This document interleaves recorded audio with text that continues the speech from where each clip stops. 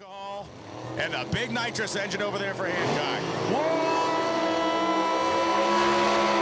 Black Betty coming on the right-hand side. Paula Juice coming out of Ontario, Canada. The G-Force race car. The big blower entry in the right car. Brand new spanking race cars. We've been saying, watch out. Jeff Pierce has been helping out with this car all weekend. Jen Salemi doing the tuning. Let's see if he can take out the man that's been there before, Jamie Hancock. The one thing that a blower and nitrous car have in common is that they're going to make all their ET in the very beginning of the racetrack. The first 60 feet will literally tell the tale here. This isn't a situation of a blower car or a nitrous car and a turbo car where the turbo car is going to run somebody down. The reality is whoever does the best job in the first 60 feet is going to win this drag race. Jamie Hancock purging the nitrous. Yeah, gotta love the nitrous that went about 4 or 5 stories high right here at RVW. Round over $150,000 to win, race fans. This is time. 2 go down, 1 goes back. This is what we've been waiting for all week long. You got to wonder what's going through Paulo Juice's head right now. Again, a brand new car. They've been working to sort it out. They've been low 4s consistently in 04, in 02. They're going to need more than that to hang with Jamie Hancock, a car that chipped its way down into the 80s and stayed there. Hancock purging the nitrous one more time to get the bottle pressure where he wants it on the strange engineering side of the drag strip. The Apollo puts it in. He puts the pre-stage bulb on. Jamie's going to come in. Remember, he only qualified number 24, but he did go 3 seconds at one of the other 37 entries he can have. So let's see what happens right here. Apollo puts it to beams. Jamie's in. 3 coming down.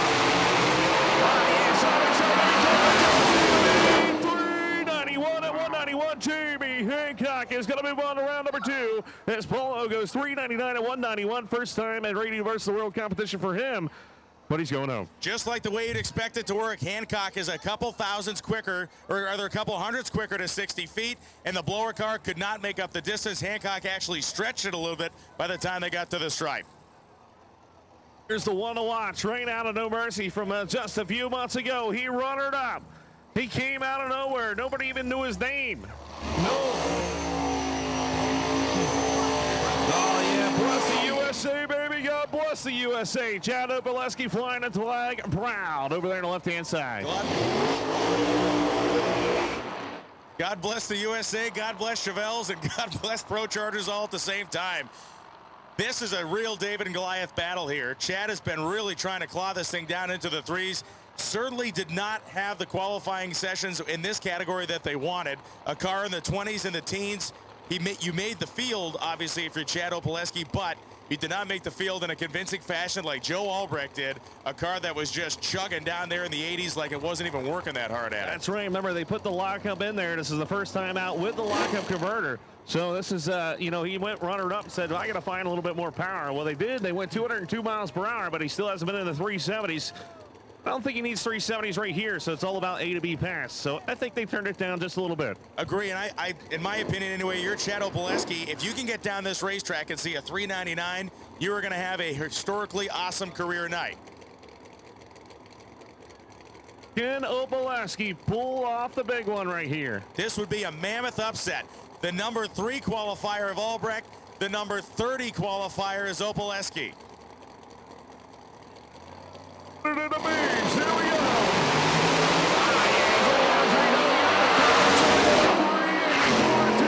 Miles per hour. There you go. A to B's what it's all about. Opaleski was going for the 3 seconds. Was 102 to the 60 foot. Then he saw him get a little sideways. Opaleski out 60-footed Albrecht 102 to 104. But by the time they got about halfway to the 330-foot cone, his car had broken traction. And just like we've seen all weekend long, a mid-380 pass out of Joe's car, zero drama whatsoever. Gotta love it. John Slimmy, Resolution Racing Services, always does one heck of a job when it comes to tuning. Eddie Whelan, all smiles, baby, the car owner. The basically two of the closest qualified cars in the field. You got a 392 number on the board for Nick Agostino, and you got a 394 number on the board for Tim Slavens. Slavens and crew have had a career weekend already. If it doesn't go their way here, they will still leave here satisfied knowing that they got a horse that can run and they got a good season in front of them. Agostino, of course, wants to go rounds, does not want to give away the small advantage that he has over Slavens, and it's a long trip back to Ontario as it is. Even worse if you got to leave tomorrow morning. Yeah, this guy wasn't even sure he was going to make it here to Lights Out 8, but he got it all back together. The Billy Briggs Racing engine on board, I believe now. The small block twin turbo machine. Nick Agostino, they just switched to Haltech. So they got it figured out in a hurry. 392 with a 3 of 197. 102 60 foot is what he's been. Can he go like 101 1 flat right here when it counts? Tim Slavens won a career best 394 to go number 18. If we're charting Tim Slavens' weekend, he certainly has the power, certainly has the ability to run in that low 390 zone. If you're Agostino, the question is, do you go conservative with a tune-up that you know will get you down the racetrack at a 92 and hope that Slavens doesn't come up with a few extra ET points, or do you try to step on the car a little bit, maybe get over-aggressive? You got Patrick Barnhill working the tune-up on Agostino's car, so you know whatever decision they made, a lot of analysis went into it. Slavens' car has been around for a long time, and Menser said he went over and just gave him a few tidbits, and they went their career's best numbers. So all eyes are on the right-hand side, though. Everybody loves Nick Agostino. He goes from radials to 10-5 racing, switches back and forth, and is successful at both. Let's see if Agostino can move on to round number 2. Always a favorite to win in RBW. We've not had an upset yet, and if 18 nips 15, it would be an upset on I would paper. think this would be an upset. Yeah. Overall, anyway. Yeah. Yes. We're due. Tim Slavens certainly believes so, as he will be second at pre-stage.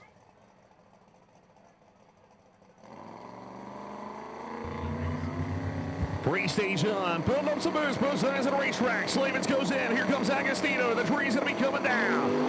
Oh, no. Oh, there it is. Tim Slavens gonna take the first upset of the night. 4-12, 5-1, 59. Out of the throttle long before he got to the finish line. Nick Agostino's car began to spin the tire on the hit. He was completely pitched sideways, and Tim Slavens runs down for a round victory. And as you said, all eyes were in the right lane, and the little 69 Camaro snuck one by him. Oh, man, the betting man just won a lot of money on that one, I bet. So that's a lot of betting. Here's the tire talk again. So Agostino is going home. I can't believe it. Tim Slavens, the underdog. Can he go all the way? Well, a couple of grizzled veterans here. Marty Stinnett and Dwayne Mills. Mills with the new engine combination this year. He had one of the most dominating, great seasons in the history of radial racing last year for Mills. And what did he do over the wintertime? Put a whole new engine system in the car. Put a whole new engine program in the car. That's right. Look at that side-by-side burnouts. Gotta love it right there. Race fans love side-by-side burnouts. They absolutely do. They also love Marty Stinnett, who is back after he became one of the poster children here by flying his car. So did Big Daddy. Yes. Dwayne Mills. Yeah. Golden Gorilla, should I say. Yes. So Dwayne Mills here, like you said, put the Hemi on board. Proline power. I don't know who that is. Oh, Eric Dillard's behind me. Excuse me. Let's see if Dwayne Mills can set a number here. Red Hat Mafia doing a tuning out there. Good friend Jamie Miller behind the car. Tim Davis in front of the car. As Marty Stinnett. Can the small block take out one of the favorites to win? As he won a few months ago at No Mercy. We'll see. Dwayne Mills wants this bad to get his season off to a flying start. He is going to be very busy again this year. And as kind of the reigning champ of the realm, coming out of 2016, you don't want to lose that momentum. Marty Stinnett has not shown an ability to run in the 380s yet. Certainly doesn't mean he can't get there, but Dwayne Mills has multiple times.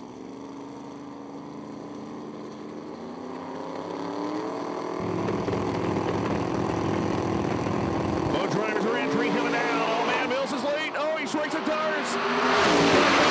It's going to be Marty Stinnett, 393 and 189 out of the small block. One flat, 60 foot right there. 1008 to 60 feet. It is a very, very light car, and it is very, very quick. 393.8, 189, quickest run of the weekend by basically a tenth of a second for Marty Stinnett. Dwayne Mills, that one was literally over by 60 feet. Mills was 116, the car spinning the tire. So Marty Stinnett gets a win there. That was number 23 beating number 10. Wow, are we talking about upsets? There's another upset taking on the big down. Can it happen again? That's going to be the question right here. Enzo Bacchini said, bring it on. I don't need no data. The Canadian 521 cubic Chevy Pro Charger. And big, bad Barry Mitchell coming up right now in this car, which has run down in the low 370s. Barry Mitchell, for a very short amount of time, was the world record holder on a drag radial tire for a very short amount of time. Very short, as in a few pair, by 1/1000th of a second. Stevie Fast took the record away from him. Let's see if Barry Mitchell can take it home, man. You got everybody of everybody helping him out. Billy Stockland doing the tuning. Ty Tutterow has been helping out on this machine. Let's see if the Kazan Mitchell Racing Team, can take him out, or is Enzo Pacini? Always, this car's been around forever. I don't even know how long this car's been around. That's how long. It's got some miles on it, but that does not mean he does not have a chance. We don't run these things on paper for a very good reason. It's a whole lot more fun to see these teams try to get their way down a racetrack.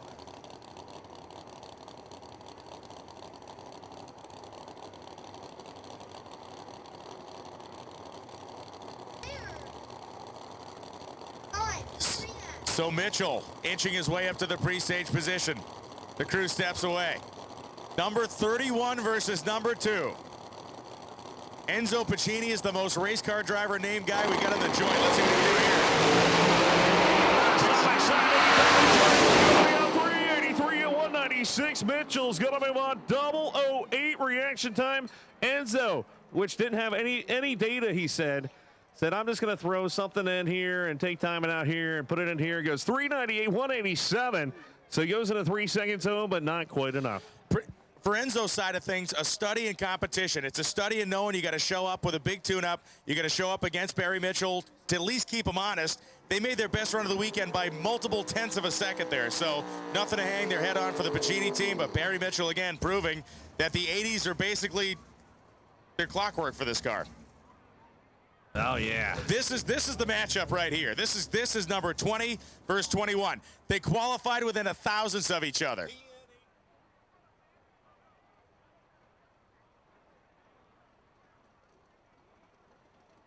Jason Brock and Super Dave Atkins coming up right now.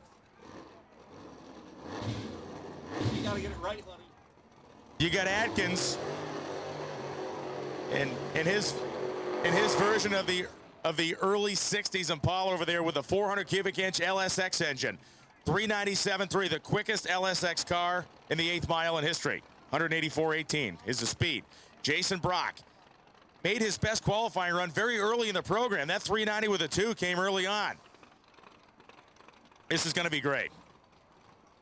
It's going to be epic out there. Jason Brock, of course, is, man, he's like Mr. Consistency now. A lot of time has went into this program on the radial tire.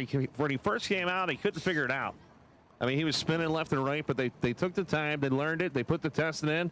Jason Brock, I think, is an underdog to win the 50,000.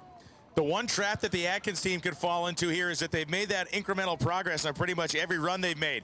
If they look simply at time slips leading into qualifying and try to pick up 700ths, the equivalent of what the differential is between the qualifying times of Brock and themselves, they could blow the tires off the back. If they try to just keep chipping at it, hope Brock makes a mistake, that's certainly the more conservative approach, but it could pay off as we've seen a couple times tonight. Exactly. How much power does the LS have? That's the question. They set the record with 397 right there. Can he squeeze a little more out of it?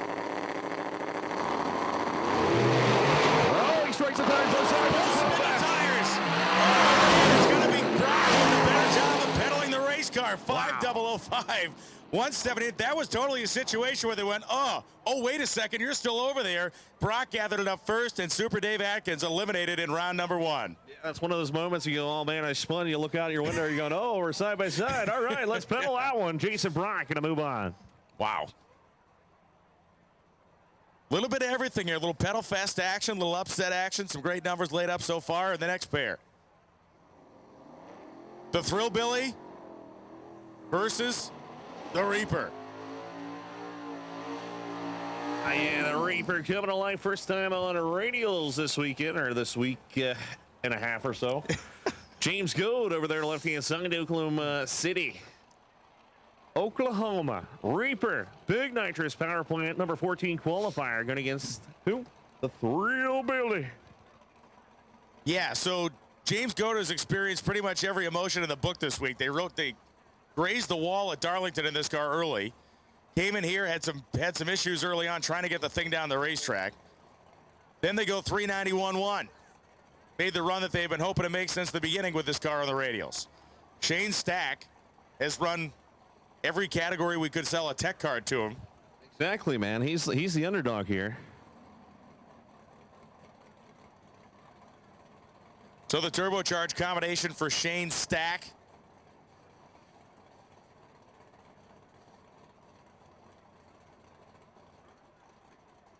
He's never been to threes. I'm sitting there like, oh my gosh. So Shane's in as an alternate here. Yeah, yes. yeah, okay. Yeah, that's starting us off up here. Yeah, those 420s this thing's been running all day. Yeah. So this is going to be interesting. If Shane Stack with 3 seconds, then we would be going nuts right now. Yeah. All right, so here we go. Sorry about that. This is the information. Put it in the beams. Stack gets him. Oh, he got him! He got him 433.5 and a whole shot. 18 ten-thousandths of a second. Number 19 beats 14. You got to be kidding me. 433 beats a 426, and James Goad just got welded to the starting line up there. Real Billy, baby. James Goad, the Reaper, is reaping his way home because he is done. The crew guys walking off the starting line look like the cat that just swallowed the bird. They don't know what to do with themselves down there. Holy cow. Shane Stack was slower on every incremental except the biggest one that mattered, the reaction time, and James Goad just ran out of drag strip. If it was 665 feet, he would have caught him. 18 ten-thousandths of a second at the stripe. Wow.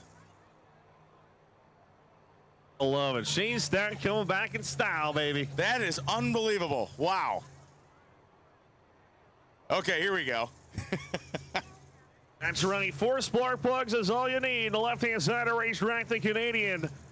4 cylinders of fury, baby. Can he pull off the biggest upset of his career? Because hold your ears. Shadow 2.0 is coming to life.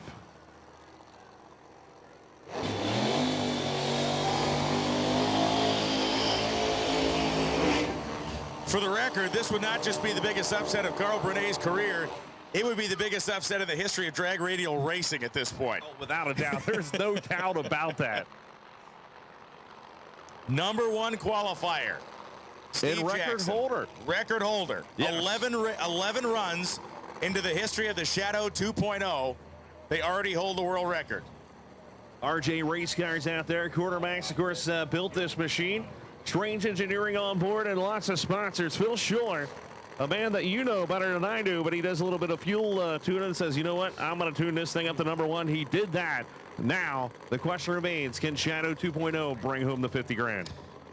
It begins here, but there is pluggy little Carl Brunet on the strange side of the drag strip.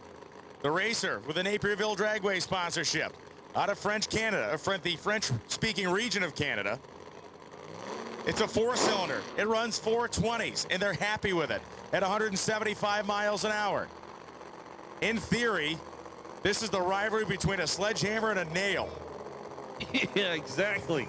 And we're talking about a big sledgehammer. Yeah, we're talking about a 3-pounder. This is an 8-pounder. This is one of the 20-pounders. Yeah, this is talking about. Yes, this is a 20-pounder. Almost at the 20,000. Stevie Jackson coming out on the right-hand side. Carl Brunet coming out on the left-hand side. 4 cylinders going against the big blower entry to the right-hand side. Uh-oh, who's going to go in first? This is what Brunet has to do, and he's going to do it. Carl Brunet is going to play the game. Steve Jackson sitting in that blower car waiting for Carl Brunet to go in first. Brunet starts to put the car on the chip. He does go in first. Wow, he says zero nothing. 382, 198 miles per hour. Stevie Jackson moving on to round number 2. And not only that, he won the mind games. 028 on the tree. Brunet makes his best run of the weekend, 421.6. Speed was down a little bit from his high of 175. He runs 173.9. I love those guys. I love their attitude. I love the fact they came up here and we're going to throw everything they had at them, and they did. I mean, they know they were coming here as the huge underdog. The fact they qualified is miraculous. And they qualify with a 4-cylinder, so that is great. Yep. Yes. Thanks for making your way down here to the Napierville Dragway team. It was awesome to have you here at Lights Out 8. Cash is king, and that is, again, we talked about it all week long, but this is one of the reasons this style of drag racing is so popular. You just saw a blown alcohol Hemi-powered car take on a 4-cylinder machine up there, and they both had a fighting chance at it. That's just awesome. This is why this is the best drag race in history, or at least in current drag racing, in my opinion. And how about the people that are here right now? They've sat through multiple rainstorms, Weather that ranged from freezing cold this morning, got hot this afternoon. Stuff blowing up. Chunks of parts and pieces and oil flying everywhere. Yes. Greatest fans around. Hardcore to the max, and this place is still full of the rafters. Yeah, we love you guys. Thank you for coming out to Lights Out. Hey, you guys, gals, children are awesome. Well, one half of the Killing Time racing team has made it through. Now it's time for part deux, as Carl Brunet would say. Yeah, Jeff Sitt coming to life, and here comes Mark Mickey. Jefferson City, Missouri, 548 cubic inch. Still on board, I guess. Nelson Power, twin turbos, 484 bore space, number 25 qualifier, going against the big man, the car that actually held the record coming into this event. I like that you just did the fact check with Dillard on the displacement there. Well, he knows everything, so it's okay. That's why he's good. Yes. You got to do that. You got the resource right there. So turbos and nitrous here. The Malibu has not been the most well-tempered car this week, and they've been making a lot of runs trying to get it figured out. Sitton's car has been an 80s bracket machine. Not like a parachute pants 80s, but like a 380s bracket machine. Yeah, I tell you what, this is actually probably the best I've ever seen Sitton's car go. Yeah. I mean, as far as consistency, obviously it can go faster, but A to B, what it's all about, and 380s as a bracket car, pretty awesome. It ran well in Bradenton. They just had a weird issue at eliminations. The thing just laid on its face off the starting line down there. I believe they were close or close to being #1 qualifier at that race. So they got some runs on the car coming into this event. It's certainly done what they've asked it to do here, and we'll see if it's got enough to get around Mickey. Mickey's going to have to punch out of his weight class right now to get around Jeff Sitton. Yeah, and well, keep your eyes on Mark Mickey. Remember, that car's been in the 3-second zone before. They've been fighting it a little bit this weekend. So this could be a really close side-by-side matchup. Great to see Duck and the boss down there watching on the action here. First round of Radio vs. the World. Uh-oh. Here we go again. Who's going to put it in the beams first? Is it going to be Sitton? Sitton puts it in. Here comes Mark Mickey. Mickey, left-hand side, builds a boost. Mickey drills it. Wow! Oh, they both get a little loose out there. Mickey's up there and goes 460 at 183. Sitton just blew the tire off. Blew the tire off. The thing was popping and banging down there. He goes 778, and Mark Mickey, in a wrestling match, gets that car down 460 with a 7 at 183 miles an hour. Saw an opportunity and pedaled his way to a win light. So the wily racer from Jefferson City, Missouri, he and Jason Carter will be back for round number 2 tomorrow. Yes, on paper so far, this has been the round of upsets. More upsets than was supposed to win. Yeah, I was expecting a couple. We've gone full upset here. Yeah. You never go full upset. So Scott Coxwell and Josh Kluger are going to come up as the starting line crew, going to do a little bit of work over there in the strange engineering lane that Mark Mickey just rocketed down. Yeah, I think there's some water or something over there, or fuel, one of the two, and that's probably why he got a little loose out there. So once they get that wiped up, we'll be back ready to rock and roll. But you can't beat the racing action that's going on right now here at Lights Out 8. I mean, you just can't beat it, and that's why we have the fans. Wow, there we go. There he is. Everybody make some noise right there. Donald Long, the man that brings you the show, and the boss. Gotta love it. Love you, Duck.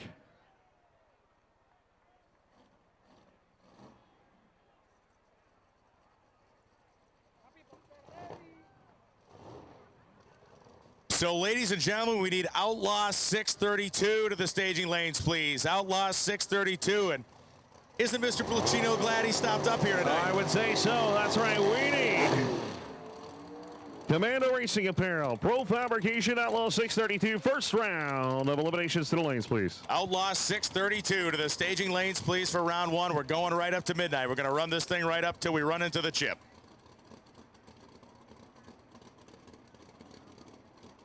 All right, so here we go. Scott Coxwell coming out of Mississippi to left-hand side of the RJ race car built machine. Big nitrous cubic inches, number 20. But the favorite to win this one's on the right-hand side there, Brian. You want to talk about a complete study in opposites here. Coxwell's car is gorgeous, but it's two chassis Pro Mod car. Not that it's a bad thing, but it is what it is. And then you got the what? The quickest, the fastest car ever in the quarter mile on radios. Right. Yeah. And it happens to be a stock wheelbase 93 Ford Mustang. So, yeah. With some Pro Line power. Right. Yeah. With that, too. So there you go. You got drama out there. Great to see drama walking at this event. Let's see what happens. Racecraft Incorporated on board the right-hand side. The Kluger Fiskus Racing Team. Josh did not have the heart to sell this. This car was pretty much sold, and Josh said, "I just can't do it." I love the fact that it pulled on his heartstrings a little bit, and he couldn't let it go. Scott Coxwell, Waynesboro, Mississippi. Nitrous. See Coxwell burping a little bit out there. He has not even put the thing in pre-stage yet. Kluger sits and waits. Look at the crew on the right-hand side. It's like, what's going on, man? Put it in there. Bunch of those red hats now looking toward their left. Now they're both pre-staged. All right, now what's going to happen?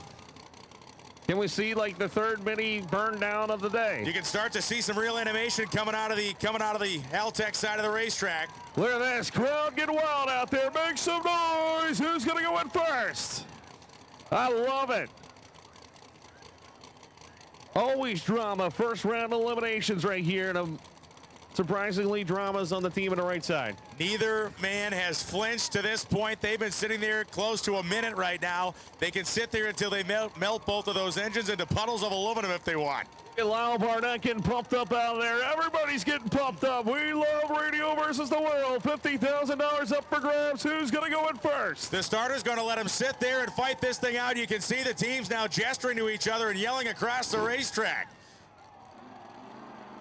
Coxwell puts it in. Here comes Kluger. Put it in the beams on the right-hand side. Wow, Scott's car shut off, so it's going to be Kluger. So Kluger goes down. He was there for the taking, but he pedals and goes, and Coxwell's car does not move a blessed inch. It is still sitting in the fully staged position with the green light on. Wow, look at that. Coxwell's not going to be happy. He saw Kluger come out. Okay, well, that made up the difference there. I was going to say he wasn't going to be happy because Kluger went out and spun the tire, but he just spun right off the hit. I can't wait till those two guys are down there holding hands singing Kumbaya at the turnoff. Wow. Holy smoke. What a bizarre turn of events there with Coxwell's car shutting itself off. Wow. Unbelievable. What an interesting first round, the Regal versus the world. Once again, we need Outlaw 632 to the lanes, please. Outlaw 632, first round eliminations to the lanes, please. So Norm Bryson going to come up, another one for the nitrous injected crew, Haltech side, and Ryan Martin, the Fireball Camaro from Moore, Oklahoma, which has been a scary car in terms of one that you don't want to face in competition, with just a level of consistency again in the 380s that we didn't see out of many of them.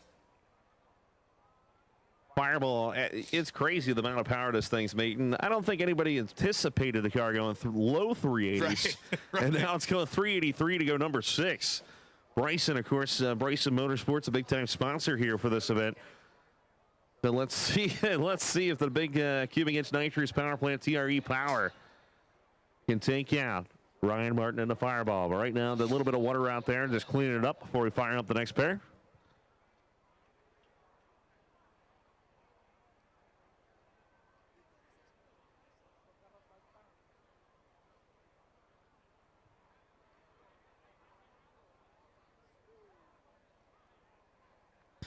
The high sign being given by the SGMP starting line crew for both Norm Bryson and Ryan Martin to start their race cars.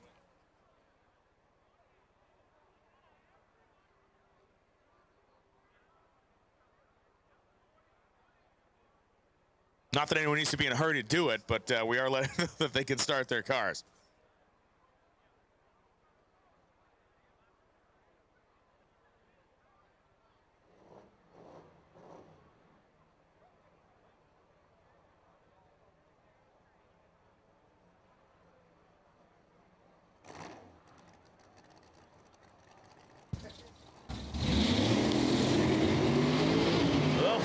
Bryson Motorsports coming alive on the right-hand side. There's Fireball on the left-hand side doing the burnout. This is going to be interesting here. Of course, Ryan Martin went 383, his career best. Now, Bryson would have to go his career best, I believe, to take him out. Yeah, and Bryson is really going to have to put together a run here, the likes of which that he has not been able to do this weekend.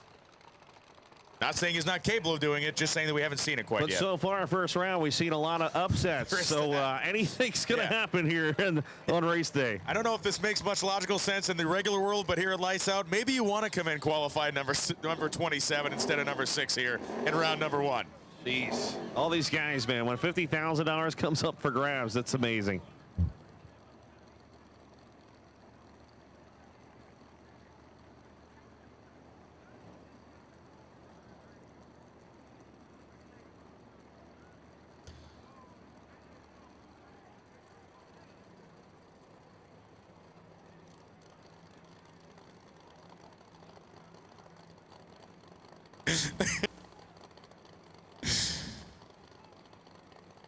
Pre-stage on the left-hand side, and Bryson, the nitrous guy.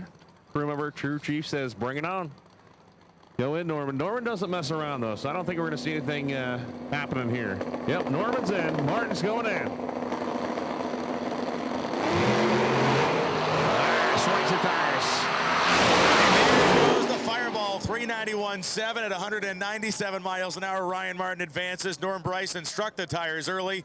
040 reaction time. Norm did his job on the tree, had a 300th advantage on Martin leaving the starting line, but it evaporated in tire smoke as Ryan Martin motored down the strange engineering lane. Pro line racing to the front right there.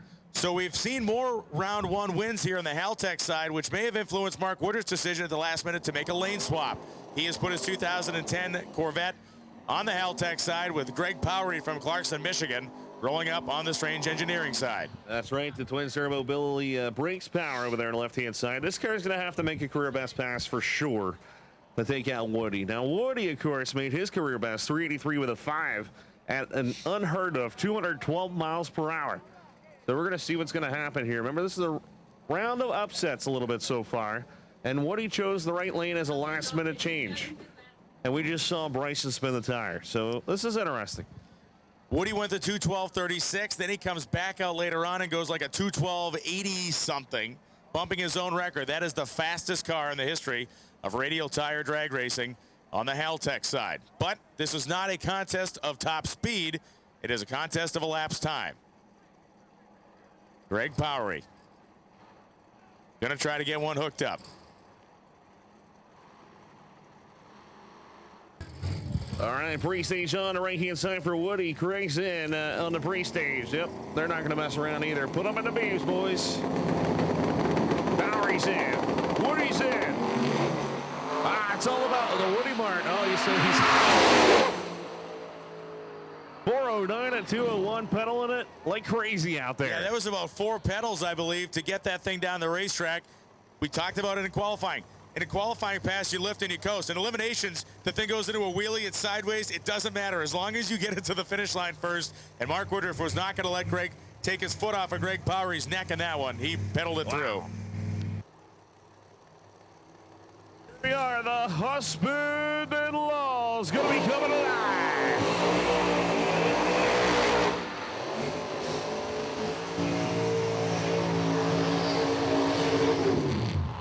Alan Pittman will be coming on right-hand side to Greenville, South Carolina. Blow a cat, the Firebird here. Scotty Cannon does it too. The man himself, the legend of pro-modified drag racing is here at Lights Out 8.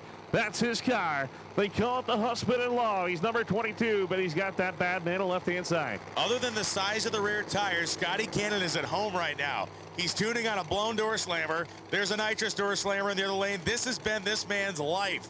Cannon was a nitrous guy at the beginning of his career. He switched to a blower combination. It was one of the biggest controversies in the history of the class. He's got Alan Pittman driving this thing. He's turning the screws. But Bill Banica has a good program as well.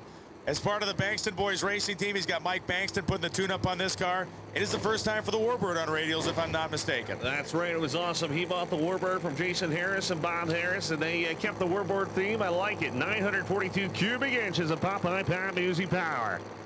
Let's see if the Bankston racing team can make a statement right here. And Lights Out 8 when it counts, or is Scotty Cannon. Remember, Alan Pittman and No Mercy went rounds by some miracle. I mean, it was crazy. Here we go. Racetrack in And Scotty Cannon and Alan Pittman get a round win, 471.9, 150. Oh, yeah, put your hands together for that one. He saved the car from hitting the wall out there. He was trying to win and just kept it in a little too long. You saw two dedicated veteran door slammer pilots there. Pittman was able to save that run and make something of it, pedaling the car to the finish line. Bannica was able to extract himself from a really bad-looking situation out there. When you're 90 degrees, when you're going east to west on a north to south racetrack, you got big problems, and Bannica kept it off the wall. Yeah, he was staring at a stripe. He might have got a stripe, but not on the race car. So it'll be Alan Pittman and Team Pittman and Cannon racing together on a Sunday in the radial machine.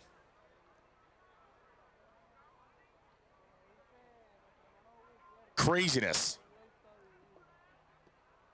Tim Kincaid and Taylor Laster will be up next once our crew confirms and make sure there's nothing on the right-hand side of the racetrack. Bannica has come to a stop right about 1,000 feet from the starting line. He will likely require a tow off the top end. Very glad that Bill was able to gather it up and stop it before it hit anything. That was wild. Alan Pittman's driven a lot of stuff over his career, and it's times like that when that experience comes into play. Definitely. Of course, driving on radials compared to big tires is a little bit different, yeah. But he did a great job. Remember when he had the Gravedigger Willys? When he had the Gravedigger Willys promo? That thing was awesome. Yeah. So we got the four-wheeler going down, hook up to Bill and pull him off the top end as Taylor Laster and Tim Kincaid wait. And the Enigma has come around the corner as well. They're doing that. They're going to do a little spray out there. Remember, you got to touch it up after a couple pairs because there's so many pairs and cars and whatnot. So, see ya. We've got to get Billy off the track down there, and then we'll get to fire up the next pair. But once again, just touching up the race surface. Why not?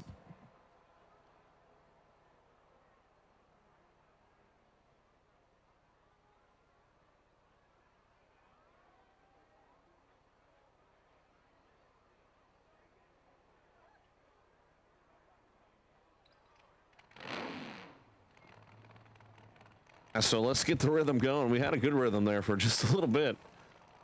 So once we get Billy, that is a record for the weekend for sure. Monty Smith said half around. So once again, great to see everybody still hanging tough. We still got some Radio versus the World cars. Outlaw 632, of course, is in the lanes for their first round. We're going to midnight tonight, or at least 11:59. We're not allowed to hit the 12:00:0001.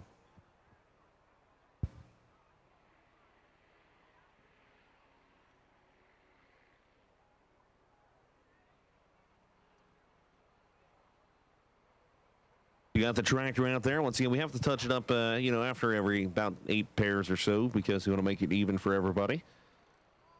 What happens is sometimes it takes the track away or somebody blows the tires off. It goes down to the concrete, vice versa. Just trying to make it a good show for everybody out there. But the reason why we're doing this right now is because we're waiting for Billy to get off the racing surface and we'll be ready to rock and roll.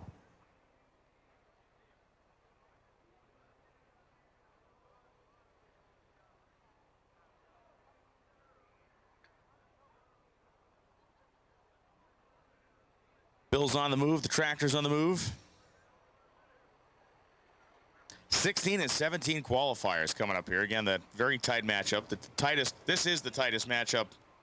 On paper, most definitely. On paper, exactly. ET-wise. Yeah. And Taylor Laster, of course, brand new race car to him here. The Corvette, the TRE Power. Amazing to see, after the big fire and how he's recovered and found some equipment and got the shop back up and running. And his customers have been loyal and thankful for his service. So, yeah, this is a guy no one would have blamed him if he said, you know what, I'm going to go fishing, or I'm going to go do something else, or I'm going to do something that doesn't require rebuilding your entire life, which is a highly technologically advanced engine building business, and he did it. Great story.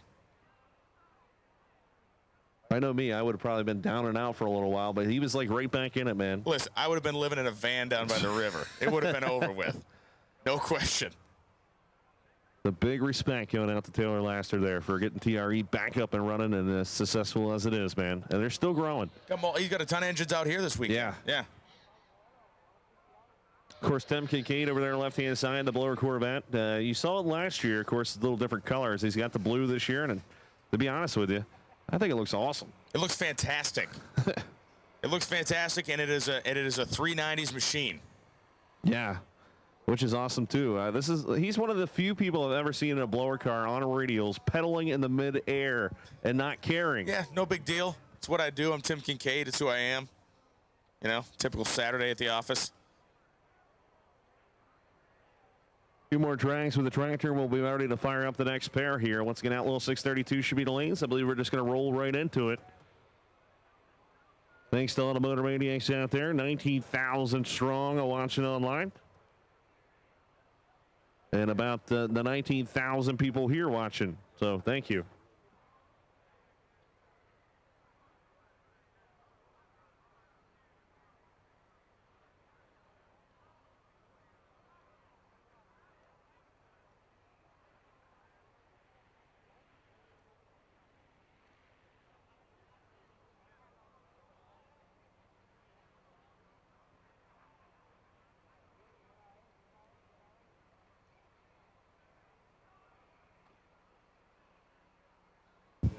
All right, so big shout out to Everly.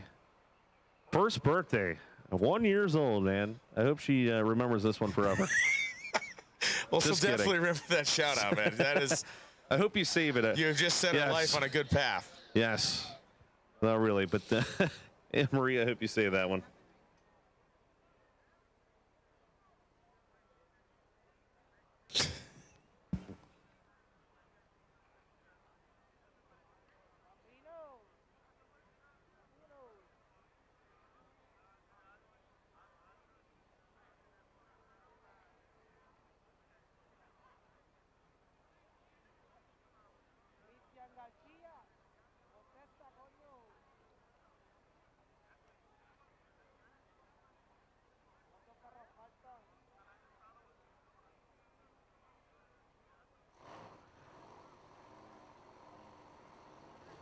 Go down the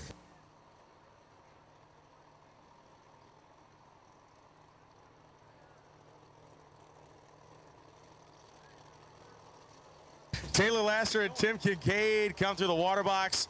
If there is anybody from VP Fuel here, we got a racer in need of some gas. Got a racer in need of fuel as Tim Kincaid and Taylor Laster complete their burnouts. Please meet the racer at the VP tent area, the VP area. The racer is heading down there. That's right. A racer has ran out of race fuel and has waited to this moment to get that. So let's see what happens. TRE coming on the right-hand side, Taylor Laster. 900 plus cubic inches in that brand new Corvette.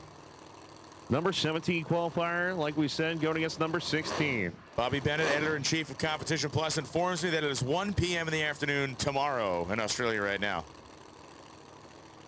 Like alive and awake and in person, doing handsprings and fighting kangaroos.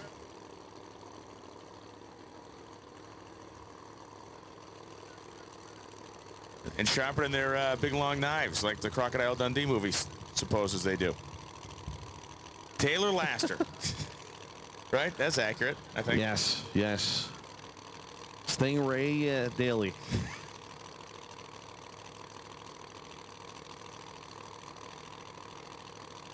All right, pre-stage on both sides, and Laster goes in. Oh, Kincaid pedals out. The parachutes around. He gets the round win. What? What? Sorry, what? Brian Loans is like, that never happens in NHRA. 451 won, 149. That was a calamity from beginning to end, but one that ended with a win light. Will stand, and it came down and shook the parachute loose, and somehow Tim Kincaid is going to move on to round number 2. That was completely mental. That's a 4-paragraph story on that run alone. All right, here's one we've anticipated. Yeah. Two of the biggest crap talkers on the internet, Kai Kelly and Keith Haney. So Kai Kelly, the shocker, it's got huge. They said it's like 1,300 plus cubic inches. No, I'm just kidding, but it's Kai Kelly, you're not allowed to give out your cubic inches because it's a grudge car, right? Yeah. Oh, well, I think Yeah. it's close to 988. Yeah. So the Bankston Racing Team over here on the right-hand side. Your number 29 qualifier, can he pull off the upset and take out Shortcake? Donald Long is currently rubbing a small version of Kai Kelly's car for good luck down there. That's right. He's like, all right. Can you imagine if Keith Haney wins the whole thing? Oh, boy. I cannot imagine that. There are a couple things working against Kai Kelly here. The position of the motor in this car is very far back. It's designed to be a grudge car, a race on less than great surfaces, race on the street. So it's designed to transfer a maximum amount of weight in a pretty violent fashion to the rear end. That's why he's been having a lot of trouble with wheel stands. Trying to tame the car down is against its physical nature, that it is set up to hook up in a car wash. And we got him on top of some of the best prepared surface he'll ever see, and it has not been an easy transition. At the car wash. Oh, sorry. What are you saying, the Frank Sinatra version of that song? Yes. Okay. Yes. It's called The Tired, Frank Sinatra at the car wash. Keith Haney, left-hand side, Enigma coming at you, the Pro Nitrous car. Well, actually, he runs Pro Nitrous also with the car that looks exactly like that. But the Larry Jeffers built race car. Keith Haney, Shortcake, coming at you. Can he take it home right here? One of the most intriguing matchups of the entire first round. Kai Kelly's in, and Kelly just dives straight in. Keith Haney gets his act together. The tree flashes.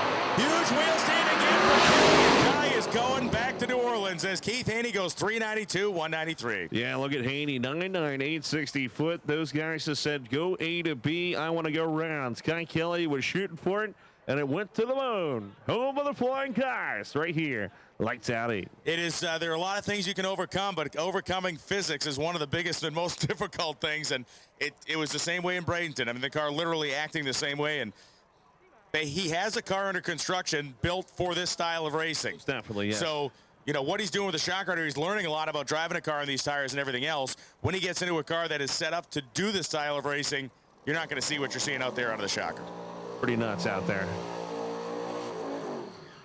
And David DeMarco from Reading, Massachusetts. They're turning the motor over, and they're trying to get it to start. Uh-oh. And this may be bad. Lonnie Hood and Dennis McPherson down there trying to get this thing to fire up.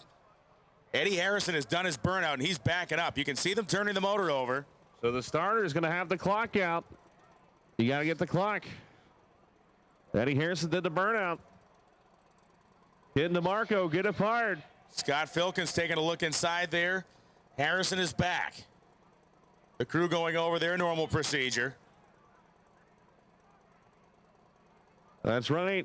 Starter's going to be putting him on the clock. He's got a few...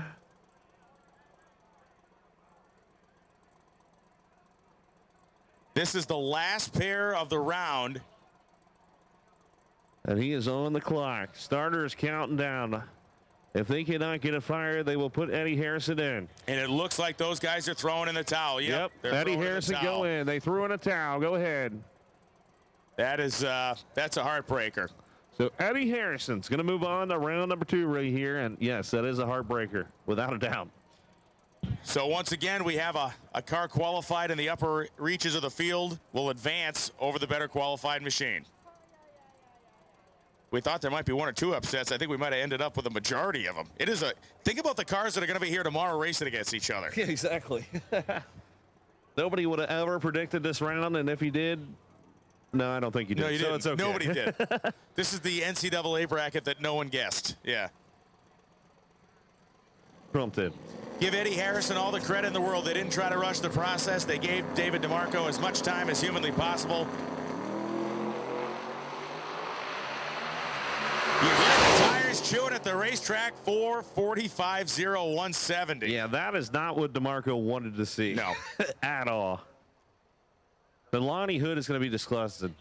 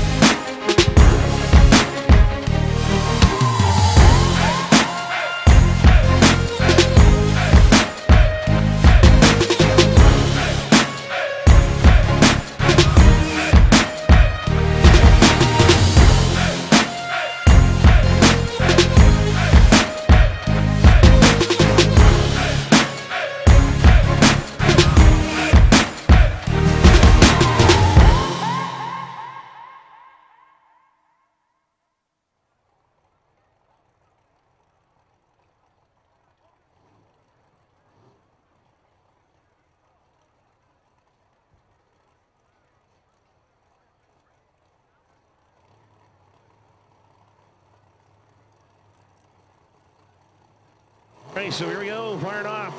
Outlaw 632 coming to life out there. The nitrous power plants are at least a majority. 99% of the class is nitrous. John McDonough will be coming out of Panama City, Florida. 70 over there, number 13 qualifier. Going against that cool Mopar. Kevin Barrett, Virginia-based, Chevrolet-powered nitrous machine.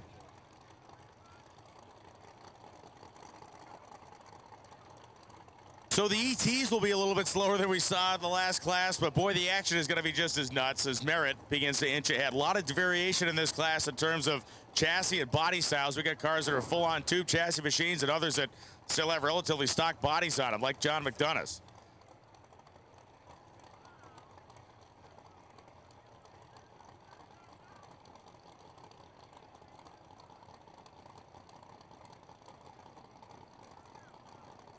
Down to Suzanne from Jesse, but here we go. Put it in the beams. Oh, getting sideways out there. Looking good for the guard. 463. 152 is best pass of the weekend. Got it when he needed it, and Kevin Merritt's car broke the tire loose early, pitched sideways, and that was the end for him. 11.403 at 59.2 miles an hour on the strange side of the drag strip.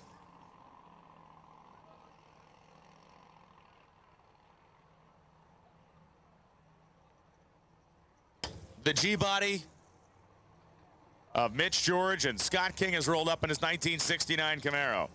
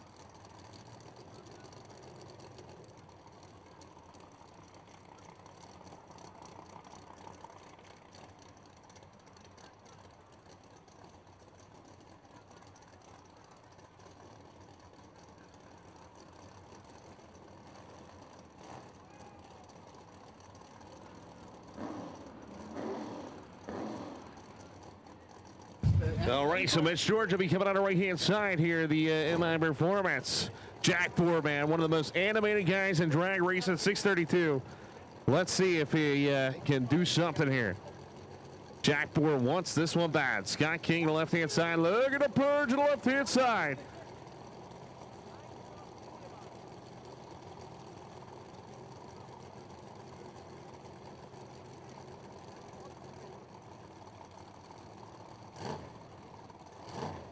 You got 1 minute.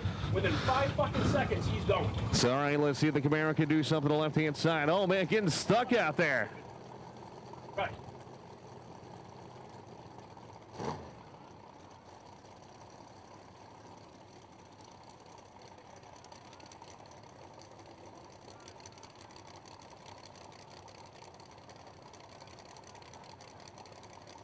He's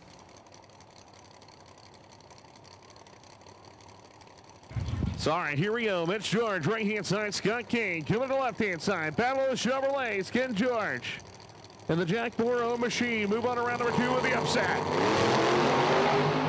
There you go. Look at that, baby. Oh, it's going to be Scott King. 454, 156, but Mitch George. A lot of smoke. Mitch George just killed one. The thing started to eat itself up at about 330 feet. It was spitting pieces, looked like valve train pieces coming out of the exhaust. And then all of a sudden, it looked like Chernobyl down there at 660 feet.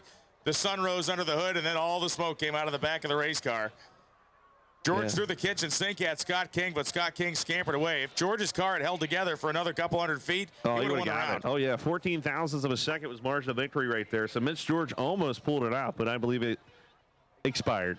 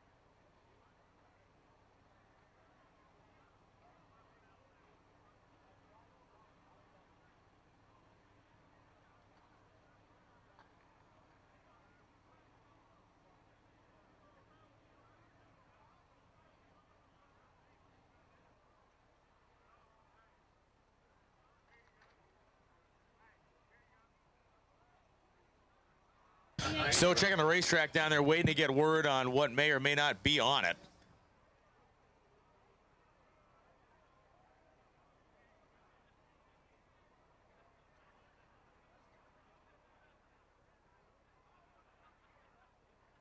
So I figured everybody knows this, Brian, but this is the last class of the night. This is the final class of the evening. So if you're after this category, you know, we'll be back racing tomorrow.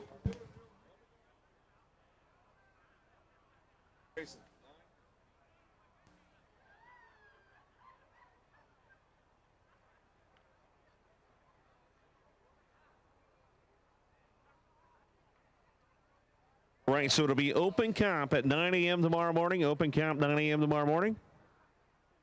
Before 9 tomorrow morning at 8:30, JAMA Racing Ministry will have a chapel service in the pavilion in front of the snack bar on the spectator side with Chaplain Mike Yon. Yes. 8:30 a.m. chaplain service, or rather worship service. Yes. With Chaplain Mike Yon at the pavilion in front of the spectator side snack bar. So once again, this is the last category of the night. It'll go open comp and then Outlaw Drag Radio at 9 a.m.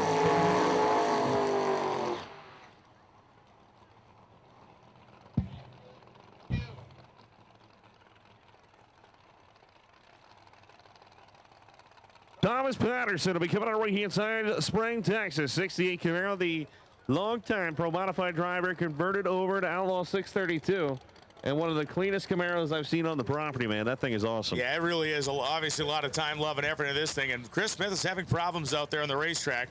There's a lot of smoke emanating from under the hood, and that thing is not moving anywhere. Smith gets the car refired.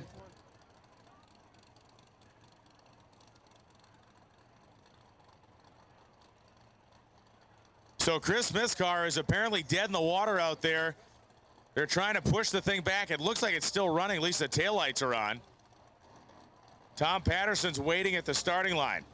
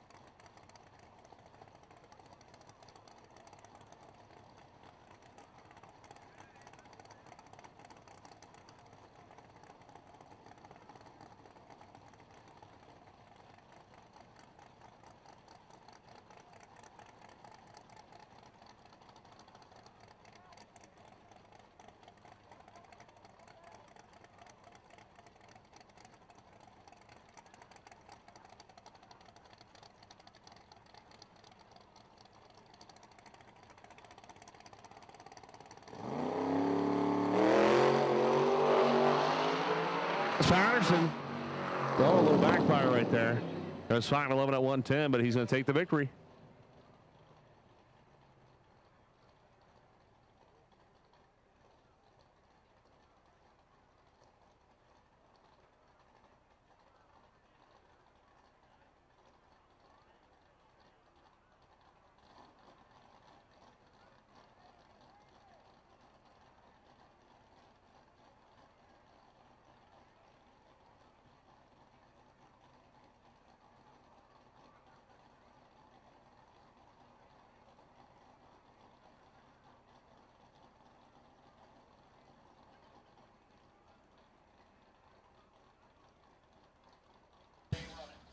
Glenn McCann supposed to be lined up against Corey Cox.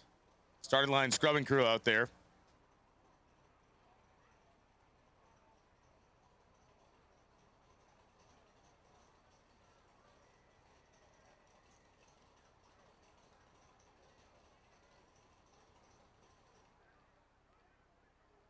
Corey Cox now shuts his car off as Glenn McCann waits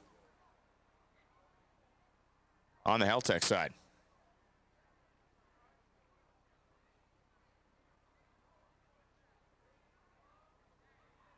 This is the last and final call for Outlaw 632. If you're not in the lanes, you're literally missing your own first round. If you're watching the live feed from your hotel, you made the wrong decision to go home. Outlaw 632, last and final call for round one.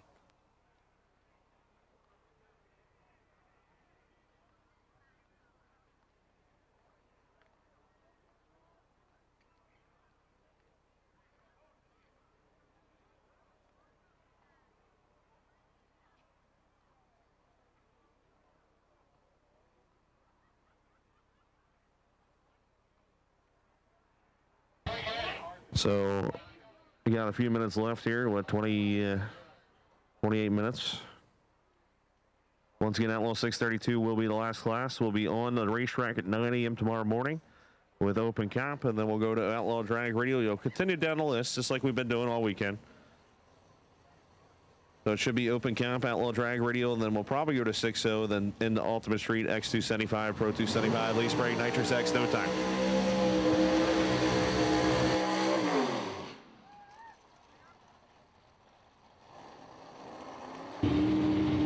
So Corey Cox does about a 200-foot burnout out there in Live Oak, Florida. The Chevrolet Pennard, brand new to him, automatic now, and oh man, they're having some issues getting it reverse. He's been struggling with that trans all weekend. Yeah, it's like anything in a new setup in a new race car. It is you got to find every minuscule, tiny, niggling thing that you didn't get right the first time, and that's even guys that are racing on this level. You still have that little stuff that jumps up and gets you. Also, big shout out to Voss Racing Engines, which I've heard took several sets of heads last night to go get fixed so people could race today, and that's just plain awesome. Hero level stuff. Yes. Luckily, their shop's right, not right down the road, but a few hours away in northern Florida, so cool. Thank you, Voss Racing Engines. So Glenn McGain coming on the right-hand side, Alabama Mustang, going to try to pull off the upset here as they're patiently waiting for Corey Cox to put it in the beams.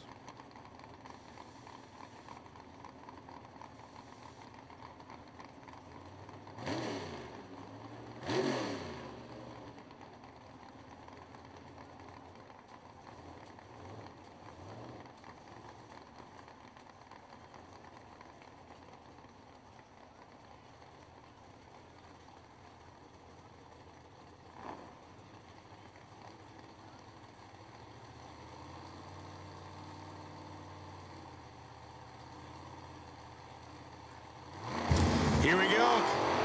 McGann goes red. Cox has a 1-second reaction time and will advance. Glenn McGann missed the tree by 34 thousandths, pulls a huge wheel stand, and Corey Cox skates by 479.7 at 158.89 miles an hour on the Strange Engineering side. Just like they drew it up.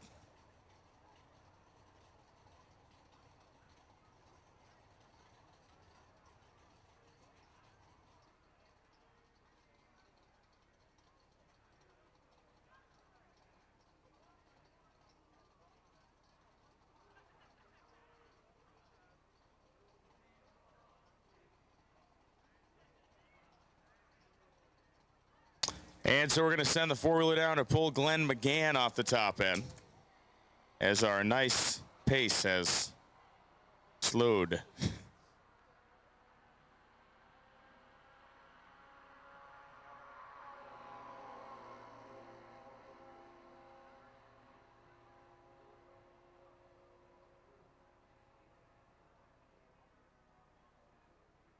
Nine a.m. Open Comp will be down the racetrack tomorrow morning. We will be getting the program started on time, and we suggest you show up on time because train ain't going to wait at the station. We got to get this thing going. Once again, we have a curfew tomorrow night that we need to get things wrapped up by. We prefer for once in the week to not run into it.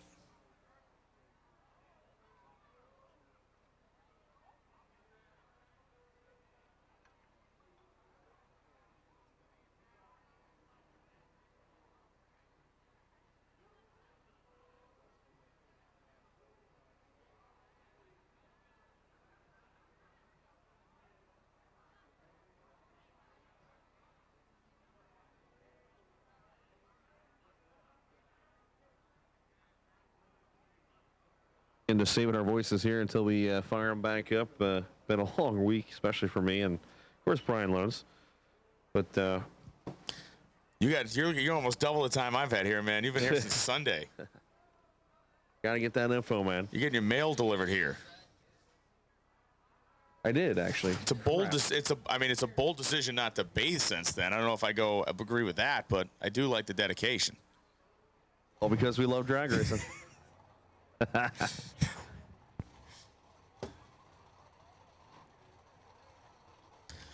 So Tim Baldridge and Chase Watley coming up right now. Watley driving the 1962 Falcon that had a bit of a crazy ride earlier.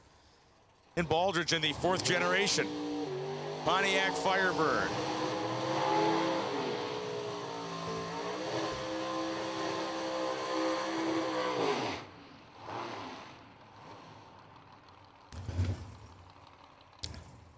A little bit of RPM coming out of the water box, both sides of the racetrack. Wicked lot of RPM. RPM. Wicked lot of RPM. All right, so here we go. The Falcon, always a fan favorite. Baldridge on the left-hand side, number 17. On paper, of course, this is the closest matchup. But Chase, of course, I don't think at 72 miles an hour was on a full pass that time. No. So it is a pretty Falcon sweet car. The way to get around it. yes, that was a Falcon sweet car. Yeah. Yeah. Really Falcon clean. Tim Baldridge also very clean race car, that 4th generation Pontiac Firebird.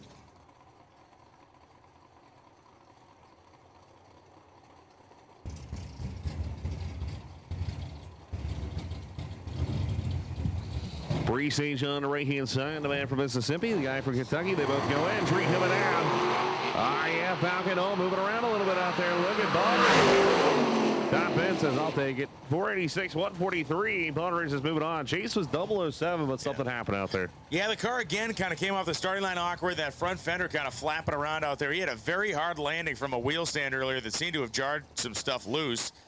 Baldridge is going to 480 him to death, at least trying to this weekend. I want to say this is probably the most unique matchup of the night. It has to be. Without a doubt. So you have a stock-bodied Corvette versus a completely fabricated body hot rod. It's almost backwards. A lot of times you see exactly. A lot of times you see the more stock-body looking hot rods in the totally, glass or carbon fiber Corvettes, but this is kind of opposite day out here. This could go either direction. It's a pretty good matchup. Shannon Poole here, right hand side, of course, as seen out there at Indy. Saw the car out there. It's like, woof. Jaw dropping. Decided to come out here and have some fun, and he put it to the moon. Tried to take off and broke the steering arm. They got it fixed. And here they are, number 15, going against Mike Oldham. Left-hand side, of course, Boss Racing Engines. The car freighted. Whoa! Oh, that is the greatest thing ever. The nitrous purges to the back of the car. Wow, that's cool. And Little Legend just might have caught some in the face right there. Not that it mattered who's back there. There was a couple people that got it, but that was that was an unexpected moment. Yeah, Little Legend's like, yeah, I'll put you on track. Bring it.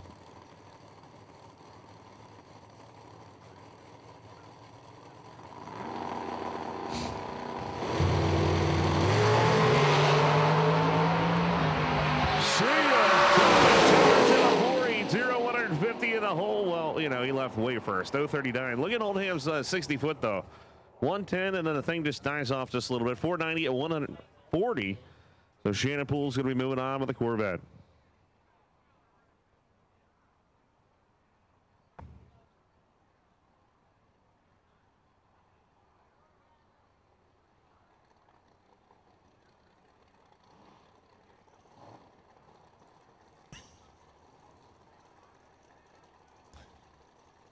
So all of the energy enhancement liquids, the pills, it's all worn off of Lee. Good day. It's been a good day. You ever see that Gary Larson cartoon of the boneless chicken farm? I have not seen that one actually. you gotta look it up, man. You gotta Google image search that. You'll see what you feel right now. Eric Knowles and Kenny Hubbard coming up as Hubbard begins to back up. Longer burnout for the Nova of Hubbard. And it's kind of shameful one of these cars has to leave the property. Two great pieces. Knowles has the step side Chevy pickup truck.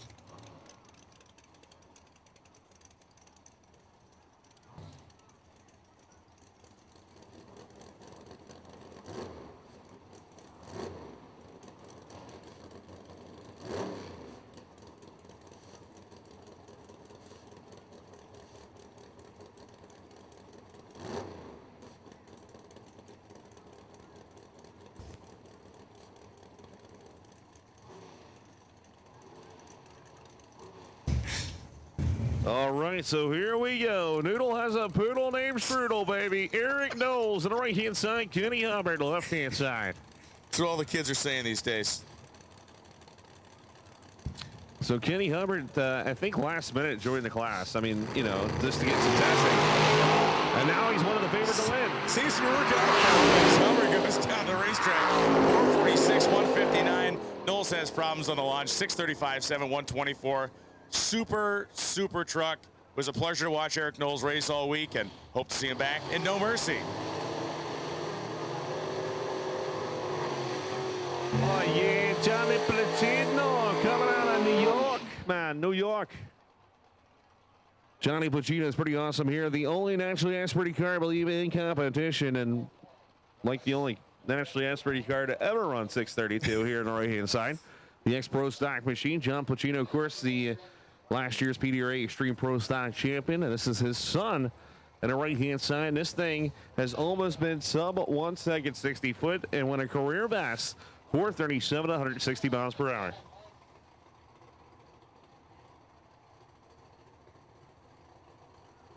So Levi Harrell will be in Alliance, Georgia, 07 GT over there. For sale, by the way. It's kind of cool. These two cars to find each other in the first round is interesting just because they're both basically very pro stock. I mean, Johnny's car was a Mountain Motor pro stock car, and Harold's car looks all the world like it could have been a 500-inch or a large-inch pro stock car. It's a top sportsman, a car that runs a lot of top sportsman stuff, but those chassis are extremely similar to what a pro stock car is. And this is cool about this category is you can take a top sportsman car with a 632 and run it, you know. So I think you got to add a little few pounds, but let's see what's going to happen. Lucchino going against Harrell.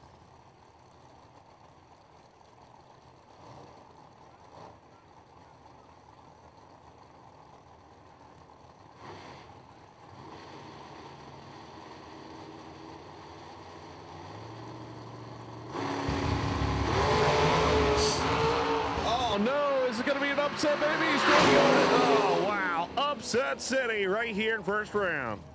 468.8 at 150 miles an hour for Peabody Harrell as Johnny Pluccino goes 532.5 at 106.05. Car was squirrely from the start. He tried to get it back in the groove, but it was not to be. Wow. That's all I got to say about that is wow. Like, I wasn't expecting that whatsoever. Yeah, that's... Yeah. Yeah, there's really no other way to go with that. Jim Aldis and Nick Sills. Sills from Edenton, Georgia, the 1970 Camaro. And Jim Aldis, the 92 model. Of Shag and Nasty. The heavy sticker package on there. Contingencies to the gills. Scotty G Racing Engines.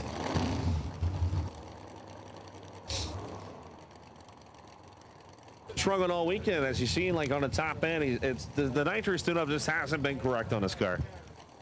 So we'll see if they figured it out. And it could be electrical or something dumb. So hopefully they figured it out. This could go either side. But Jim Honest on the right-hand side. Trying to dig out Nick Sills. Something's going on over there with Sills' car. They got a couple of crew guys kind of leaning into the thing. There was two guys leaning the door, then one guy kind of grabbed the other dude and swung him out.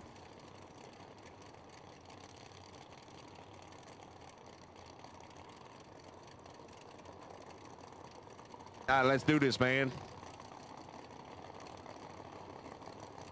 They put all the nitrous to it, he said. All of it.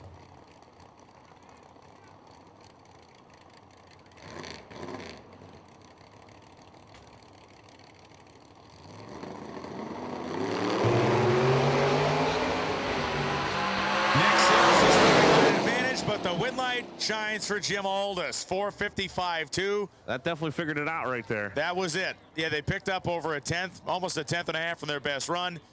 The 499 in the other lane just simply outclassed by Aldis. Ken Cartuccio and Richard Lee coming up. You're going to see several singles tonight. We don't know if racers went home. We don't know if racers broke, but we do know that we're running the first round right now, and there are 8 cars that did not show up. Richard Lee did show up, and Ken Cortuccio did show up.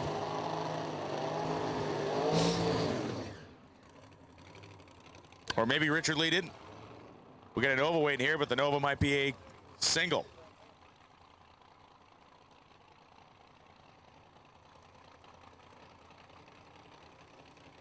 So, yeah, there is no Richard Lee out here, so it's going to be a single for Ken Cortuccio.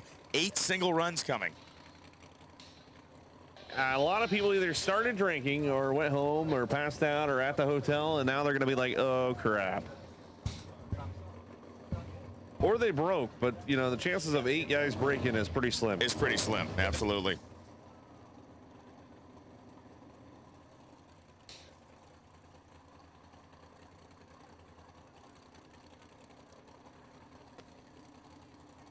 If Cortuccio goes for it.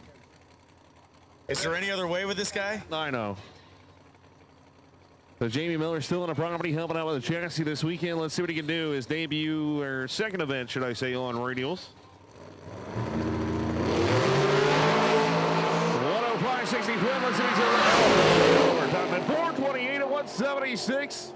Talking about a new record in Outlaw 632. I immediately thought the same thing you did, but that was a torque converter locking up. You're right. That was a converter locking up. It sounded like it was laying over or something, but it's a torque converter. Yeah. Yeah, that thing locked the converter up, and it went into warp speed. 176.65. Wow. Yikes. Unbelievable. 176 miles an hour. I didn't even think about that because I'm so tired. You pointed it out. My immediate thought as you saying this, I said, he's dead right. Then I said, wait a second, 176 mile an hour, that thing's not laying anywhere.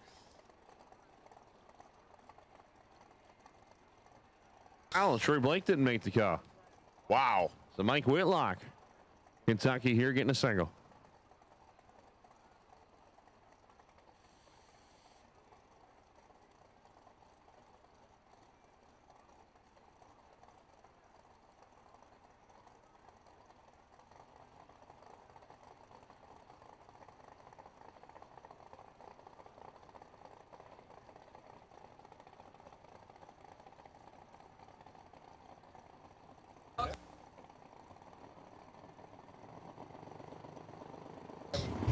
Mike Whitlock on a solo, and it's a good thing. Don't want to cross that center line. No, that would not be good.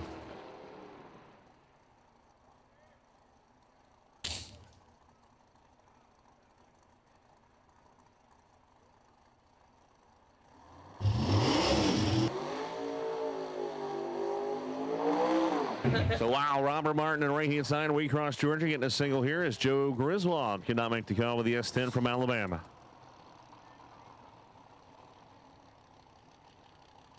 You know, to give you an idea of how impressive that 178 mile an hour speed is, we just saw out of the Cortuccio car. Joe Griswold, who did not make the call, was the number 11 qualifier and went 157. Like 21 numbers in any class between one and anybody is a lot.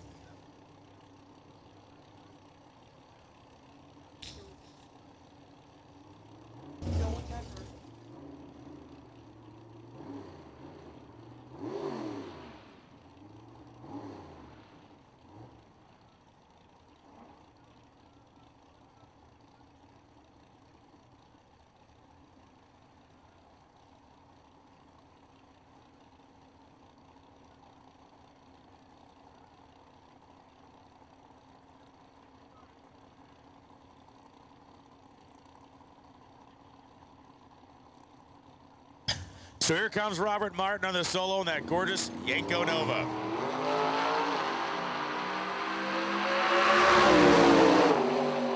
.510, 144, short time, and then the launch on that was not the greatest, let's say, but again, nobody in the lane, so they are good. Move on.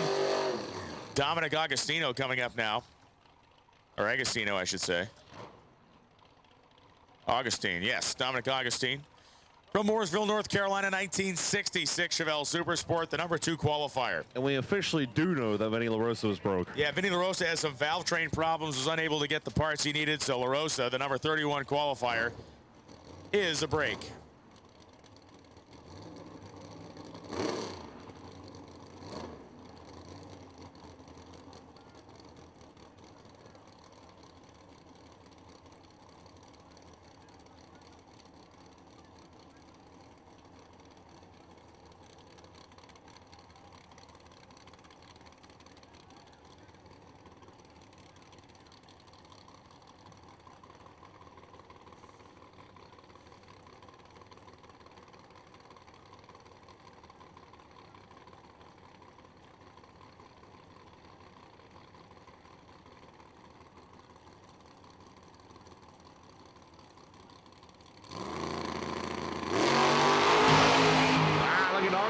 105. Let's see if he's going to top end charge 440 to 155. Nope, nice conservative A to B tune-up.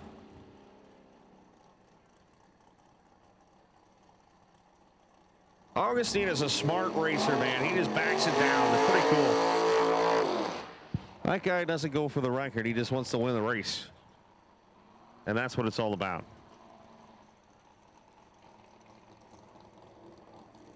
If I didn't say 65 or he didn't say 65, we apologize. But we didn't know it was a 65. So Tyler Allen coming out of Manchester, Kentucky, 63 split window Corvette, getting a single here is Ed Hannock from Georgia. Not going to make the call on the right-hand side.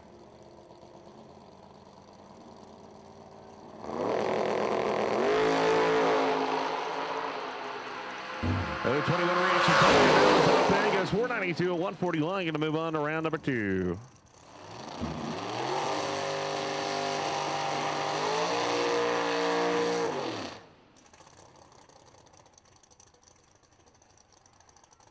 So Will Collins will be coming out of Florence, South Carolina, left-hand side. This guy's had the skills on all 4 corners of this machine, trying to get it to go straight.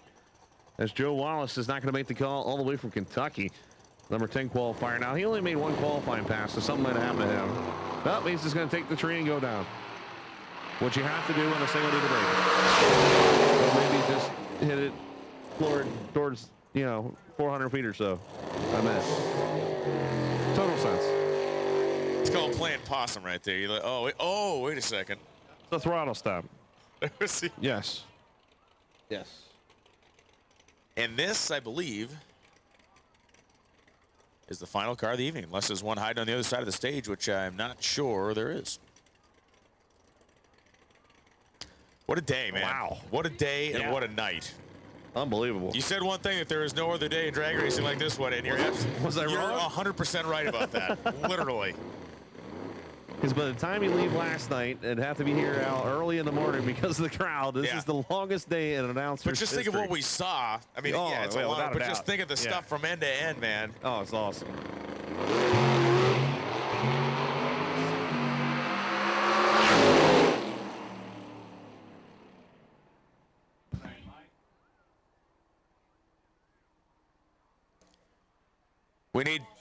We need Shannon Poole and Mike Oldham to the timing tower, please. Shannon Poole and Mike Oldham to the timing tower, please. And Lee, what a day. Yeah, man. I just wanted to let the guy know in an orange shirt there's a step there. Watch out, man. Don't stub the toe. Yeah. I love you too, man. That was awesome. Yeah. Thanks for coming, though, really. Got the Thank Freedom you. Rocket, man. Thanks for coming out. Shannon Poole and Mike Oldham. Shannon Poole and Mike Oldham, you need to come to the tower immediately, please. Shannon Poole and Mike Oldham to the tower immediately. Well, that was an epic day on every front, without man. a doubt, man. It's just a lot of upsets, more upsets than we thought was going to happen at Radio versus the World, and we got one more day left. We go into Sunday with one round completed in the Radio versus the World and Outlaw 632. All the credit in the world for the job you did down there with when we remembered Mustang Mike. It was an incredible tribute. Thank you. The legacy that has now been established with the award that'll be given out every year it was a fantastic, fantastic thing to see. So well done, sir. Thank you, and it's great that, of course, Mustang Mike looks over us for this race. Thank you, fans, for coming out. So we are done for the night, man. It worked out perfectly. The last car went down at 11:56. We had to be done by midnight. So we hope you come back for the completion of this event tomorrow. The gates open at 8 a.m. for spectators. And we'll be on the racetrack at 9 a.m. with Open Cup. And then we'll go into Outlaw Drag Radio. Then probably going to go into 6.0 Index. I didn't get the official one, but that's what we've been doing all weekend. That's probably what's going to happen.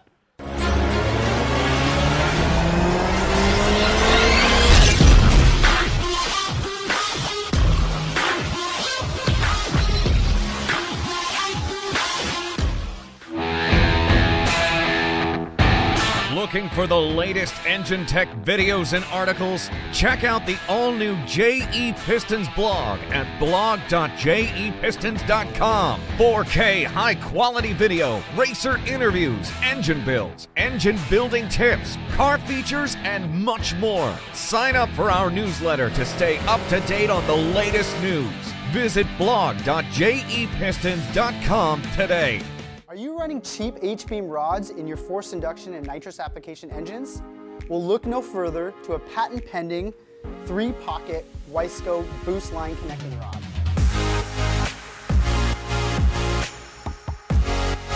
It features 20% less stress and 60% increase in bending strength over H-beams. The boost line rod features 4340 chromoly steel, ARP 2000 bolts, and is fully finished in the United States.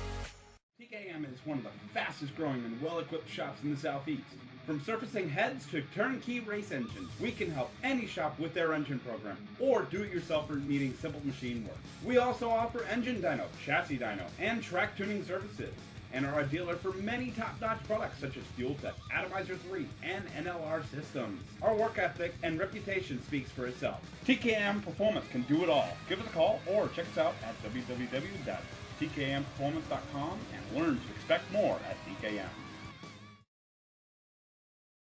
Induction Solutions, home of the world's fastest nitrous system. With an international name like Induction Solutions, you can expect nothing but the best. We are not like any other nitrous company. We are specialized in higher end and are truly customer based and not cookie cutter. Induction Solutions specialize in the design, installation, flowing, and tuning of nitrous oxide systems. Induction Solutions is the best source for your nitrous systems as well as nitrous kits and thousands of parts. We have done thousands of nitrous systems over the years on just about any application you can imagine.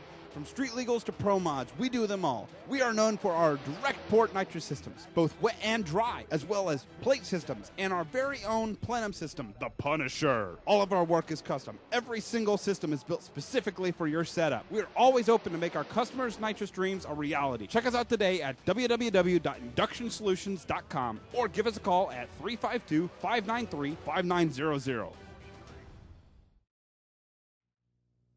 Pro Systems, the world's fastest carburetors. With world records and championships in almost every venue of the performance market, Pro System carburetors consistently power the fastest cars on land and the fastest machines on the water. Custom carburetors are our business, and developing race-winning technology is our passion. At Pro Systems, we will take your program to the next level. Give us a call or stop by ProSystemsRacing.com to learn more.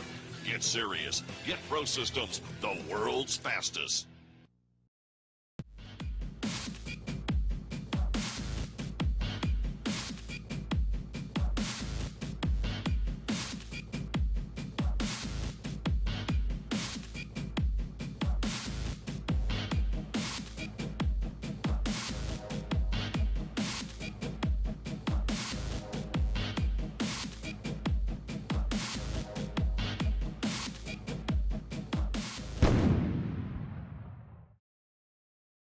Atomizer, the world's fastest racing injector.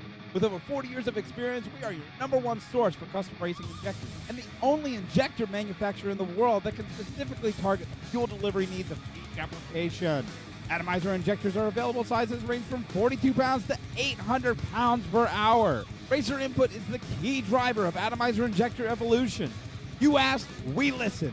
Available now, the new Roots and Screw Supercharged Pro Nitrous and Fitting Style injectors.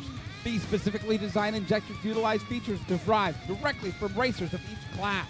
Atomizer injectors are designed and manufactured by racers for racers and utilize only 100% U.S. materials and labor. Available now, our new Atomizer 4 racing injector ranges from 800 pounds all the way to 1,500 pounds and are available for your high horsepower single injector methanol application. Visit our website today at www.dragracinginjectors.com or give us a call at 757-250-3773.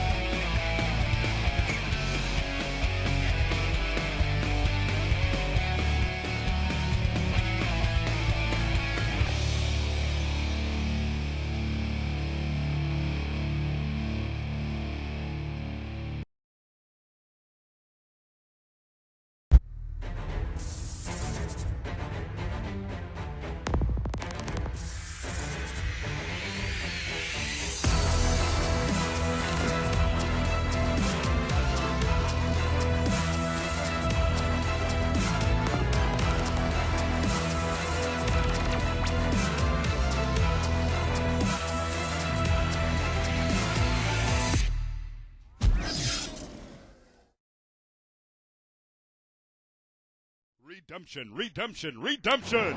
Texas Original No Prep Series, the only no prep series in existence. 2017 championship dates, May 26th and 27th at Texas Motorplex, June 30th and July 1st at Tulsa Raceway Park, September 1st and 2nd at San Antonio Raceway, and the final race of the season, October 27th and 28th at Texas Motorplex. Bonus points for attending all 4 races. It's wild, it's unhinged, and it's only on Redemption No Prep, the original Texas No Prep Series.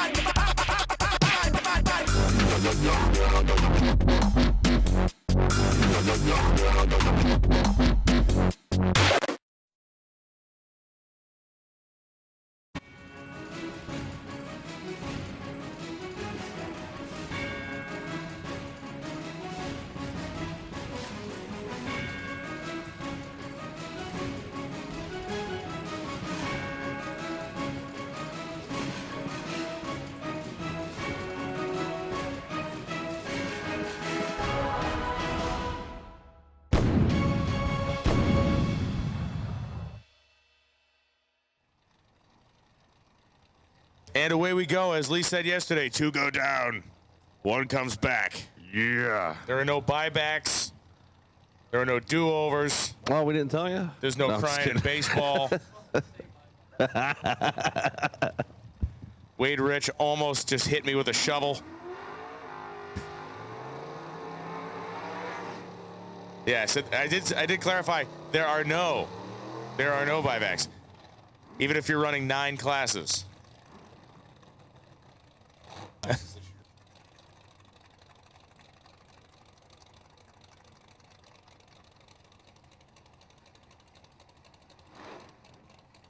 Mel White will be coming out of right-hand side. The Pro System Carburetors Open Cap 651. Remember, they take their quickest qualifying pass. They subtract 0.05 of a second, and that's what they have to dial all day. Jimmy Hall on the left-hand side. Both drivers are green. Top end of a 728, 96 miles per hour. For the victory right there. Mel White was 1 off the number, but he was a little bit asleep at the tree from all that beer last night. 1 off the ET number, 2 off the reaction time number.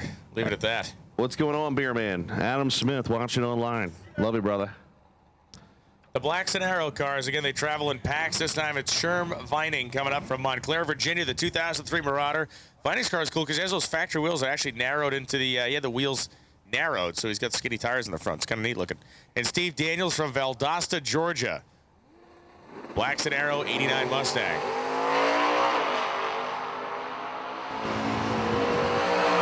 Nice clean starts on both sides, and it's Steve Daniels lifting, going 6:48.7 at 97. Vining eliminated. Vining had the better reaction time, but Daniels did a better job driving a stripe. Vining missed it by 0.2, 6:69.7 on a 49 dial-in. Oh, yeah, that's the womp that definitely didn't happen there. He just shut it off. It's just like, I'm done. I won. You can see it right here. Not only did he do that, he hit the brakes real hard, so. All right, Jay Dickinson and Joe Hutchins come to the starting line. Hutchins will be dialed 656, and Jay Dickinson will be dialed 1042. The Blacks and Arrow, team member in his 85 Mustang. Oh, Jay Dickinson, of course, in the Mondo Burnout pickup truck over there, the long bed, 1/2 or 3/4 ton Chevrolet. It's going to be at least a 3/4 ton, might be a 1 ton. It's got a full floating 14-bowl rear axle in it.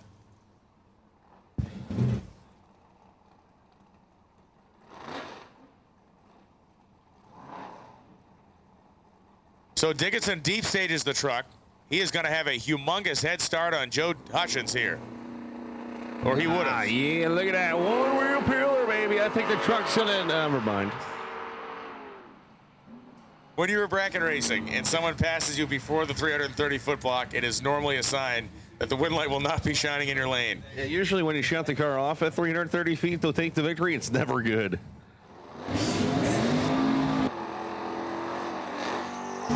7:17.7 at 73 miles an hour for Joe. 12:37.5 for Jay Dickinson. The truck did not leave the starting line the way he wanted. Yes, there will be no getting it done today. Get her done. Up here. Rich Bruder to the tower, please. Rich Bruder. Bruder to the tower, please. Matt Jones will be coming on the right-hand side. And the Marhick. It's a good name. 616 is the name. Or dial-in. William Waller Jr. in the Ranger. Oh, man, the Ranger goes red by 12 thousandths of a second. Jones over 616, goes 619 at 109. 3 off the number. Waller goes 661 at 105. He was way off. Can't really blame Waller on the red light. If you looked over and saw that thing in the other lane, you'd go, and jump the tree as well. Good win for Matt Jones. Mark Nittig coming up right now. Nittig in the Oldsmobile and that gold Chevelle on the strange side. 681 the dial-in on the Chevelle. 648 for Nittig. So this is going to be a fairly tight matchup. Gotta love it. The famous not on file left-hand side. The most famous guy in drag racing. Going to try and take it home right here. Both drivers agree. Nittig looks like he may be in trouble down there. No, he got the win light. Driver of the Chevelle decided to dump down there, and Nittig put a nose on him. 653.5, 102 for Nittig. The Oldsmobile advances. A Chevelle 715.2 at 77, not near close enough to the dial. He's Brand to be coming out left-hand side. Pendleton, Indiana. 83 Thunderbird. 666 is the dial-in. I don't know if that's a good dial-in. Be stuck with 666 all day. Gene Witherspoon coming out of Loxahatchee, Florida, down in the 687.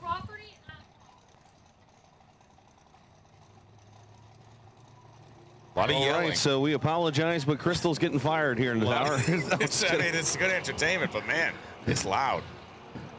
Gene goes red. Gene's Brand 065 goes 673 at 100. Gene broke out also 8th Al under, but went 42 on the red side. Sorry you all had to hear that. Randall Cooper and Alfie Bradley coming up right now. Bradley, the Dodge Dart Swinger. 1970 model, Randall Cooper. Ailey, Georgia, strange side. Remember, Bradley took home that $200 for that perfect reaction time from 1320 Fabrication. Thanks again, 1320 Fab. Let's see if he can take it home when it counts. This is your boy George's favorite car out here, or one of them anyway. Without a doubt, he loves the darts. Especially the new ones. And it ain't going to happen right now. Negative 51. Randall Cooper, one of the quickest cars in the Eliminator, will move on to the next round. 488, 143 on that 487 dial, so he's got it pretty well set up. Bradley missed the tree by a bunch, goes 6805 at 99. Daniel Comer will be coming out left-hand side. The 607 the dialing, and it's Gerald. Yeah, I was going to say Gerard, but it was, you know, I was trying to get the old in there, so it was Gerald. Oh, actually, it's Gerold. Is it Gerold? Oh, no, I think it's supposed to be Gerald. But I think Gerald. As it's spelled here, it's Gerold. And what is Gerold? Thompson Jr. It's a Swedish name. Yes. 682 here on the right-hand side. Yeah.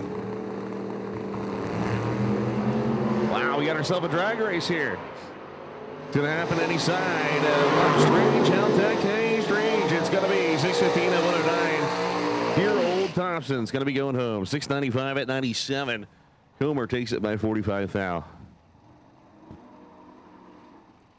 Peabody Harrell and Linda Weeks coming up. Harrell dialed 462 in the Pontiac, and Weeks dialed 641 in the 1977 Camaro. So nearly 2 seconds head start for Linda Weeks. Big field open comp here to get things started this morning.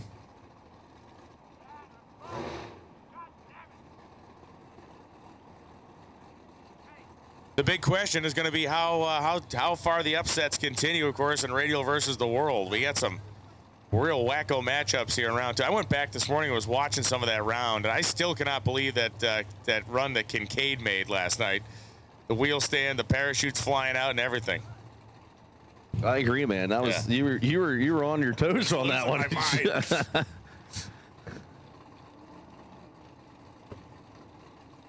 Weeks is in. Peabody's in.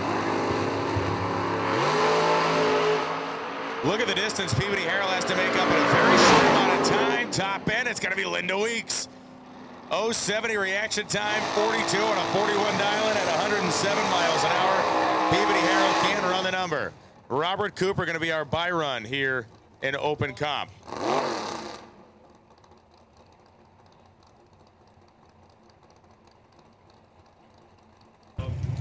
So great to see Linda win there. One off the number. She works hard for us. Troy Perez Sr. coming out of right-hand side. 588 the number. Going against Les Harris. Grover Hill, Ohio. Down to 634 on the left-hand side in the S10.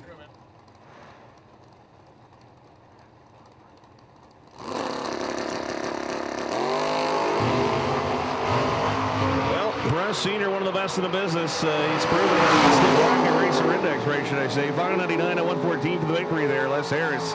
640 at 107, going to be going home by 33 thousandths. Here's one to watch today. The small block powered 1966 Barracuda of Mike Clifford out of Daytona Beach, Florida. Spring break capital of the world, at least it was at one time. TJ Elks from Marshville, North Carolina. The 1968 Camaro on the Haltech side.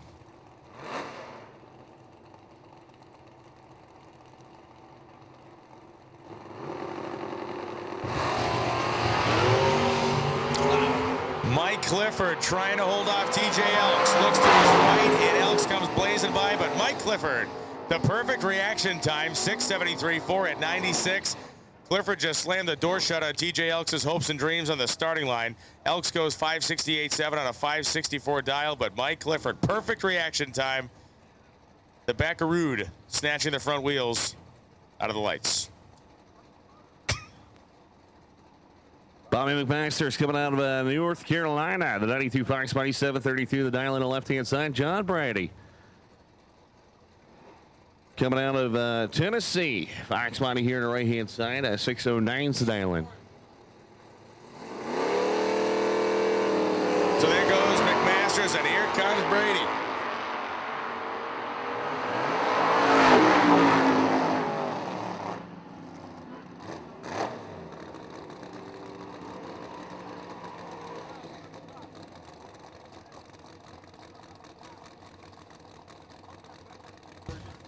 John Brady goes 6:17.7 on a 6:09 dial-in as Bobby McMaster's the first breakout we've actually had today.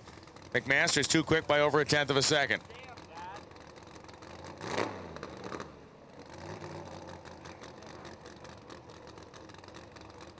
All right, Outlaw Drag Radio. We need first round of Outlaw Drag Radio to the lanes, please. Brought to us by Strange Engineering, Holly, FIA, MacFab, Beadlocks. ODI, need you to the lanes. Red light start for the Mustang on the right-hand side. That windowless Corvette. Turner's going to take 573 at 113. Falstack goes 683 and 99, but like I said, found away by 16th out. Lee, just want to pass along some information. I'm not sure who this is directed to, but we need some mechanical assistance at our inflatable area. Fuel and oil needed over there to get our inflatables reinflated. David Wright and Mark Neld coming up. You got to love Mark Neld's truck. 1958 Ford F100. It does have a Chevy motor powering it down the racetrack. David Wright, the slightly more aerodynamic fourth generation Camaro. 654 the dial in for Wright, 653 for Mark Neld. Or Neild, as the case may be.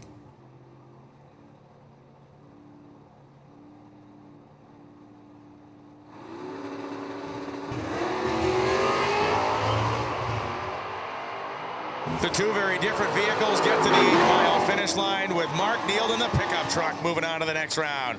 Goes an 0:15 on the light, 6:15 or 6:57.2 on a 6:53 dial in at 101. The thumping Ford pickup truck moves on. David Wright, 6:66 on a 6:54 dial in. Ain't gonna cut the mustard. Thump, thump, thump. David Smith coming on the left-hand side there. Camaro 657. The Mustang is so fast it doesn't have a dial in. That's pretty good. Well, we did have somebody run .001 yesterday, if you remember that. The day that someone actually runs .000, I think we can fold up the sport of drag racing. When that happens, it's over.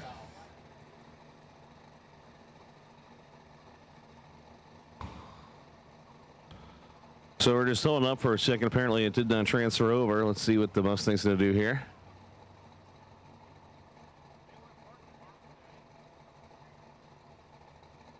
So it's almost going to be a heads-up race here. Smith 657 dial in, the Mustang 663.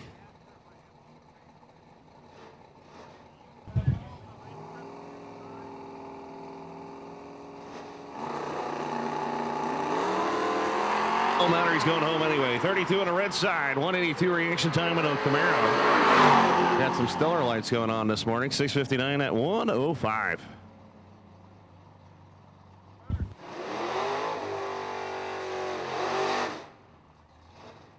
JB coming out left-hand side. The Nova 658. The dial link against Ronnie Gomez. Canada 73. 73 Cuda. 721 the dial-in. Kenjo Kelly to the tower, please. Kenjo Kelly, if you can hear me. I know you're out there in somewhere's land. But Kenjo Kelly to the tower, please. All right, so here we go. Mopar on the right-hand side. Chevrolet on the left-hand side. Pre-stage on. Who's going to move in first? The Canadian's going to be moving in. Here comes RBJ. It's kind of cool to see somebody from Ohio have somebody from Canada and Georgia. And I'm going to say somebody was dead late. Top of the racetrack, it's going to be RBJ all over the break. 675 at 90 miles per hour. 0:45 reaction time. Rodney was late on the tree. Goes 6 off the number at 92. Outlaw Drag Radio. Outlaw Drag Radio to the staging lanes, please. Outlaw Drag Radio to the staging lanes, please.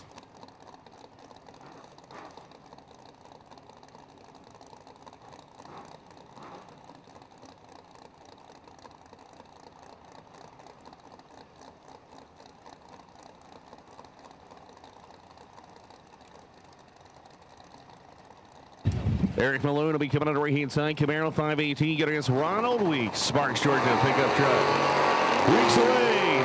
Malone, here he comes. It's going to be Malone. 523 at 134. 018 reaction time. Weeks. 065 and ran off the number by 10th.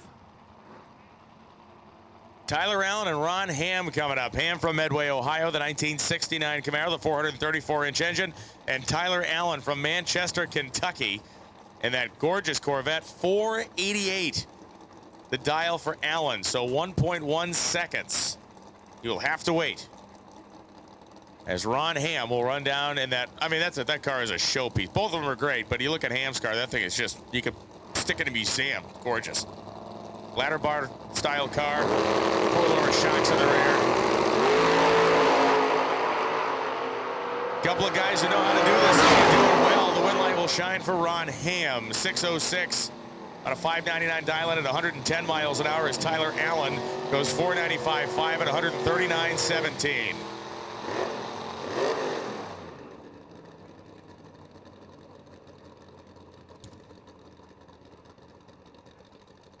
The Toyota pickup, violent burnout out of that thing. That's Homer Ostetter from Greensboro, Florida. Dialed the rarely seen but often spoken about 8.25. Bill Edwards from Dearborn Heights, Michigan. Wolf Aircraft and Deist, the sponsors on the machine. 1988 Mustang. Outlaw Drag Radio. Outlaw Drag Radio. Do not delay. We need you to the staging lanes, please. Outlaw Drag Radio. Your presence is requested in the lanes. Got Holiday Inn pens flying around here like Skittles. Once again, we need Kenjo Kelly to the tower, please. I think the Toyota might get him. I think you're wrong. As Bill Edwards goes 722.9 on a 712 dial-in, and Homer Hostetter has some sort of a problem out there. It goes 10.409 on an 825 dial-in. So Bill Edwards advances. So Kenjo Kelly, we need you to the tower. Kenjo Kelly needs you to the tower, please. Kind of an interesting case over here. So this is, of course, Kevin Fiskus driving the car owned by Chris Matters, the Fast Mover Motorsports car. Not that they do not want to win first round here in Open Comp, but the real goal is to do some damage in the X275 ranks today. So by running two classes, by having a combination that they can turn around in a fairly quick fashion, they're going to get some, basically get a test hit here. And they'd love to pick up a round win against Steve Longest. But I'm going to go ahead and say that they don't want to go 646, though. That's true. They are going to let this thing eat. They are going to let that eat. That is a very good point. You never know, though. It could be a surprise. Matters could be putting Fiskus to the test here.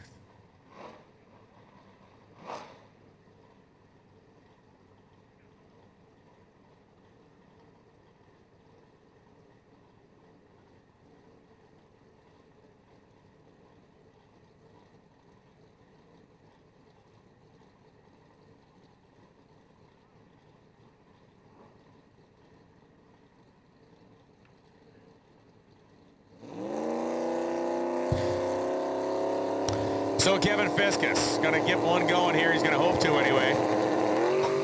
Wow, Oh, Steve Longus goes red. Fiskus's car does not leave anywhere near the way they wanted it. And Fiskus gets a win light, so they will have another round. You can see the guys coming up. High fives down there.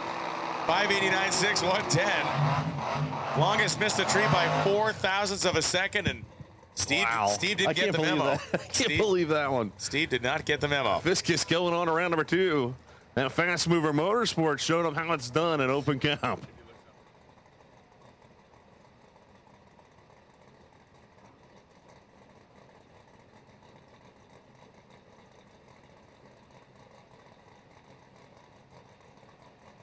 Chuck Briggs will be coming out on the right-hand side. Apparently, he had the wrong dial in. There we go. The Camaro going against Kyle Naismith. Alabama S10 down to 724. And Kyle Nesmith coming up. Not the son of Monkeys drummer Mike Nesmith. In the white S10.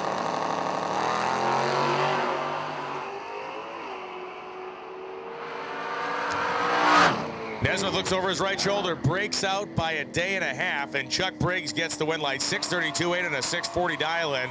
Nesmith made his best run of the weekend, goes 6:53.1 at 103. Fortunately, it was on a 7:20 dial. ODR competitors being paired up at the back of the lanes. An announcement we're going to make many times today: do not block the rear of the staging lanes. Don't put golf carts back there. Don't put mobility scooters, trucks. Speaking of that, don't block the main road out there, because everybody always does that. They don't block anything. They park their golf carts in the middle of a road, and I don't understand that. Well, Derek Putnam from Gainesville, Florida, and Jesse Bradley coming up now. Putnam's a guy to watch today. Very talented kid. He's got this car dialed in very well. 606 is dial-in. Bradley, 649 the number on the late model Mustang that he drove down here from New York. Put the slicks in the trunk, drove it from New York. He'll put the street tires on the way back to Cattaraugus. A nice sounding place. Will he be leaving early today or later on? Derek Putnam will be second to stage, the wheel standing, 1970 Nova. Best wheelie of the weekend for Derek. Derek's running out of racetrack, though. Top end. Putnam gets the win light. 6:10 on a 6:06. 078 light. Jesse Bradley, 6:53.4, 106.45. Not good enough. Derek had him by about 200ths on the starting line. Nice piece of driving there for the kid in the Nova. Swapping headgear this morning, man. And I'm feeling like a mad scientist.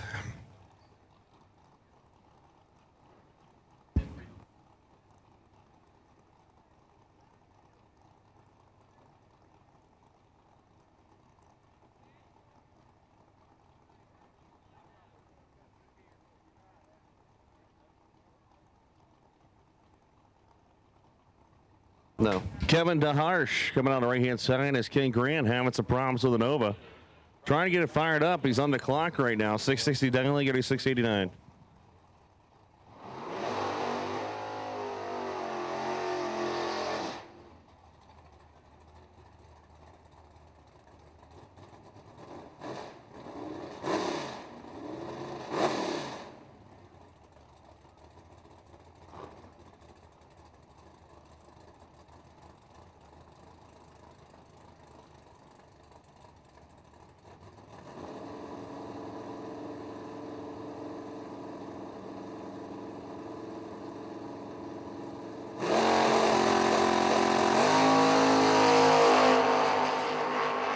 There's that Nova, man. Ken Grant going to try to pull it off right here, and is going to do it. 670 at 101. Calvin goes off the number by a tenth and was late. 699 at 97. Last couple of pairs here in this first round of Pro Systems Open Comp.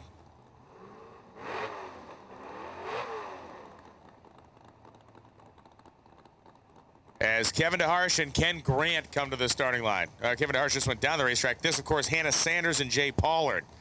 Pollard from Cocoa, Florida, the 95 Mustang. Sanders, the 86 Mustang. I have a feeling both of these racers have faced themselves at least once before. Two Florida racers, seasoned as they are. 720 the dial in for Jay. 667 the number on the window for Hannah Sanders.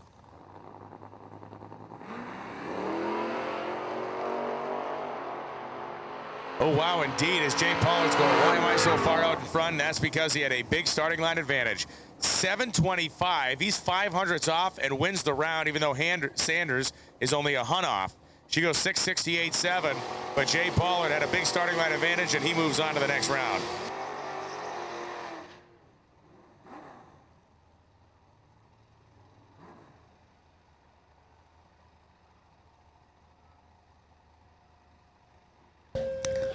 Coming out 655 against Joe Tillman. Words is hard. Longwood, Florida. 728 in the scamp on the left-hand side of the racetrack. And much like the shark in Jaws, the smart car has come through the water box. Smart car versus a 2JZ powered pickup truck. Coming up next.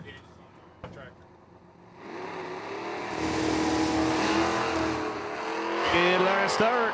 Put on the red light. Negative 27 red. Tillman at 49.3. Looking for 28. Goes 731 at 92.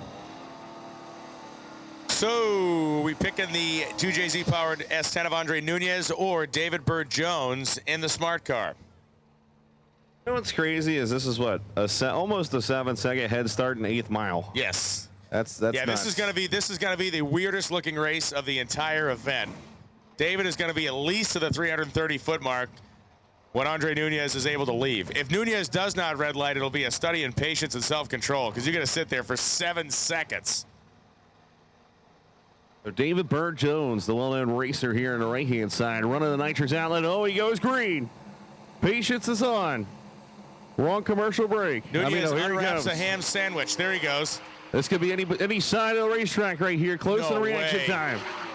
Smart car's on the brakes. Oh! He let him by. Oh, good blue blazes. Andre Nunez goes 6 flat on a 597 and avoids the ultimate humiliation. As David Bird Jones. You know what's sad, though, is David Bird Jones killed about 60 miles an hour, so he might have won that if he would have stayed in it. Good times. Bobby de Blasio and Robert Culver coming up. Culver 777 the dial in. De Blasio dialed 603. So the Camaro in flat black paint. Robert Culver in the Nova with the high riding stance and the slapper bars over there on the strange side.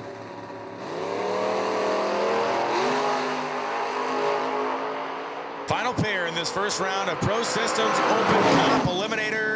The win light goes to Bobby de Blasio. 6:14.5 on a 6:03 dial. Robert Culver can't get the job done. There it was. 91. Womping it daily. Womping it. That was the first womp I heard today. Womp them all over the place.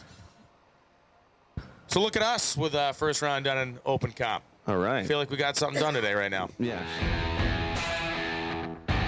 Looking for the latest engine tech videos and articles? Check out the all-new JE Pistons blog at blog.jepistons.com. 4K high-quality video, racer interviews, engine builds, engine building tips, car features, and much more. Sign up for our newsletter to stay up to date on the latest news. Visit blog.jepistons.com today. TKM is one of the fastest growing and well-equipped shops in the Southeast. From surfacing heads to turnkey race engines, we can help any shop with their engine program or do-it-yourselfer needing simple machine work. We also offer engine dyno, chassis dyno, and track tuning services, and are a dealer for many top-notch products such as Fuel Tech, Atomizer 3, and NLR systems. Our work ethic and reputation speaks for itself. TKM Performance can do it all. Give us a call or check us out at www.tkmperformance.com and learn to expect more at TKM. Induction Solutions, home of the world's fastest nitrous system. With an international name like Induction Solutions, you can expect nothing but the best. We are not like any other nitrous company. We are specialized in higher end and are truly customer based and not cookie cutter. Induction Solutions specialize in the design, installation, flowing, and tuning of nitrous oxide systems. Induction Solutions is the best source for your nitrous systems as well as nitrous kits, and thousands of parts. We have done thousands of nitrous systems over the years on just about any application you can imagine. From street legals to pro mods, we do them all. We are known for our direct port nitrous systems, both wet and dry, as well as plate systems, and our very own plenum system, the Punisher. All of our work is custom. Every single system is built specifically for your setup. We are always open to make our customers' nitrous dreams a reality. Check us out today at www.inductionsolutions.com or give us a call at 352-593-5900.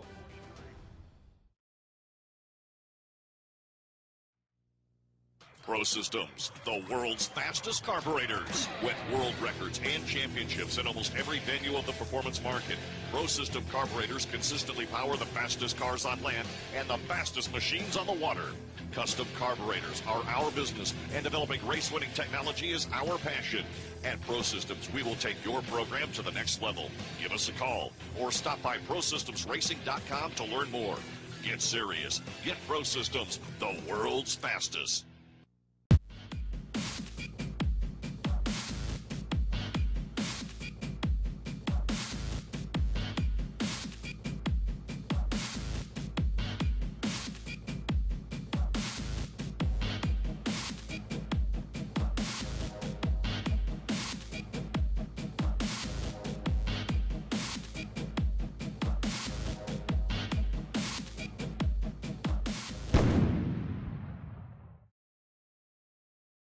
Billet Atomizer, the world's fastest racing injector. With over 40 years of experience, we are your #1 source for custom racing injectors, and the only injector manufacturer in the world that can specifically target the fuel delivery needs of each application. Atomizer injectors are available. Sizes range from 42 pounds to 800 pounds per hour. Racer input is the key driver of Atomizer injector evolution. You asked, we listened. Available now, the new Roots and Screw Supercharged Pro Nitrous and Fitting Style injectors. These specifically designed injectors utilize features derived directly from racers of each class. Atomizer injectors are designed and manufactured by racers for racers and utilize only 100% U.S. materials and labor. Available now, our new Atomizer 4 racing injector ranges from 800 pounds all the way to 1,500 pounds and are available for your high horsepower single injector methanol application. Visit our website today at www.dragracinginjectors.com or give us a call at 757-250-3773.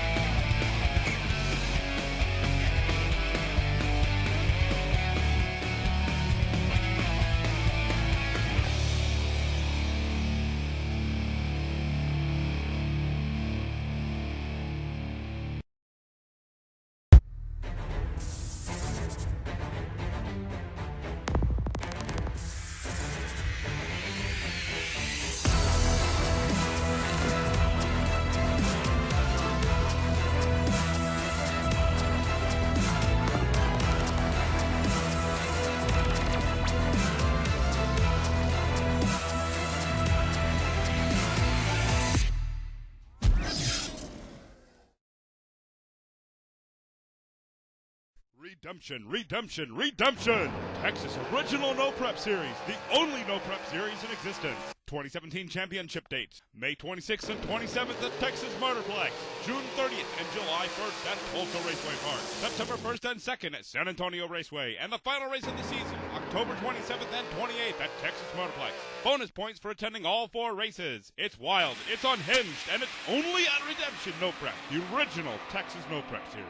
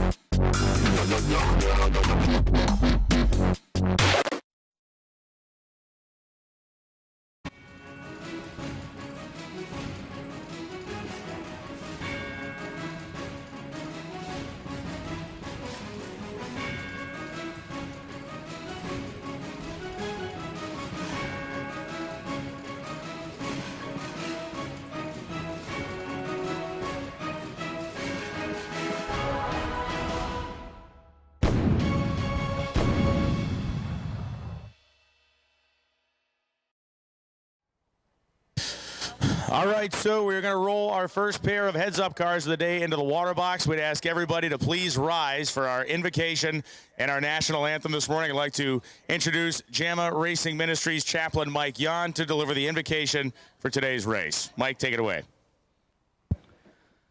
Good morning. I want to go to the Lord in prayer, but before we do that, I want to thank Donald Long and DuckX Productions and South Georgia Motorsports Park for allowing JAMA Ministries to come in here and be a part of this great race. And I want to also let us keep in mind all the great men and women that's in our armed forces that gives us the right to do what we're doing this morning. Without them, we couldn't do anything. But let's go to the Lord in prayer.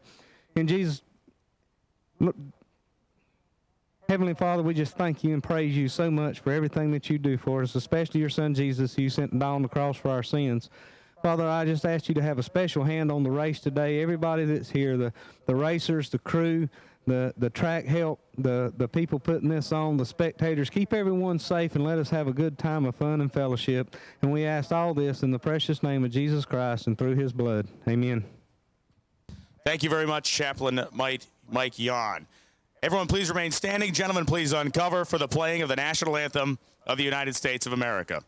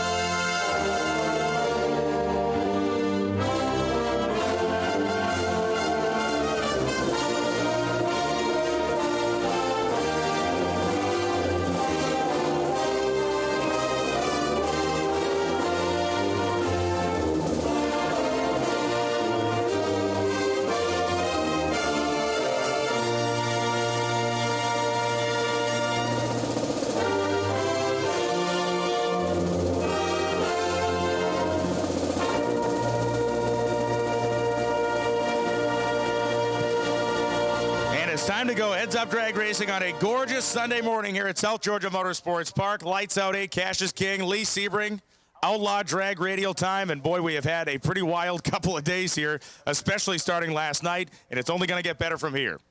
Yeah, let's make America great again through drag racing. Here we are, lights out 8, Cash is King, Outlaw Drag Radial. Round number 1 is going to be coming in the water box. And here we are, firing up. The single turbo machine going against twin turbos. Unique. Unique indeed. Jason Tyson coming out of New Bern, North Carolina, an 89 Fox body, 598 cubic inches, twin turbos on board. Number 17 qualifier on paper. This should be the closest one. Who we got on the left-hand side? On the left-hand side of the drag strip, the Strange Engineering lane, that contains Charles Hull from Waycross, Georgia. The 92 Mustang with the single turbo setup on it. So two different means to get to the same end here, and both cars run very similar laps time. At least they did during qualifying, running within 2/100ths of a second of each other. Hull slightly quicker at 4.501 at 159. Tyson was a 52 at 160. So speed-wise gives us a little bit of indication that horsepower is pretty well even between the two. Going to be interesting right here. Remember Charles Hall, this is an X275 machine, and he doesn't change it for the class, so he can run a little bit later in this category. But Tyson, the twin turbo car, hasn't showed its full potential yet. Only made one good hit. Let's see if he can take out the KBX machine. Justin McChesney does the tuning over there. Call concrete on board. Well, let's see if Charles Hall can go to round number 2 of ODR. Yeah, Hull could have himself a pretty busy day today if he starts stacking up some round wins in both of these categories. And of course, with KBX horsepower, or the KBX tuning and horsepower capability of this machine, anything is possible.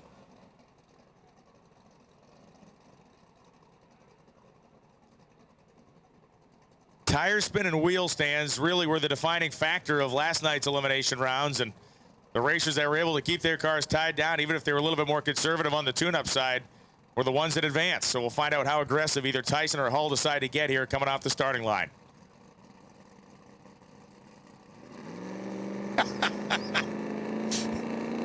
Duck has gone face first into the bag of cookies. Here we go. Sunday morning chocolate chip action going on off the starting line. Good drag race reaction times within a minute. Welded together, top end stripe. It's Tyson. 4:48.5 at 171. He let one fly out there. Big speed of the meet for him. 4:56.5, 1:58 for Hull in the losing effort. Wow, look at that. Hull has him at the 60-foot, has him at the 330, and then Tyson drove around him right at the stripe by 68 thou. Yeah, Hull had put 100 in the back of, or 100th in the back of his pocket right on the hit of the throttle, but Tyson just too much for him to handle.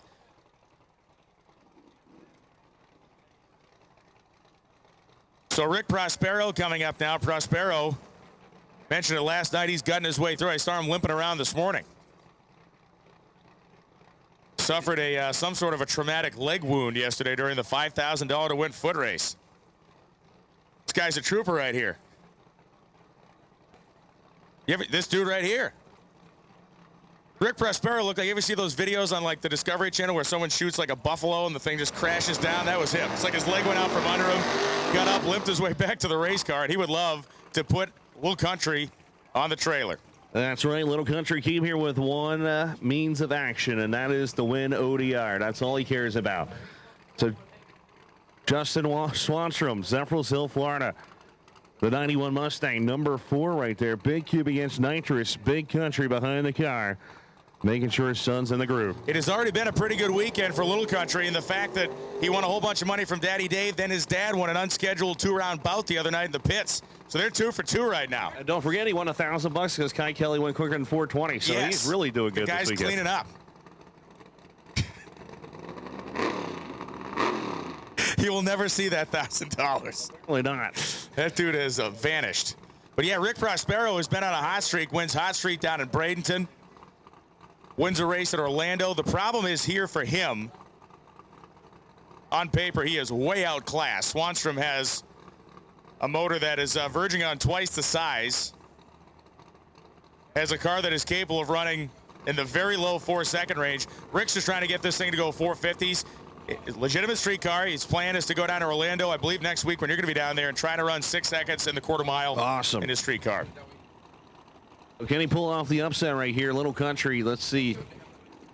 We'll see if he set it up to win or go for the record, because you know he wants the record, but of course you want to win too, so we're going to find out. SK is bumping in the middle.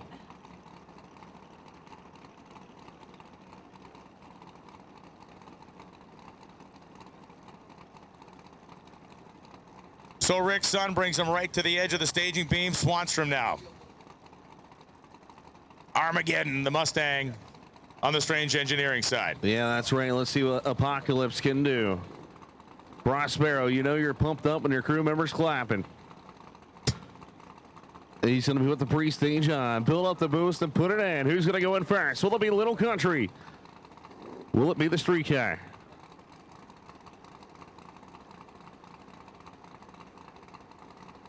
I had a feeling this might happen. Oh, there we go. Little Country's in. Rick Prospero is going in on the right-hand side. Drink coming down. Prospero just slices it away. Little Country shuts her down 432 at 176. And remember, that's all you got to do, man. Right. That is what you call racing smart. You don't have to go for the record. All you need to do is go A to B with a soft tune-up, and that's what he did. Apocalypse advances to the next round, and we'll see that car plenty today if they keep up what they've been doing as far as their qualifying results earlier in the weekend. Mel Nelson coming up from Fort Myers, Florida. Nelson, the copper-colored 4th-gen Supersport Camaro. Strange side of the racetrack, and your man Chuck. Chuck Bartholomew coming out of Salisbury, Maryland, the 90 Mustang Vortex Supercharger on board. Been struggling just a little bit right there. 487 with a 7, number 24.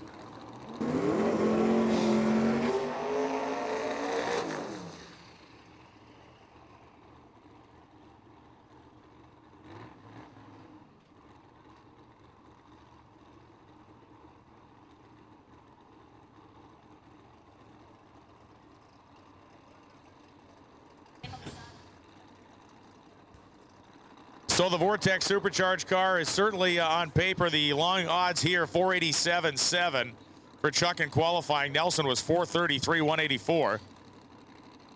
The one thing Chuck's got going for him is he did get down to racetrack at every qualifying pass. Same can't be said for Nelson.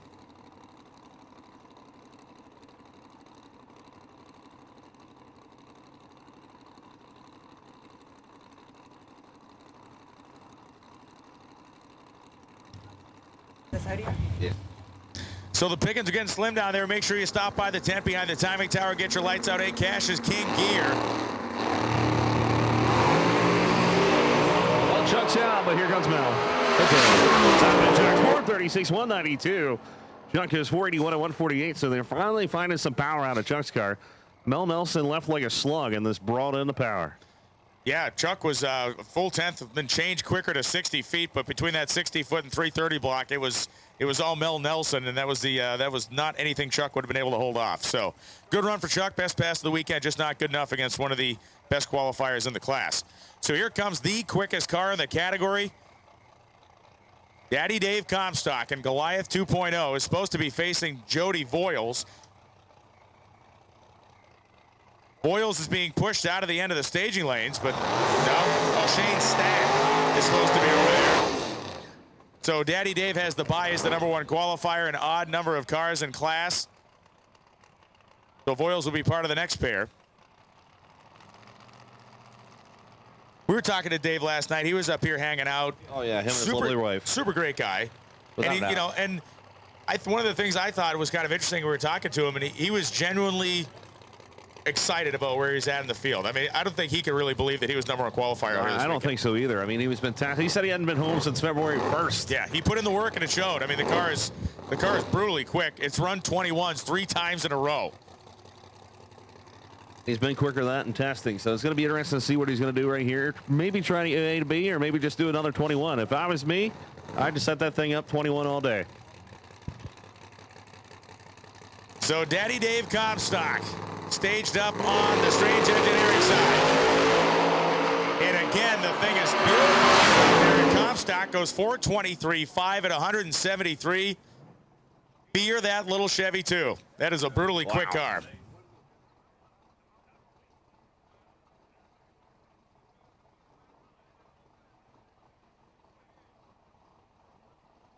So now it is Shane Stack, probably the most shocking first-round winner in Radial vs. the World last night. Stack won on a hole shot against the Reaper.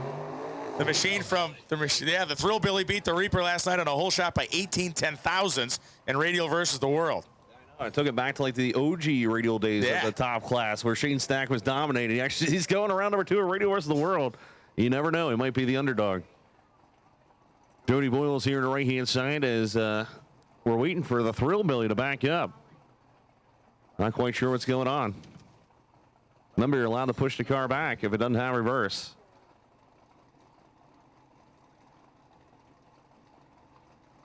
You want index? You want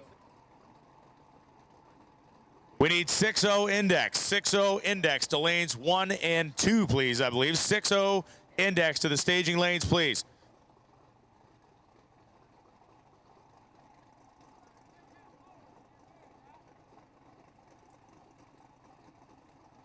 Let's see if the Thrill Billy CTR machine can put one down right here. The flame painted. He's about 7 foot tall. It's great to see him back here at Lights Out.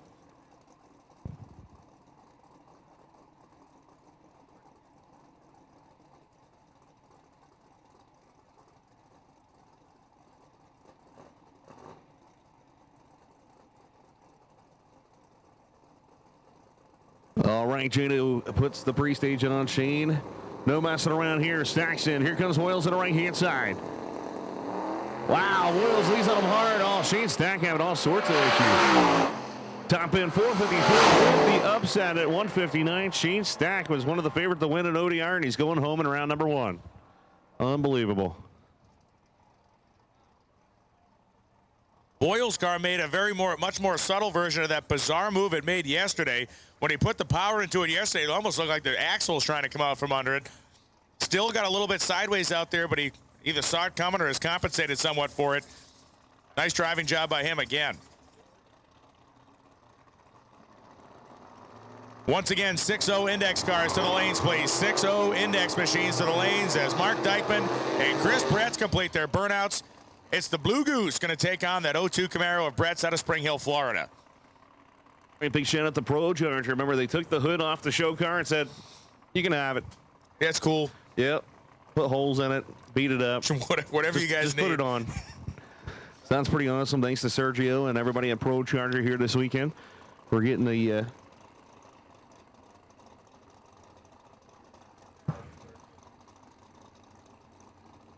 So we need Sergio and Billy Schaefer to the tower, please. Sergio, Billy Schaefer, when you get a second to the tower.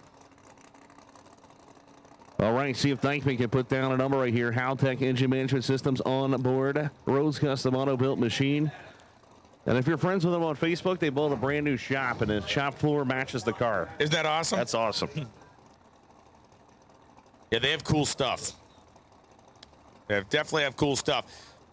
The big thing here, if I had to guess, I would assume Dykeman's really kind of concentrating on the leaf spring category this weekend. He's also entered there. So much like we've seen some other racers are out here in a kind of a B category trying to get it done.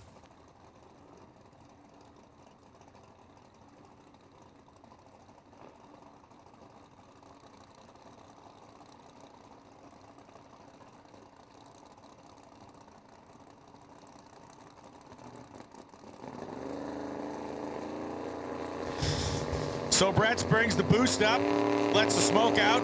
Dykeman, second to stage, the Goose. Nice drag race and a huge start advantage for Bretz, and it will be Dykeman unable to overcome that. 445.7, 173 for Bretz. Dykeman gets outrun. 451.8, 159 for the Blue Goose. A good effort for that team. We'll see him back at Leaf Spring. They seem fairly satisfied with what the car did. Some nods and not quite smiles, but at least an acknowledgement. Yeah, it kind of did what we wanted. 114 short time on the Leaf Springs. They were happy with that one. Bretz, of course, man. Only a 121.60 foot. That thing's got a lot left early. So here he is. Can he dull up again? That's going to be the question. Is Ron Hamby be coming out of right-hand side? The North Carolina E&E Plumbing Corvette big cubing against Nitrous Power Plant, and it's been struggle. But this is when it counts, eliminations. Yes, he would like to exit the struggle bus right now and get back onto his winning ways that we saw so prolifically at No Mercy. Things could turn on a dime in this sport one way or the other, and you've been around long enough, Lee. You've seen it. You got a team that really hasn't been able to have any luck. They get to eliminations, and all of a sudden things kind of fall into place. Oh, most definitely. I've seen so many victories that way over the years. You know, everybody's like, I just give up. But nah, they kept working, and bam, first round they figured it out and won the event. And for that matter, you know, the great late Mustang Mike did that at World Cup, qualified last and ran through the field. That was some hero level stuff. Yes. Watching that whole situation go down, you're like, man, he is not having a fun weekend. It's like, oh, there you got one, you got two, and here it comes. We need a representative from Fuel Tech to the tower, please. Representative from Fuel Tech. We need Lenny and his wife from Ultimate Converter Concepts to the tower, please. Ultimate Converter Concepts. Mike Marion will be on the left-hand side, Cleveland, Ohio, 85 Camaro. Well, Jason.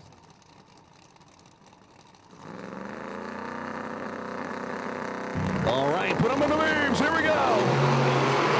Oh, he figured out something. Oh, no, he's moving over. Racers ranked up at 447 to 170. Hamby looked like he almost figured it out. 106.60 foot, but then he saw it lay over just a little bit. Barron goes 477 to 162, pedaling it out there. Mike Barron had to have gritted his teeth because he was rapidly making up ground between the 60 and 330, and then Hamby's car roared back to life again. But another 440 run out of Hamby's car, and he gets another round to try to work out that flat spot that I think he's running into out there. Yeah, looking at the replay here, Barron, it looks like he drove it outside of the groove there, and it just started to rotate.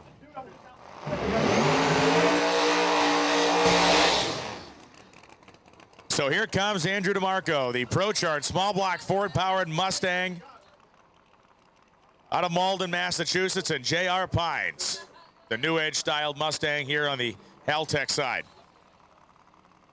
So let's see if Dice can lay down a number over there. And White Girl Wasted is what he calls it, number 10 qualifier. Remember, they had to find a crank and rebuild the motor, and they got it together. Let's see if Andrew can take it home in ODR. He already said he thinks the car can go O's and ODR weight. Of course, he has not done that yet. So PTP, Patrick Barnhill, Steve Summers, the gang, Jason Lee helping out this weekend.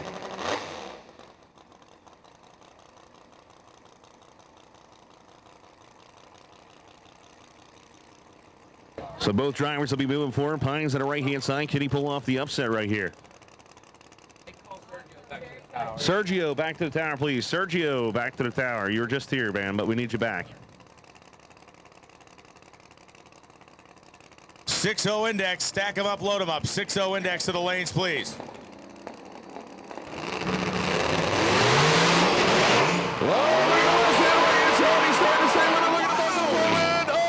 Through the lights on the bumper, and he gets the win light. 5:06.6, 122. He did hit a block. Oh, that's brutal. DeMarco gets the win light as J.R. Pines hit a block with the race car, indicating that he crossed the center line. But J.R. Pines nearly became, or technically did become, the next member of the Flying Car Club here at South Georgia Motorsports Park. Unbelievable. You heard DeMarco's car strike the tires. DeMarco pedaled to get back into it, then you looked over and saw J.R. Pines quite literally flying down the racetrack. So we are checking videotape up here. We got Duck with us, and we're looking at stuff. The MotorManiaTV.com feed.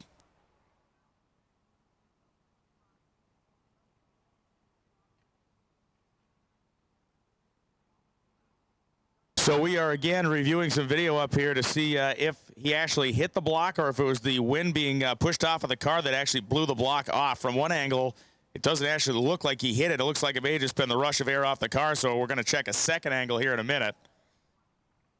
The MotorMania TV camera on the starting line going to be reviewed. Lots of controversy. We'll let you know who won that one. We're still deciding. Still making the official call. So Andy Manson and Jack Green coming up now. Manson in the Mustang Green in the Nova.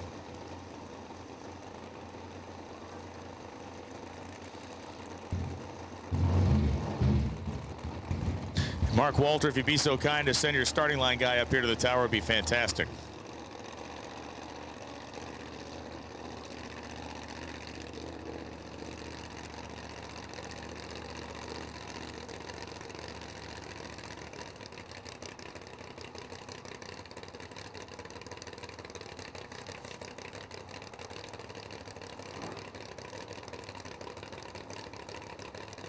Be sure they're going to be. No.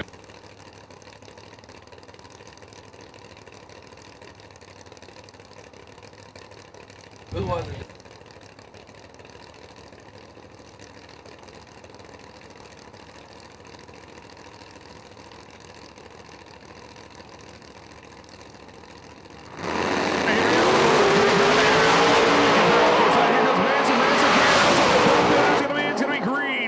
For the 7 at 167. Talking about a good drag race. Manson 436 for the 9. Margin of victory 41 thousandths of a second right there. Jack Green, the Albert engine MM transmission machine is going to be moving on.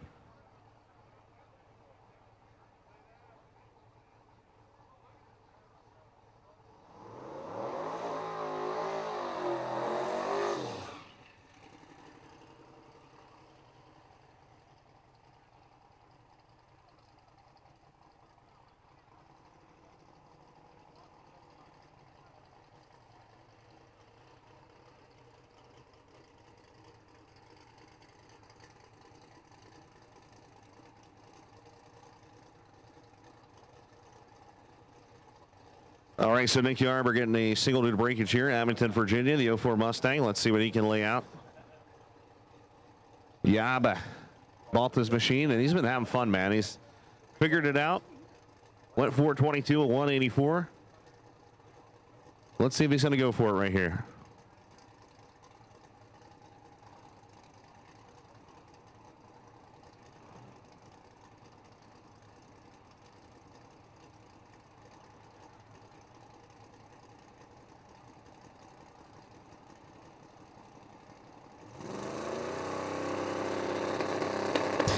Bobby Bennett to the timing tower, please. Bobby Bennett to the tower.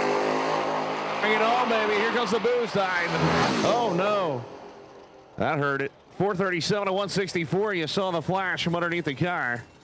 I don't think we have any fluid or anything, but he might have heard something on that pass.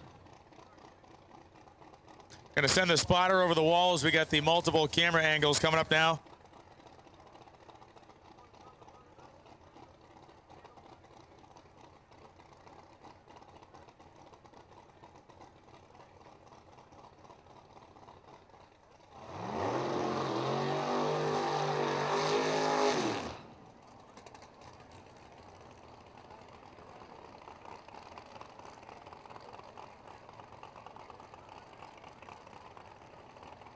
Still in review about the centerline thing. We'll let you know who won that officially.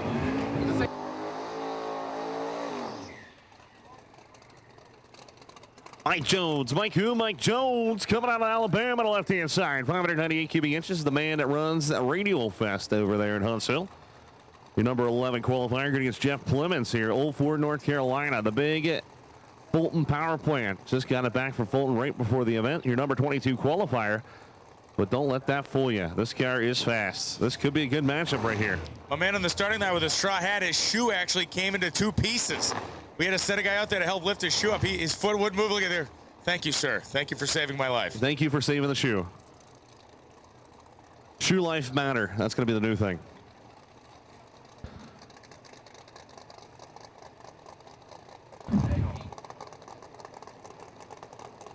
All right. Well.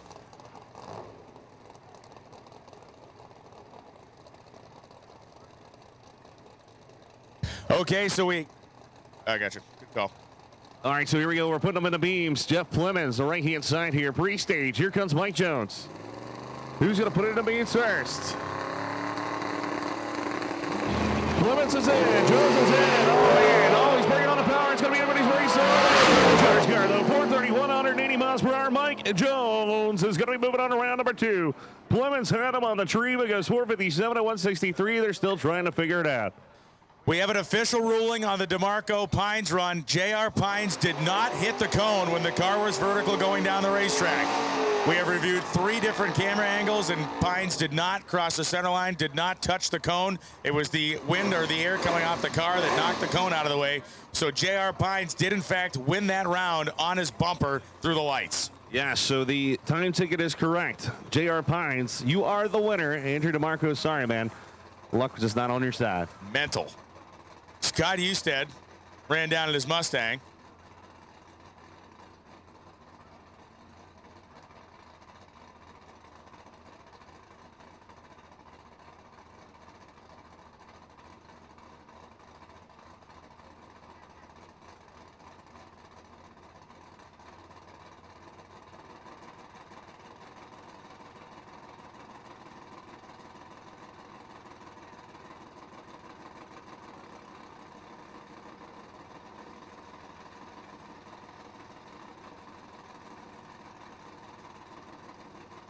So we've seen several different angles now that have clearly confirmed that J.R. Pines is the winner. Pooch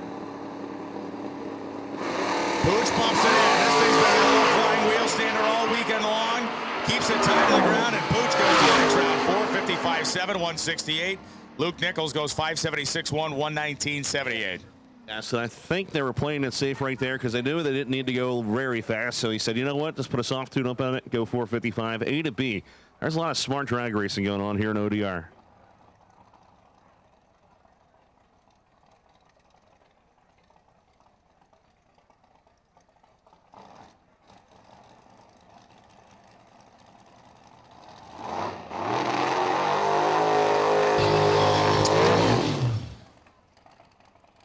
So Rich Reagan and supposed to be Tim Blair next to him, but it does not look like we have a Tim Blair. So Reagan on the competition single out here as Blair could not make the call.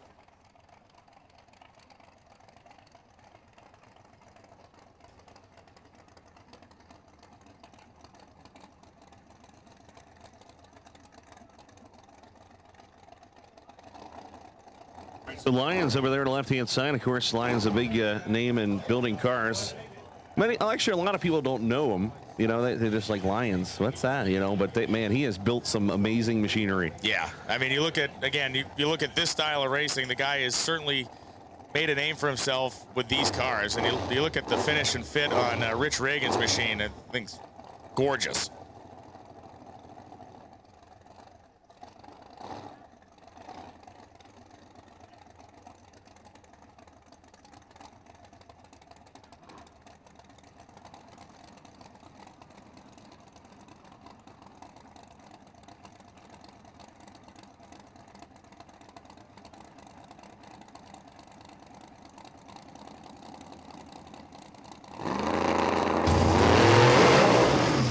I think he was going for it there. Struck the tire, just trying to see what the track would take.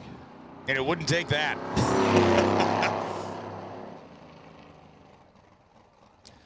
So Reagan coasts through 8:006 at 84.95 miles an hour. Jason Richards coming up now on the Haltech side of the drag strip. Richards will also have a competition single as he was supposed to be facing Frank Mushaw, and obviously Frank got into the wall the other night. Took the front end off the car, and he packed it up and headed back for Florida. Yeah, he expired an engine on that pass and put him into the wall. So unfortunate, man, because he's like one of the OGs of the original Radio versus the World, I guess is what you should call it, you know? Yeah. Well, let's see what Jason Richards can lay out. 431.76. This car can go into 20s. We'll see if he's trying to go for it.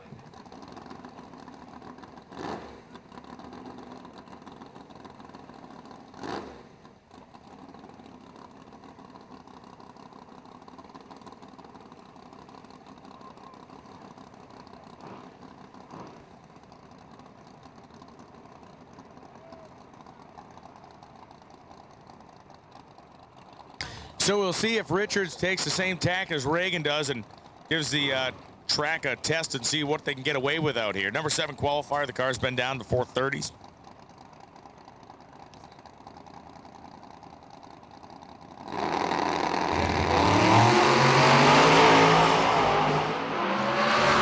Nice run for Richards, 431, 177.74.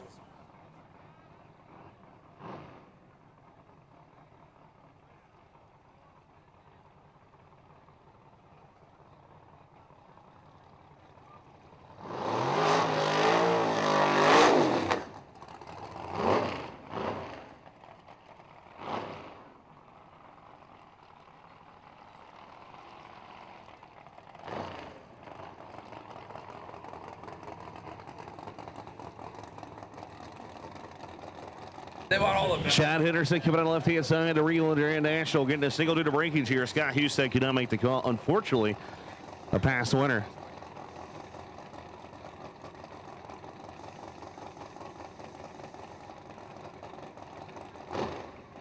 All right, let's see if the Holly FI machine has figured out this chassis. Monty Smith out there in front. Henderson Farms, the course sponsor machine.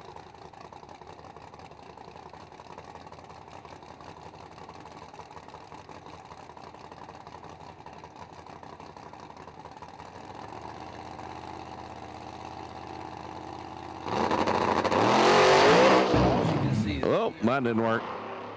Just went out and spun.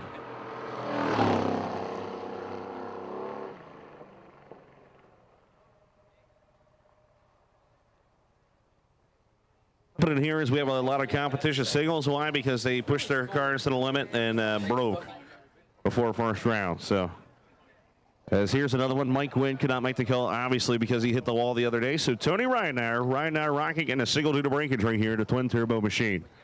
Patrick Barnhill, PTP, does the tuning. We'll see if they're going to try to lay down a pass.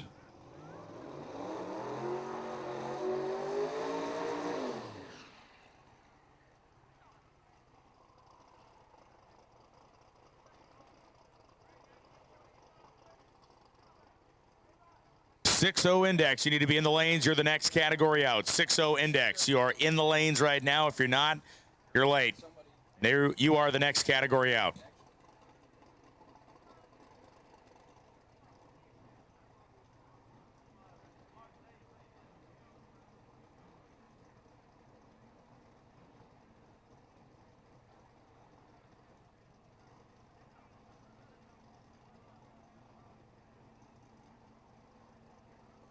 So right now we're going to go on the solo here. Patrick Barnhill leading him in.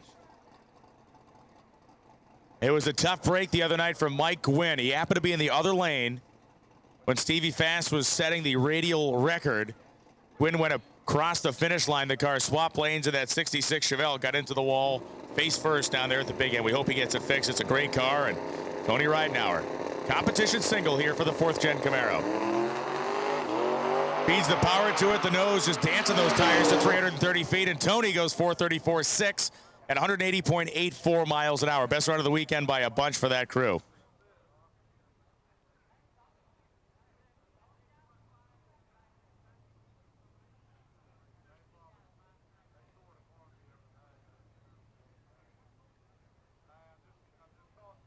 So that's the finish of Outlaw Drag Radial. And again, this weekend, Outlaw Drag Radial, sponsored by our pals at Strange, Hall EFI, and MacFab Beadlocks.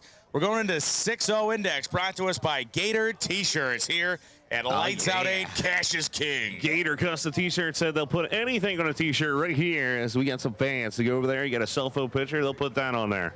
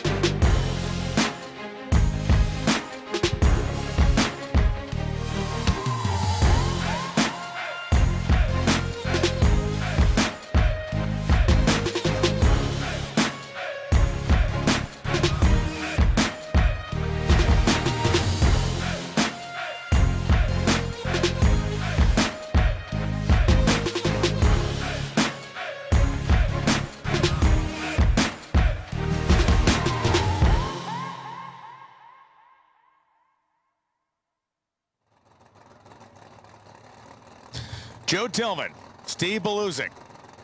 Steve had that problem staging this thing, so it's going to be a bit of an adventure for him out here. Now he's in, he's good. Street car pulling the wheels on the starting line. LS powered 65 Buick.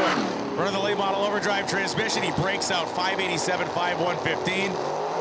The Camaro moves on to the next round, 6077 at 108.01. Hill will be coming on the right-hand side. PTC Tour Converters on the board from the Waterloo, Alabama-based machine. Good against Ryan Hallmark.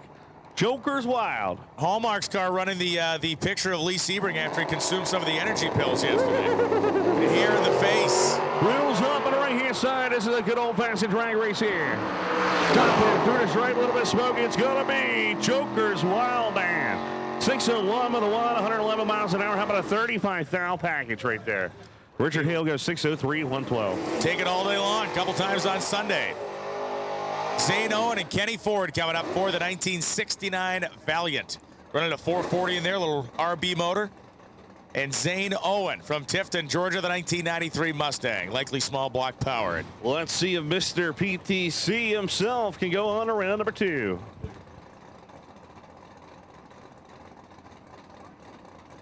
It's always good to see Kenny and the Ford family here. His lovely wife watching on videotaping. Wow, this is a drag race, Brian. That's a clean little Valiant down there, too, for Kenny. Nice car, neat combination.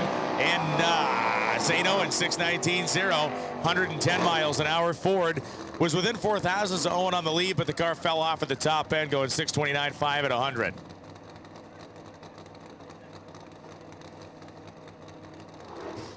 And the plum crazy purple Chrysler coming up here on the Haltech side of the racetrack. The Big Mopar, the Roadrunner, a 1971 model from Muscle Shoals, Alabama. The town that Leonard Skinner sung about. Who? Leonard Skinner. Never heard of him. I'm just kidding, guys. Justin Younglove, Rock Island, Tennessee. Oh, look at the put it on the rear bumper, baby. Eddie Nunley will not. Oh, he got the win light. Wow. The Mopar did it right there. Double breakout victory. Nunley's going to be on. We need Ultimate Street to the lanes, please. Ultimate Street, round number 1 to the lanes, please. So what you got to do to win a round today is just put your car on the bumper at some point on the racetrack. The win lights will come crawling.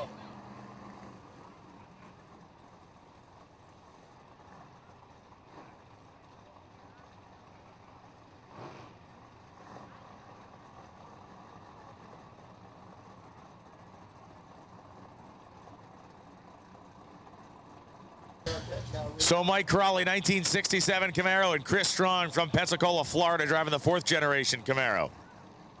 Feeling strong right now. Ultimate Street to the staging lanes, please. Ultimate Street to the lanes. Couple of competitive reaction times out there. Both guys get down to the 8th mile finish line, and it is going to be Red Mike Crawley, 6:15.4 on the 6 flat index at 108. Chris Strong, 6:23.9, not tight enough, and Crawley left him at the altar as well by 0.04 of a second. How about Dave Delk, 1979 Chevy Love pickup truck, and Greg Horton. Horton coming up, the Vidalia, Georgia-based Vega, with the scoop that looks like the repurposed top from a gas grill. And but it been works. Struggling. Well, he struggled all weekend. Yeah, it's true. Yes. Yeah. This is an interesting pair, though. The Love truck on the left-hand side, the interesting strip on the right-hand side. That's right. This thing is so fast. The rear trunk comes up on every pass. Right down to the stripe. It is going to be the win light for the Vega of Greg Horton, 6:14.2 at 95 miles an hour. Delk goes 6:24.7. The reaction time for Delk was really his downfall out there, as Horton was 0:34 in the tree. Nice run for the Vega. Ricky Pennington, not a guy you want to see in the first round. Not a guy you want to see at the drag strip in your same class. Yeah, we said apparently our quote, of him being the best, one of the best bracket racers out there, got online. So he said he sucks. He's not good. So this is the worst bracket racer ever in the history of drag racing here on the right-hand side. So he is bringing the humble brag front and center this weekend. Billy Waller, the 84 Ranger from Briceville, Florida. The nitrous being purged out of what looks like the radio antenna. That was pretty good. Wow, Billy Waller ain't scared at all. The two of them get down to the top end. And look at Ricky Pennington forcing Waller to break out. Pennington 6:03.3, 102. Billy Waller, to his credit, was 004 in the tree to Pennington's 25. Pennington, he just hit the brakes and said, all right, you want it? You got it, buddy. Let's take it.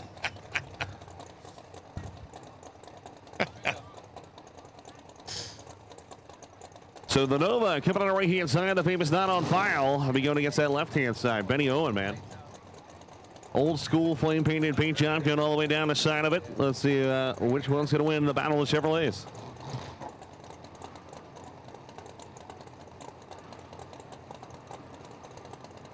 Both drivers in pre-stage.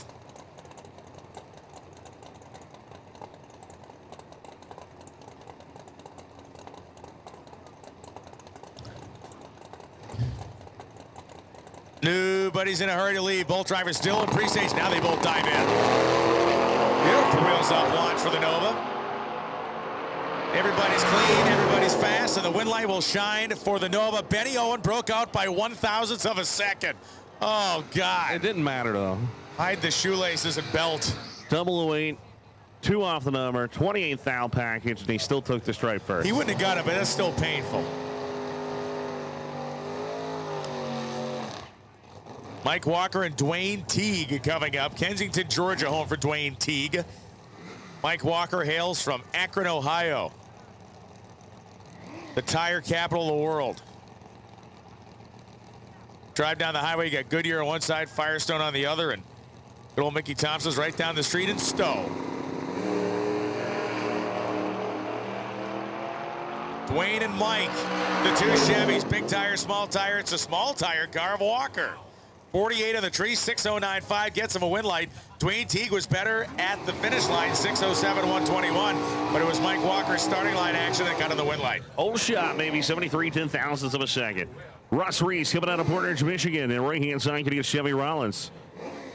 the North Carolina-based Camaro on the left-hand side. Remember, it's a random pair first round. The only reason we're running on a ladder, or not a ladder, a qualifying, is to see who is the potential buy run or Z-car. So just wanted to make that straight. But here we are. Russ Reese, Chevy Rollins coming on the left-hand side.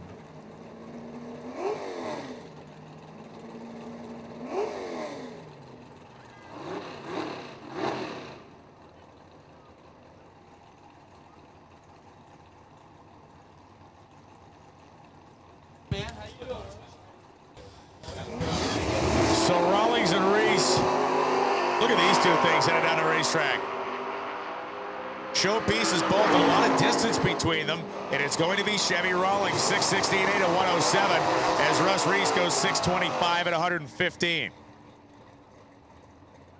All right. Ultimate Street, you should be in the staging lanes. Ultimate Street, you should be in the staging lanes, please.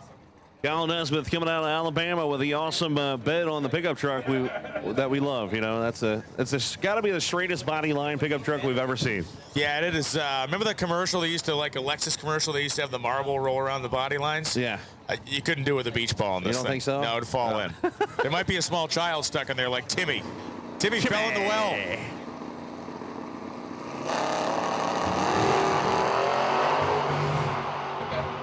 Jeff Massaro wheels in the air, looking pretty good. That 55 Chevrolet, yes he does. 606 whole shot victory. 020 reaction time. Hits it by 24 thousandths. The S10 059, 605 better, but didn't get him at the tree. Kenny LaFleur rolling up in one of the few AMC products this weekend. We can count the Jeep and we can count the Javelin. LaFleur from Huntington, Indiana, and Ron Hamm, who's already notched a victory in Open Comp this morning. Going to try to make it a 2-for-2 action out here in 6-0 Index.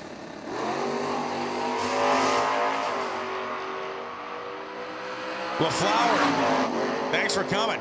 Wow, LaFleur runs the number, but he fell asleep at the tree. Oh, 6 with 3 zeros behind it, and the win light is on for Ham. Ham was 26 on the tree run, 6:05.1, and Kenny LaFleur is in spectator mode for the rest of the day. Tough break.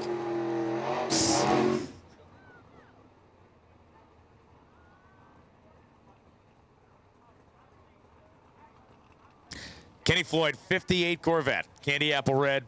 Todd Donnell from Jacksonville, Florida, the 86 Mustang.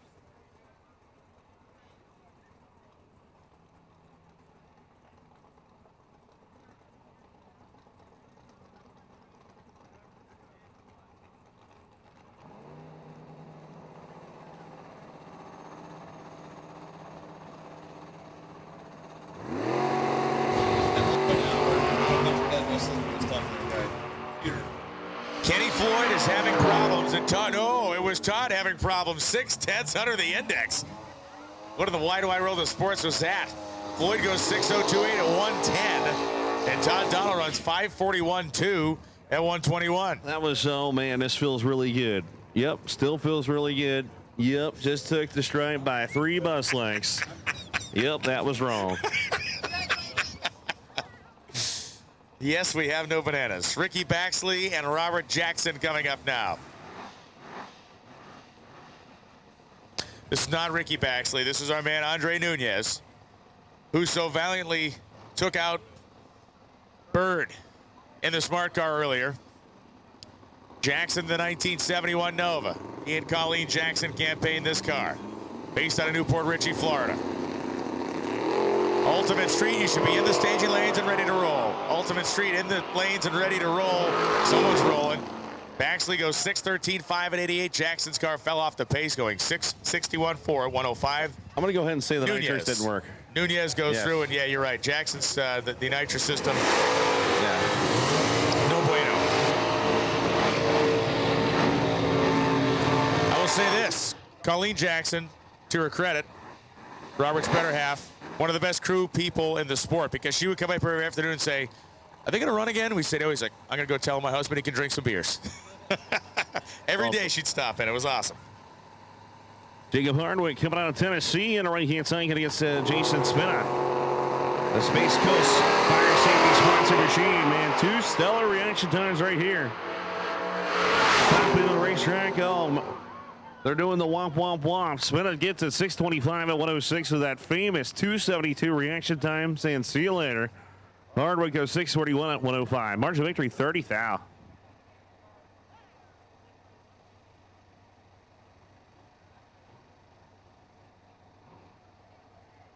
Adam Hodson and Troy Perez Sr. For a while, it was Troy Perez Sr. kind of leading the charge on the craziest wheel stand of the weekend that he pulled in this car.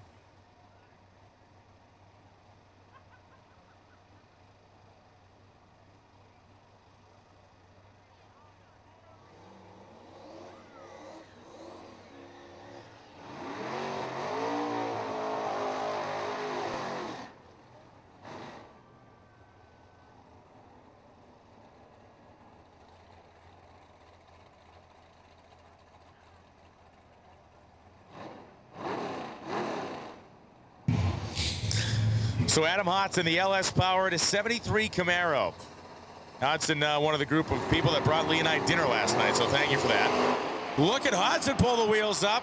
Troy Perez missed the tree by 11 thousandths of a second, so Hodson gets the win light because Perez went red. I'm going to go ahead and say Perez is not going to be very happy with himself on that one. Not only was Hodson late, he breaks up by almost half a second.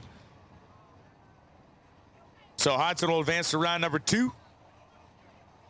And one of our final pairs here in 6-0 Index, Ken Grant and David Harvey coming up. Harvey has been a killer all weekend long, 601, 601, 601.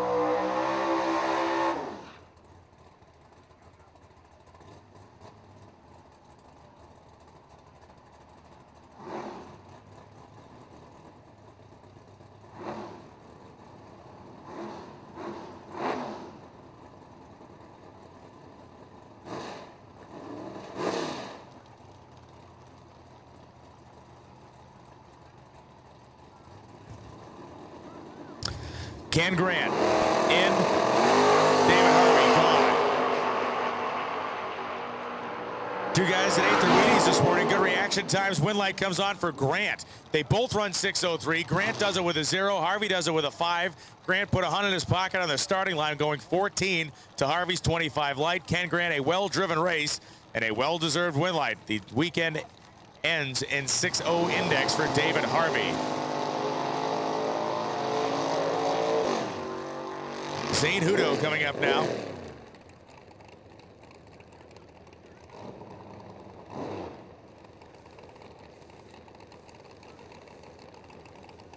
David Webb Sr. from Front Royal, Virginia, coming up in the Fox Body Mustang. And Zane Hudo, Douglas, Georgia.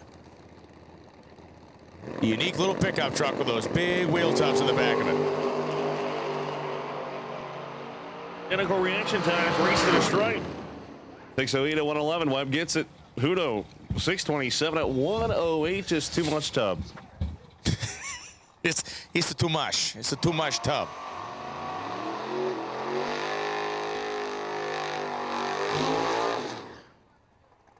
That lean, mean fighting machine, Derek Putnam, is back up. Again, has already collected a win light this morning in open comp. Looking to victimize Eric Knowles here. Two of your favorite cars going at it. I know. This is trucking car, should I say? Yeah. This is your birthday gift. Thank you, man. The cookies first, and now this. What's coming next? Don't answer that. Those for you. On the exhaust manifold of your car or something? There is a kid that is doing a slide totally wrong. He might have just died. We might have just the kid. We witnessed the kid dying. He just disappeared. No, he's good. He's tough. He played hockey.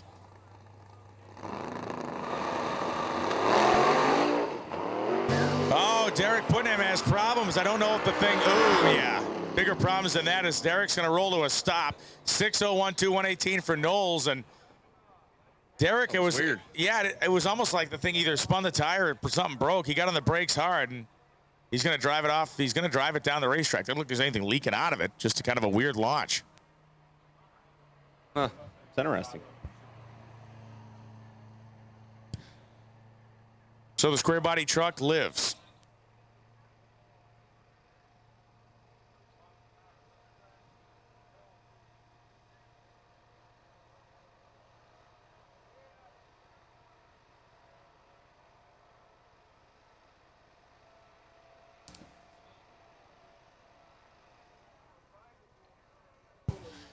So we need Michael Strickland. Michael Strickland, roll, baby, roll. Okay, here we go.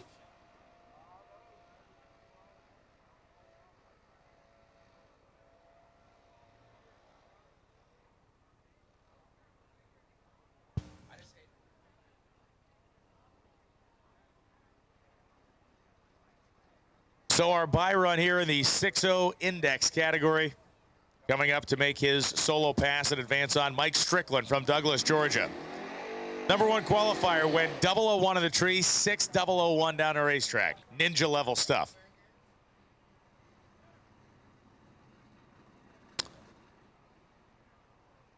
Robert Williams, better half Debbie, tuned in down in Florida, sipping on some morning coffee here, watching a little index drag racing. That's a good thing, as Martha Stewart would say. Maybe Martha Stewart's watching. She's out of jail, right? Maybe she's watching in jail. Who knows? Michael Strickland coming up here on the Haltech side to finish us out. It'll be a quick track prep session. Then it will be Ultimate Street coming next. What a Sunday. What a payoff day we have here at South Georgia Motorsports Park. Lights out 8, cash is king, and boy, is there a lot of it that will be awarded to these racers in various categories this afternoon. $599.8 at 111 miles an hour, 004 red light start. Mike Strickland was a little bit early on the tree, a little bit quick to the finish line, but that is scary, scary close on both ends of the index, rather the reaction time end of things and the index side. He is a tough customer.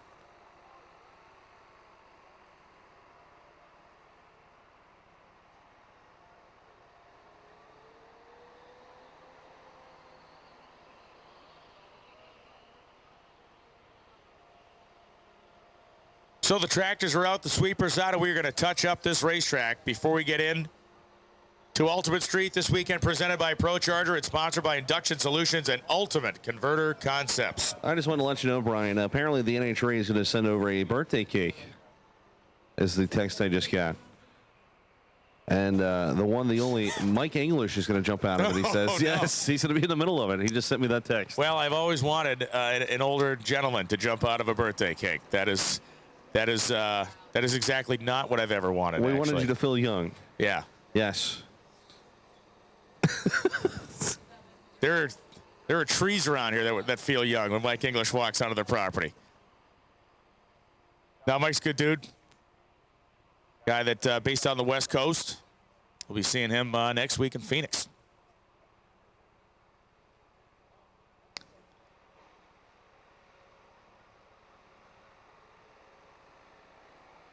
Are you running cheap H-beam rods in your forced induction and nitrous application engines? Well, look no further to a patent-pending 3-pocket Wiseco boost line connecting rod.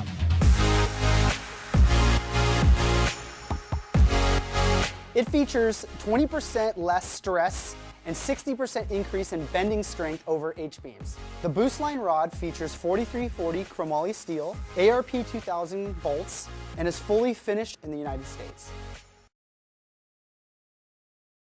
TKM is one of the fastest growing and well-equipped shops in the Southeast. From surfacing heads to turnkey race engines, we can help any shop with their engine program or do-it-yourselfer needing simple machine work. We also offer engine dyno, chassis dyno, and track tuning services, and are a dealer for many top-notch products such as Fuel Tech, Atomizer 3, and NLR systems. Our work ethic and reputation speaks for itself. TKM Performance can do it all. Give us a call or check us out at www.tkmperformance.com and learn to expect more at TKM.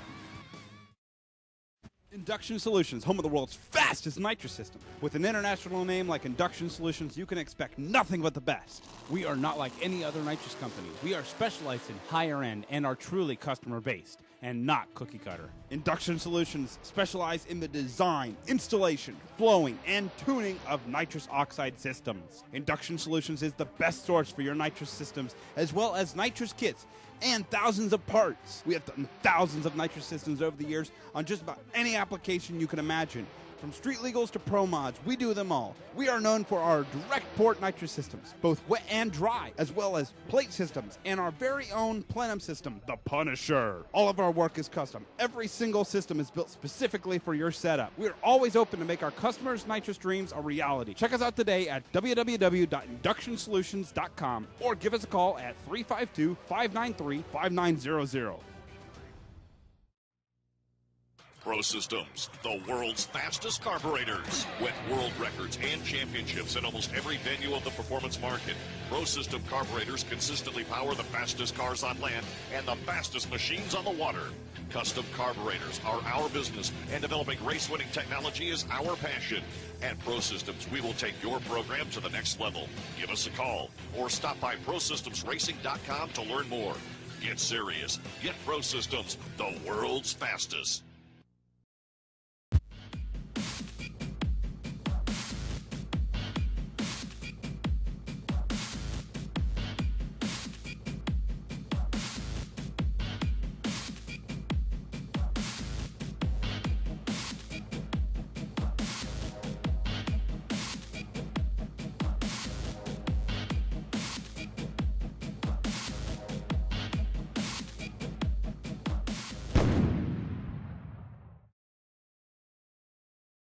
Billet Atomizer, the world's fastest racing injector. With over 40 years of experience, we are your #1 source for custom racing injectors and the only injector manufacturer in the world that can specifically target the fuel delivery needs of each application. Atomizer injectors are available. Sizes range from 42 pounds to 800 pounds per hour. Racer input is the key driver of Atomizer injector evolution. You asked, we listened. Available now, the new Roots and Screw Supercharged Pro Nitrous and Fitting Style injectors. These specifically designed injectors utilize features derived directly from racers of each class. Atomizer injectors are designed and manufactured by racers for racers and utilize only 100% U.S. materials and labor. Available now, our new Atomizer 4 racing injector ranges from 800 pounds all the way to 1,500 pounds and are available for your high horsepower single injector methanol application. Visit our website today at www.dragracinginjectors.com or give us a call at 757-250-3773.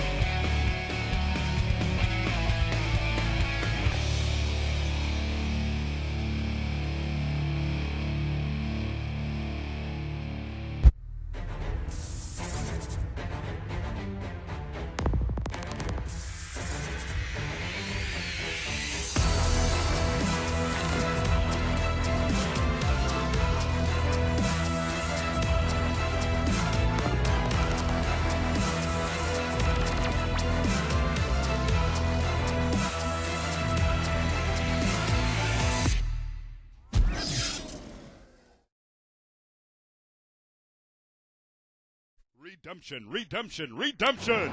Texas Original No Prep Series, the only no prep series in existence. 2017 championship dates, May 26th and 27th at Texas Motorplex, June 30th and July 1st at Tulsa Raceway Park, September 1st and 2nd at San Antonio Raceway, and the final race of the season, October 27th and 28th at Texas Motorplex. Bonus points for attending all 4 races. It's wild, it's unhinged, and it's only at Redemption No Prep, the original Texas No Prep Series.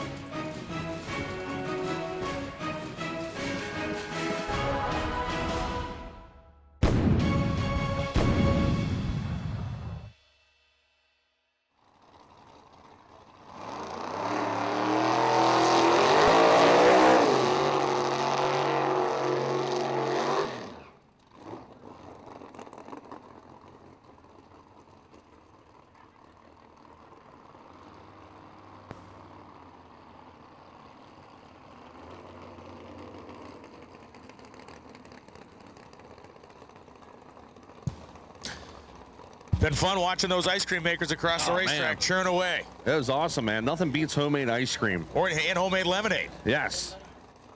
Lemonade is always welcome, yes. Once again, we love that. Ice cream, homemade lemonade, the best in the world right here at Lights Out 8 over there on the left-hand side.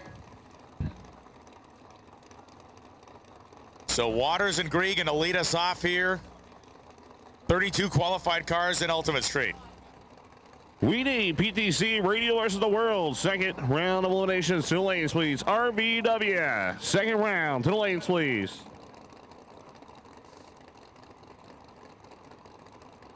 So the Green Machine, the nitrous car here on the right-hand side out of Florida. Bringing the Villas.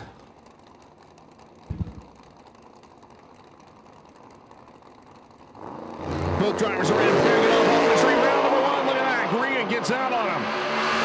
Top in charge of a 498, 140 miles an hour. Bill Gregan's going to be moving on to round number 2 right there. Waters goes 502 at 139. Bill's going to be happy with that pass as trying to go rounds right here at Lights Out 8.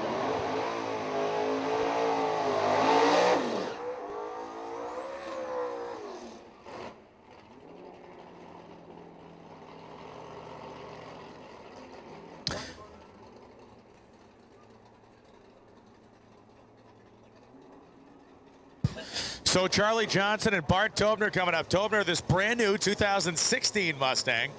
Coyote power under the hood. Qualified number 7 in class. And Charlie Johnson, the 68 Nova. The nitrous engine under the hood, the vinyl roof on the top, and a carbon fiber trunk lid on that machine. Yeah, it's finally good to see Bart getting this thing figured out. I mean, we saw him all last season in the other organization, and it's just, he struggled a little bit, you know? So it's good that they're finally figuring out the combination, and right now it's number 7 qualifier. Let's see if we can move on to round number 2. But Ducky Johnson is going to be tough because he hasn't made a good hit all weekend. Like the old saying goes, the pioneers are the ones that get the arrows shot in their backside, and Tobner, a pioneer of this combination. Not going to be his day today as it busts the tires loose on the hit, and Charlie Johnson will quite literally cruise to a win light, 5:11.4, 1:37.05. A little bit of an upset right there. Charlie Johnson, though, look, consistent, he gets you races, and that's what happened. Radial versus the World. PTC Radial versus the World to the lanes, please. PTC Radial versus the World to the lanes, please, as we continue on with Ultimate Street, presented by ProCharger and sponsored by Induction Solutions and Ultimate Converter Concepts.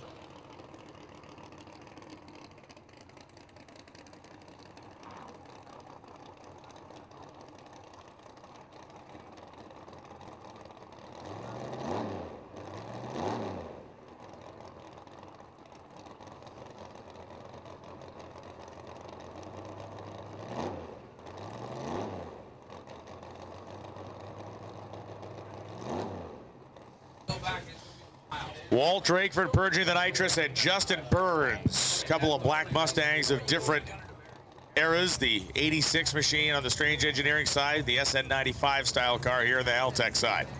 Yep, JB Racing Team, Southern Speed race cars are racing here on the right-hand side as they're waiting patiently. Once again, don't forget, it's the last chance to go down to Induction Solution, get your raffle tickets. That's right, 1 ticket for $5, 5 tickets for $20. And you could win a nitrous power controller or a Flowed Saturday night special plate. For $20. Last chance. $20 investment gets you some cutting-edge awesomeness in the nitrous world. $20 is nothing these days. Nothing.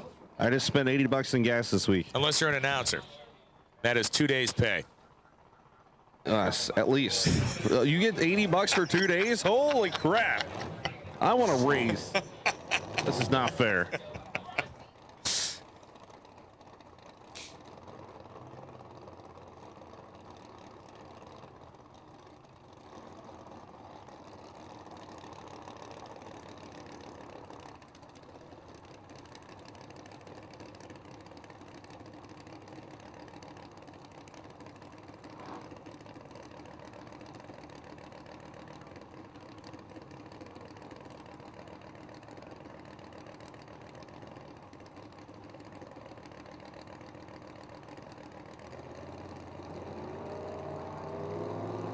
Right, Rick Freeman Boulevard getting pumped up out there. Woo, baby. Put it in the beams. Already leaves the full trees activated. Drakeford's going to move on. Another Floridian in the 496 at 141. My Southern Ultimate Street guys are doing good. PTC Radial versus the World to the staging lanes, please. Round 2 of PTC Radial versus the World to the staging lanes, please.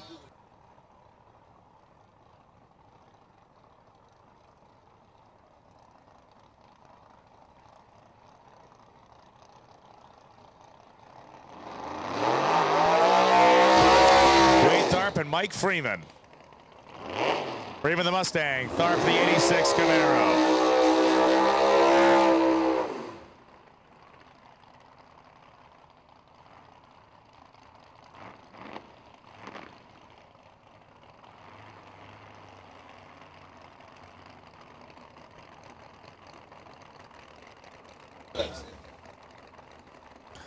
All right, so Mike Freeman coming out of Lehigh, Florida. The 88 Mustang here to the right-hand side. ATS speed on board. Let's see if they can lay down a number with the Pro Charger, man. This car can go into the 70s. He qualified number 5. Going against that nitrous Camaro. Wade Tharp behind the wheel. Induction Solution nitrous on board. Can he pull off the upset right here? Well, we've seen it a couple times when the slower car does not smoke the tires, the faster car does. This stuff is such kind of knife edge. As soon as you make that type of mistake, the other guy's going to eat your lunch, even if he is slower on the qualifying sheet. Pre-stage is Wade Tharp. Mike Freeman taking his time, putting the thing in, and he goes right in. Yeah, look at Freeman. Freeman saying, see you later. Charge on the 482 at 145. Tharp goes 512 at 139.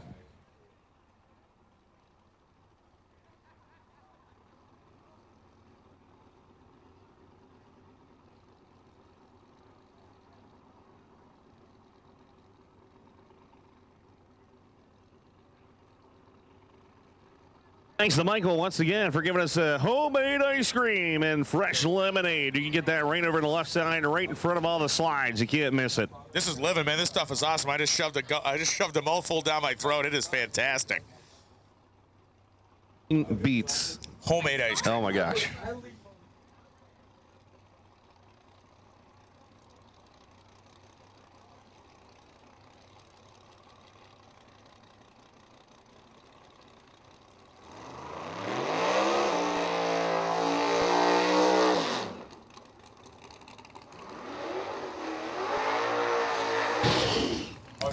If your car is in the staging lanes, you need to be ready to race it. That means your driver needs to be suited. Your driver needs to be ready to roll when we need you to roll. The way that we get behind or could get behind today, you typically lose time in these little increments. If we got to wait 2 minutes a pair, that adds up very quickly. We need everybody to be efficient. We need to keep the program moving. We have a ton of racing to get in today, and every minute counts. So please cooperate. When we call you, get up there, which usually isn't a problem. But if you're in the stage lanes or pulling your lanes, you need to make sure you're ready to go. So Ron Pelcher, as we said, on the right-hand side, RPM transmissions on board. Hannah Sanders and Tina. Backsword Racing Engines, PKRE nitrous system. Innovative Racecraft. Corey Perez's company. Ruben puts her in the beam. Trying to make a name for himself with the grudge tuning world and doing well. Wow, straight of tires. There you go. Sanders gets the upset. Tom Pingo Simo, 239 miles an hour. Belcher, well, goes up in smoke. Yeah, once again, the quicker car smokes the tires, and the car that was qualified in a higher position just hooked up and gone. Sanders has been in the fours, the high fours this weekend, but a 502 given the conditions that are out there right now. And Valerie Clements rolls up on the Haltech side. Going to be facing Sean Arnold.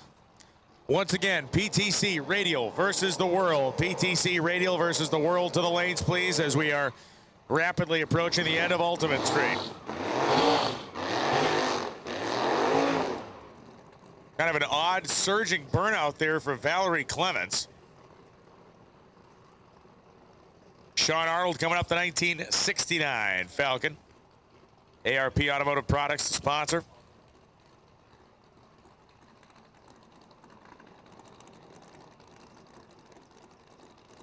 Two Fords of very different shapes and ages out there.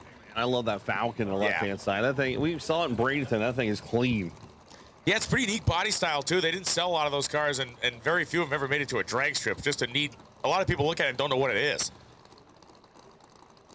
Fuel Tech on board. The Hancock family have been helping out. Let's see what happens.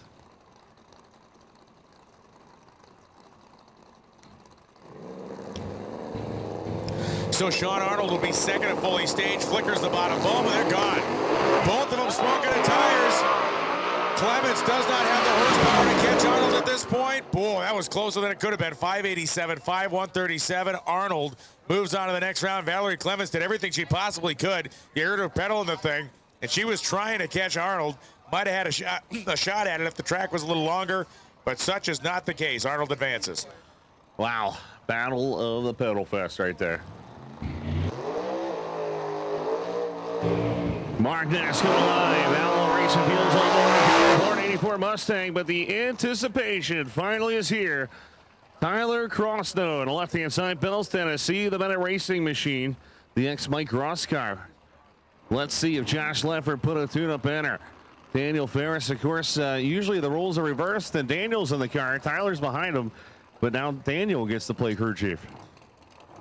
Daniel was planning on racing this weekend in the Andrew Lepa-owned Corvette. Unfortunately, a big fire early in the week changed that program, so he went into Yoda mode and has been counseling and coaching Tyler Crossnow.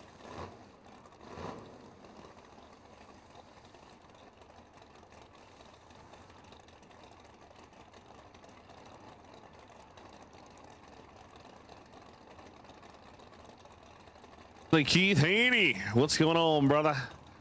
So can Tyler make his debut in Ultimate Street a good run? Can we go rounds? Qualifying's one thing, of course. We're in a race day mode now, so this is anything goes, no holds barred. First man to the finish line advances. Claw the other guy's eyeballs out if you need to. PTC Radial versus the World. You need to be in the lanes right now. PTC Radial versus the World. You need to be in the lanes to be paired right now, and those pairings are starting to creep their way up to the front of the staging lane, so thank you very much for answering the call. Crossnow has a better reaction time, and Crossnow has more of a power underneath him. 485.8, 145 for Tyler, as Mark Ness outrun. 509.5, 136 for Ness. His best run of the weekend, but Tyler hammers it down. Yeah, gotta love it. Debut right there in Ultimate Street, and he takes the first round win, so let's see how far he can go. Steve Bogle will be coming on the left-hand side of the pedal slide of the five-spotty Mustang, number 15 qualifier, Cliff Conley, the Thunderbird. He calls Lulu. He'll be coming along for the right-hand side of the Pro Charge machine, number 18 qualifier, going against the number 15 qualifier on the left-hand side.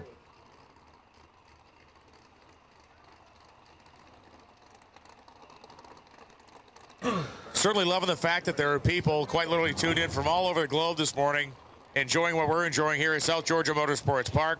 Thank you again to Motor Mania TV for the job they have done providing the live streaming action this weekend. Oh, yes. Apparently right now we have one people watching, so that is awesome. That dude. That's crazy, but I'm just kidding. For some reason it says that, but we have a lot more than that online right now.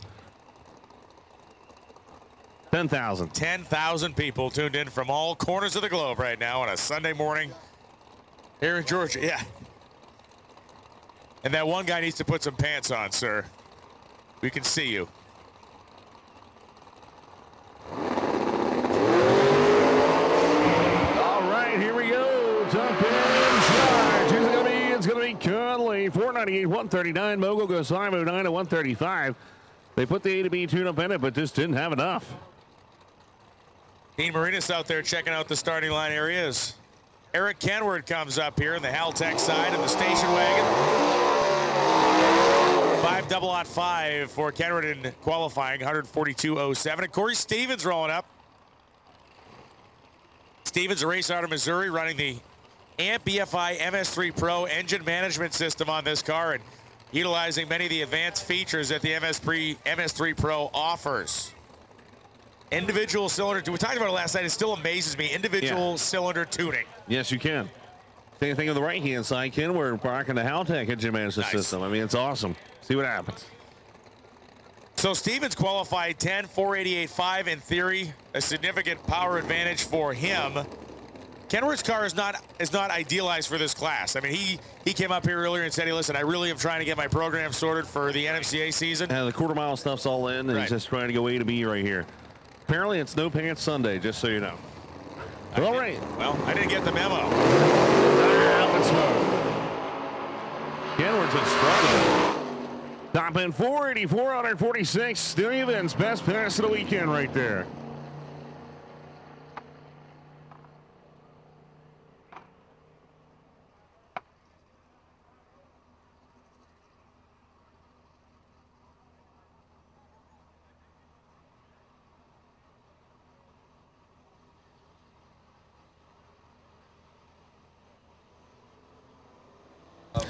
PTC Radial versus the world. PTC Radial versus the world. This is your final call. PTC Radial versus the world. This is your final call.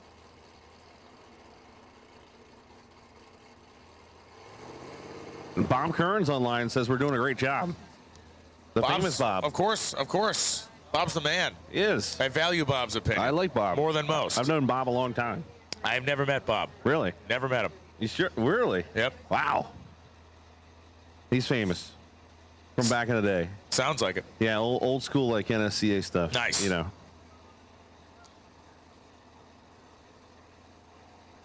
So Scott Kincaid from Thornhill, Tennessee, Haltech side, and George Farku from Brooklyn, New York. American Racing Headers.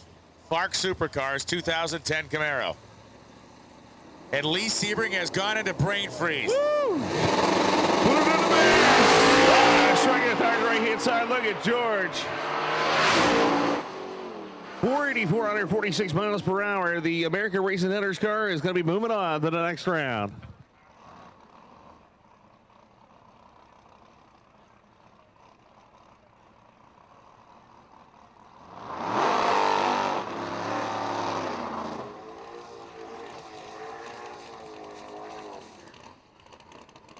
Adam Turner will be coming out of Woodstock, Georgia. Here in the right-hand side, CCF turbocharged entry going against Rodney Reagan. Babylon, New York, 89 Mustang. So it says. Let's see if he can lay down a pass right here. Your number 4 qualifier, Minster Motorsports on board.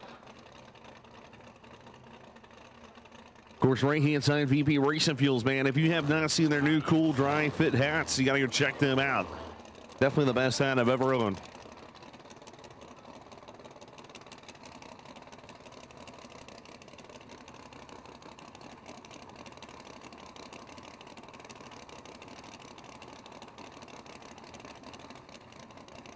Stage on the left-hand side. Here comes Adam Turner on the right-hand side.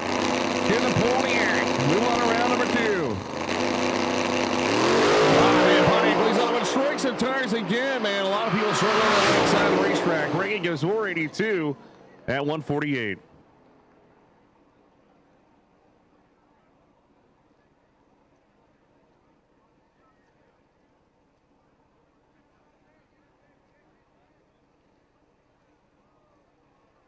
So that was it, believe.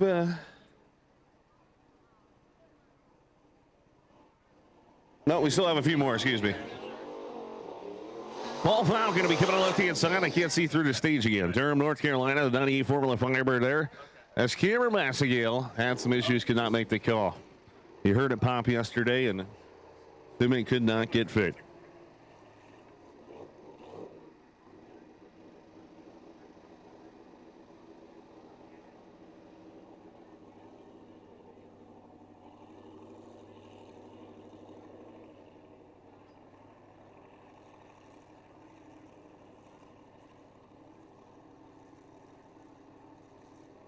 All right, let's see what the Falcon can do, as I can't read the back of it.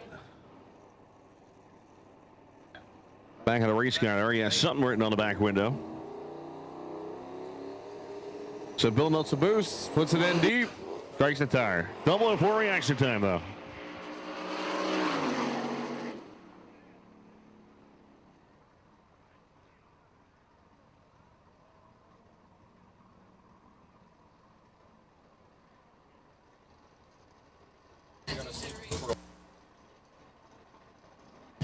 Paul Falcon, of course, gets the win light as Cam Massengale couldn't make the call. So Tony Alm and Zane Owen coming up.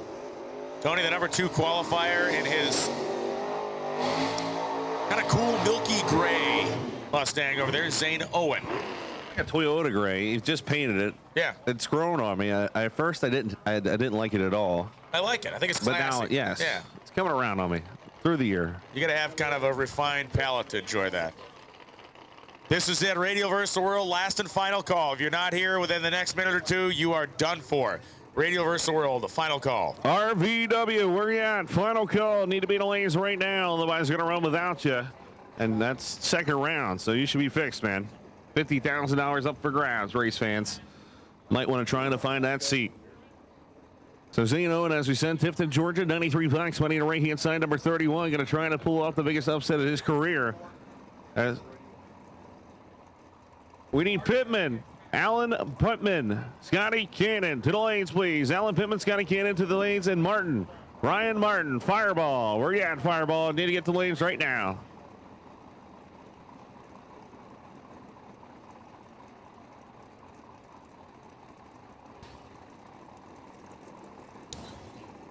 So if you're Zane Owen, you got to swing for the fence out here. You got to make the best run you've made all weekend by a ton.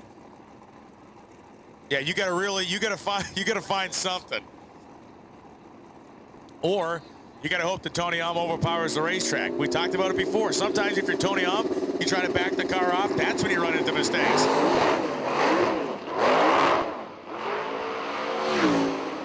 Zane Owen busts the tires loose, and Tony Alm motors to victory. 41-3, 146. Owen 669, 126.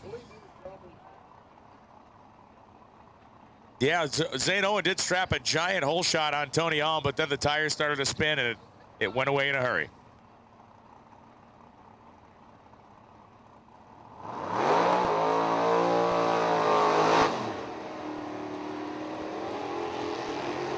So there he is, one of the most spearman and ultimate read is going to be Joel Greathouse. On the left-hand side from Oakland, Kentucky, the 93 Fox body.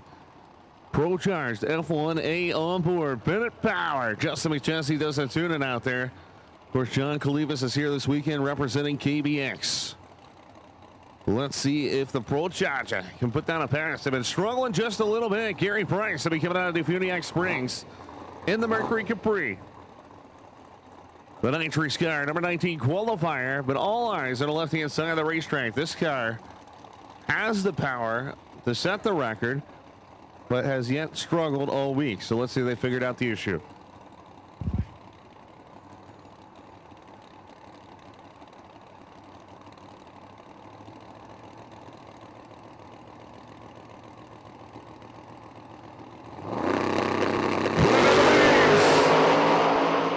Side by side, all Manley, Greenhouse, fall back, man. That car, something's not right. 495, 141 miles per hour. Gary Price pulls off the upset. Greathouse is going home in round number one with a 501 at 145.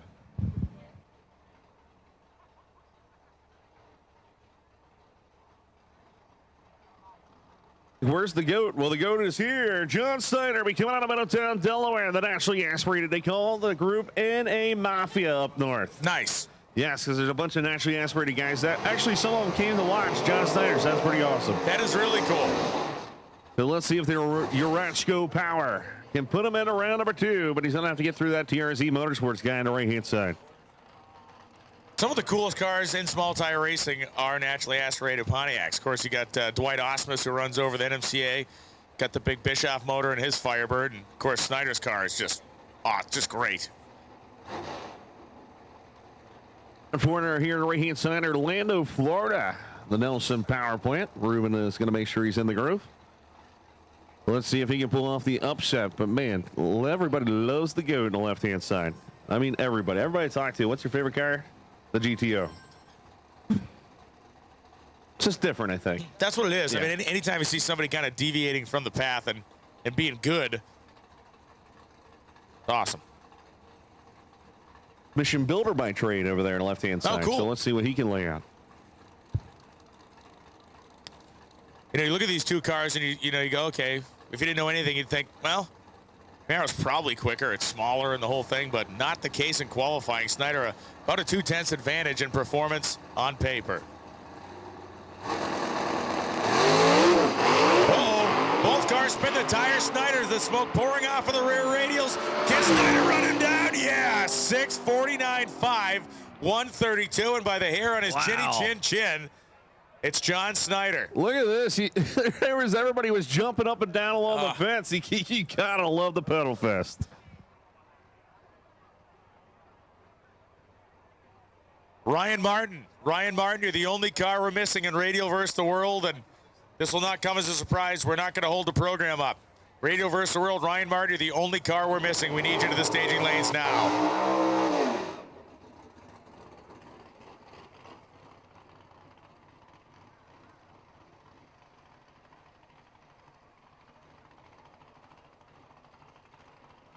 Tough break. Just got word Derek Putnam broke the transmission in that Nova. Tough break. We saw it come off the starting line and the revs come up and didn't know what happened, but unfortunate there for Derek Putnam. Very, very fun car to watch all weekend, and we will see him down the road.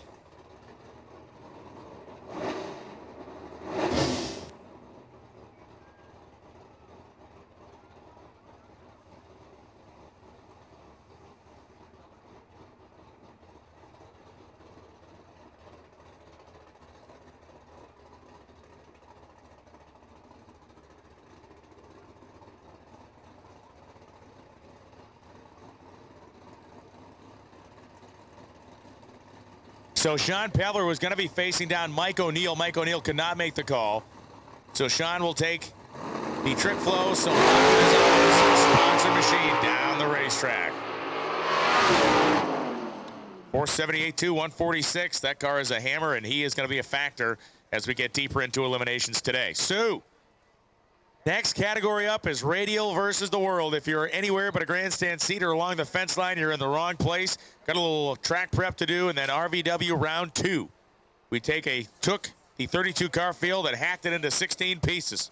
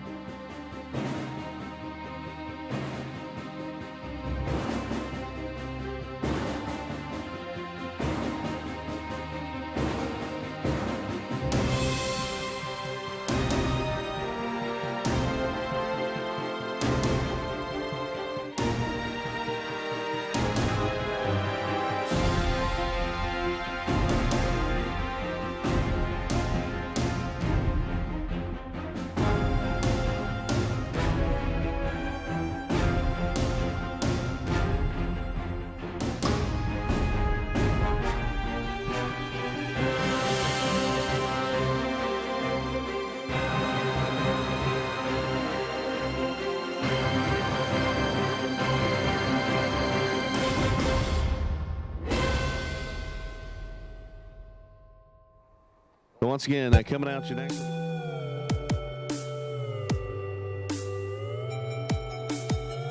So here at the JE Lab, there's a lot of different technologies we use to measure pistons and cylinder heads. In the past, we've had to rely on a lot of hand tools and older devices, but with the advances in technology and laser scanning and coordinate measuring, like the device we have here from Romer Arm, we can very accurately scan and get a good idea of the chamber shape.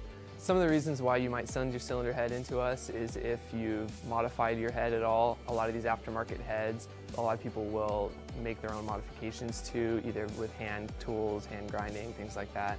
Or you might have just an off-the-shelf aftermarket head, but you're trying to really push the volume and push the compression ratio up quite a lot. So in order to do that and to make sure there's no issues on the piston side, we will have to get a very good, accurate representation of the chamber. and the chamber shape. And to do that, we'll use the roamer arm and its laser scanning capabilities to get a really good trace of the chamber. So when you send in your cylinder head into JE, the first thing we'll do is we'll make sure that all the components are with the head. So we need at least 1 cylinder's worth of valves, a spark plug, and a head gasket. And we'll mount it up to the nice sturdy granite plate here, make sure that everything's installed properly, and we'll use this powder spray on the chamber here to make sure that none of the reflections from the nicely machined surfaces impede the laser scanner.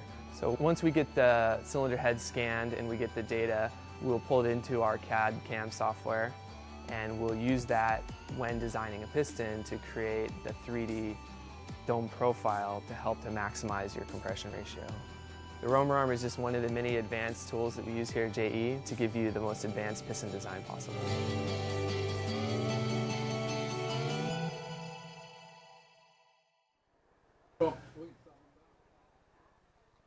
That's right. Even Donald Trump's been tweeting out there. The president has been tweeting about this race. If you haven't seen it on Facebook, which you know it's true, if it's on Facebook.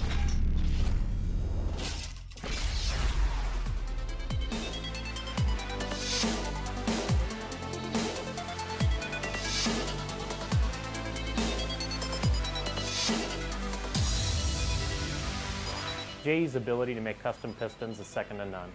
Although we have thousands of pistons available off the shelf, custom is where we excel. We have the largest selection of off-the-shelf racing pistons anywhere.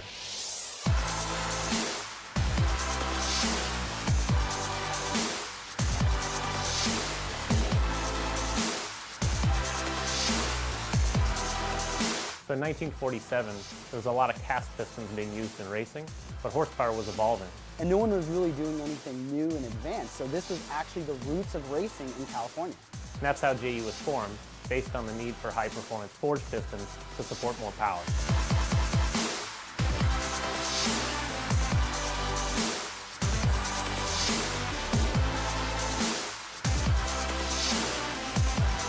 Engineering is the foundation of everything we do. If we don't make the best parts, we continue our development process until it is. For our shelf product, we do a lot of different iterations, probably about 10 different versions of them. We'll test it, we'll validate it, and then before it gets to anybody, we'll make sure it's the best possible product.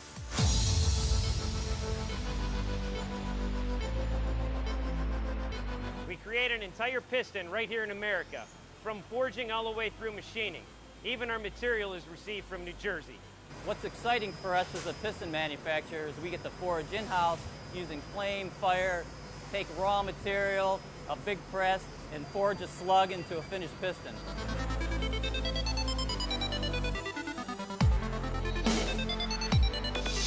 Every single individual in our sales staff is here for a reason, and that's to make sure that the customer they serve is getting what they need for their race application in a timely and accurate fashion. We've got, circle track guys, we've got drag race guys, we've got sport compact guys, we got power sports guys, and they're some of the best in the business, and they literally eat, sleep, and breathe this stuff. So we'll go anywhere from developing something from scratch to working with OEM partners and working with race teams to make sure that we are doing the latest and greatest. And a lot of customers will come to us and ask us for these crazy ideas, but it actually sparks something even greater. And that's what we pride ourselves in, is the innovation and out-of-box thinking that makes us who we are today.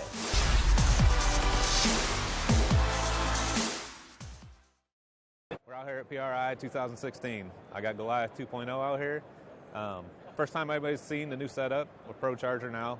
Did away with the nitrous. It got tiresome, so we went Pro Charger. Thing makes 2,300 horsepower, 20 pounds of boost. It is carbureted. That's the biggest concern everybody's had, is why carbureted? Why not? We'll make it work. Carburetor has given me no issues. The guys at APD knocked it out of the park. Scoggin Dickey, they built it. It's a 540 conventional headed deal. Other than that, the car's same front to back. Power glide from RPM transmissions. Mosier did the rear end. And of course the chassis was done when I got the car from Bodie. Other than that, we're just trying to get a handle on the car. The torque is phenomenal. It's like 1,500 foot-pounds as soon as you let go of the button. So that's our biggest deal. Shannon Davis from Davis Technology with a profiler is, we're trying to get a hold on that thing too. It's, this season, season 9, you'll see it in Street Outlaws. I promise it'll be probably the best season yet. We'll see if we can make it to the top with it. Or if you're Keith Haney, it's about as tall as he is. Josh Kluger coming up on the Haltech side to face off against Keith Haney from Broken Arrow, Oklahoma, the 2016 Camaro. He calls it Enigma. You know his name, 948 cubic inches of rear Morrison nitrous motor. You see the Schweitzer Dynamics sticker on the hood scoop. You see that great wrap. And then we see a stock wheelbase Mustang. That's range 3 from the showroom, pretty much compared to the left-hand side of the racetrack. You know, yeah, no, it's a good point. Perspective. As the racecraft, of course, helped build this car, or built the car originally, and then, of course, Kluger bought it, and the Kluger Fiskus Races team, the first ever radial tire car in the 5-second zone, and he decided to keep it, so that's pretty cool. But this is a good matchup right here. Again, the top secret Enigma, which, remember, last season made its debut, and he actually kept it from even his crew. His crew didn't even know about it. Brand new Larry Jeffers race car, and here he is right now making the best passes of his career. And once again, we have that matchup or we have the kind of a display of why this style of drag racing is so popular. I mean, you're not going to see a matchup that looks like this in any other form of the sport. You won't. Not only that, you got two cars that could, both of them have a shot to win. Kluger is not here by charity or by luck. He's here because they raced their way there. They qualified in the top half of the field, number 13. Haney was world class out there, qualifying number 4, the low 380s. Yes, here you go. Battle of the engine builders also right there. Dillard up here in the tower. Proline power on the right-hand side. It is rear Morris on the left. So you got one of the top nitrous builders on the left-hand side and the top twin turbo builder or turbocharged builder on the right-hand side. A legacy engine building company and another company that is actively building a legacy as we speak. Kluger is pre-staged. Keith Haney taking his time. Can he pull it off? Put him in the beams. Right here we go at SGMP. Look at that. Kluger got to bring it on. He's split out there. Top end trucks 396, 194. Short Geek's going to move on, baby, to the next round. And Haney has moved now to the round of 8. It was really soft off the line when they brought the boost in. Just started getting sideways out there. Had to abort the mission. We need X275. X275 to the staging lanes, please. That's KBX Precision Turbo X275 to the lanes. Haney's 104 short time proving that they showed up there with a pretty aggressive tune-up down low. Which is what you're going to have to do. This is an interesting matchup, right? Yeah. Eddie Harrison will be coming out of right-hand side, the Anchorage, Georgia. Hemi on board, the Blackman family helping him out there. Let's see if Harrison can put his 3-second number on the board and pull off the upset, because a small block that could on the left-hand side. Yeah, Stenton had to tiptoe his way through the tulips last night, pedal fest round to get the win. Eddie Harrison ran down unopposed because of the issue with the Buick last night. So Eddie Harrison made a clean run. Actually, no, he didn't. He smoked the tires, didn't he? Yeah, yes, he did. Yeah, remember? Yeah, he had that single there, unfortunately. But Marty Stinnett, left-hand side of the racetrack, took out the Golden Gorilla. So we're going to see what happens here. So again, two racers that have never won Radial vs. the World at a DuckX Productions event. Only two racers remaining in competition have, as both cars are now pre-staged. Stenton rebuilding the car after the flight it took here. Now he's staged and gone. Good drag race. Marty Stenton trying to get down there first, and he does. 4.003, 190 for Stenton, just out muscling Harrison, who was 4.10 with a 4 at 188. Wow, great side-by-side matchup right there. Marty Stennis going to be moving on to round number 2, low of the round so far. Or actually, he's not, sorry. But low of the round for a small block twin turbo car. I'll go with that. Do I want a sandwich?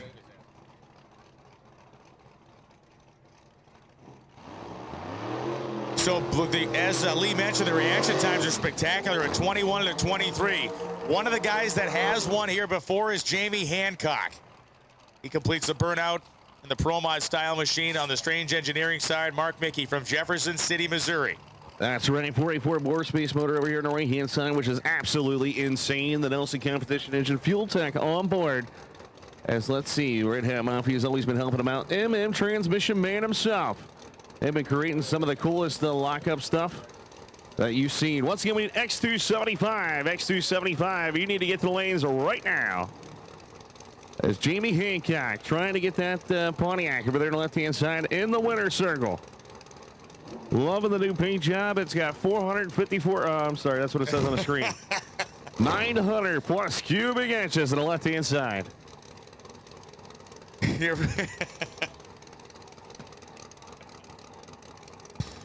Mickey, the big flying A in the back window of the car, the Aeromotive name prominently displayed back there. And another team that hasn't necessarily caught one to the fullest extent they've wanted to, but they've gotten this far.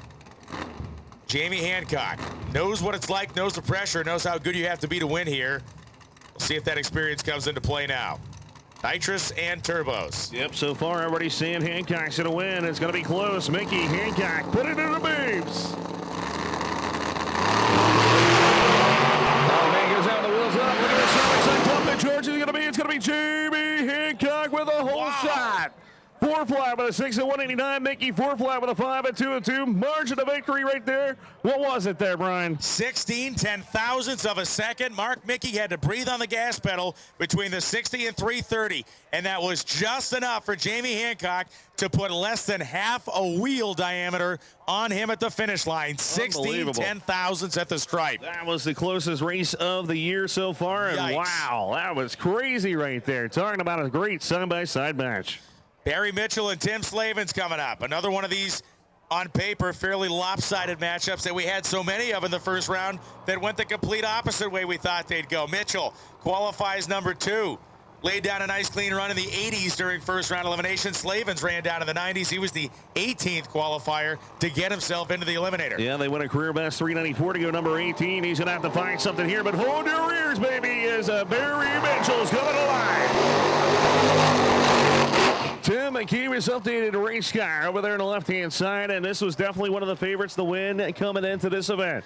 KBX Precision Turbo X275 to the lanes, please. KBX Precision Turbo X275 to the lanes. And if I'm looking at the unofficial odds makers down there along the fence line, there's a whole lot of arms pointing to the far left side of the racetrack. So it seems that the odds-on favorite for the guys betting, you know, pennies and nickels down there along the fence line are pulling for Barry Mitchell. Oh, yeah, Slavins is like 30 to 1 right now, so if you put $1 down, he might win 30. Let's see if Slavins can do it on the right-hand side, make a career best pass, and take out the big man, Barry Mitchell, man. This car has been flying. Billy Stocklin doing the tuning over there. Ty Tunero's been helping out with that car. But I love Billy Stocklin, the big man. It's always good to see him at the racetrack. Remember, this is the best of the best in tuners right here in SGMP. Bring it on, baby. The cars Billy Stocklin has worked on in his career help tune, and the performances they've achieved. Again, the guy is literally a legend. As much as anybody else is down there doing the job, Stocklin is a bad Jose.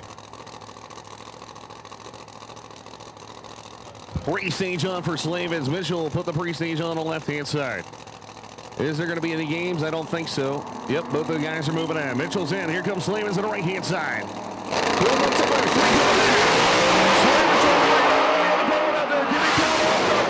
Wow, it's Slavins! 397.5 at 201. Barry Mitchell eliminated.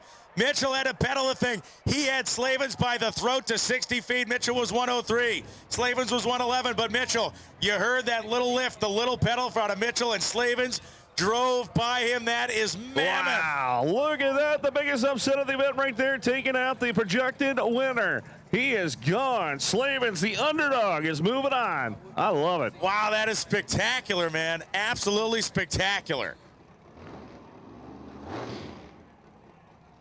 So where's my $30? Mark Woodruff and Jason Brock coming up right now. Brock from Baton Rouge, Louisiana. And Mark Woodruff, Mr. Speed, over 212 miles an hour, the speed record holding car. Man, how about Slavins? Wow, I know. The guy wasn't even like projected to qualify when he came in here, and he had a lot of big shock adjustments, put him in the right direction, and now my man's going rounds. Going to the quarterfinals. That is unreal. Jason Brock will be coming out of right-hand side. Mr. Consistency, 960 cubic inches TRE power, I believe. The Red Bears Racing team. Let's see if he can put down a number. X275, we need you to the lanes now, please. X275, we need you to the lanes right now. As Woody over there on the left-hand side, Brent will be bringing him, or making sure he's in the groove, should I say, behind the race car. Red Hat Mafia helps out with this thing. Has gotta love to see all the fans here on a Sunday. Who's gonna move on to the quarterfinals of Radio versus the World? Brock puts the pre-stage on. And the way things have worked out, if you're Jason Brock, you're thinking, I got this guy right where I want him. Here we go. Well, Mark Woodruff now brings the revs up. Taking some time here. There he's in. Davey got double two. Kicks out. Brock flames out, but look at Mark Woodruff. 386.5, 209 miles an hour, and a lot of smoke down there for Brock. We saw the fire come up out of the hood scoop or up over the windshield when he lifted down there. So Brock is continuing to roll down the top end. An incredible reaction time for Brock of 002, but it did rattle the tire after that. So Nova Joe Albright. As hats are flying again, Belmore, New York. He said he might have to change his name to GTO Joe, as that was in his interview the other day. Let's see if the Eddie Whelan Alley installation machine can put it in another final round. He's going to go a few more rounds. He's going to have to take out the underdog, Real Billy.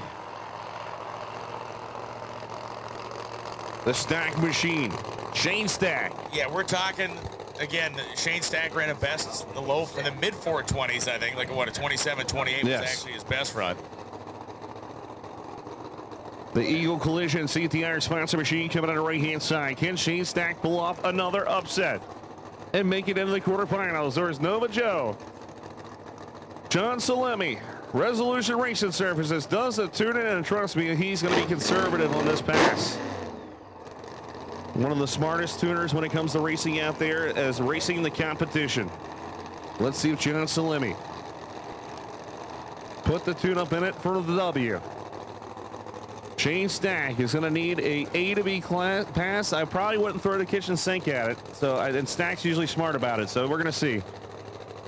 Well, with the amount of veteran experience Stack has, the amount of time he's been doing this, don't put a little bit of psychological warfare past the guy either. Stack's going to use a couple of those 17s.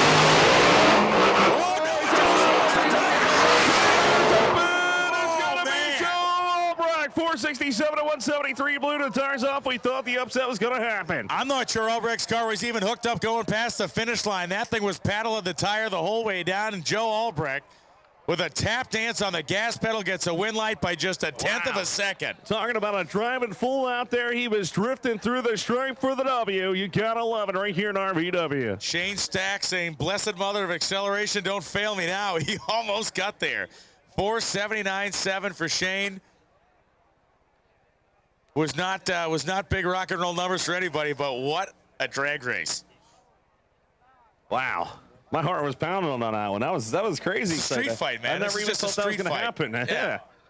So the Thrill Billy almost did it, but Joe Albrecht, moving on.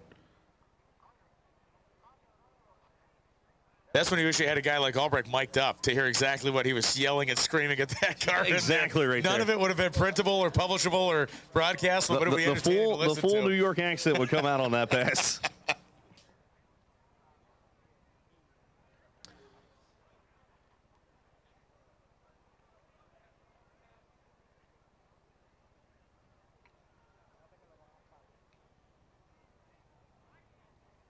Touch up.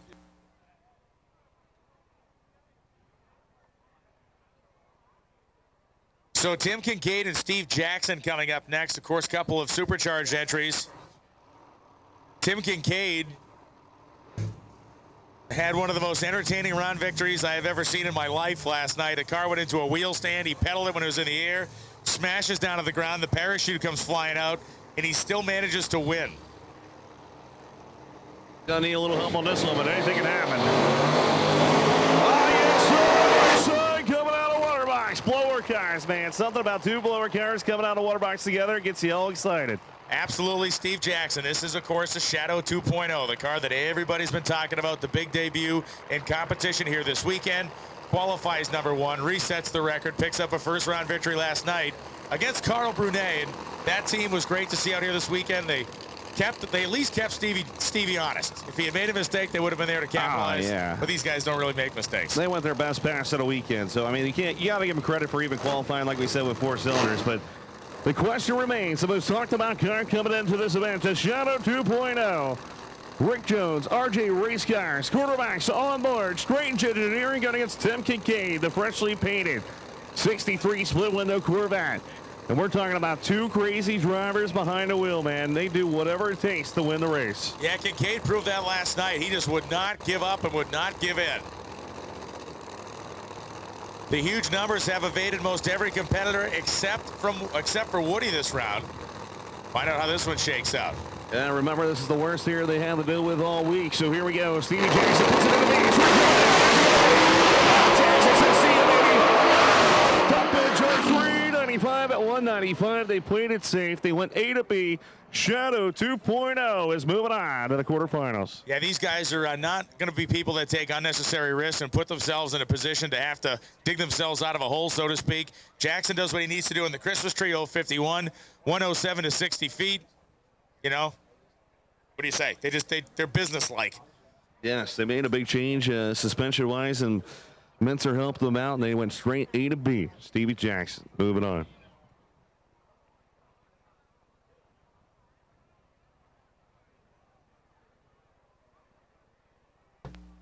So this was supposed to be Ryan Martin of the Fireball Camaro on the Strange Engineering side versus Alan Pittman. We'll see Alan Pittman. We will not see Ryan Martin. Unfortunately, engine breakage, or breakage, I should say, for Martin. Yes, they couldn't. They couldn't fix it. So that's unfortunate because Ryan was flying this weekend. So somehow Alan Pittman and Scotty Cannon find the luck string again. Remember that movie Space Cowboys a few years ago? Oh, yes. They took all the old astronauts and shot them into space. We got the radial tire version of it happening down here. I just can't believe it. But hey, I mean, the car is fast. There's no doubt the car is fast. So we're going to find out. Scotty Cannon throw the tune-up winner and trying to go A to B here. Hold your ears.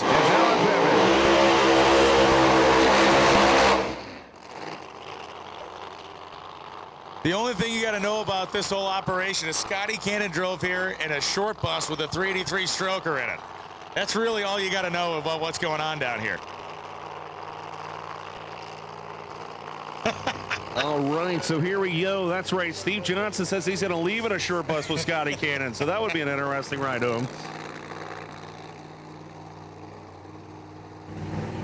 So let's see what the blower car can lay down here on the right-hand side. You know they're going to try to get data. If they go 390 anything, they should be pretty happy right now.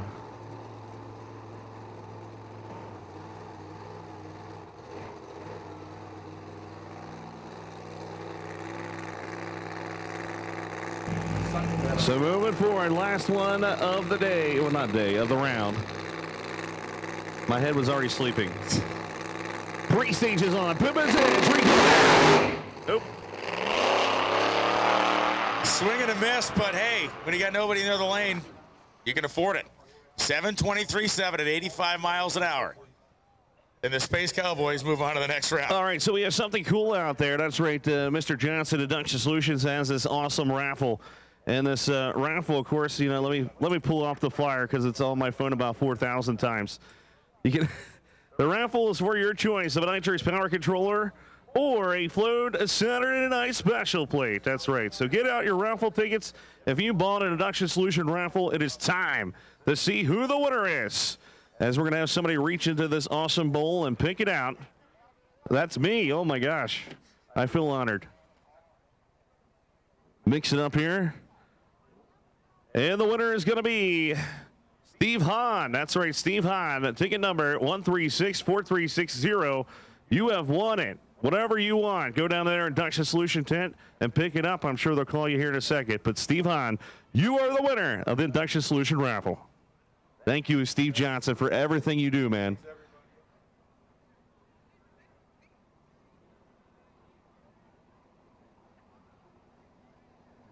So, man, you just made someone really happy.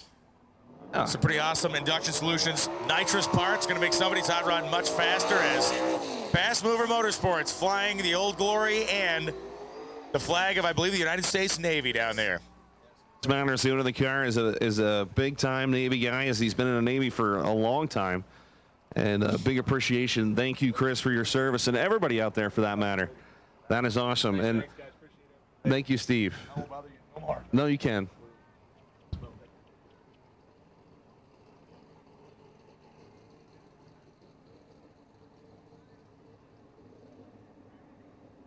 So Ryan Heacox will be kept on the right-hand side. Sereno Park, Maryland, 04 Mustang, the small block Ford AEM Power on board UPR products.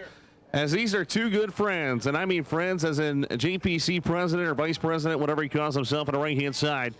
And they had their hands on the car on the left-hand side also. So this is interesting. It is interesting, and the one X factor is we saw the Matters own Fiskus-driven car earlier this morning have that issue. I believe he's running an open comp.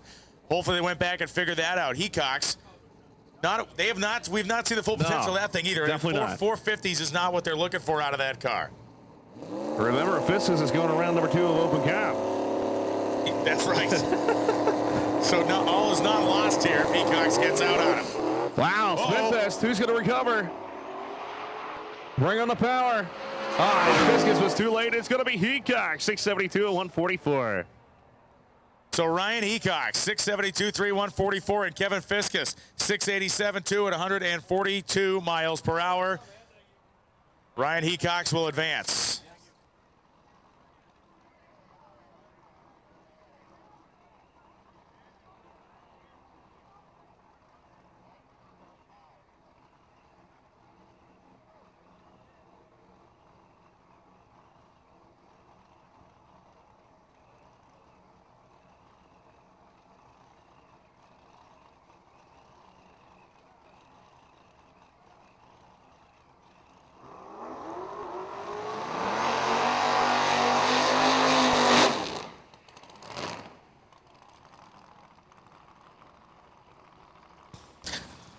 So we have begun X275, sponsored this weekend by Nitrous Express, Salvato Designs, and Ultimate Converter Concepts, and Pedal Fest to start us out with. And just like we've seen before, the radial tire is so hard, you have to have just enough patience to let the thing get hooked back up to the racetrack. And if you miss it by 1/10 of a second, it's just going to wipe the tire off again. And this is going to be interesting right here. Is remember X275. Ryan Lones is looking at my face. Never mind. We won't go into it. Dr. Gary here, the chiropractor, number 22 qualifier. Jimmy White on the left-hand side. As we've been saying, Pro Charger on board. Let's see what's going to happen right here. We need Pro 275 to the lanes, please. Pro 275 to the lanes, please. TRZ. Right-hand side with Jimmy White. Jimmy White's going to pull it out 458, 158. Looks like A to B is what it's all about right here as the Doc is going home.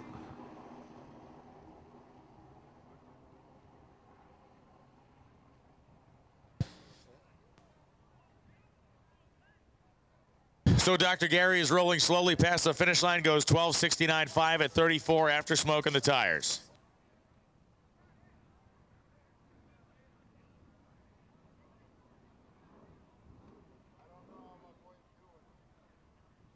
And the good doctor down in the shutdown area as we have our next pair getting ready to come up.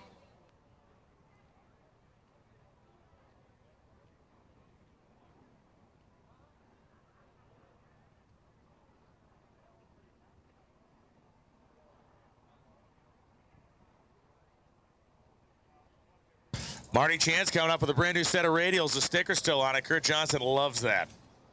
That is his favorite thing. When he sees those fresh tires, the stickers on there. He's a big fan of that. Or he isn't. Eric Moore. Strange Engineering side. Couple of 450 cars so far this weekend, more and more consistently than Chance has been in that regard as they both back up toward the starting line. 32 cars here in round one of X275. And a whole bunch more trying to fight their way into the field.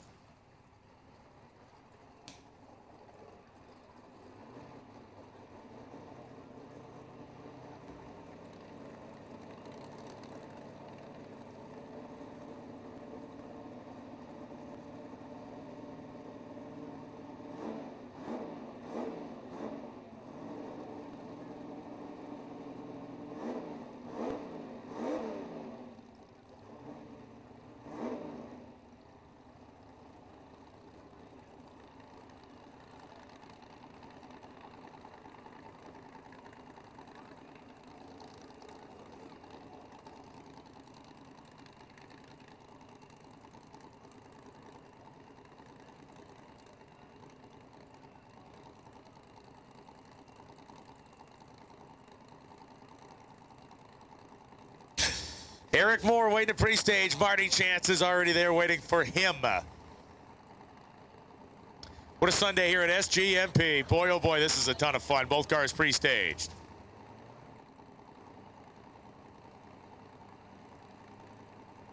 And now we wait. A little bit of a test of wills on our boy. We saw a couple of real good staging duels last night. One of them lasting over 1 minute and 20 seconds. These guys are looking to make a little magic of their own out here because we're into this thing about 10 or 15, maybe 20 at this point. The starter is going to let them do whatever they feel like, and Marty Chance is first to stage. Eric Moore goes in. Eric Moore goes in. There he goes. Marty Chance stage first and smoke the tires first as Eric Moore drives down 456.7, 157 miles an hour. Lee Sebring taking a sandwich break. He removed the only nutritional element that the sandwich had. The tomatoes were the jettisoned off the side of that thing. My phone, somehow I said Lee Sebring tomatoes, and my phone is telling me about a Jason Bourne movie.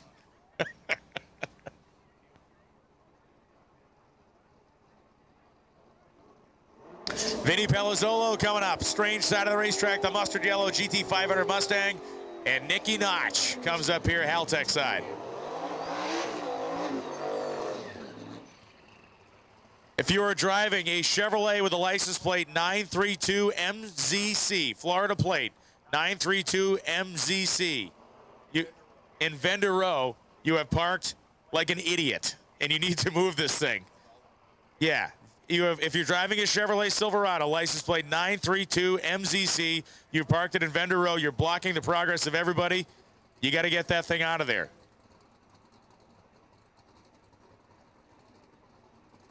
Yeah, you have a vendor trapped in there who is trying to get back to his family. He has been here at SGMP like everybody else for 6 weeks. The man would like to see his children and his wife, maybe even meet her new boyfriend. He just wants to get home. Yeah. So this is interesting here, right? They come all the way from the north to face each other right here in the south. Nicky Notch on the right-hand side. Vinny Palazzolo on the left-hand side of the Benny Ortiz own machine. Justin McChesney doing the tuning.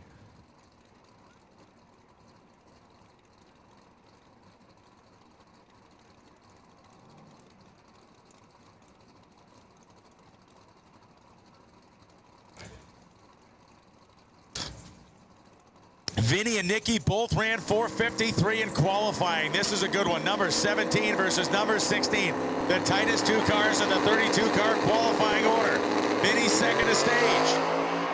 Nicky smokes the tires, and Vinny is going to take him right down the racetrack. 487, 158 for Vinny. Nicky Notch, 585, 133 after tire smoke.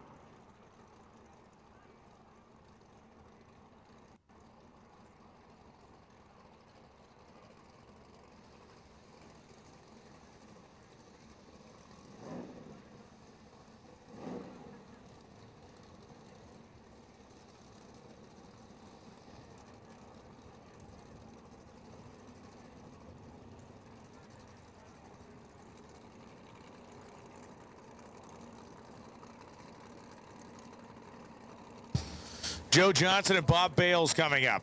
But again, this is first round of X275, sponsored by KBX and Precision Turbo. We have called Pro 275 to the lanes, please. Pro 275 to the lanes. Stringing the tires, pedal fat. Oh, it shut off. The Johnson's going to take that one.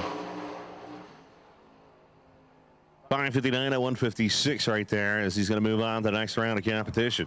See all the crew checking out the starting line. Remember, this is the worst conditions they've seen all weekend, so you got to make some adjustments out there.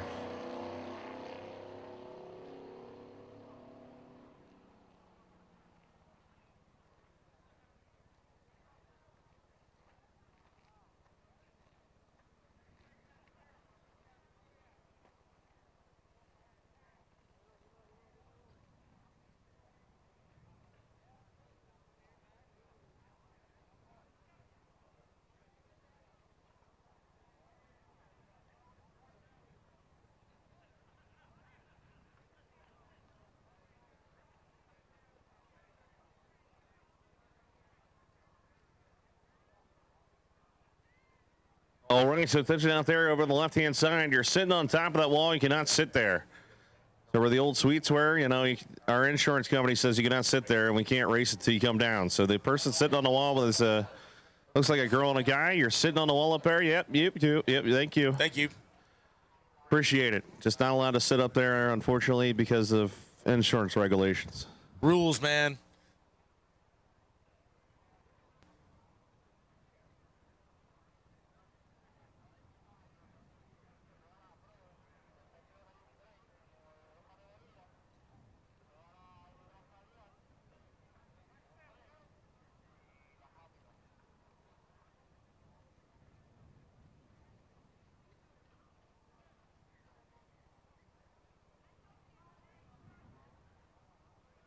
So just a quick hand spray out there to touch up the starting line as our next pair of X275 cars will head down. Scott Carter and Dean Marinas will come up. Marinas' car, very true to the kind of original ethos of this class, not a double frame rail car. I think still has a factory console with cup holders in it. The 2000 Mustang with a 582 combination will line up against Scott Carter.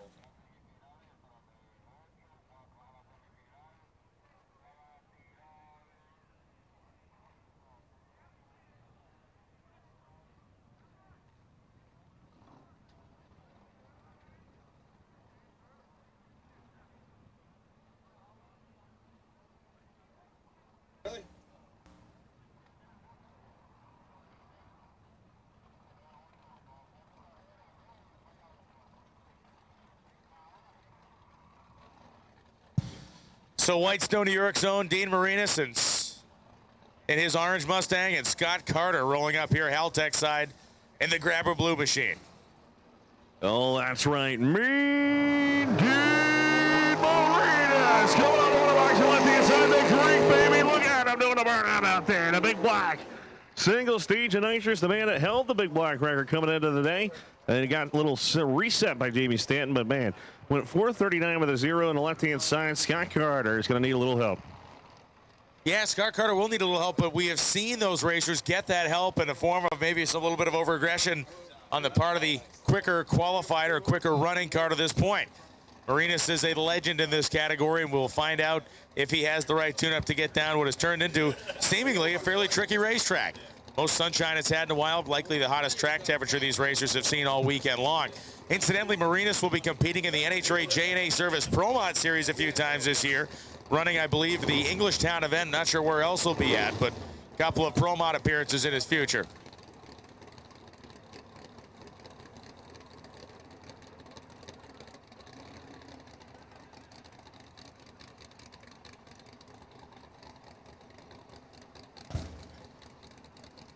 So Marinas, a final purge of the nitrous out of the orange Mustang.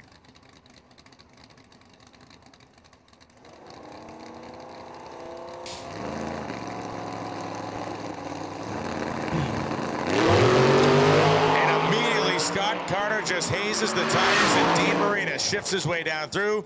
4:53.01.64 was not going to beat himself out there. No, definitely not. A to B is what you're all about, and Dean Marinas has been racing forever. 4:53 with a 0 is probably exactly where he wanted to be.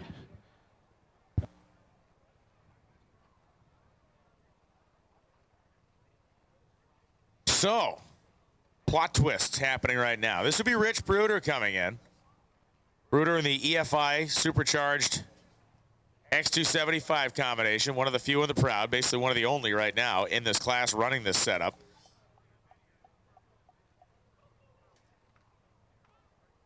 Last night during final qualifying, they were not in. They hit the gas and the car shuts off. They don't even make a run.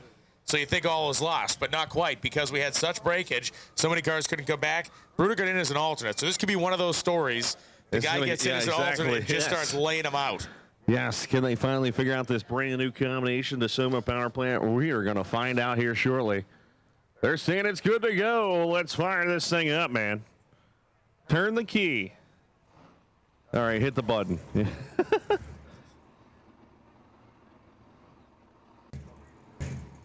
Although I have seen one blower car, by the way, that used to turn. They actually had the key as the onset. Yes, and it turned over. Legit. Yes, I loved it. All right, hold your ears. The atomizer for race and injector swerves the machine. the right-hand side. Brian Brooks will be the left-hand side there. I believe Pro Charge Power number 5 qualifier 444, but all eyes are on the brand new combination. Everybody thought they would come in and dominate, but hey, nobody has done this combination successfully, so they're trying to figure out what they can and cannot do. Yeah, tall order to try to come into an event of this nature, this size and pressure, the quality of the race cars with brand new stuff, especially brand new stuff that you basically had to rebuild in the pits when you got here. This car was they were testing in Darlington, had a situation where the motor went dead lean and they ate up some parts. So that means when they got here, they had to knuckle down, take the motor apart, and put it back together again, and that put them perhaps a little bit behind schedule in terms of what they were trying to accomplish during the early part of the weekend testing. Man, I tell you what, it's a Soma power, but I talk to the Soma all the time, and the Soma says he doesn't really even do anything. The Brooders come in and do all their own work. They just use his equipment, which is awesome, man. Those guys are smart.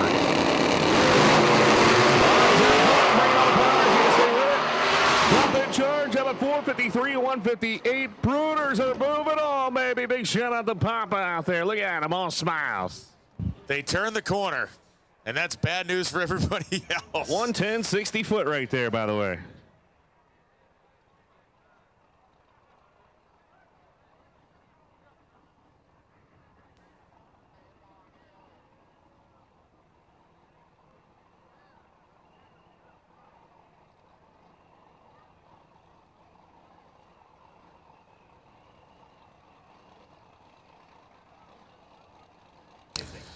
Well, Rob Goss and Dennis Bickford. Goss, the cream of the crop. 438, 164. Model Gen 3 Hemi power. Dennis Bickford, that ultra clean 93 Mustang Cobra on the Haltech side. That's a pretty cool here. Another pair that could meet up north because the Challenger, the left-hand side of the racetrack, actually, even though he's from Wyoming, it stays in Delaware. So the 404 cubic inch Gen 3 Hemi over there on the left-hand side, the Pro Charger. Number 1 qualifier yet again with a 438 with a 0. Dennis Bickford's going to have to figure it out. The Glenn Chassis and Engine, the sponsor machine or built machine out there. Glenn, the main man in front of the car. Dennis Bickford and them switched over to the alcohol. They're trying to figure out the combination. Rhodes Custom Auto Built Machine on left-hand side. TRZ Motorsports. Let's see if Pro Charger, Pro Fabrication headers on board. PTC torque converters can lay out a number right here. So Rob Goss, the crew working this weekend. Scott Clark over there as well, lending some key punching data analysis ability. He calls himself. He says, listen, as far as the tuner's job goes, I cook lunch until they need me.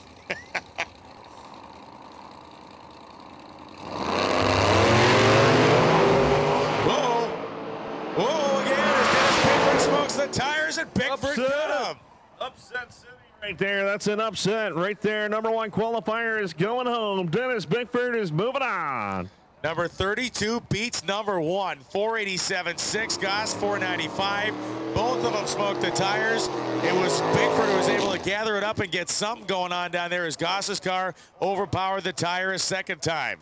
The number of times in my life I have seen number 32 beat number 1 in a qualified field is probably now 2. Wow, that's crazy. This is going to be interesting here. I think I'm up to 3, by the way. So it's a little crazier in my world than yours. It's a never happening thing under normal circumstances, and these are clearly not normal circumstances. So Jamie Stan will be coming out left-hand side. Your number 2 qualifying 438 with a 3. Let's see if he's going to back it down. But Todd Moyer, the Soma Racing Engines here on the right-hand side, Seabrook, Texas. Trying to lay down a pass. This is the best this King's made some passes out there, but trying to find some power. He wants to make it into the 430 range, but right now I think 450s is the safe number. I'd agree with that. This is a car that has had a couple of real rough landings this weekend, or this week. I should keep referring to this as the week because that is what it is.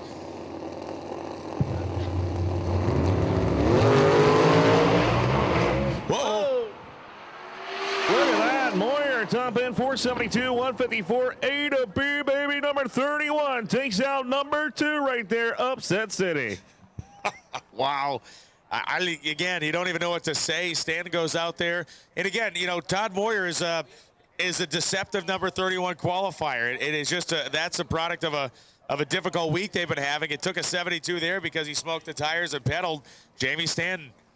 If Stan's car didn't actually get completely sideways, he may have been able to gather it back up and give Moyer a run, but he couldn't do it. So 32 beats number 1, 31 beats 2, and 19 is going to race number 14, and that number 19 qualifier, Eddie Krawick, multiple-time NHRA Pro Stock Motorcycle Racing champion for the Harley-Davidson factory team in the DMC Racing built Billy Briggs Turbo LS-powered 4th-gen Camaro.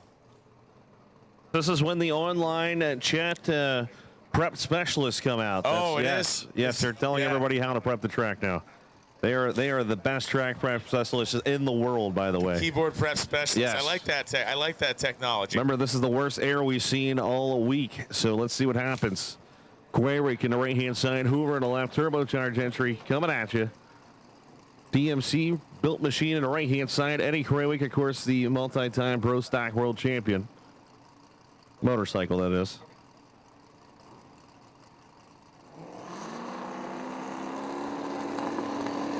So bringing on the boost, bumping at both sides of the racetrack. And both of them smoked the tires. Krawick got a little bit more momentum to start with, gathers it up, and Eddie Krawick, well, it was a red light start for Hoover, too. 062 red for Hoover. Krawick was 55 on the tree, goes 584.7, 149.71.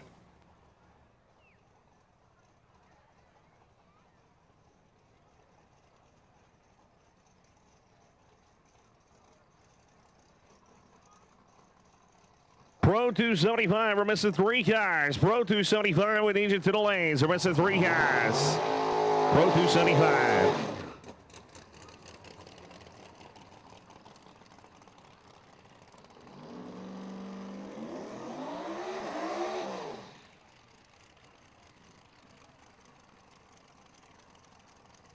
Kenny Hubbard, guy we talked about that is in this class, and not by mistake, but maybe not exactly by design. He qualifies number 4, 442.7, 159.32.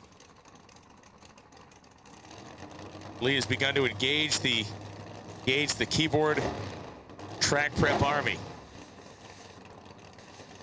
Kenjo Kelly driving his Fox Body Mustang, number 29 qualifier. And if history serves correct, number 29 and number 4.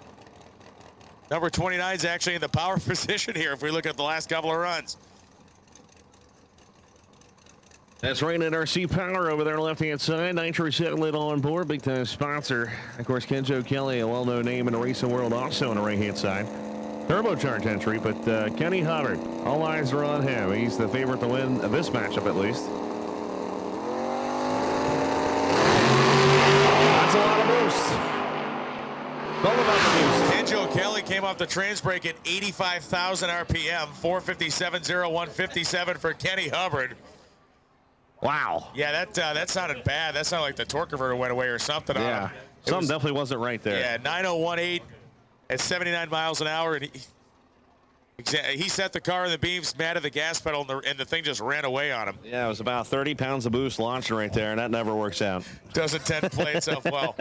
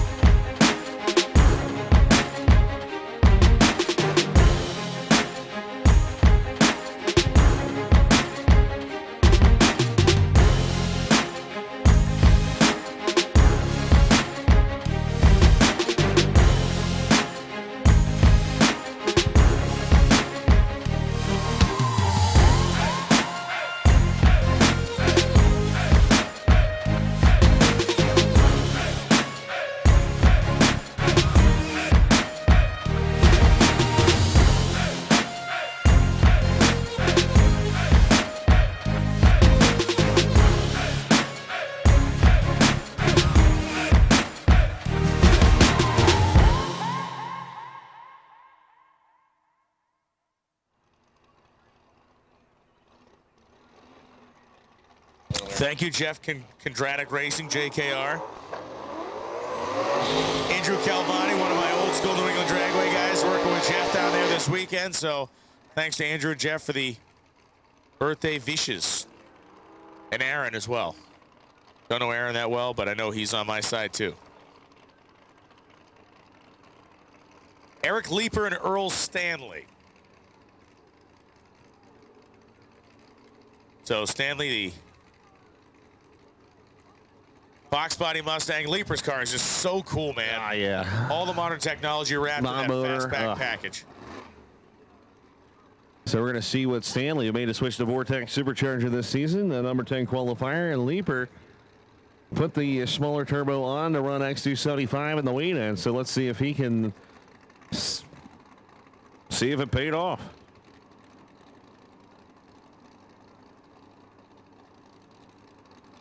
He found a white iPhone, I believe it is.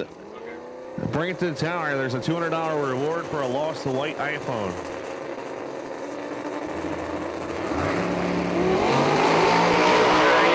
See, look at Stanley, the Vortex machine, top end charge at 453, 162. Leeper just went up and spoke.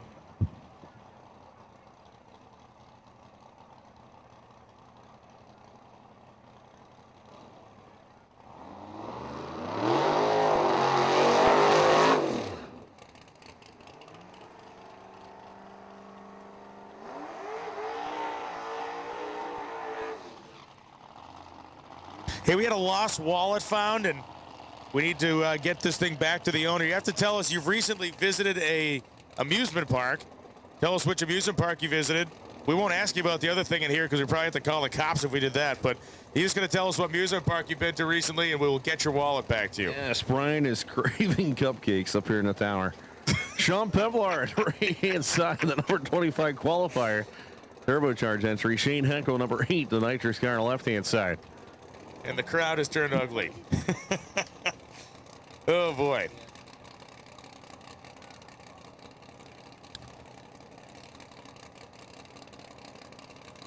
So Heckel and Pevler down near the end of our X275 round 1 category. Crossno walks in the building. I thought he was coming up for the wallet. He's that wholesome kind of quiet type that there's a lot of weirdness behind those eyes.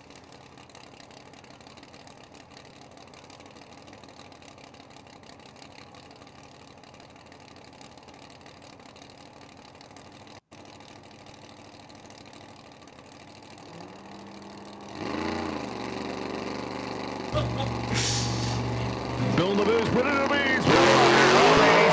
Goes up and smoke. Heckel says see ya. Top end, 459 at 149. Moving on to the next round.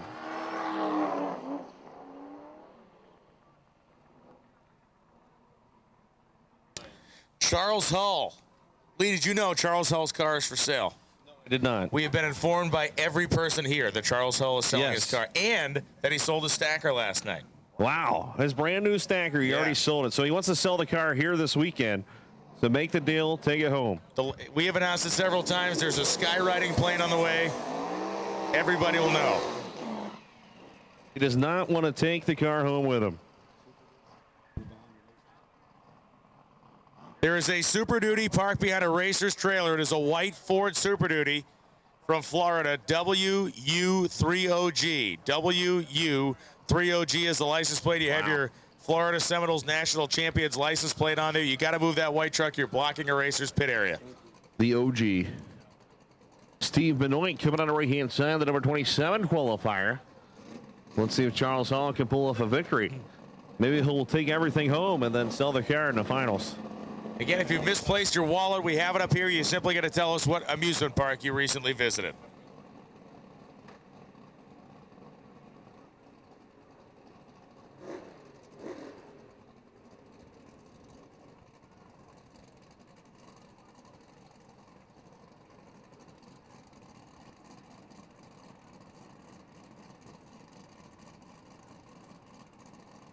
Lee Spring Shootout to the lanes, please. Lee Spring Shootout to the lanes, brought to you by Fuel Tech, Snyder Motorsports, presented by Performance Racing Transmissions.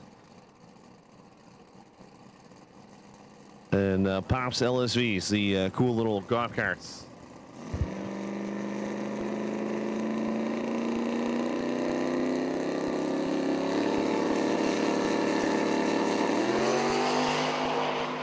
on. Side-by-side racing finally. Top big charge. Who's it going to be? It's going to be Charles. Oh, 458 and 157. Moving on. Remember, every pass he makes, the cheaper the car gets. Stevie goes 474 and 157.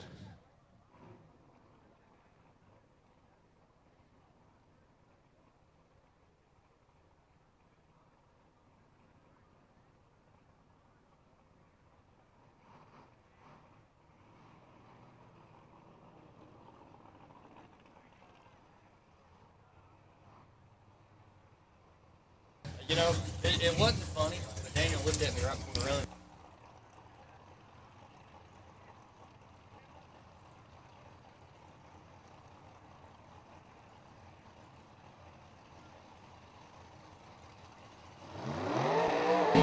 So the burnouts for Phil Hines and Scott Parsons now. Parsons in the Camaro and Hines, of course, in the All Hustle Motorsports Mustang with a Pro Charger on it. Hines' car pretty close to the loudest thing here. Does his burnout, things ear splitting. Number one on the window, he's had a great successful career in the NMRA, NMCA world.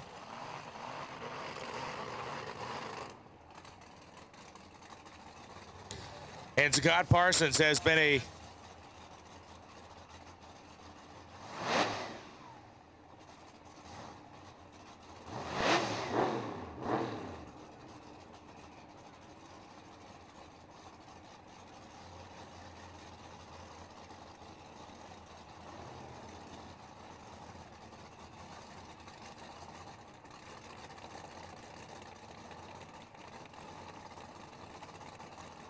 He has claimed his cupcakes here in the tower, so it's good to go.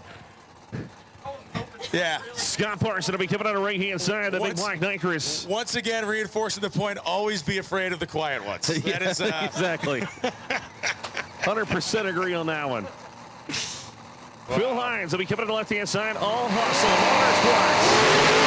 Oh, yeah, bring it on, baby. Another side-by-side matchup. Who's he going to be top in charge? It's going to be Phil Hines, the gym. 455 at 159. Parson goes 466, 150. Parson had him at the 60-foot, had him on the tree, but lost it by the 330.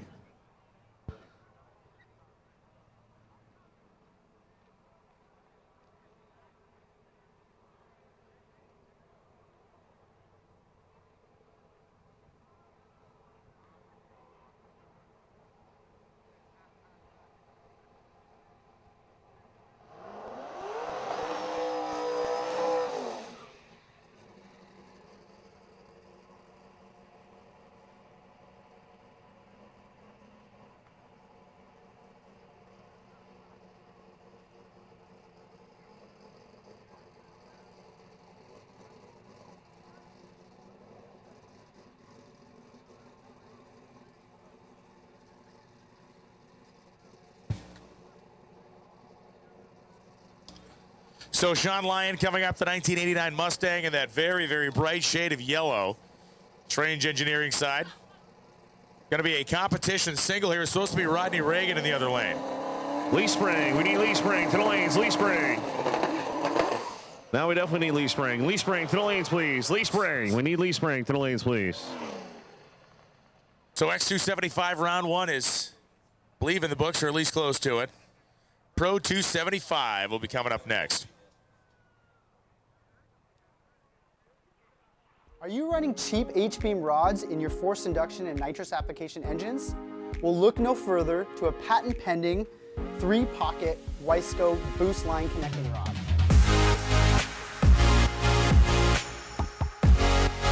It features 20% less stress and 60% increase in bending strength over H-beams. The boost line rod features 4340 chromoly steel, ARP 2000 bolts, and is fully finished in the United States. TKM is one of the fastest growing and well-equipped shops in the Southeast. From surfacing heads to turnkey race engines, we can help any shop with their engine program or do-it-yourselfer needing simple machine work. We also offer engine dyno, chassis dyno, and track tuning services, and are a dealer for many top-notch products such as Fuel Tech, Atomizer 3, and NLR systems. Our work ethic and reputation speaks for itself. TKM Performance can do it all. Give us a call or check us out at www.tkmperformance.com and learn to expect more at TKM.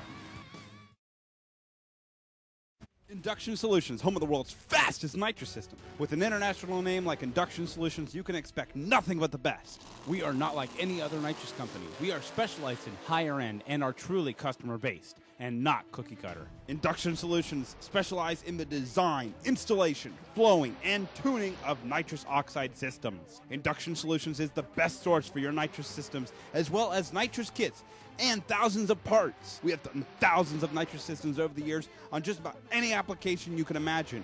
From street legals to pro mods, we do them all. We are known for our direct port nitrous systems, both wet and dry, as well as plate systems, and our very own plenum system, the Punisher. All of our work is custom. Every single system is built specifically for your setup. We are always open to make our customers' nitrous dreams a reality. Check us out today at www.inductionsolutions.com or give us a call at 352-593-5900. Pro Systems, the world's fastest carburetors. With world records and championships in almost every venue of the performance market, Pro System carburetors consistently power the fastest cars on land and the fastest machines on the water. Custom carburetors are our business, and developing race-winning technology is our passion. At Pro Systems, we will take your program to the next level. Give us a call or stop by ProSystemsRacing.com to learn more. Get serious. Get Pro Systems, the world's fastest.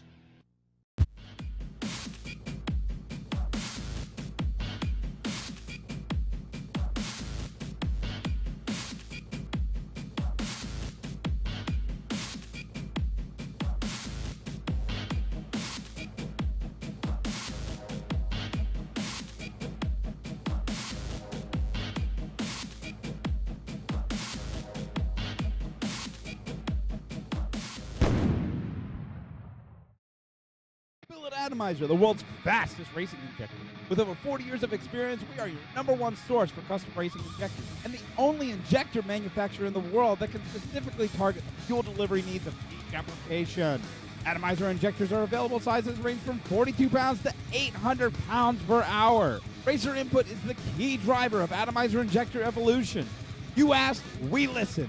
Available now, the new Roots and Screw Supercharged Pro Nitrous and Fitting Style injectors. These specifically designed injectors utilize features derived directly from racers of each class. Atomizer injectors are designed and manufactured by racers for racers and utilize only 100% U.S. materials and labor. Available now, our new Atomizer 4 racing injector ranges from 800 pounds all the way to 1,500 pounds and are available for your high horsepower single injector methanol application. Visit our website today at www.dragracinginjectors.com or give us a call at 757-250-3773.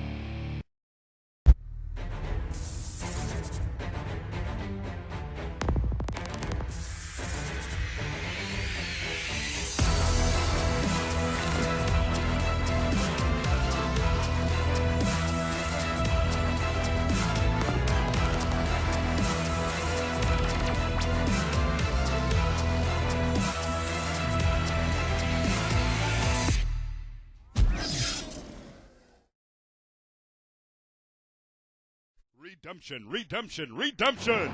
Texas Original No Prep Series, the only no prep series in existence. 2017 championship dates, May 26th and 27th at Texas Motorplex, June 30th and July 1st at Tulsa Raceway Park, September 1st and 2nd at San Antonio Raceway, and the final race of the season, October 27th and 28th at Texas Motorplex. Bonus points for attending all 4 races. It's wild, it's unhinged, and it's only on Redemption No Prep, the original Texas No Prep series.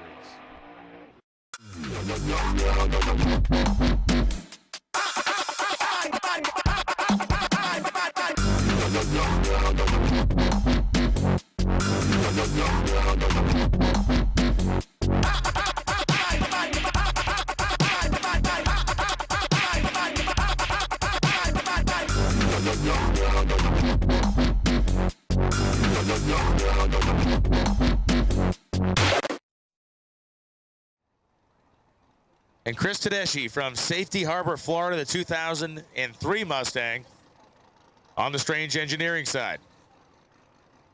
Oh, yeah, gotta love it, man. Turbocharged entry coming out on the left-hand side. The big Pro Charger here, I believe, on the right-hand side. Let's see if the Blackbird, as seen on TV, can put it on the board.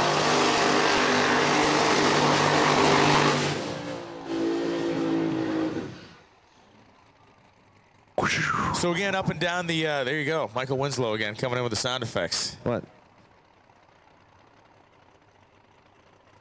So yet again in this category, we're going to see a bunch of different power adder matchups. It's Tedeschi running a twin turbo setup, and as you mentioned, Shane has the Pro Charger on the front of the Vega. I would do the Pro Charger impression, but I'd sound like a dying cow or something, so it's not something going to work out. So let's see what happens here. Blackbird, right-hand side. Chris Tedeschi, of course, been in Pro 275 ODI racing for a while. See if he can put down a pass. This is round 1 in Pro 275. And again, thank you, TRZ, UPR, and RK Racecraft for sponsoring the category this weekend.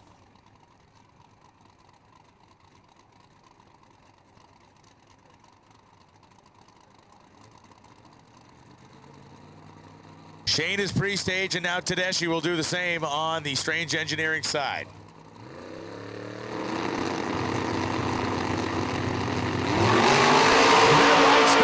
Shane missed it by a mile. He was 127 red, and Tedeschi's car lit the tire up on the hit. Wow. Tedeschi's going to move on. The Blackbird just turned red. He did, yeah, 127 early. Tedeschi's car, reaction time perhaps a function of the fact the car was already spinning the tire. I mean, the second he let go of the button, it was turning the tire there. He goes down 10.64.4 at just 72 miles an hour on his side of the track. So Tedeschi will advance, but certainly maybe lacking a little bit in confidence in the tune-up there, as it was big-time, immediate tire spin. Oh, Fab to the front. Drew's out there watching on. Oh, yeah, that means Scotty G's probably coming up. I want to talk about a brutal car. Scotty G, the #1 qualifier, 406.8, 181. It looks like a little bit of a lane swap being made here as G was on the side to run on the Strange side. He has made that last-minute change to come over here onto the Haltech side, likely after seeing what happened. Yeah, you never want to see the car go instantly up in smoke. Usually that means they take the track with them. So, I mean, usually. Yeah. Radio tire's a little different, but sure. Let's see what's going to happen right here. Scotty G, my man, last night. Thanks for the captain makes it happen. He did get. He said I had to come for one beverage, and I did. So I didn't go to sleep till about 1:30.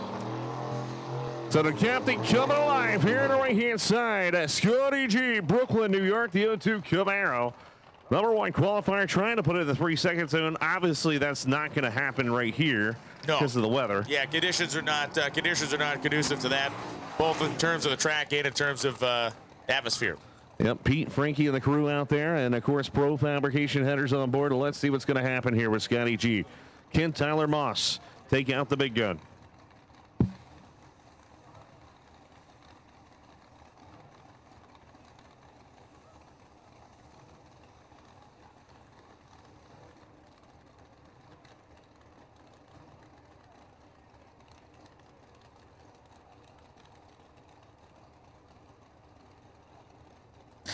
So 22 cars on the sheet, and this is, of course, #1 versus number 22.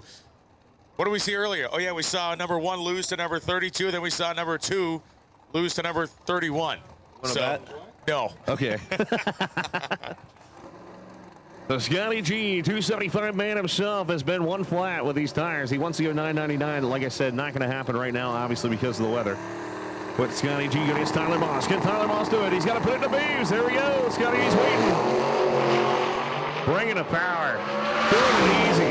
424, 176 straight A to B. A little top end charge there, baby. Look at that. Exactly what they're looking for.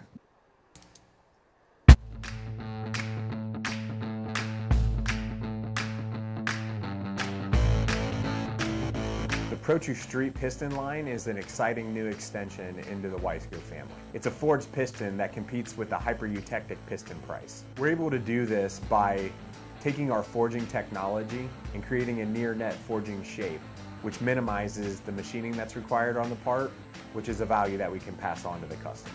Pro2 Street came about by identifying a need in the market for a value-based forged piston that could be an entry point into our forged piston line, but also experimentation and research and development in the forging process, trying new and intricate shapes that are more near net to minimize the machining process. Pistons are machined through a series of mills and lathes, go through a cleaning process, and then a very detailed final inspection. Our Pro2 Street piston line even comes with skirt coating, which minimizes wear and increases performance. Pro2 Street is best suited for any piston customer that is looking for a step up from performance and reliability from a hyper-eutectic piston, but really is looking for an entry-level point into the forged piston market.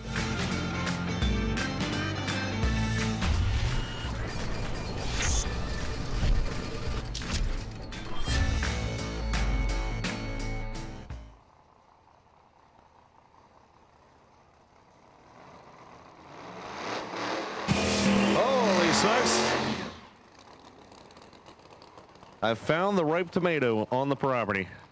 Good Lord. Sean Ayers coming out of right-hand side. Going to get Andy Manson over there left-hand side. Let's see if they figured it out. What are you talking about, that guy's shirt or that weird hat?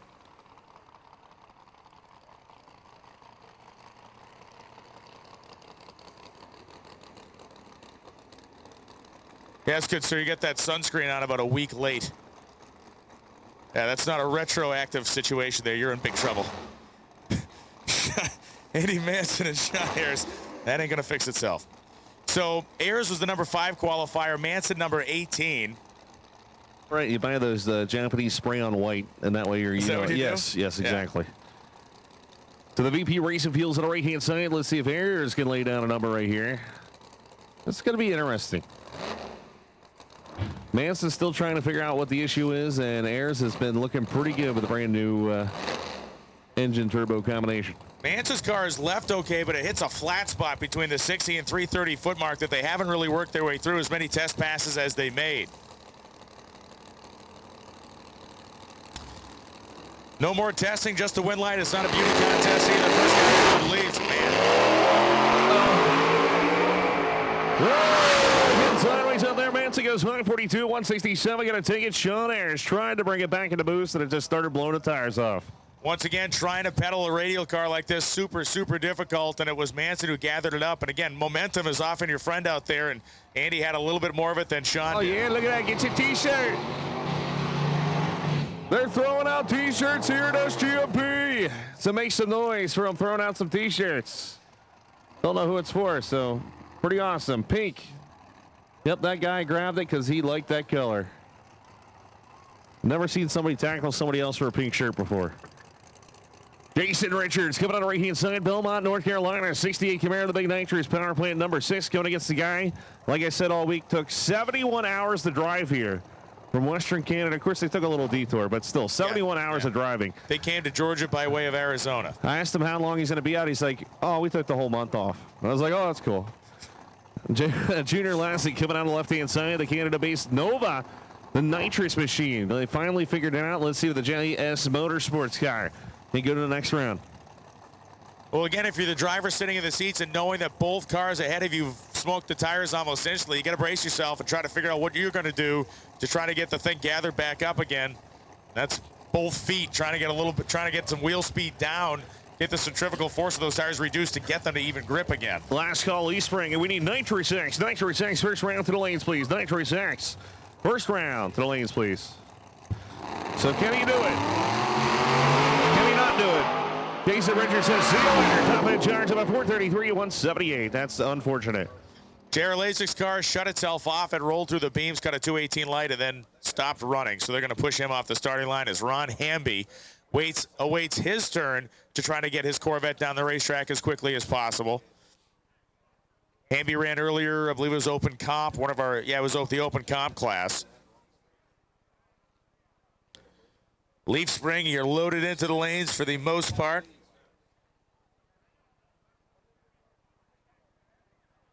Don't look now, but the Cummins Power Nova's back there in the staging lanes. They might have made it in as an alternate. Got to find out about that.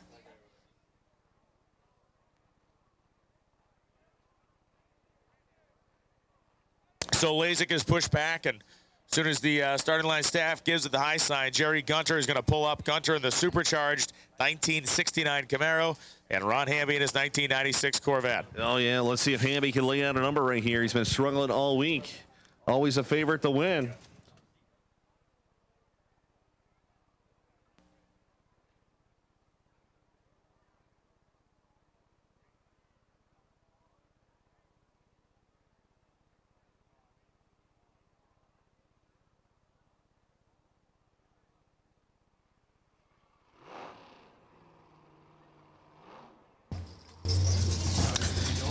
So Jerry Gunter has fired up the supercharged Camaro, a fan favorite car for obvious reasons. This just in from Kurt Johnson. He wants you to do 300-foot burnouts. That's right. He says for you to get the tire right in Radio World, you need to do 330-foot burnouts. No, I'm just kidding. He's looking at me like I'm going to kill you. Remember, radials like shorter burnouts, especially in the heat. Cough, cough.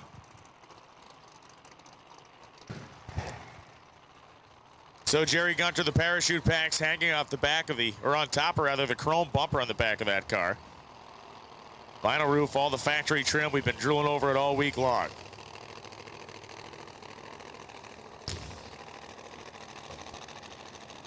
And Ron Hamby, again, trying to turn that performance corner in the Corvette, mostly to get the consistency of the car right. Another machine that just isn't quite making it down cleanly. Nitrous X. Nitrous X to the staging lanes, please. Nitrous X to the lanes.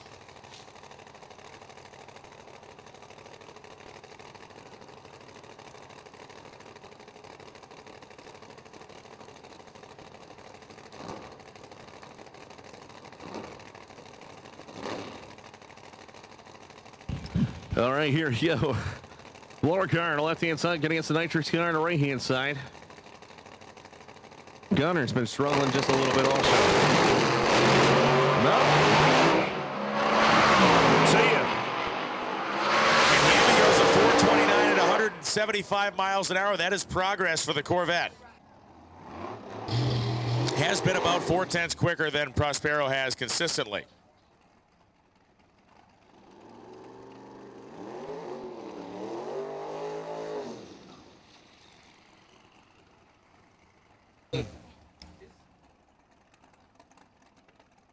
So one of the cool kind of factoids here, the dude backing up Rick Prospero from Sweden. If you follow Hot Rod Magazine Drag Week, you remember there were some guys that sent an Opel Ascona from Sweden, which the Opel Ascona is about the size of a golf cart, had a big nitrous motor in it with just a set of bullhorns on it, no exhaust whatsoever. They drove it all across the country. They had a blast, and he's back here wanted to experience Lights Out 8. If you've ever seen a race called, you ever heard of the Stockholm Open? I've heard of it, never seen it, obviously. So Stockholm Open is a giant street race they have over in Sweden, and this little Opel has just killed the thing, dominated it multiple years. They decided to come over here and have fun at Drag Week. Complete insanity, and these dudes are hardcore. Great to see them hanging out with Rick this week. All right, we need Nitrous X, Nitrous X, Nitrous X, Nitrous X, Nitrous X to the lanes, please. Thought I was going to have to slap you for a second there. Sorry, I was stuck on repeat. Richard Reagan coming on the right-hand side of the lines. Custom Motorsports machine, like you said. Can he take out the Drag Week competitor, the street car, or can a street car move on? Prospero's first pass today netted him immediate tire spin. So obviously they went back, regrouped, and going to try to get the thing moving before they throw all the power at it. Reagan's in the beans, build on the boost on the left-hand side. Here comes the street car. Tree coming down. Oh, street car says spinach. Reagan looking good, though. Can't beat that. 450, 163 miles per hour, A to B. Rick lays into the throttle. The last time we will see that bright green RX-7 this week, 865.9, 142, and it was easy. Everybody be doing it. Great to see Rick Prospero out here in a legit street car throwing down in Pro 275. Don LaMotta, speaking about throwing down, comes up in the Pro Pad Performance car. Racecraft Inc., the chassis team behind it. Real Street Performance also represented on this machine. Salvato Designs, M&M Transmissions, and of course the Wheelchair Mafia on here as well. Scott Kincaid and Don LaMotta is the pairing. Kincaid on the Fox body, strange side of the racetrack in white.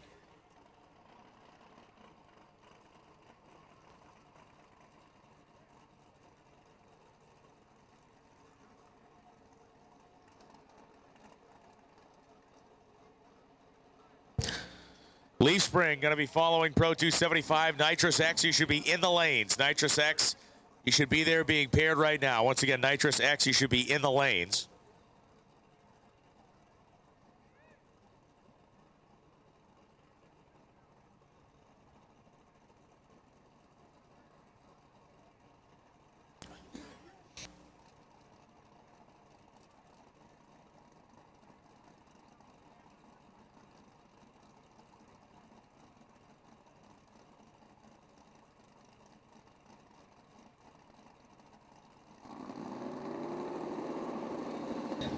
So Don LaMotta, Scott Kincaid get in there. You can hear the turbo spool as look at that bumps in. The cheerleader saying, "Bring it on!" Cheerleader power. That's all about the pom poms right there. 439 at 181 is going to take it home for the Pro Fan Performance Altec engine management machine. Scott Kincaid, 5:17.5 at 140 miles an hour. It just didn't come together for him from the beginning. The car was 126 to 60 feet. LaMotta had him covered by a tenth by the time they got that far on the racetrack. That turned into 3/10 by 3:30, and Don walked away with it. 4:39.3, 181. Going conservative with the tune-up there. He was the number 2 qualifier. Kincaid nearly anchoring the field at number 21, but hey, went out there and took their shot.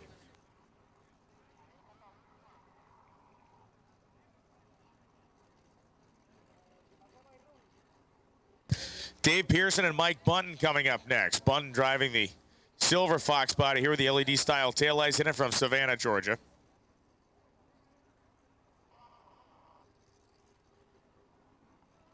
David Pearson, of course, had the incident last night, the big fire and stuff. He will not make the call, so Mike Bunton will be on a competition single.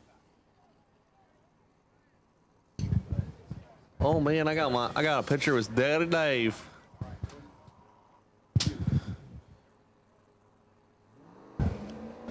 The guy's a saint for not wanting to take people's phones and just chuck them into their stand somewhere. He is, I mean, I can't imagine. Wow. Goes out straight to tires. So Bunton 82 in the tree, and as Lee said, didn't get too far before the tires broke traction, and he is going to coast it down through the 8th mile. That's right. Looks like yet another vehicle coming out here as we have now deemed the chat room a pro. Pre-retarded access are on the chat room right now. What? Retarded access. That's what the pro stands for, apparently.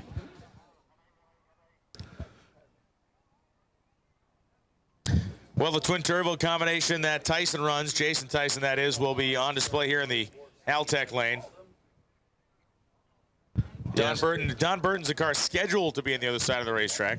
Yeah, what happened was he got down here and just, had an engine builder put it together. They put it together essentially down here and figured out that the push rod length and all this other lengths were wrong. So they just said, you know what, it's not worth it. To their credit, they stopped before they really got themselves into trouble as far as damaging a bunch of parts. Correct. Or wrecking a bunch of stuff. Yes. And that takes a lot of self-control, as lame as it sounds to say that.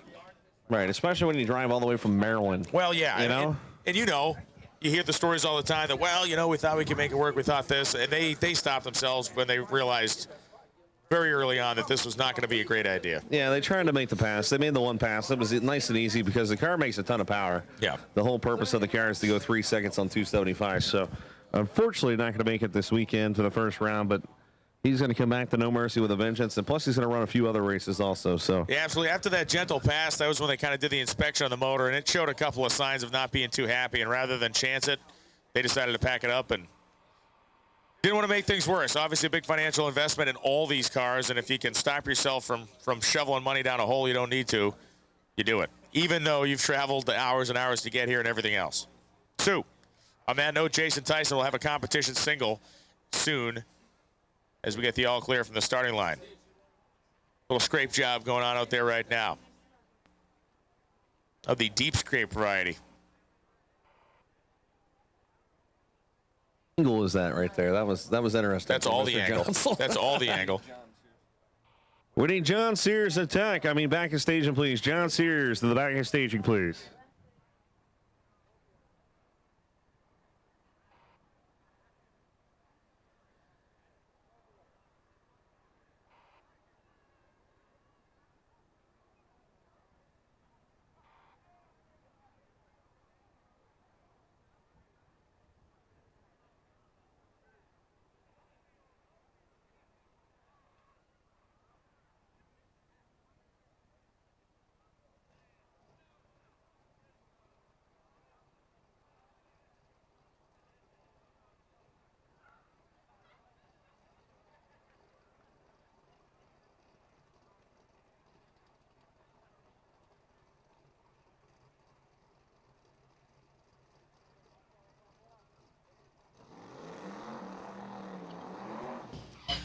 So Jason Tyson solo out here, which could prove very valuable. This track has been tricky for many competitors, so we'll see if Tyson can get a hold of one on effectively a test pass that will advance him into the round of 16.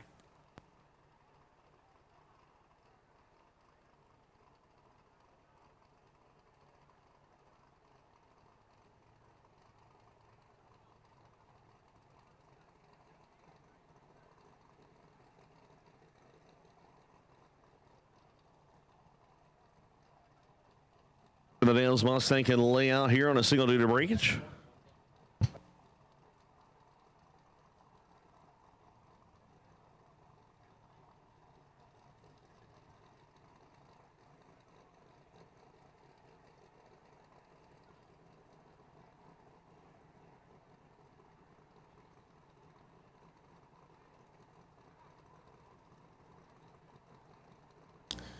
So here comes Mr. Tyson. Got the staging process complete. He's pre-staged. Bumps it in. Was on the power until 60 feet, and then you heard the tires start to chatter and the revs come up, so he clicked it off. Goes 7.909 at 54.99 miles an hour.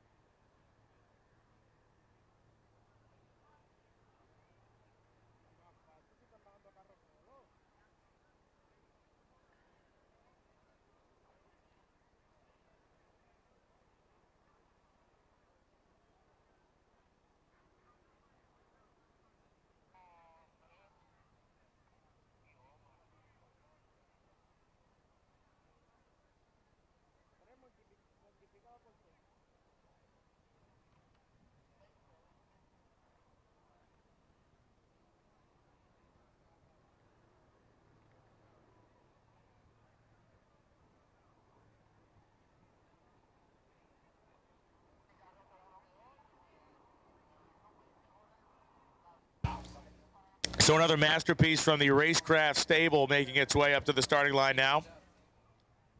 Ziff Hudson, of course, the car that has been chasing a 3-second barrier and a 275 radial. We were hoping we'd see it this week, but circumstances are right now. If they do it now, it would be miraculous, as much as it would be in the ideal conditions at night when the track's nice and cool. And, well, the track has a nice warm temperature and a lot of bite to it, and the air is cool. Today we have a hot track and the warmest air we've seen these guys and girls racing in all week. Hudson was supposed to be facing Robert Ty, but we got no Robert Ty.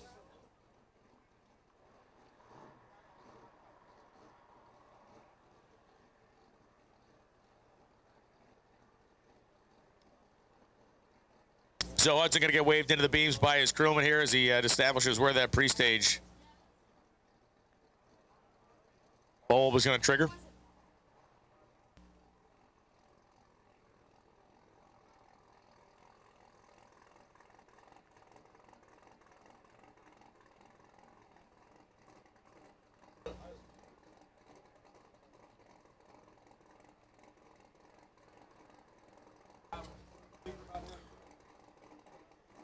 So Ziff Hudson, Concord, North Carolina, competition single, rubber ties broken. Nice run for Ziff. It's working down there. 426.4, 181 miles an hour. Ziff Hudson's guys look around and go, what's so tough about this? What's everybody else having a problem for? We got no problem. 426.4, 181. Yes, the car was softened up, but that's still a number. The difference was they scraped the burnout box. That was the difference. You know, that helps out tremendously. No, I'm just kidding. That's what happens when you got your stuff together right there. And the final car in Pro 275 is going to be Mark Moore. Jason Richards is supposed to be on the other side of the racetrack. Richards unable to make the call, so Mark Moore will have a solo. We know Richards is still in the other categories, and he probably said, you know what, I'm just going to take a step back and try to win that one.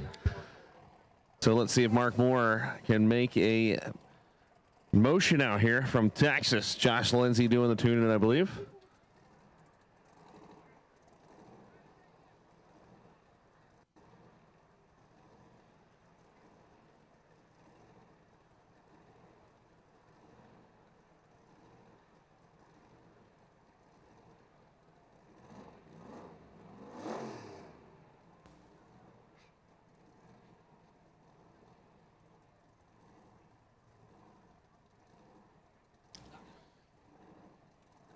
So Mark Moore, the number 3 qualifier, will get a shot at it. That 426 from Hudson, letting us know that there is something to work with out there. If I was Mark Moore, I'd be happy right now to say, oh, wow. Josh Lindsay, one of the best in the business. So I'm expecting A to B.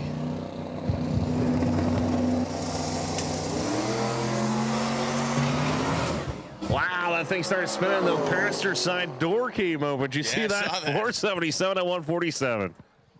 So that concludes our first round of Pro 275. That 22-car field now reduced to 11 cars. Leaf Spring is coming up next.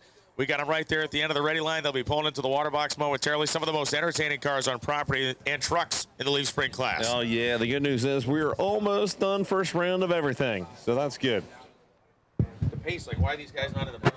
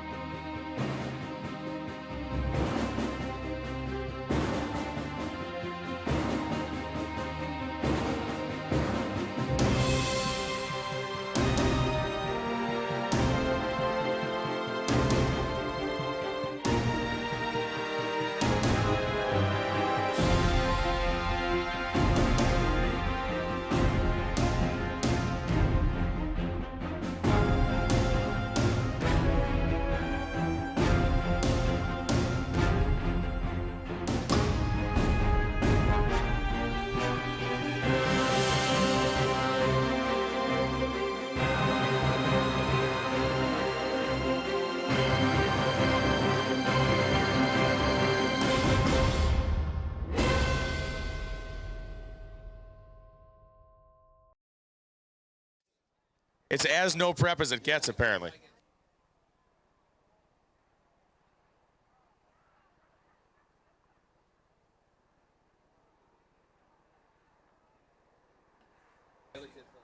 So again, just kind of knocking some of that rubber layer down with the torch and the scraper. Old school style. It's how we manage that rubber layer out there. Kurt Johnson almost just got his face burned off by Wade Rich. That would have been unfortunate. Not that Kurt's the best looking guy in the world. We don't want someone to put a propane torch to his face. Yeah. He's no Lee Sebring in the looks department, but we don't want him to look like the Toxic Avenger either. You know what I mean? Oh man, did the heat turn up? Yeah. Good thing Brian got sweat rolling down. Good thing that hair dye he uses isn't flammable. Yeah, it's green. Lyle Barnett, the #1 qualifier in Leaf Spring, will kick things off on a solo run. The bye run here for Barnett. A Jeff Burns built. Big block Chrysler engine, a single 118mm turbo making the power. Tuning by Harold this weekend. The car owned by Mr. Digby. This is my favorite car of the whole event. I'm with you on that. I really love this thing. Yeah. Out of everything here, this is my favorite car just because of the combination, what it is on Leaf Springs. It's a Mopar, you know, it's just crazy. And, of course, Lyle Barnett is driving it, which is just awesome. They set the record, 424 at 181. So it's either going to be interesting here. We're going to see if he's going to go for it. I don't think so. If they were smart, they'd probably just try to get the data to go A to B. Eric Yost, custom by Biggin, the chassis shop of record on this car. And you look underneath this thing, it does not look like anything else in the pits. It is a Leaf Spring car, but it has adjustability that you've never even considered possible in a Leaf Spring car. A lot of very innovative thinking in here. The result of that innovative thinking is that this is the most successful, I should say the quickest and fastest Leaf Spring car in history. And they're going to tear one out now. Lyle Barnett, 462.8, 176. The speed is good. 462 ET-wise, a lot softer. This car, of course, has been in the 420s where it has set the gold standard on Leaf Spring performance. The speed has also been over 180. So talking about bringing in boost, only a 140, 60 foot. Yeah. The reality is, too, I mean, this is probably another team that doesn't want to beat themselves. You know, they qualified 424. The next closest car was Plemons at 452. So the time for being an ET and speed hero may be over. Develop the consistency and race your opponent. Rolling Cole. Didn't roll Cole. Rolling Cole, but not rolling any tire smoke is Ryan Milliken. Last night they came up for the final qualifier. The car wouldn't start. They're in as an alternate. The Cummins Dodge spooling up. Oh, that's right, too.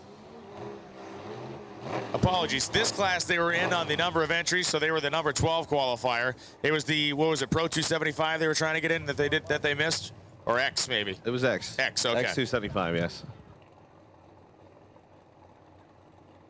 All right. I've never seen the bouncy house run on the gas that many times in my life. Well, I'll tell you what, there is one kid climbing out of the wreckage of the deflating slide over there. Yes. It's like, gonna send like a rescue crew to pull him out of there. If anybody has gas, you need to run over and put it in the generator so you save the kids. So here we go, the big block. Andy Jensen Power, Booz Brothers Racing and left-hand side.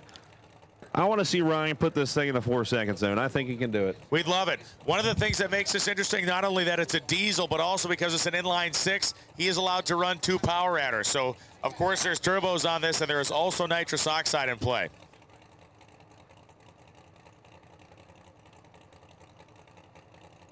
Scott Parson is saying, I just don't want to be a footnote to history here. I don't want to be the guy that lost to the Diesel Nova. If he does his job right, if his crew's done the job right, Parson should not have a lot of problem out there, but as we've seen all day, you never know. Ryan Milliken has timed out. Milliken will get no data. And probably the best run that car has made all weekend, although can't see it because the cloud of soot, but Milliken, unfortunately, no data, so Scott Parson goes 691.5 at 97 miles an hour, and Cummins Power Nova is done for the weekend. All right, this just in, the woo factor. Keith Perry shirts are only $10. $10 at the Proline trailer. So if you want a woo shirt, he said go down to the Proline trailer, which is right behind the tower. Can't miss it. Keith Berry, last year's champion. $10 t-shirts. So do the rights to Wu go with the car now? I would say no. He would probably have like a heart attack or something. Now's the matchup we saw at the front of the staging lanes with Chris Buescher and Bob Stuller. Profab Performance, the builder of the Jeep 400-inch Ford motor turbocharger in the front of the 85 CJ7. And Chris Buescher, the square-bodied S10. Little wrinkle in the front fender.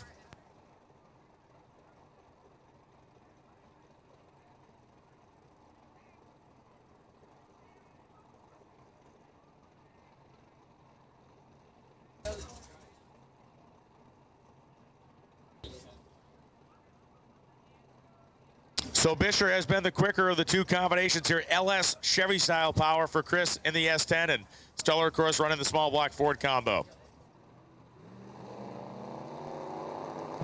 All right, here we go. Buescher's in. Stuller coming in. Can the Profab Jeep pull it off?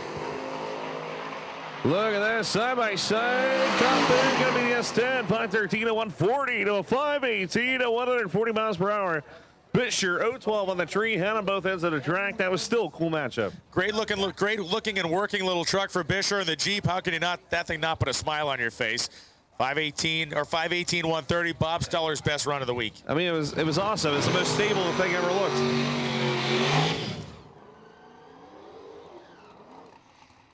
Turbo combination for Steven Chishak from Pittsburgh, Pennsylvania, on the strange side of the racetrack, and Dale Arbogast coming up his 1969 Nova, that patina style paint job on there, the weathered Yanko stripe.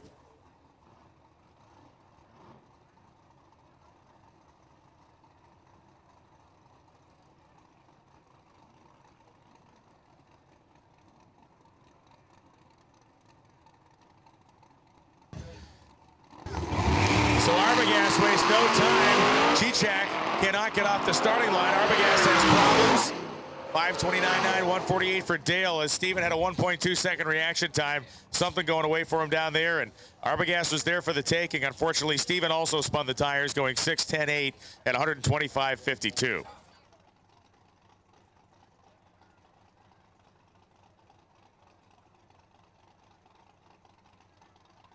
John McDonough and Mike Lairsey coming up. Lairsey from Blackshear, Georgia, driving the flat black Chevy Nova on the Haltech side, with John McDonough from Panama City, Florida, where there was supposed to be Lairsey in the other lane, but we don't see him over there.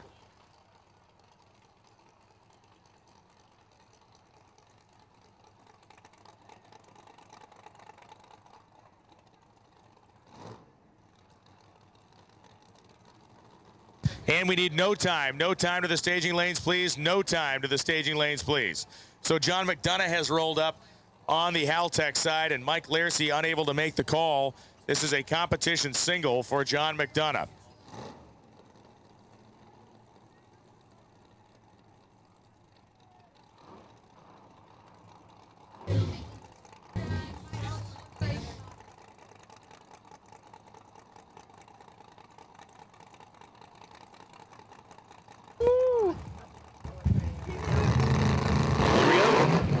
All right. A lot of wheel speed. Yeah, McDonough, the thing kind of shock loaded the tires down there and blew them right off the back of the car. 809.0, 91.29 miles an hour for John McDonough. Jeff Plemons was the number 2 qualifier. He is going to be facing Kenny LaFleur. Kenny LaFleur of the AMC, and Jeff Plemons from Cherryville, North Carolina, driving the Fulton nitrous motor-powered Nova. Right, good old Gene Fulton, man, makes some serious power here. Let's see if they figured the car out. Kenny LaFleur, of course, is like a bracket card. I think goes 596 those all day long. Can it be enough? Yeah, I don't think we've actually seen Kenny LaFleur's car break the tire loose. So, tortoise and hare situation here. I mean, if LaFleur, I mean, obviously Plemons has exponentially more horsepower than LaFleur does. But, like we just saw out of the Nova, if that happens to Jeff Plemons, Kenny LaFleur has enough to scamper down the racetrack ahead of him. No time, ASA Performance, no time, small block shootout to the staging lanes, please. ASA Performance, no time, small block shootout to the staging lanes, please.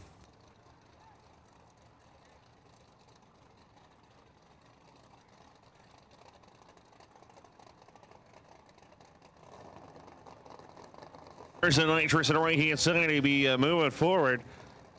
As you're gonna have to rewind the live feed and watch all the shoes that stuck to the track this week and fall down. I saw some videos last night. Pretty cool. Go! Look at that. Oh, man, bringing in the power. Gets in and out of the throttle. Top end. Clements is still going to get it 495 at 127. He saw it leave real soft, and it brought everything in and picked up the front end and then slammed it down, and he had to pedal it out there. LaFleur goes 587.6, 119 miles an hour. In terms of this category, the fastest, quickest run he made all weekend. So say that is the quickest pass he's made all weekend right there for the Javelin. And Mark Dykman coming up, the Blue Goose, with a couple of battle scars from the weekend. But boy, would that make a heck of a story for Dykman to go some rounds after everything these guys have been through. You want to talk about a weekend? Somebody stole these guys' steaks out of their cooler in the pits. How does that even happen? Yeah, that's crazy. Why? So Mark Dykman, of course, will be here right-hand side. Once again, big shout out to Pro Charger. I know we said it all day long, but still a cool story. You know, they take the hood off the show car and give it to him. So thank you, Pro Charger.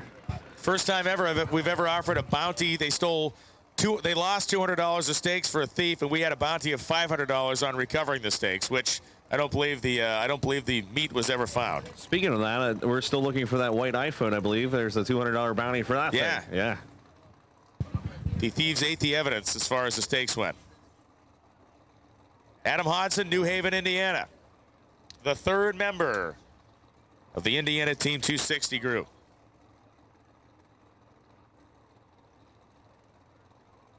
So here we go, Rhodes Custom Auto Built Machine. Patrick Barthill doing the tuning. Haltech Engine Management Systems on board. Dykman has been working on this car all winter long. They've taken some weight out of it. They put a bigger blower on it. They're trying to advance their cause. One of the fastest cars in the New England area as far as 275 tires goes, and it's great to see him down here on the world stage at SGMP.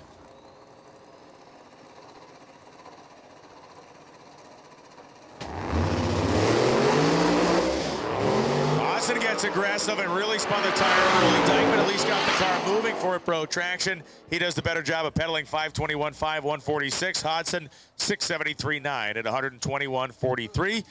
And I believe we have one car left to run here in Radial, or rather in Leaf Spring. John Paterno was supposed to be racing Jimmy Griner in that purple S10, but those guys were fighting mechanical or electrical gremlins all week long, so Griner's a no-show.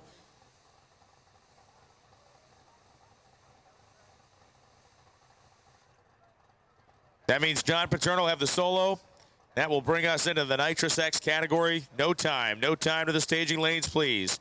No time to the staging lanes, please.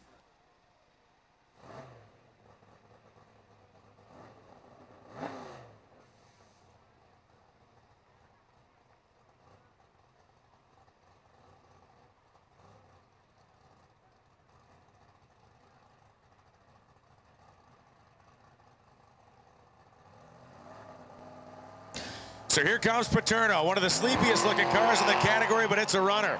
It's also a smoker on this pass. Lots of blue smoke coming off the back of the car. 581.9 at 118 for John Paterno.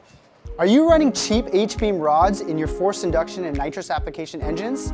Well, look no further to a patent-pending 3-pocket Wiseco boost line connecting rod.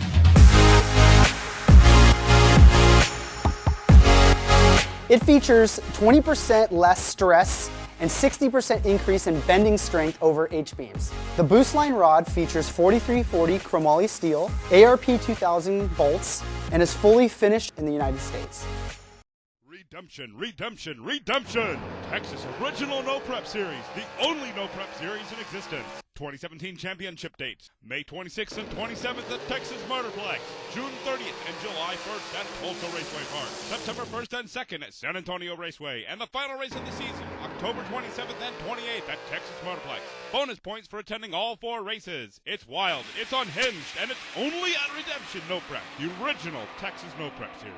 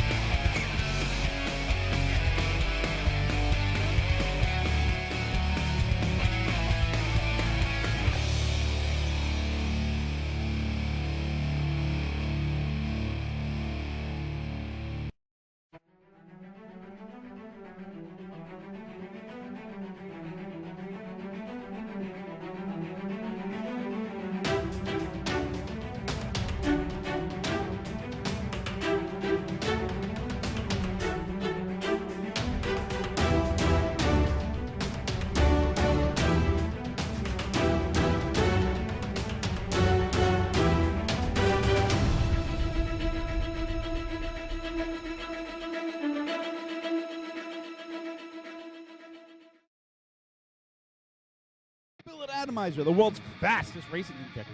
With over 40 years of experience, we are your #1 source for custom racing injectors and the only injector manufacturer in the world that can specifically target the fuel delivery needs of each application. Atomizer injectors are available. Sizes range from 42 pounds to 800 pounds per hour. Racer input is the key driver of Atomizer injector evolution. You asked, we listened. Available now, the new Roots and Screw supercharged Pro Nitrous and fitting style injectors. These specifically designed injectors utilize features derived directly from racers of each class. Atomizer injectors are designed and manufactured by racers for racers and utilize only 100% U.S. materials and labor. Available now, our new Atomizer 4 racing injector ranges from 800 pounds all the way to 1,500 pounds and are available for your high horsepower single injector methanol application.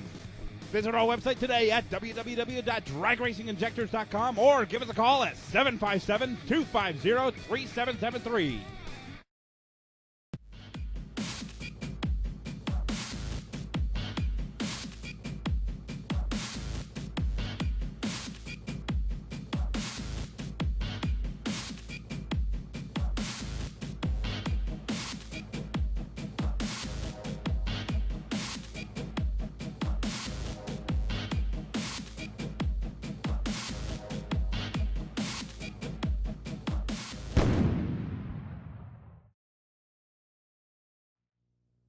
Pro Systems, the world's fastest carburetors. With world records and championships in almost every venue of the performance market, Pro System carburetors consistently power the fastest cars on land and the fastest machines on the water. Custom carburetors are our business, and developing race-winning technology is our passion. At Pro Systems, we will take your program to the next level. Give us a call or stop by ProSystemsRacing.com to learn more. Get serious. Get Pro Systems, the world's fastest.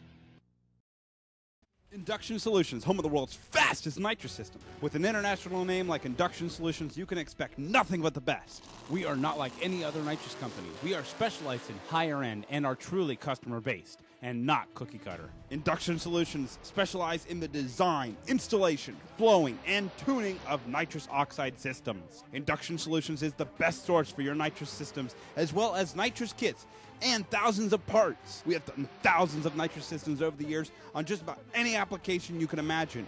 From street legals to pro mods, we do them all. We are known for our direct port nitrous systems, both wet and dry, as well as plate systems, and our very own plenum system, the Punisher. All of our work is custom. Every single system is built specifically for your setup. We are always open to make our customers' nitrous dreams a reality. Check us out today at www.inductionsolutions.com or give us a call at 352-593-5900. TKM is one of the fastest growing and well-equipped shops in the Southeast. From surfacing heads to turnkey race engines, we can help any shop with their engine program or do-it-yourselfer needing simple machine work. We also offer engine dyno, chassis dyno, and track tuning services, and are a dealer for many top-notch products such as Fuel Tech, Atomizer 3, and NLR systems. Our work ethic and reputation speaks for itself. TKM Performance can do it all. Give us a call or check us out at www.tkmperformance.com and learn to expect more at TKM.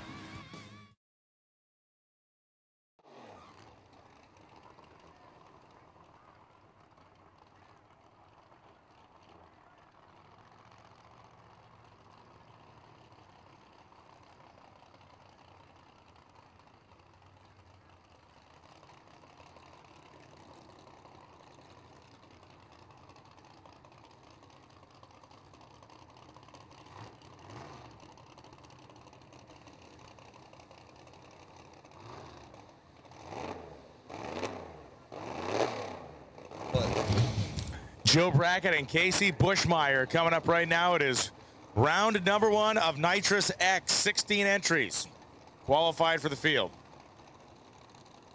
That's right, so let's see what's going to happen right here. Ken, the El Camino, always a favorite in Nitrous X, just because it's an El Camino and not a Mustang. See if he can go some rounds here.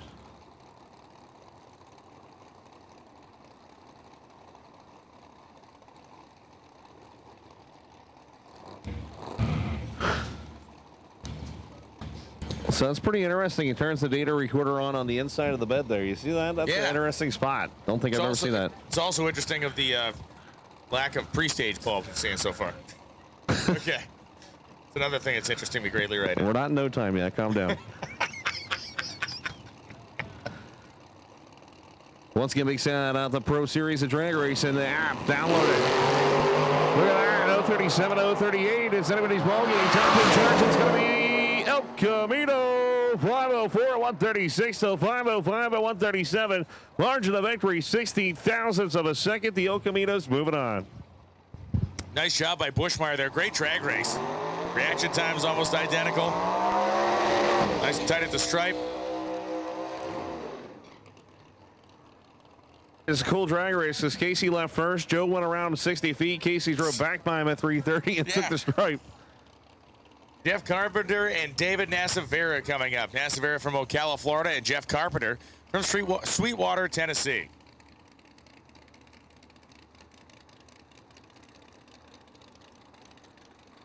Going to go ahead and blow your mind up here. A pair of late 80s Fox Body Mustangs.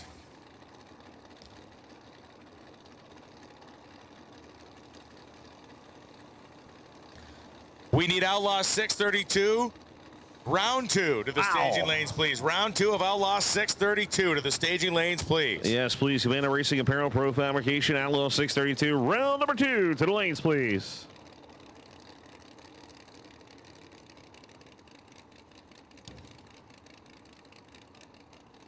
All right, here we go. Battle of the Mustangs. Your number 1 qualifier on the left-hand side. Carpenter running multiple classes this weekend.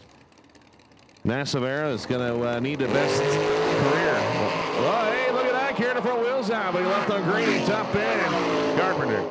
483.8, 129.03 for Jeff. David Nasavera was very slow off the starting line. Looked good with pulling the wheels up and all, but not even close to being competitive there. As Nasavera's 14.3 at 135.82. So Jeff Carpenter advances, and David Nasavera is eliminated. Matt Schleen and Don Jackson coming up now. Jackson, the T-top equipped Fox Body, Haltech side. Schleen from Lake Wales, Florida, the 1990 car in orange on the Strange Engineering side. Fat Daddy Racing, the team of Matt Schleen and the rest, or in his crew, I should say.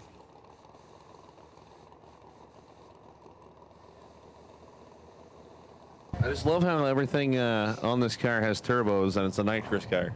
Yeah. Yeah.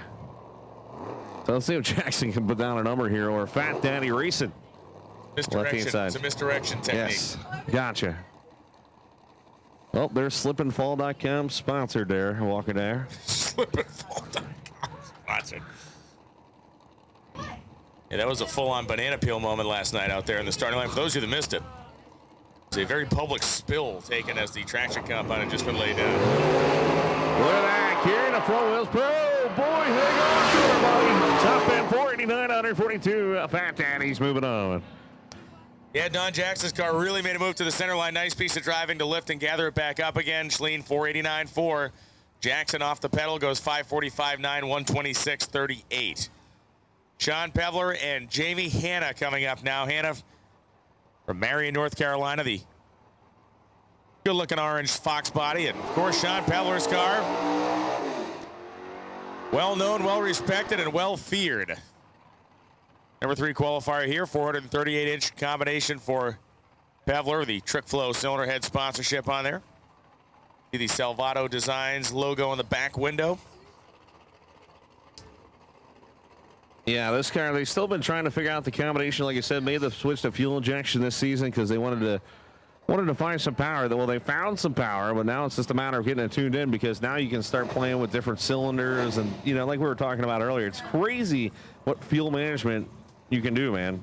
You can do everything. Yeah, and just the availability of the technology, and to have it scaled in a way that that guys can use it, where not that long ago you're talking about stuff that was really only people with at an OEM level or at a racing level, like Formula One had this stuff. They've had it a long time, but to be able to sell it, package it in a way that's affordable for a racer out there, it's incredible. Yeah, before they used to take the spark plugs out, point it up to the sky, and if it got hit with lightning, it actually gave it more power. So, I'll tell you, the art of reading spark plugs not lost. There's still a lot of value in that. Pevler having to pedal it as the front end was rising rapidly.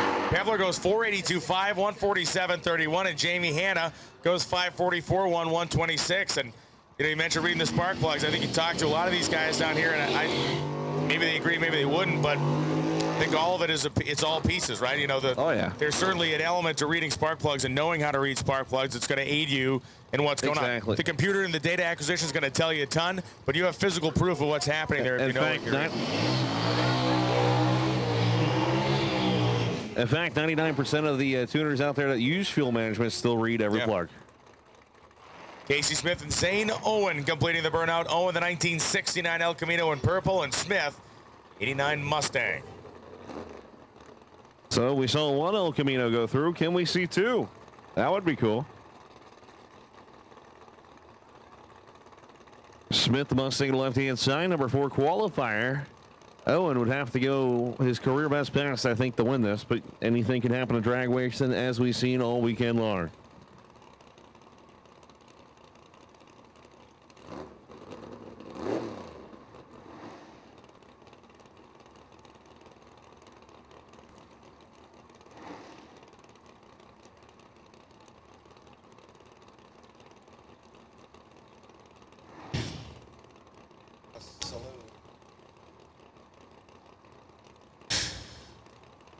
Zane Owen. Creeping ahead. Told the story several times, but I love it. He's owned this car since high school.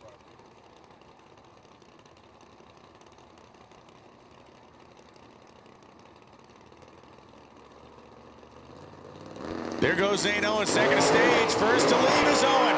And look at Casey Smith. Pedaling. It will be Zane Owen. A big upset there. 5:25.1. 133.45. The El Camino chugs its way down a racetrack, and Casey Smith was on a skating rink out there. 687, 182. I love it. All right, real quick, Ryan Martin is looking for a cherry picker, so the Fireball. Everybody knows him by Fireball, or Ryan Martin, the man from OKC, Oklahoma. He wants a cherry picker. Need a cherry picker to Ryan Martin's pit.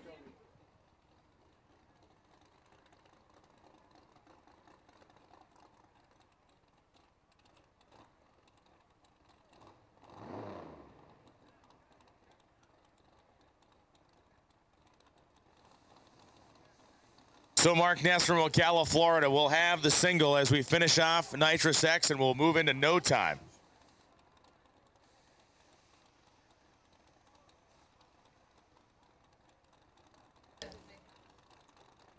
The No Time category is going to be very pure drag racing out there. No times displayed in the scoreboards, no times displayed up here in the timing tower. It is flashy yellow, a green, and a win light for whichever car gets there first. Random pairing first round. Of course, there's no qualifying when no one knows what the elapsed times are. Mark Ness's car has lost fire on the starting line.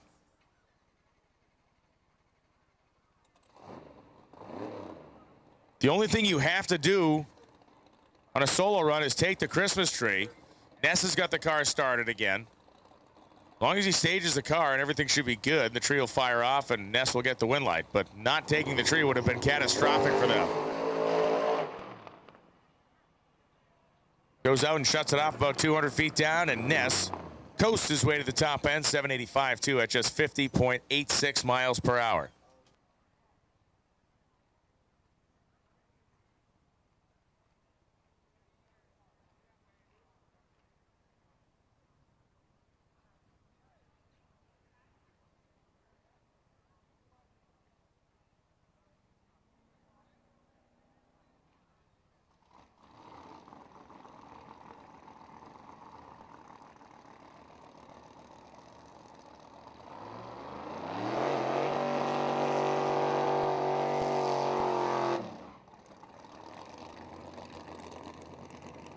Troy Perez Jr. He coming on the left-hand side. Great to see him. Sefner, Florida there. Backsword Racing Engines, PKRE Nitro System, Innovative Racecraft. I love Troy Perez, man. His new company is taking off good. And a big pat on the back for the young entrepreneurs out there, because he is young and he has created a successful company. Ruben will be bringing him to the line. Eddie Miller is not going to be able to make the call here from Jacksonville, Florida. So let's see what they call General Lee. Can he go into the 70s here in the heat?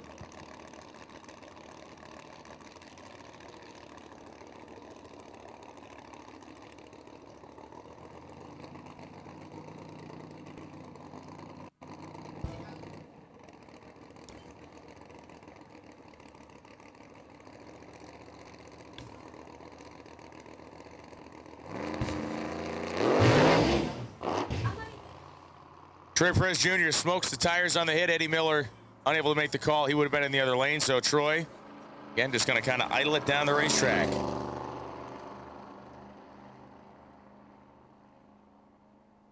We have called Outlaw 632 to the lanes for pairing, please. Round 2, Outlaw 632, round number 2. Once we get through no time, that'll be the end of round 1 for everybody. Outlaw 632, round number 2 to the staging lanes, please.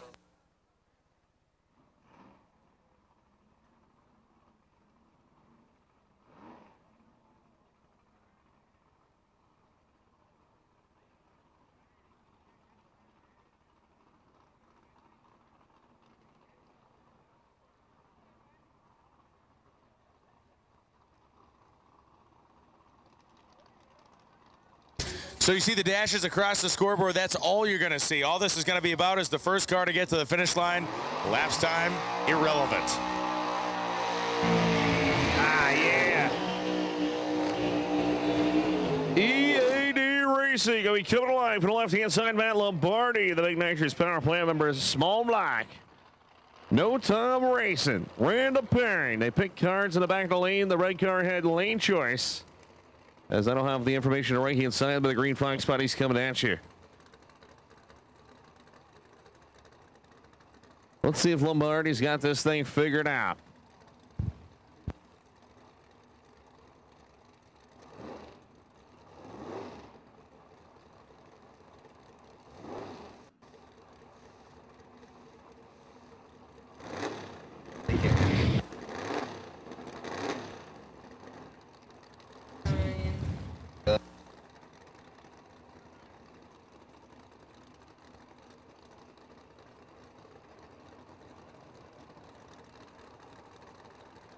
Here we go, bringing them in. Remember, there's no time. 3 lights at once. First to the finish line takes it.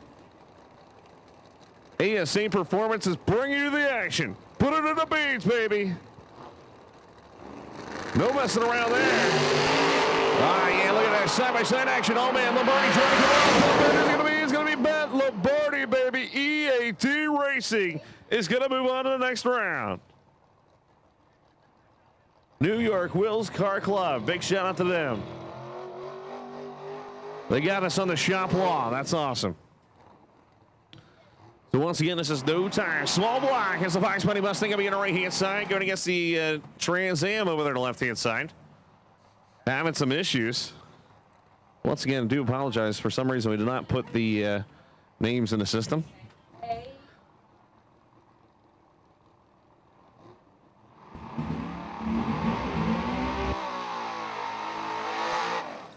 That was a little better right there. Let's see if he has power windows. I think he does. Like a full-blown street car right there on the left side.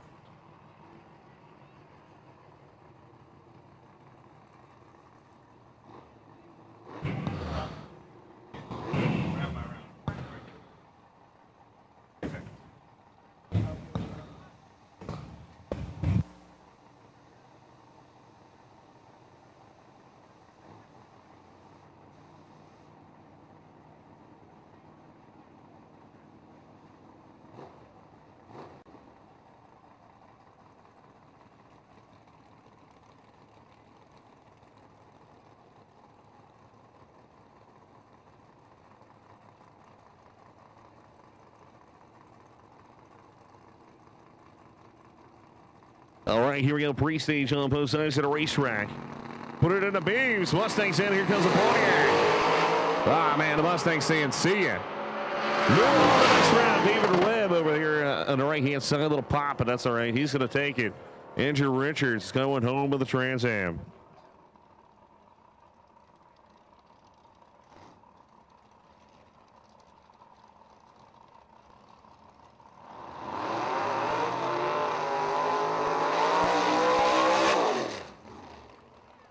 All right, here's my pick to win. The Public Enemy on the left-hand side. Chris Little will be behind the wheel.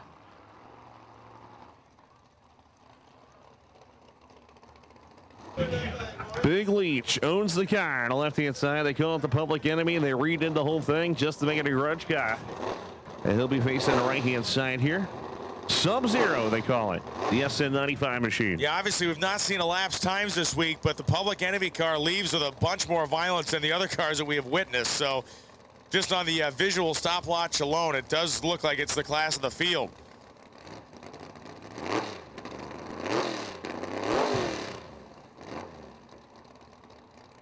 So Public Enemy lined up on the Strange side. Mid-Atlantic-based machine. The Florida-based Mustang here on the Haltech side. Good drag race, and again, it's all just a wind light down at the stripe, and the wind light, wow. He's done. I can't believe it. We have no idea by how much or what the margin was, but man, that was a good side-by-side race, and it's pretty shocking to see that that car has lost round one. Sub-Zero takes out a Public Enemy right there. Also, this just in. If you have the Pro Series of Drag Racing, my buddy just texted me and said, if you have your GPS on, you can get free gold. No questions asked. All you got to do is have your GPS on. So once again, Pro Series of Drag Racing fans, get on, turn your GPS on, and you get free gold. No questions asked for the game. Of course, not like real gold. Oh, see, I was just about to do it for the real gold. Stephen Barnett.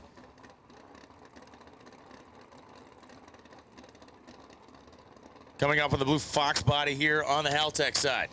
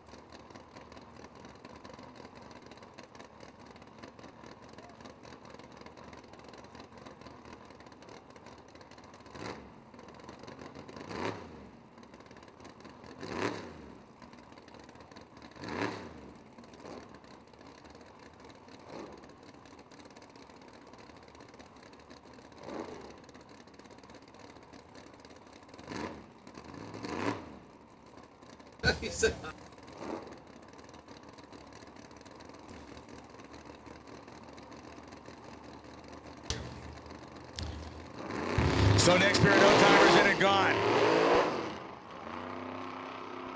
Tire smoke on both sides. I don't know if these guys understand that. You know, usually, oh, it's red light. No, it's a. I don't know what that was. Okay, maybe it was a red light. Had to have been a foul start. Yeah.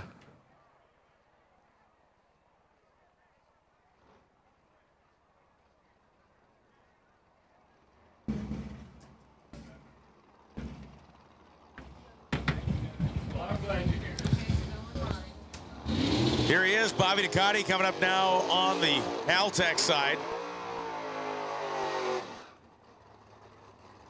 And Jason Wells. Little legend right here, debut with a brand new car. That's right. The Cuts Power Machine Speed Society's out there with the cowboy. Oh, that's my cowboy hat, man. My man is Facebook Live every 3 seconds out there in that pink shirt. Jason Wells will be the left-hand side trying to take the little legend out and make him the little nobody. Can he do it?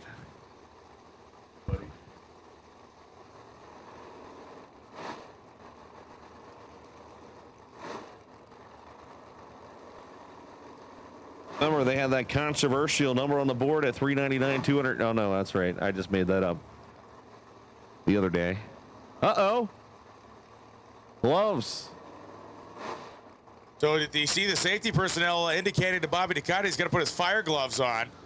Yeah, we're not on the street pro. Brah. Okay, there we go.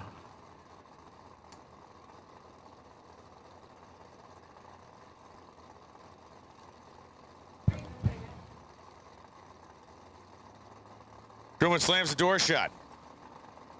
Facebook Live guy flapping his hands around down there. Seems to have gathered himself up. Jason Wells inches ahead on the Strange Engineering side.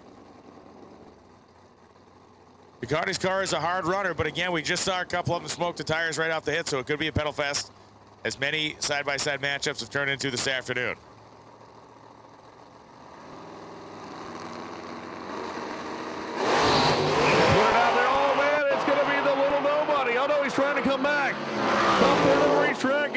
be? Oh, yes. Jason Wells takes out the little nobody. He's nobody's little man anymore. What? He's not little legend anymore. He's little nobody. You got to take it out, man. This is no time grudge racing. You got to talk smack. Jason Wells said, "Bring it on, man." That was like $5,000 lost. Live broadcast. Facebook Live broadcast has been canceled by the guy in the pink cap. We're sorry. He's like, dang it.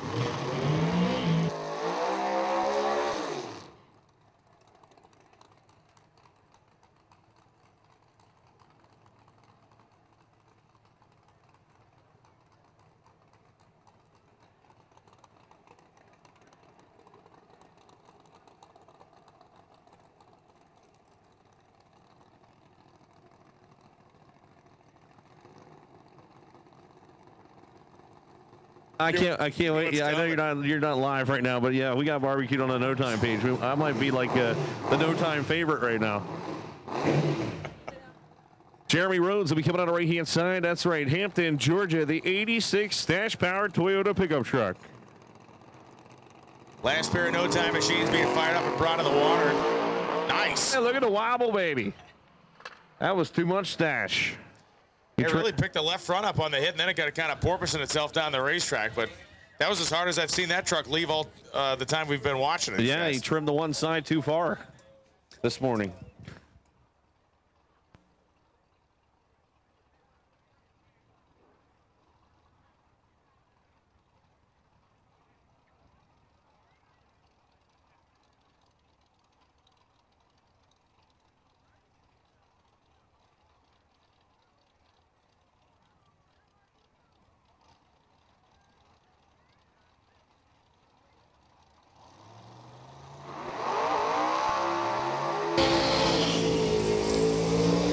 There it is, Project X rolling up on the Strange Engineering side. The wildest looking car we got in the whole place.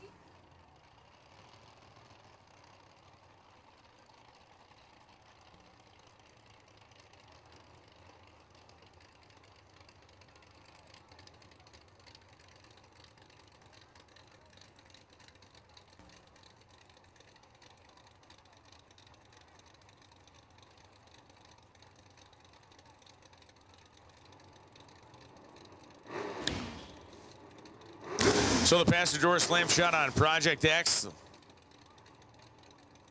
Markeith Belford Jr., Haltech side. Belford Jr.'s car is awesome because it is, of these No Time cars, it is the most sleeper looking car. I mean, you look at this thing and you go, okay, it's Fox body, it's got a radial on it, whatever. Wait till you see this thing get on a racetrack. Nothing about this car says it is as quick as it looks. And that's what's cool. Project X is cool because it is the craziest looking thing on the property. That's saying something at this race.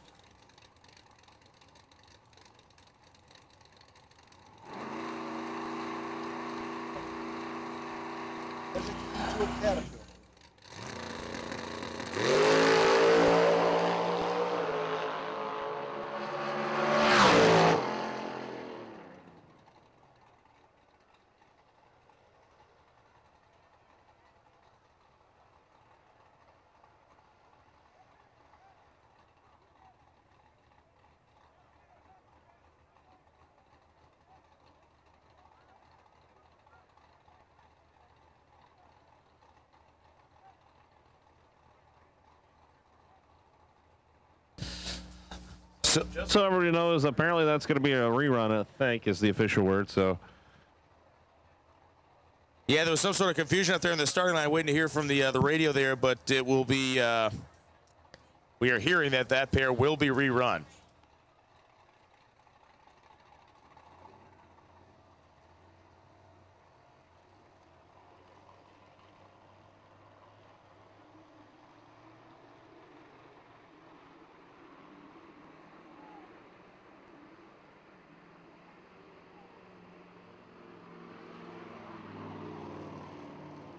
So we're going to do a little rotation out.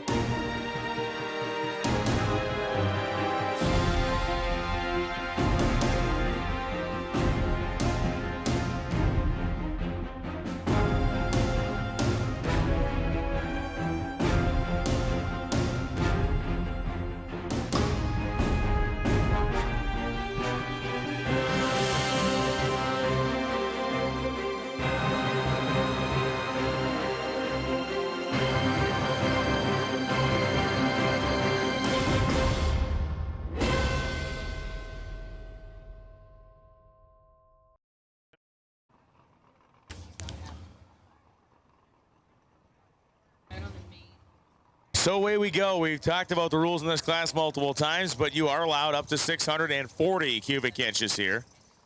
You'll see cars on radials, you'll see cars on slicks. You would have seen a naturally aspirated car if Johnny Fluccino were still in, but you won't. Nitrous is the order of the day. Jim Aldis and Scott King coming up. Aldis in the third generation Camaro and Scott King in the 1969 model.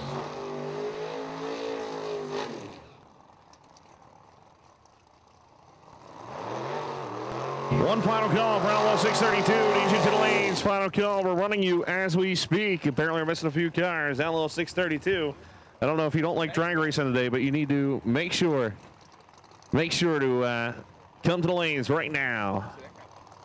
Yes. Making friends. Making friends one at a time. Brian Lowe tonight. Well, we may be making them one at a time. I think we're losing them dozens at a time. The math is bad.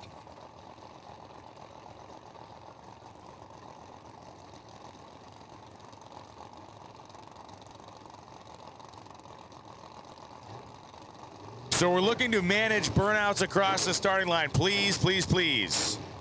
Please refrain from burnouts across the starting line under power. It helps us maintain that starting line and keep starting line up to snuff for everybody. That's right. It helps out with traction. So please, if you can, that's every category. Try to keep it before the starting line. So Scott King turbocharged entry, or not turbo, nitrous car. Gosh, I don't know what class I'm in. Jim Aldis coming out of Shag Nasty. Scotty G Racing Engine Power. They finally figured it out last night. I got to talk to him a little bit over there at Scotty's pit. Let's see if we can move on. Really nice drag race down there, and Aldis is going to get the win light. 4:54.8. 159 miles an hour. The margin of victory, 93 ten-thousandths of a second. Scott King, 4:56.6 at 1:58. King was 9 thousandths better than Aldis off the starting line. And you look at the ETs, 56 and a 54. Great drag race. Jim Aldis advances to the round of 8. Wow, what a great drag race. That's all I got to say about that. King was 0:31. Aldis was 0:40 on the tree.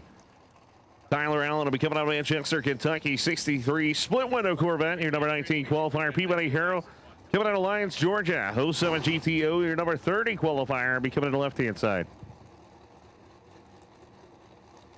Open comp to the staging lanes, please. Open comp to the staging lanes, please.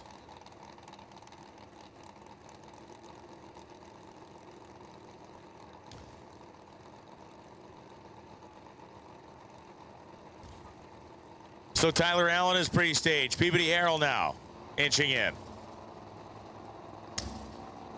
No back half here. This is all two chassis all the time. The Corvette and the Pontiac. Another really tight matchup here. The win light will go on for Peabody Harrell. 79 to a 92 doesn't sound close, but you got to think about this. Tyler Allen was 0-11 on the tree. Yes. Put 300s in his pocket ahead of Peabody Harrell. Harrell had to work for it. Peabody Harrell goes 479 to 146 for the win. Tyler Allen loses with a 492 141 mile an hour blast. Wow. So the number 30 qualifier is going to the quarterfinals.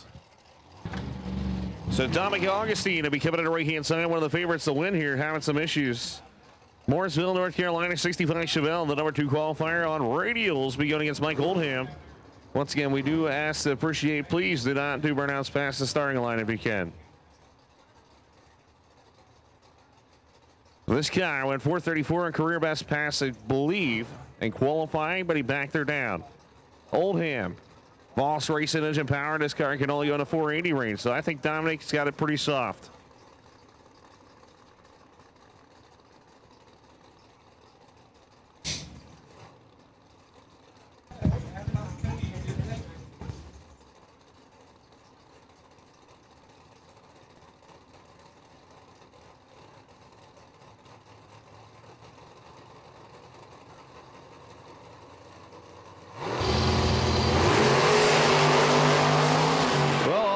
He's going to take it top in charge on 446, 155. Oldham knew he needed the tree, but it didn't matter, though. 494 at 138. Took a good swing at it. 003 light is red, rather, is a pretty good shot at just trying to cut it thin. And again, he knew he was outclassed, so he knew what you can do. And Mike Oldham, been a pleasure to watch that coupe race all weekend. Corey Cox and Will Collins coming up. If there was a car that seemingly did not have the correct attitude to escape round one, it's the one being driven by Corey Cox. Not that it hasn't. Uh-oh. Cox is trying to back the car up. Maybe his finger slipped off the trans brake button because that thing stopped in a hurry. His crew guy just about tripped over the nose of it. Now it's going smoothly. Dylan Voss used to race this car, very successful. They switched it up a little bit with the automatic transmission. It's a new car, and you have the new car issues. A very talented group of racers, and they're getting up on it.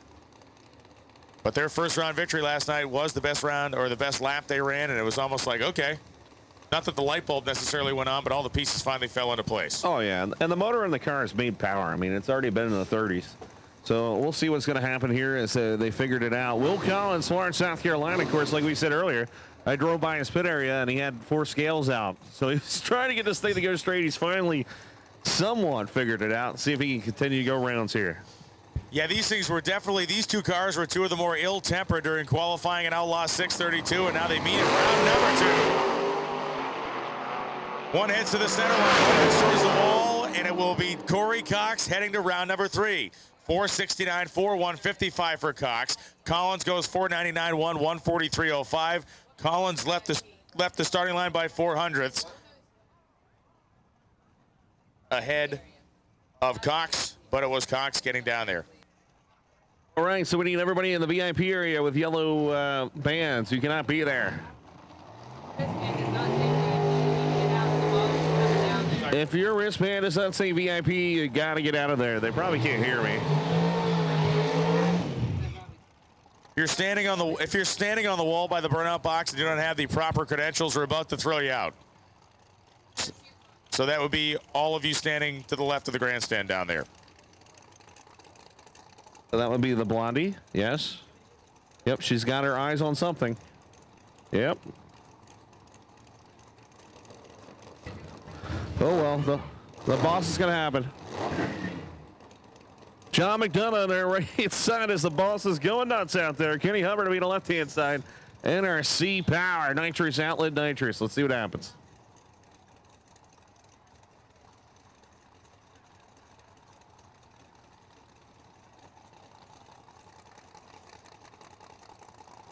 So the boss is cleaning house down there effectively from a distance, from the guard tower up here. That's why you pay all that extra money to be VIP. So clearing house.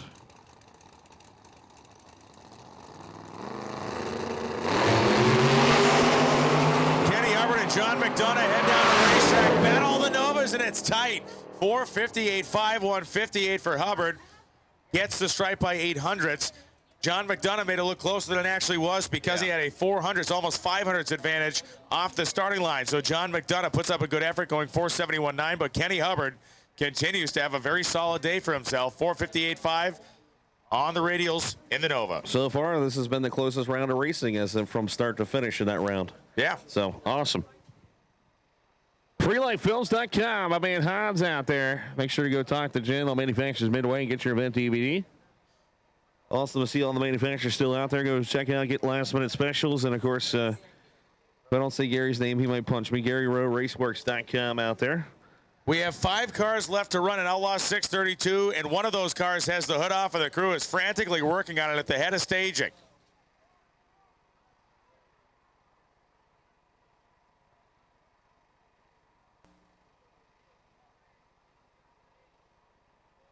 So Robert Martin's crew is working on the engine down there, trying to get the things figured out. Ken Cartuccio is going to come around. Looks like they're going to maybe give those guys at least a little time to get it fixed as the pair behind. Cartuccio's crew's like, yeah, what are we doing here and who are we racing?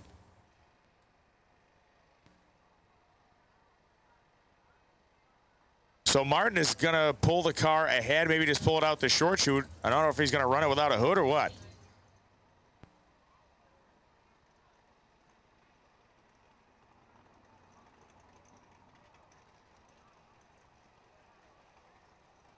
Okay, so looks like Martin's guys got the thing fixed, the Yenko painted Nova. Hoodless and scoopless comes toward the starting line. You can see the big Dominator carburetors on top of that great big sheet metal intake manifold. Eric Autry is driving the Mustang on the Haltech side.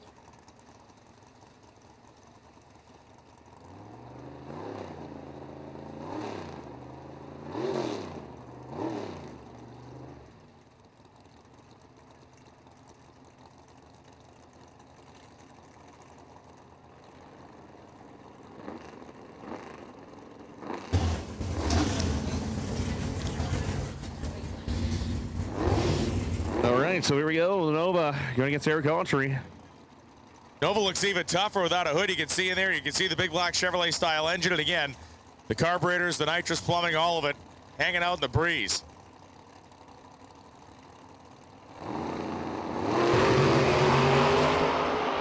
Good launch for Robert Martin, but is it enough? No, it is not. 459, 5158. As Eric Autry takes care of business. He let Martin off the starting line first by about 200ths of a second, perhaps laying back a little bit on the tree, knowing that he had him covered performance-wise, and he did.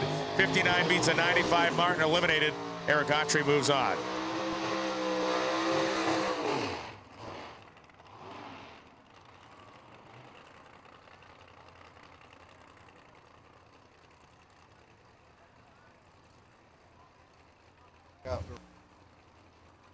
So to the gentleman sitting on the air conditioning unit up there on top of the grandstands, need you to get back into a seat.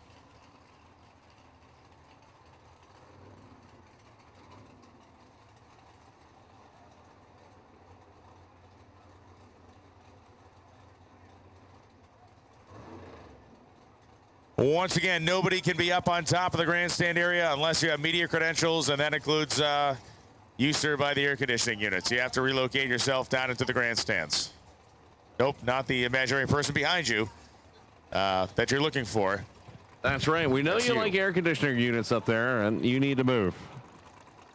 Yeah, unfold your hands. You need to get up. You need to move it. No, don't lean against the air conditioner. Cortuccio here on the right-hand side. See what he can lay out. Oh, my gosh, he goes red. Can you believe that? No way. 491.42. Tim Aldridge is going to move on. Ken Cortuccio puts on the red light by 0.08 of a second. He's going home with a 434. That is a tough break as he jumped the tree. The class of the field is out in round number 2. So that now makes this a much more wide open event than it would have been before.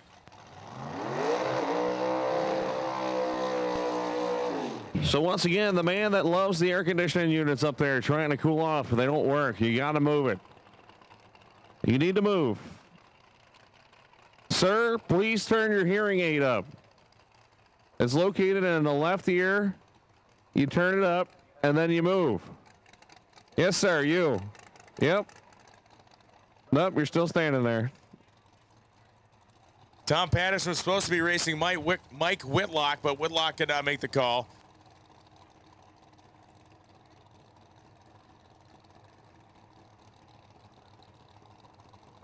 The longtime door slammer racer, the guy who was one of the great hitters in the early days of Pro Modified.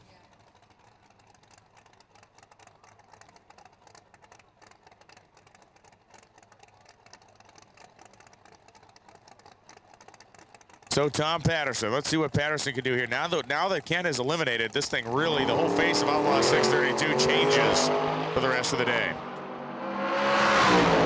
Sounded like I might have clipped the rev limiter there on the top of first gear. Goes 469.6, 152.93 for Tom Patterson. Open comp round 2 is going to be next.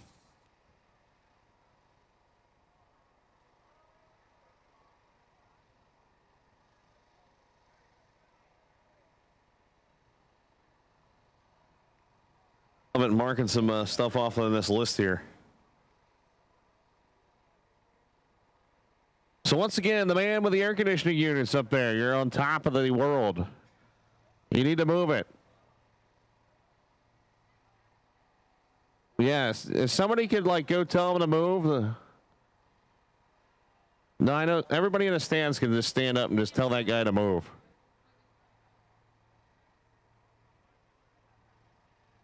Well, don't kick your buddy down the stairs. I just wanted you to go up there and tell the other guy to move.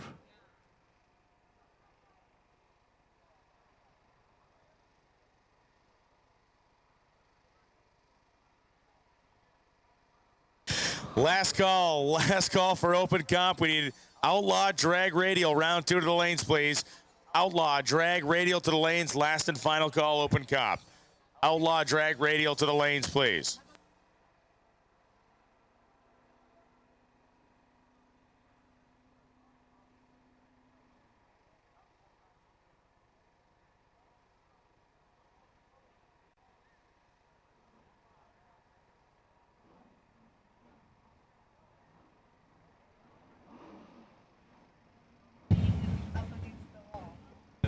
So my man in the orange shirt, can you tell the guy to get off there?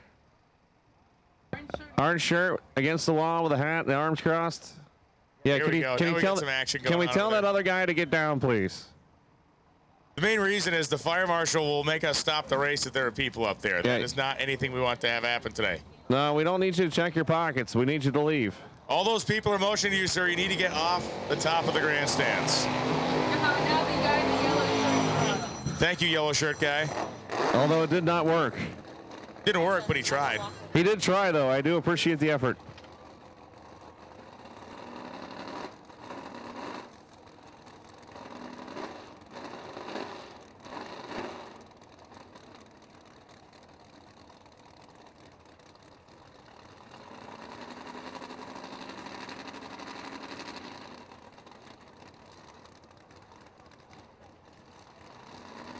Blasio coming out on the right-hand side, Innovative Racecraft here.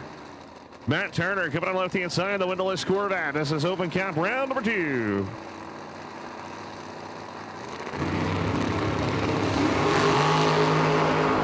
Both drivers are green. One's a little later than the other one. Top end of the racetrack. He's going to be the Blasio. 6:13 to 1:13 on the brace. 0:53 reaction time. Losing effort goes 5:76 1:14. Margin of victory 43 10,000ths of a second. And thank you. Thank you very much. Outlaw Drag Radio. Outlaw Drag Radio to the staging lanes, please. Outlaw Drag Radio. We need you in the lanes for the next round of eliminations.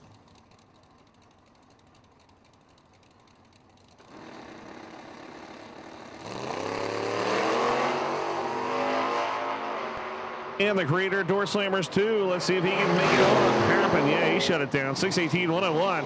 All goes 7:41 way off the number there. It was deadly.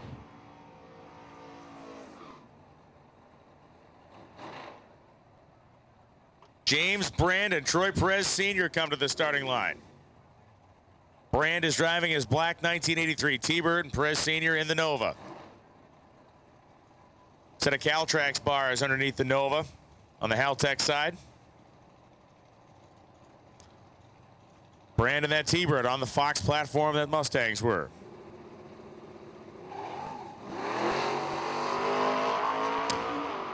Normally we'd see guys spinning the tires, not necessarily making them squeal off the starting line. 619.4 at 90 for Perez. Ate him up down there. 035 light for Perez. Brand was 95, and Brand's car also turning the tires did not help his situation at all. Dry hop out there. How about that? That's old school. The good news is, Brian, we sent the SWAT team to go get the guy off the roof, so we're good. It shall be done. Randall Cooper and Joe Tillman coming up now. Tillman from Longwood, Florida, the 1976 Plymouth Scamp. Probably equipped for the Leaning Tower of Power from the factory. And then Randall Cooper, Bailey, Georgia, and that great Oldsmobile Cutlass.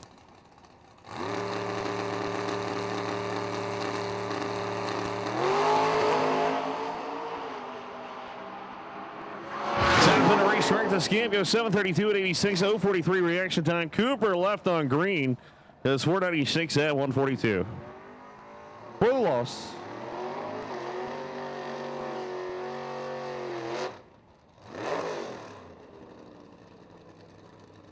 So Bill Edwards, Dearborn Heights, Michigan. The 88 Mustang, dialed 712 of Joe Hutchins, Ray City, Georgia. 667 is the dial-in for the 1985 Mustang in purple, the Blacks and Arrow team.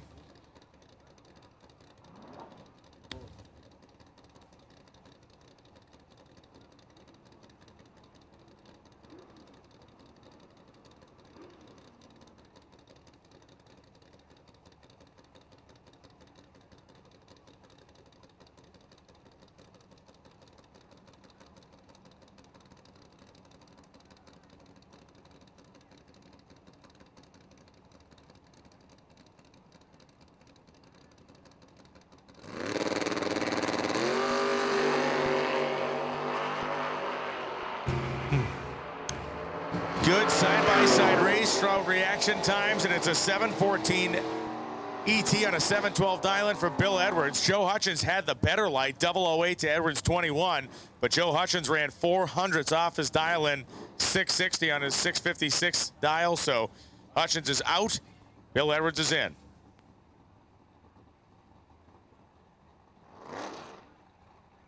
Stephen Daniels will be coming out on the right-hand side about us to Georgia. 89 Mustang here. John Brady be coming out on the left-hand side. Tennessee, 79 Mustang.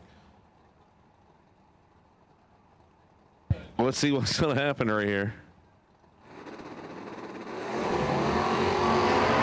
Oh, man, somebody with a significant better reaction time. Top end charge. Who's going to be? It's going to be Daniels on the brakes. 004 reaction time. Runs 5 off the number. John was way late and goes way off.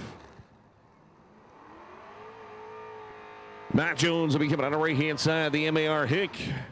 Get her done. That's right. Brand new paint job on the right-hand side is absolutely gorgeous. Jay Pollard will be coming to Cocoa, Florida. The 95 Mustang. 720 is the dial-in.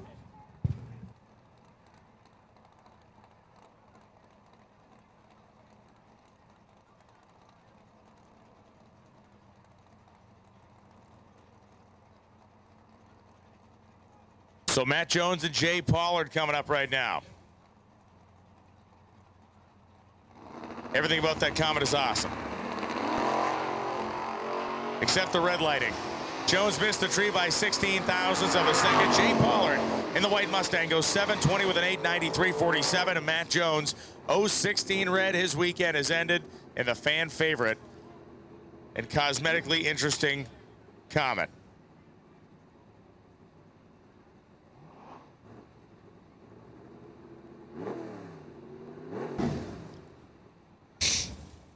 The Comet coming up now on the strange side, Dan Comer and Mark Knitting. So a couple of classics down there. The big Oldsmobile on the Haltech side and the Blue Oval product on a strange side.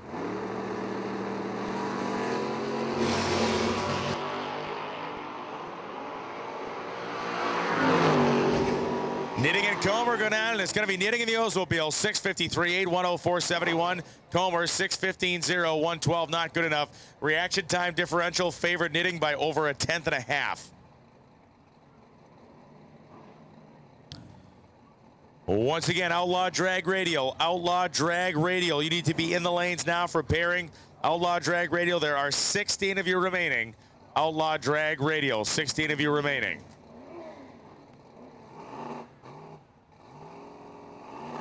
All right, Camaro coming at you, David Smith on the left-hand side, 657 to 640. And as you can see, somebody shots her. Oh, he breaks out. Can you believe it? David Smith is going to move on. 745 and 75. Camaro shut it down. It took way too much stripe and broke out. Radial versus the world. This is your standby call. Radial versus the world. This is your standby call. We're going to be calling you in just a few minutes.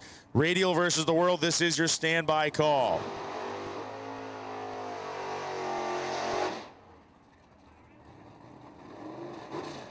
Grant will be coming out of Georgia. 72 Nova on the left-hand side. The 660 Dylan. Linda Weeks.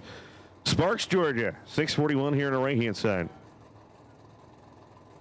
ODR, I'm sorry. ODR. I was saying, ODR, thank you for responding to the call. We got the pairs rolling up right now. Oh, we got ourselves a drag race right here. I like it. That Nova is like your worst nightmare because it leaves like the biggest slug alive, and then it picks up like he has it in one gear and drive or something. 660, 213 miles an hour. Linda Weeks breaks out by 0.02 of a second. Had room. They're both pickup trucks. They both have 4 tires, but after that, the similarities end. Andre Nunez, 2JZ powered S10 pickup truck, turbocharged inline 6, and Mark Neild, the 1958 Ford F100 with a Chevrolet power plant. So the step side bed, the candy apple red paint job on Neild's car, 653 the dial-in, and the flat black paint and inline 6 Toyota engine powering Andre's machine, 597 the dial-in he has on his window.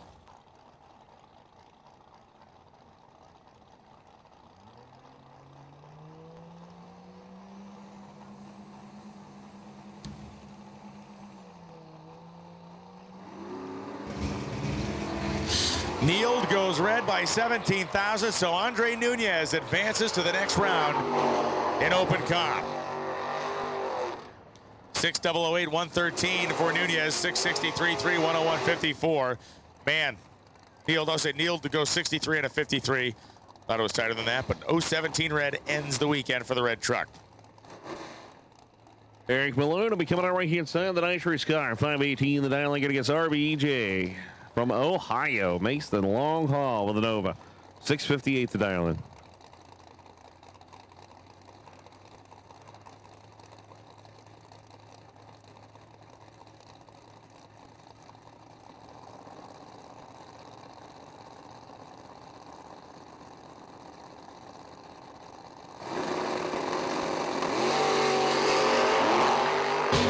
Start for Eric Malone, and the Camaro misses the tree by 14,000. So RBJ 658.7 at 99.72 goes on to the next round. The Ohioan ain't going home yet. Malone goes 525.4 135 after turning on the red light. Clifford coming out of Daytona Beach, Florida. The small block Mopar 668. The dial in.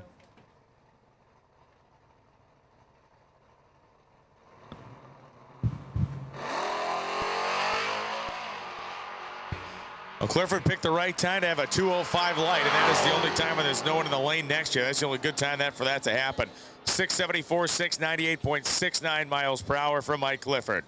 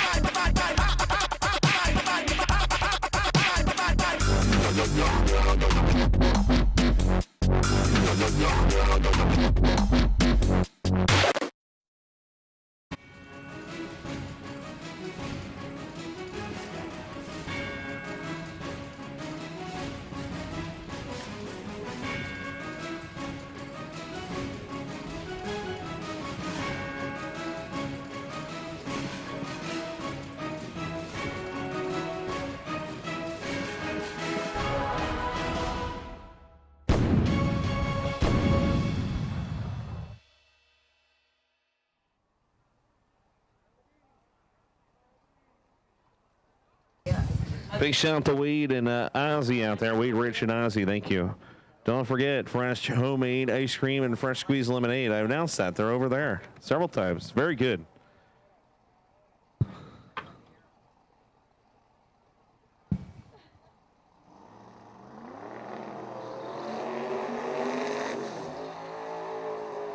Yes, the sweet sound of Outlaw Drag Radio. Round number 2 coming out of Waterbox right here.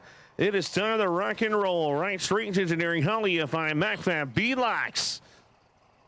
As Mel Nelson will be coming to life on the left-hand side. One of the original Outlaw Drag Radio cars over there.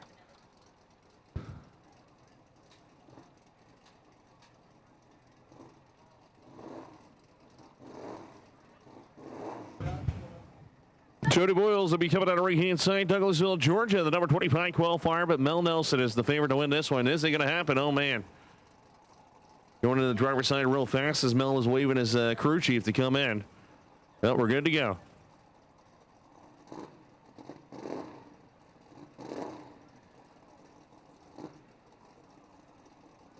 Yes.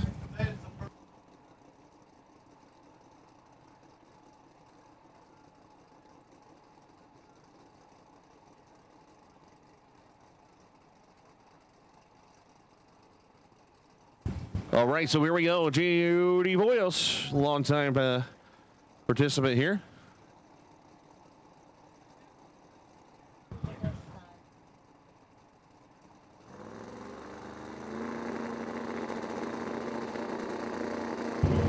All right, so here we go. Both drivers put it in. All he was right on the right-hand side. Look at Mel Nelson. 003 reaction time. Top end charge is going to lay out at 437 at 186. Boyles goes a 443, 175. They got to be happy with that one, but he went red by 0.02 of a second.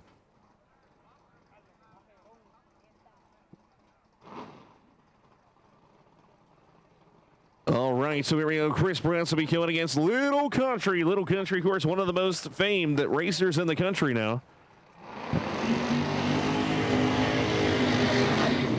He was a class racer, converted no time racer, back to class racer, and he has been getting famous. The Apocalypse is what they call the car on the left-hand side. Zephyrhills Hills, Florida, 91 Mustang. They came here with one mission and one mission only. That is to win this race. Chris Breeds will be having on the right-hand side. Spring Hill, Florida, going to try and take him out. The 02 Camaro here on the right-hand side, your number 13 qualifier. The sun is behind clouds. It's slowly going down, so we're going to see some quicker numbers here.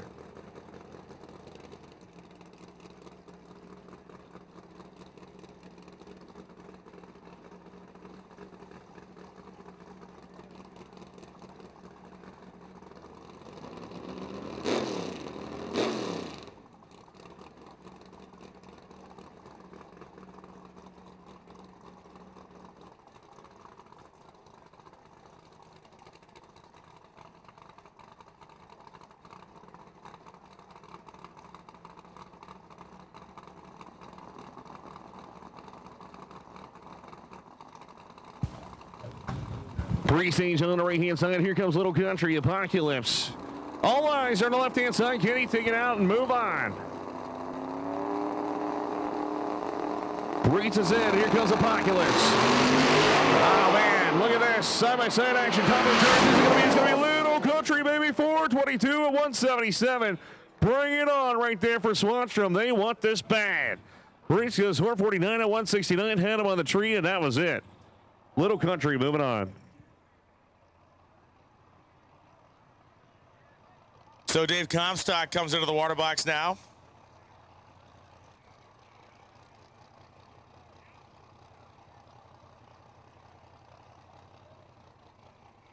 Comstock at Jason Tyson coming up. Dave has been the class of the field. Daddy Dave, of course.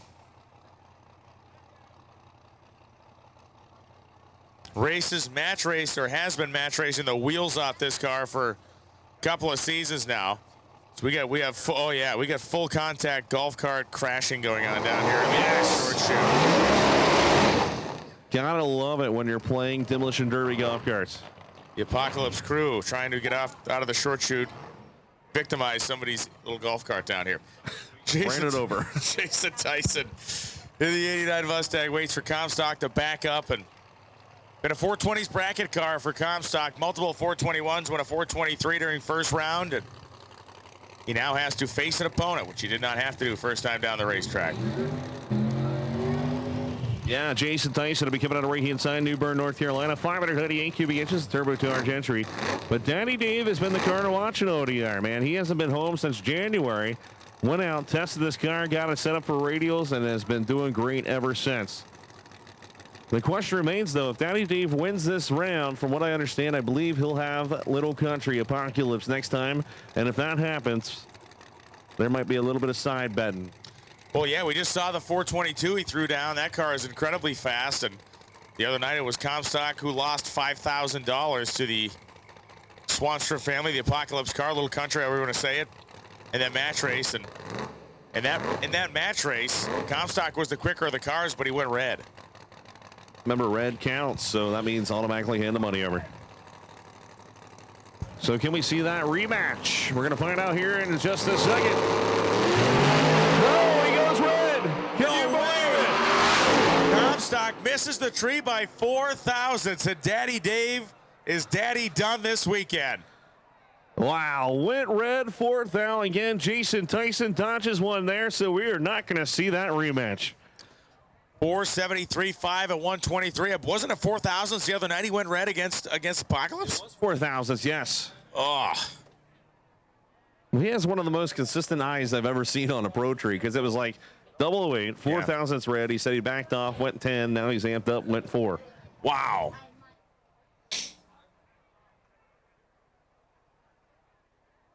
They run an adjustable, or he runs an adjustable button on that car, the travel of the trans brake release button.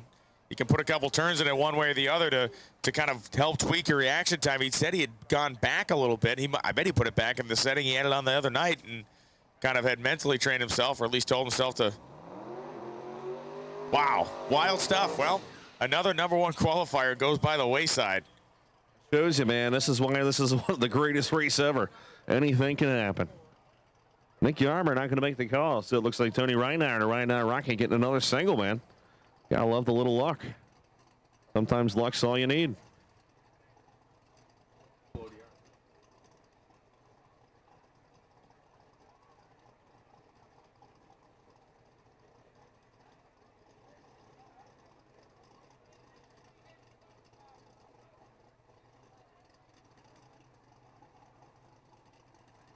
So see the right now Rocket can lay down a 20.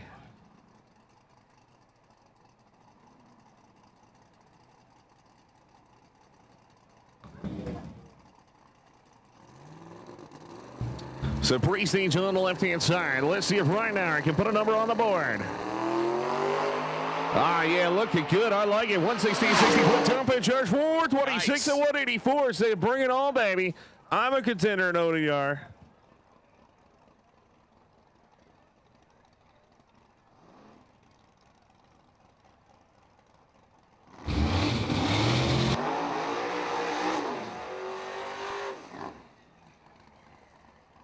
We understand, Brian, this is J.R. Pine's first time in this race car, at least. Yeah. And he was flying through the finish line, and we did determine through lots of video action that he was a winner because of the wind underneath the car blew the blocks over. Yeah, we checked 3 different angles of tape, and obviously the live feed is awesome, but we had it on that was kind of on a side angle. Not that it was completely inconclusive, but it was also not completely conclusive.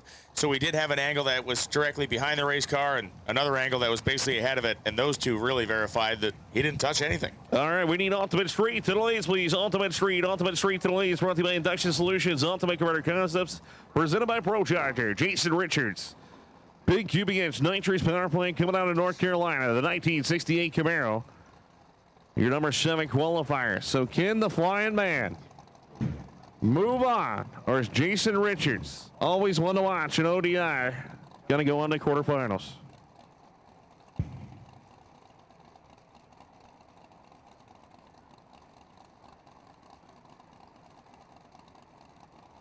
So pre-stage bulbs on the right-hand side. JR puts the pre-stage bulb on the left-hand side. Richard says, bring it. Pines puts it in a tree. Oh, man, he's a little late. Look at that. Here comes the tail counter. Top in charge. 427 to 179. So Richard says, bring it on. I'm here to play too. This is getting interesting. It's definitely getting interesting, and JR Pines was out first, very much quicker to 60 feet by 0.06 of a second. But things went away for him between the 60 and 330. That's when Richards took control and took the win light.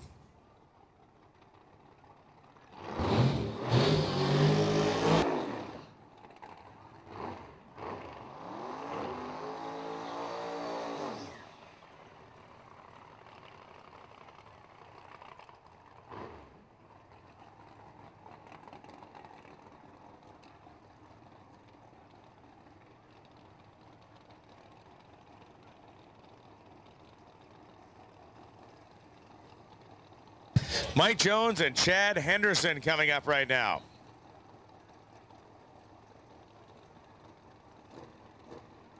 Monty Smith going to lead Chad Henderson, and this car has been throwing these guys for a loop. They have made multiple and significant chassis adjustments that have not exactly panned out the way they thought.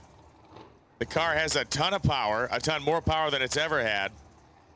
There's some suspicion that maybe the stuff that's underneath the car right now may be kind of deflecting or flexing underneath the strain when this car does get traction. It's pulled wheel stands, it's gone left, it's gone right, it's going left. They put all kinds of bar adjustment into it, and then it goes left worse, even though that should have counteracted the going left. That's right. They put the JB Weld on it this time. Let's see if it's going to go straight. Mike Jones, build up the boost. The man that runs radio fast. Got to get in the boost. There we go. Oh, he strikes the tires. Both sides of the racetrack. It's going to be Chad Henderson. Wow. Henderson, 554, 168, somehow has luck on his side and moving on. You can't tell me. Monty Smith has not shaken his head yet, but he's doing that internally going, you have got to be kidding me. So we're going around number 3 with Chad Henderson, and, well, they're thriving and surviving somehow. Mike Jones, kind of a weird, you almost saw it coming with the staging procedure Jones had to go through, had to bump the car in a little bit deeper. And in that split second, it's sitting in there, and Jones had to, in the back of his mind, gone, don't go red, don't go red. And he certainly didn't go red, and late, and then spun. Pooch. Jason Ruckert coming up right now, and Ron Hamby. Hamby from Bessemer City, North Carolina, the E&E plumbing machine. Another car kind of on the order of Henderson's machine. I just saw Monty was just walking off the racetrack. He just shook his head and uttered a word.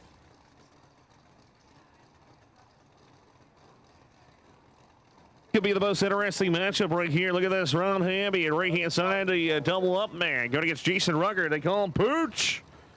The VP Racing Fuel, Steve Schmidt, twin turbo power, going against the big nitrous power plant here on the right-hand side. Ultimate Street to the staging lanes, please. Ultimate Street to the staging lanes. Put it in the beams. Who's it going to be? Get your money out. This is the betting one. This could be the closest matchup of the round right here. The hundreds are flying. Pre-stage on both sides. Here we go. Hamby's in, says, bring it on, Pooch. Pooch is going to put it on the left-hand side. Got 7 seconds. All right, strikes the tires. Pooch said, yep, see you, buddy. Top in charge. How about that? 423 and 183. They got to be happy with that one. A hand slap and a dance. They were very happy with that. Very good run. The speed of 183 is big. And Ron Hamby, that stumble came back. This time when the car recovered from it, it just blew the tires off it.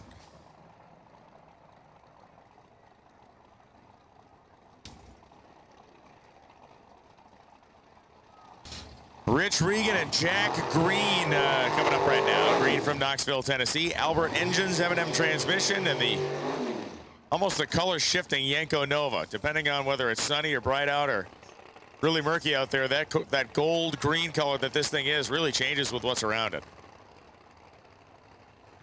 He's telling them? I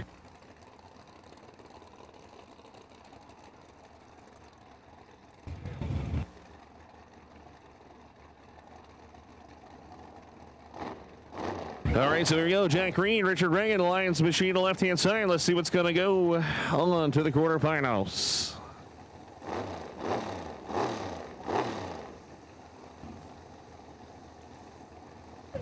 My man's trying to bet with hand signals over there in the starting line.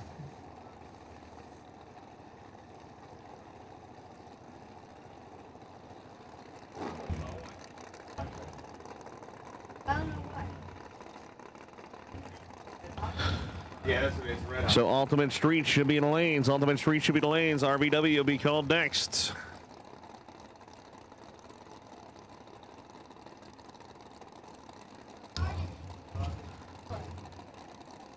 Pre-stage on the left-hand side. Green going to be put the pre-stage on. Both at the same time. Drinking it down. Oh, yeah. We got ourselves a matchup here. All lines had the lift. Green says bring it on. He's throwing the fist left to right. 424, 175. That's got to be close to career best pass for him. That is great. The Albert Engines is working out there. His ringing goes 448 at 166, 106, 60 foot. Yeah, it's really interesting. I mean, for a while, it was only a handful of cars that were running 20s. Now they're just falling out of the sky here. That's good stuff. And Outlaw Drag Radio. And it will be 6-0 index coming after this next car. Mel Nelson to the tower, please. We need Mel Nelson to the tower, please. Don't worry, Big Country. Daddy Dave said he was scared. That's why he went red.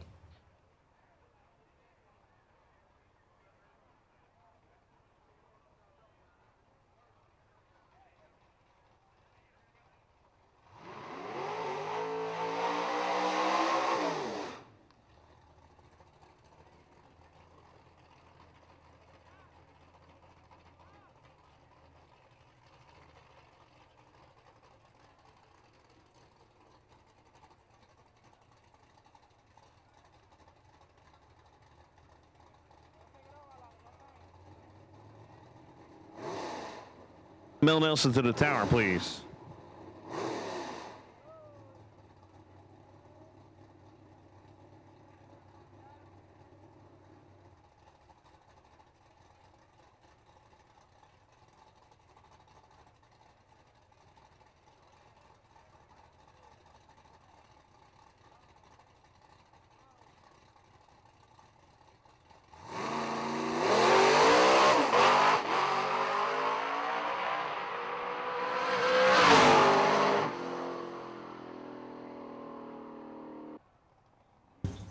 Ultimate Street competitors to the lanes, please. Ultimate Street competitors to the lanes.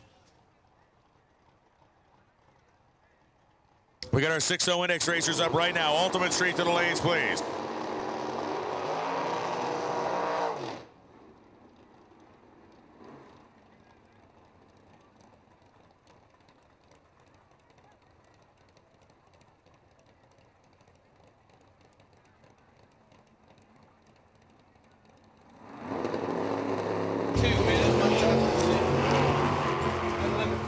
Ryan Hallmark and Eddie Nutley head down. Nutley, that plum crazy purple 71 Roadrunner goes 596.0, 110.06. Ryan Hallmark goes 599.7, double breakout. Ryan Hallmark gets the win. The object of this class is to run exactly 6 seconds.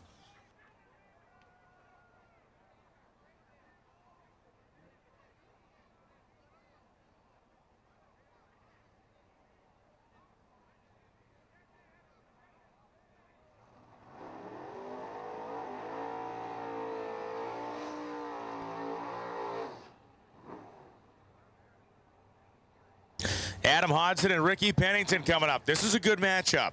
Couple of good running cars, couple of very talented drivers. Pennington, a trained killer in the world of sportsman drag racing. He is driving the Silver Nova.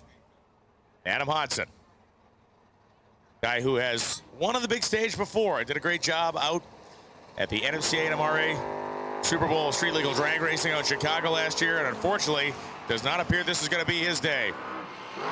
Ricky Pennington plants the tire, goes 6:08.9 at 96 miles an hour. Pennington advances. Hodson, after having some issues on the launch, goes 6:49.9, 122.88.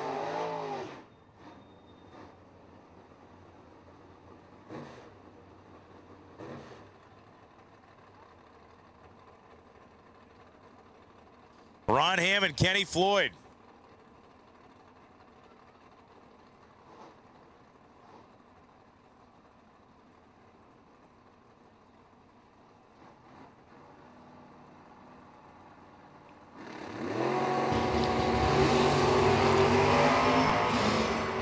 Floyd and Ron Hamm. Couple of show cars going down a racetrack, and it's going to be Kenny Floyd. 6:02.3 on the 600 index. Ron Hamm breaks out by 7 thousandths of a second on the Haltech side.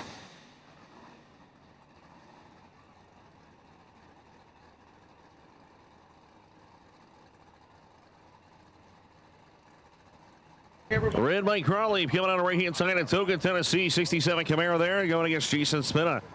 Cocoa, Florida. The Space Coast sponsor machine. Wow, I don't know what happened to the Mustang, but Red Mike Crawley better look back. Top end, oh, he's over 608, 110. He gets it 613 to 114. Jason just left on green. I mean, that's a 1.196 reaction time. Wow. I have an extra Red Bull if you need it, Jason.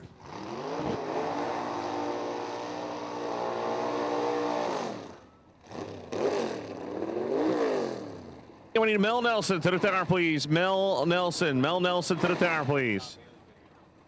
David Webb Sr. coming out of Floresville, Virginia. The number 19 qualifier on the left-hand side against Ken Grant. Grant, of course, with the Nova here on the right-hand side. And number 31 against the number 19 qualifier. Let's see what they can lay out. There we go. It's Emma Steven on reaction time. Top in charge. Who's going to be? It's going to be Ken Grant. Ken Grant takes it 608 to 109. Webb goes 610 at 115. Down there, yeah.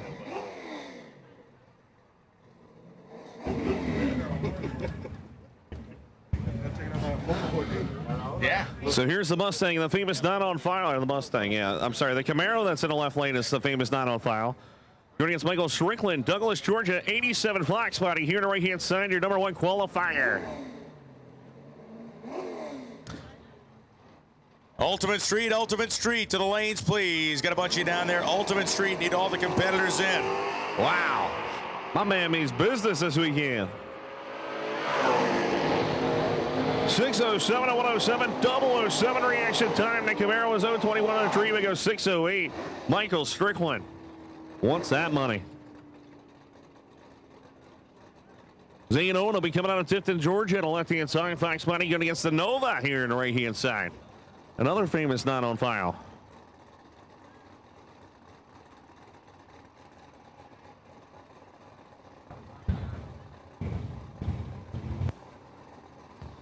Zane Owen coming up, going to be lined up next to that nice red Chevy Nova here on the Haltech side. Everybody's pre-staged. The Nova goes all in. Owen goes into the Mustang. You saw one car move very clearly before the other, and that means the end of the weekend for the Nova. Zane Owen, 019 reaction time, 6:14.2, 1:12.11. Zane Owen drives his Mustang into the next round, and the wheel standing shoebox Chevy.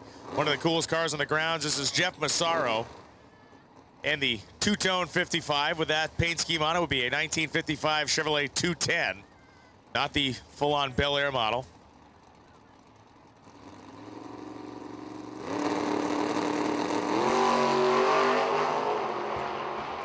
Greg Horton has problems. Horton lands on the wheel stand, the smoke trailing out of the back of the Vega. That means that the 55 Chevrolet of Jeff Massaro, 609.2 in the 6 flat index at 99 miles per hour. Pits a little bit. Check out the vendor midway. Those.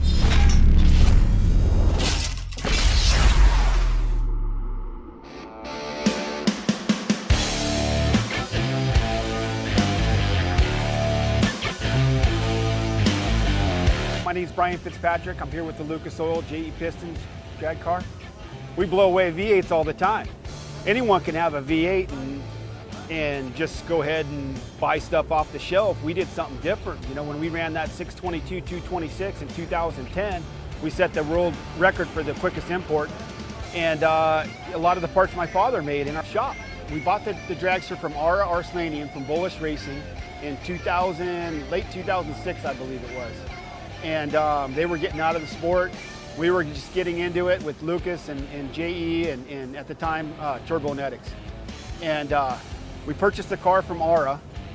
And from there, we made some slight adjustments, kind of, you know, got a handle on it. We got the thing running real good, 650s, you know, at the Nopi, NHRA Sport Compact and Nopi, back when that was big. We beat all the other imports. And then the series dropped and we moved on to NHRA Competition Eliminator. From there, we just improved on the turbos. We went to a Garrett turbo for more boost. We're planning on running up to 100 pounds of boost in this, and we're ready to get in the fives.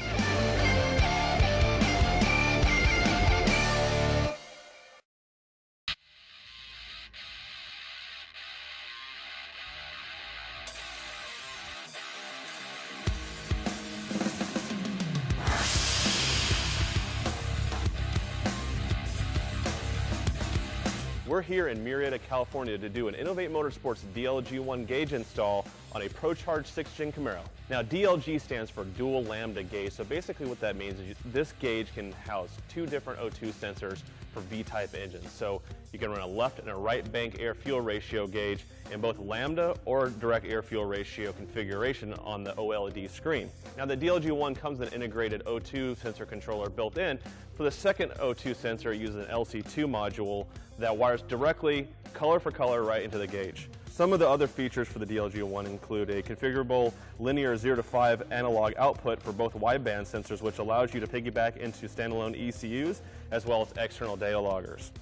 There's even a serial in and serial out port that even allows you to run directly into a laptop, or you can actually daisy chain Innovate's gauges and then run it into a data logger, and all the information will come on one data stream. Innovate Motorsports recently performed a software upgrade to the DLG1 that allows the 4.9 LSU sensors to run better in richer conditions. For this installation, Cunningham Motorsports decided to install the widebands into the secondary O2 sensor location, since these sensors were previously disabled when the long tube headers were installed. Innovate Motorsports recommends a 1-inch bung so that the sensor does not directly sit in the exhaust stream. Starting with the wiring, Cunningham Motorsports installed a relay near the factory fuse box. They used the injector harness as a trigger for the relay and ran the power from the relay to the fuse block's power lead. With the gauge's power wire ran inside the car, the rest of the wiring was simple. Connect the LC2 and gauge power and ground wires together and wire those accordingly. With the wiring complete, we free air calibrate the system. Make sure both channels read E2 with the sensors unplugged. From there, power down the system, plug in the O2 sensors, and power the system back up. Once the calibration is completed, the air-fuel ratio will display. This means it's time to power down the gauge one more time and install the sensors into the bunks. It's very easy to toggle between lambda and air-fuel ratio on the DLG1 display. Now when it comes to tuning and monitoring this ProCharge 6-gen Camaro, we can now rely on the DLG1 to give us the critical air-fuel ratio data we need.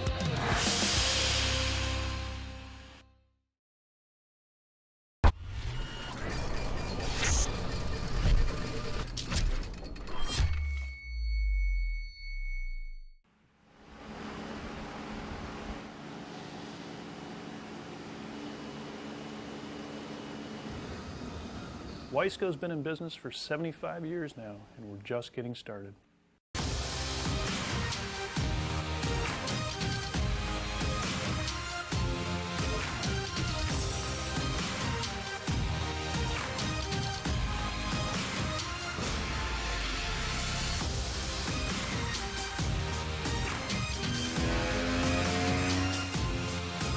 Well, Wiseco's always been a power sports company at heart. The family were go-kart and snowmobilers.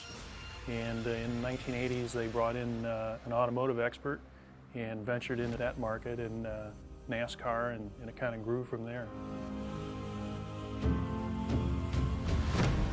Here at Wiseco, we have over 100,000 square feet of manufacturing floor space and 150 of the latest pieces of CNC machining equipment.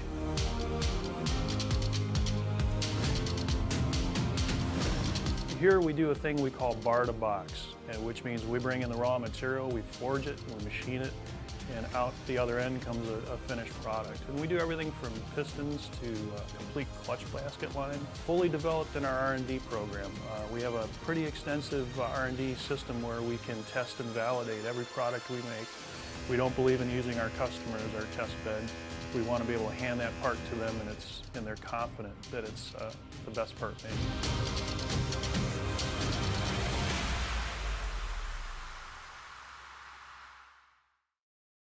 We're here at the 2016 SEMA show at the JE booth, launching some of our new product lines.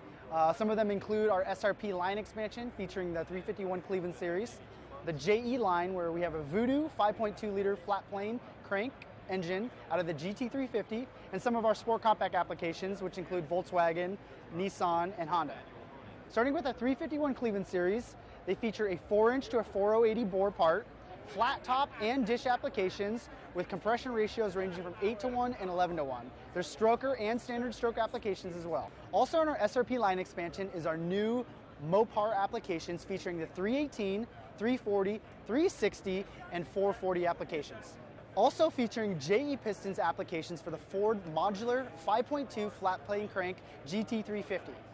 Applications include standard and oversized bores, 10:1, 12, and 12.5:1 compression ratios. For sport compact applications, we're introducing our new Nissan VR30 DDTT found in the new Infiniti Q60 and Q50 engines. Compression ratios are factory at 9.5:1, and we're doing standard bore and oversized bores for your engines. For you Volkswagen guys, we're proud to announce our new TSI pistons coming in 22 and 23 millimeter. Both applications include standard and oversized bores and 9.6:1 compression ratio as factory.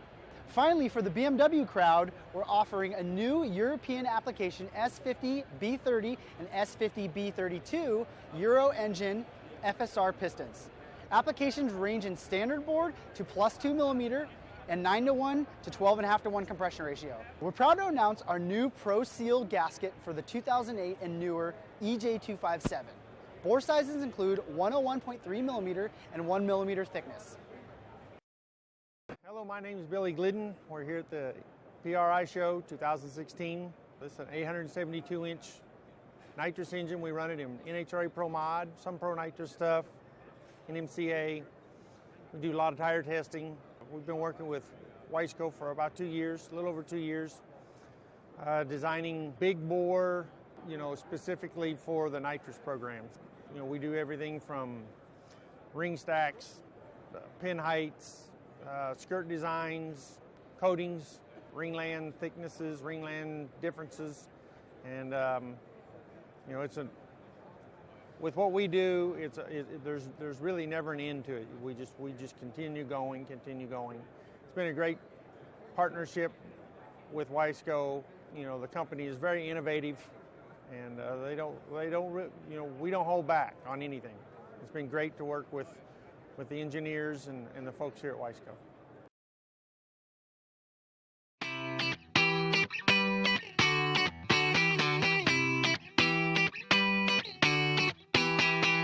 Hi, I'm Felipe with Innovate Motorsports, and I'm here at the 2016 SEMA show, here to show you all the new exciting products we have for next year.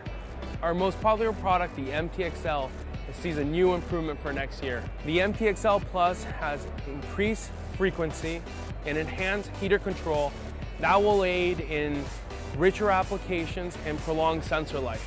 We also increase the analog output speed that ensures that your ECU sees changes as they happen. Also new, we have the new SSI4 Plus.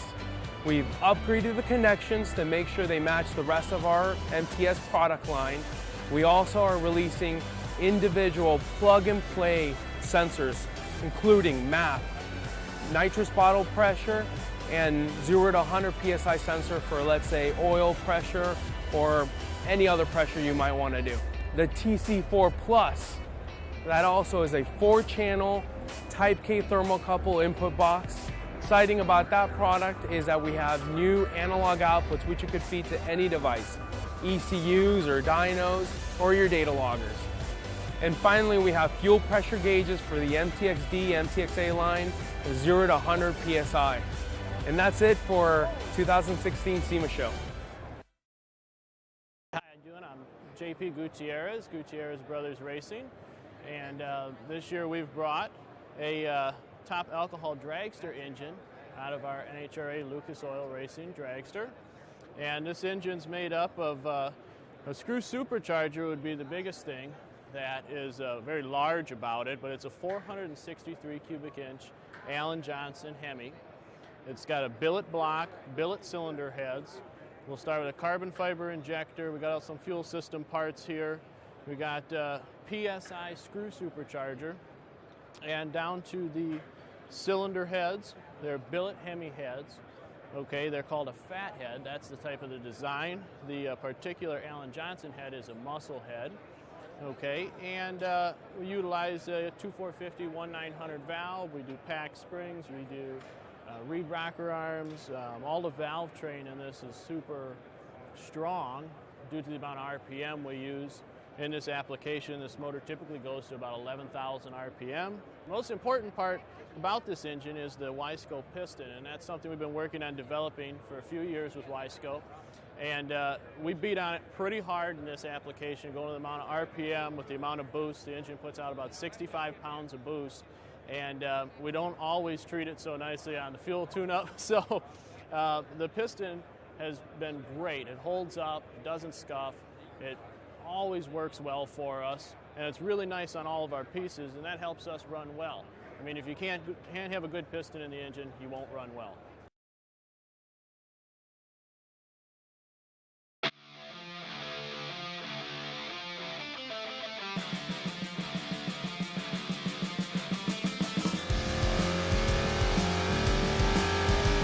We're at JE Pistons Research and Development Department today doing some shape and ovality testing on some JE LS3 pistons. What shape and ovality is pistons, of course, that we make are made of aluminum, so they expand quite a bit. We can compensate for that by this rather complex shape and ovality that is required on the piston. We have a proprietary software system that we use in order to develop this, but it's very important because of the impact it'll have on friction in the engine, which we know is horsepower. Certainly we want horsepower, and we want longevity. And those are the things, really the shape and ovality are the final touch to the piston. It's one of the last operations we do.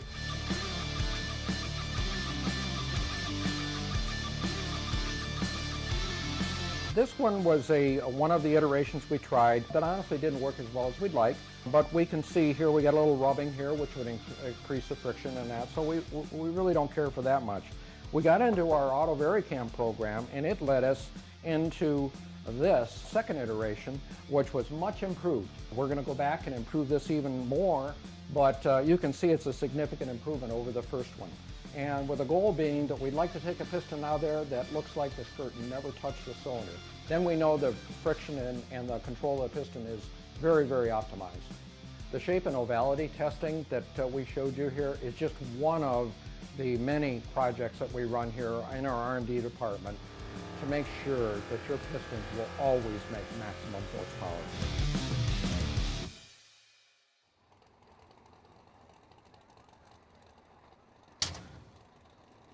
Ultimate Street, we got 16 cars remaining or thereabouts, and then Radial versus the World, we're going to set up a semifinal in that class, start with 8 and end up with 4.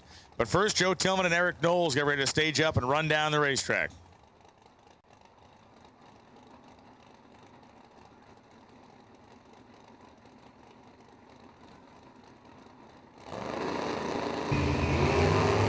Red light start for Tillman, missed it by 19,000, so Eric Knowles takes his pickup truck through the lights, 6:33.5 at 91.76. Tillman, 6:38.1 at 88 miles an hour. He is eliminated by his own hand with the 19,000th red light. Ricky Baxley and Mike Walker coming up now. The S10 pickup, that's not Ricky Baxley, as we've said a million times now. I keep falling in that same trap. Andre Nunez driving the pickup truck, and Mike Walker driving the Chevelle.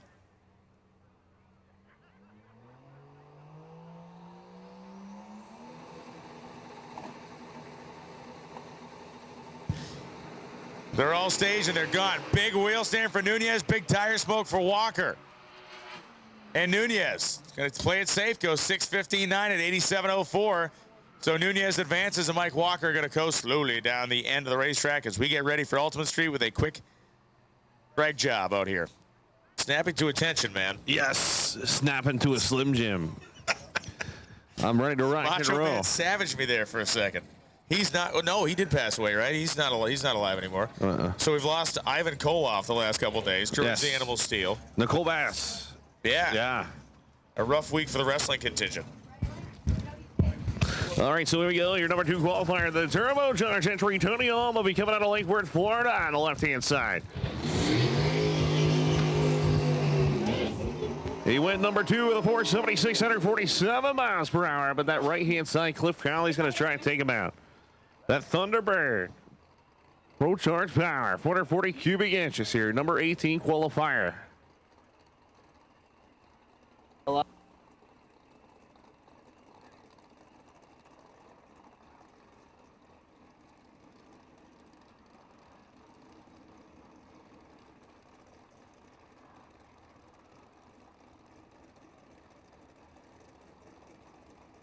So Cliff Connolly, Tony Om.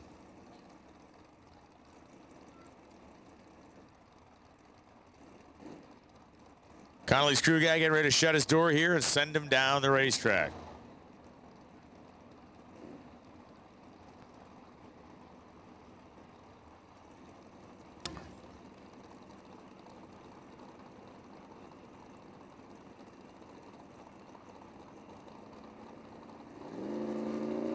T-Bird the Mustang, here we go. Tony Om trying to advance his way down to the quarterfinals.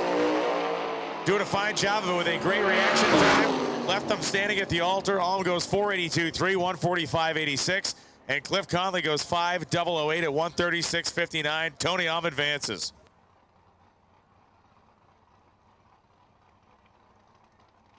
Gary Price will be coming out at the Punier Springs, Florida. The Capri Small Block 4 Nitro car. Number 19 going against, oh yeah. The always fan favorite man on the right. Tyler Krosno, Bells, Tennessee. Went down the racetrack with a fairly safe tune-up last time, went in the 80s. See if they stick with that strategy here as Josh Ledford helping Tyler get the car aligned properly in the starting line. If they were smart, they would, and they're a smart team. So I think they're just going to stick the same tune-up they just had in it and go have some fun. VP Racing Fuels, of course, on board. MM Transmission. Southern Speed Racing. Let's see if Ledford put a tune-up in her. Daniel Ferris, of course, making sure he's in the groove. So can Gary Price pull off the upset here? It was the kid, the young man, Tyler Krosno. Prep extraordinaire. Yes. Let's see what he can do. Not just an internet prep guy, an actual real live one. He actually does this. Yes.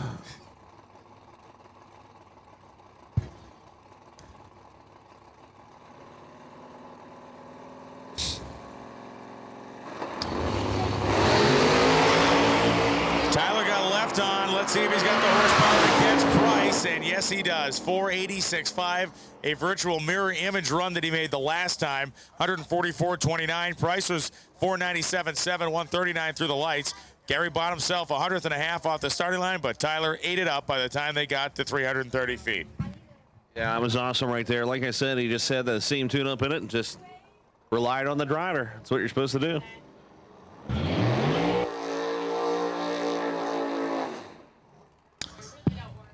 Sean Arnold and Mike Freeman.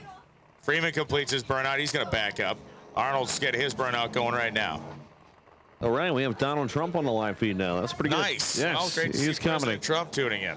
Yep, he said this race is huge. Freeman will be coming on the right-hand side, Lehigh, Florida. The Fox Body. Will he declare Steve Jackson the winner by executive order? That is the question. We're going to find out. Yeah, we will find out. most definitely. ATSspeed.com sponsored Pro Charge machine.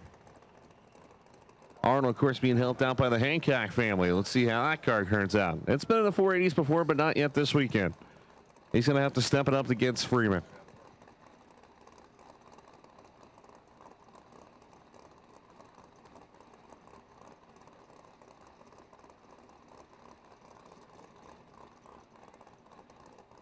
Big shout out to Chris Sears out there from Wesley Cummins.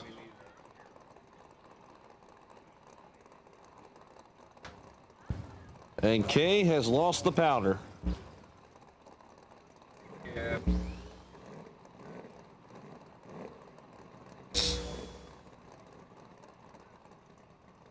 Well, something's going on with Mike Freeman's car. There's a bunch of people surrounding it, and apparently it is broken and is leaking because Sean Arnold been told that he is going to be on a single. And oh yeah, there is a puddle of something sitting up there in front of it. Wow, what an upset right here. Sean Arnold, of course, cool car. I like it a lot, but Freeman was actually the one that was supposed to win that. Arnold looking good, though. Best pass of the weekend. 486.6, 143 came loaded up as heavy as they could and would have given Freeman a nice run for the money. Unfortunately for Freeman, that the leakage of issue has got him shut off at the starting line.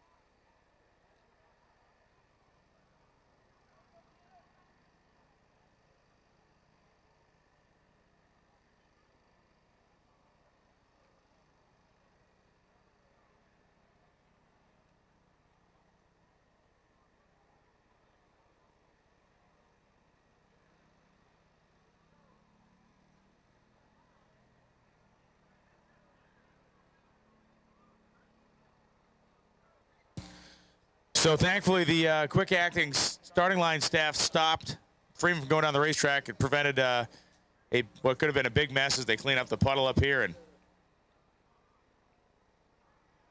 can see the crew on the Pontiac telling their driver that they're going to justify the car to the right side of the lane. So Snyder's going to do the burnout and then probably put some right steering in it to move it, offset it from the area that's been affected by that spill. Walt Drakeford going to be coming up on the strange side in his 1986 Mustang.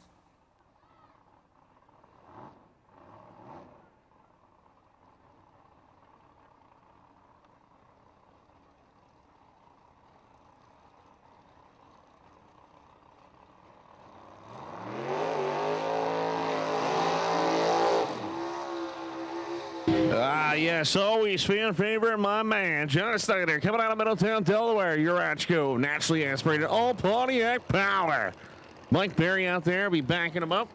Of course, Team NA Mafia's here helping him out, and that's pretty awesome. Number 8 qualifier going against that left-hand side. Walter Drakeford, Clearwater, Florida, 86 Mustang, the Nitro Century. So can the GOAT dare to be different? Make it to round number 3. We need X275. X275 to lanes 1 and 2, please. X275 to lanes 1 and 2.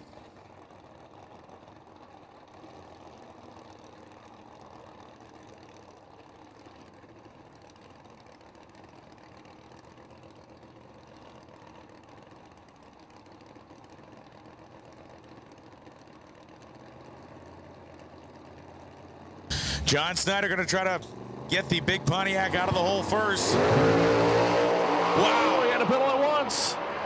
Snyder double too late, but the wheel stand bit him. Walt Drakeford 491, 142. Snyder 002 light. The front end came up. He had to pedal it, goes 503, 139, and watch the wind light shine in the other lane. So Walt Drakeford moves on, and John Snyder in the Pontiac retired. Yeah, good showing by John Snyder there. Unfortunately, going into the wheel stand, had to pedal. The Rodney Reagan will be coming on the right-hand side. Babylon, New York, coming alive. 400 cubic inches. KBX on board right there. BP Racing. A little Pro Charger action. Let's see if he can lay out your number 4 qualifier going against the lovely lady.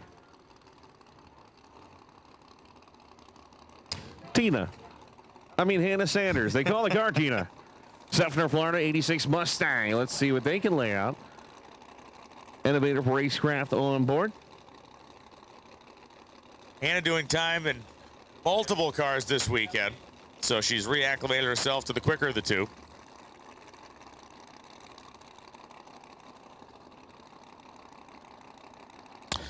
We're going to find out if Hannah Sanders has enough in the tank to hold off the hard-charging Rodney Reagan.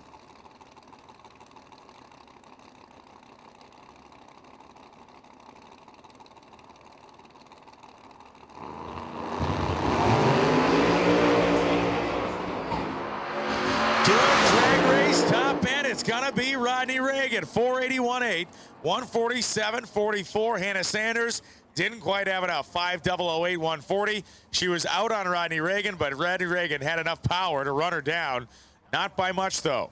Rodney Reagan advances. Hannah Sanders, after throwing her best effort at it, is eliminated.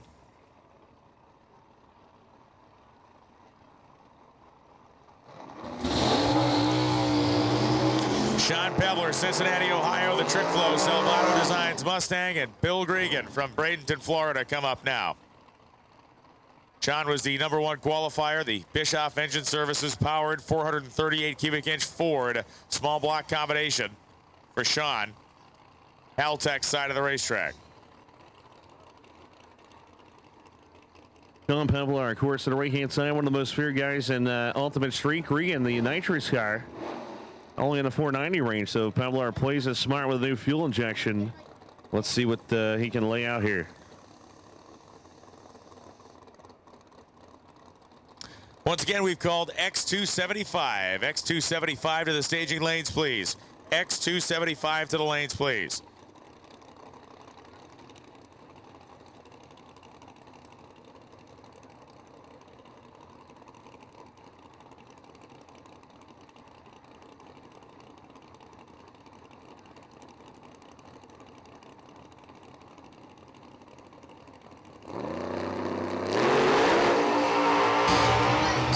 Big problems, and Sean Pelley does it.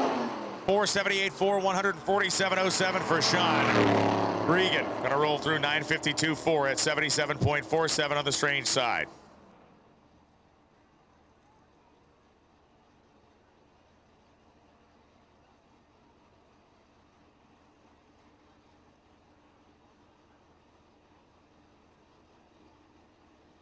George and Paul coming up, the 2010 Camaro with the big American Racing Headers logo on the side, and Paul Falcon, the 98 Formula Firebird. We were trying to read Paul Falcon's back window before. We missed it. He came up to the tower to give us the information. It says, real men get it done with 8.5 inch tire, or 8.5 inches, because he's got 8.5 inch tire on the back. So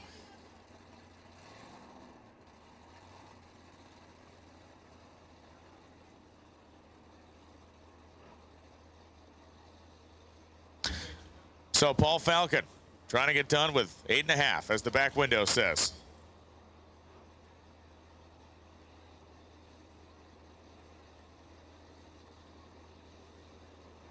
And George now bringing the 2010 Camaro to bear on the strange side. Yes, let's see what happens. American Racing Headers on the left-hand side as the family operation over there. George, of course, Parks Supercars doing the driving duties. Well, my start for Falcon going to be charged for, oh man, something broke or kicked out of gear or something. Wind light still shining, though, because Falcon jumped the tree by 6,000. So George, with a little bit of good luck there on his side, is going to slowly coast through at 11.007 at 34. Yeah, I'm pretty sure we'll have to go get him off the racing surface.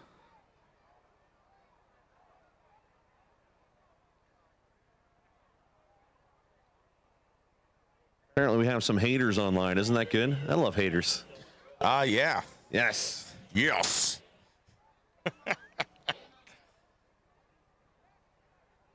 It is what it is, as I would say. If I was listening to me for 5 days, I would probably hate it too.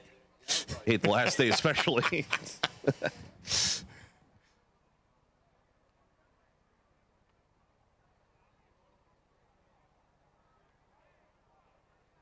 X275, thanks for coming into the lanes. As we have just been told, no fluid on the racetrack. Just going to be a matter of hooking up the whole toe strap and getting the American Racing Headers Camaro off the top end.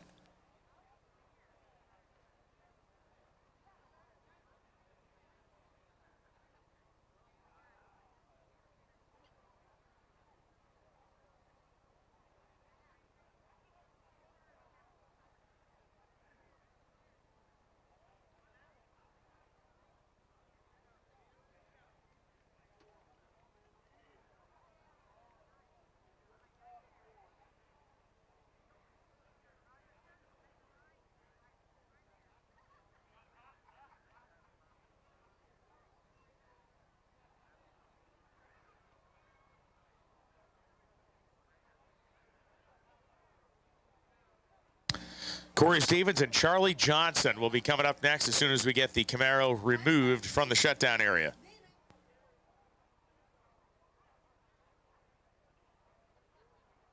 Yes, it's going to be interesting out there. So the Donkey Johnson machine, of course, on the left-hand side. Waiting patiently, getting towed off. Once again, we're in Ultimate Street. Big shout out to Blake Hughes, man. Glad you're enjoying the live feed.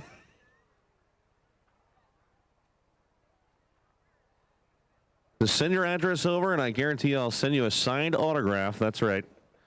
And we'll make sure to get that to you. I'll even give you a T-shirt for free. I'll sign it several times.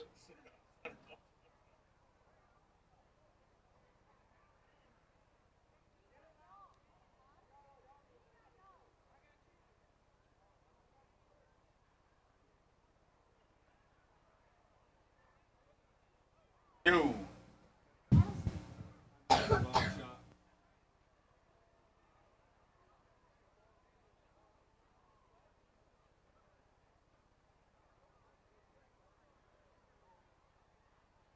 So if you have found a phone, please turn it into the timing tower, especially if it is an iPhone. We've had a few of them go turn up missing today, so a couple of iPhones have been lost. If you find a phone, please bring it to the timing tower. Once again, if you have found a phone, please bring it to the timing tower.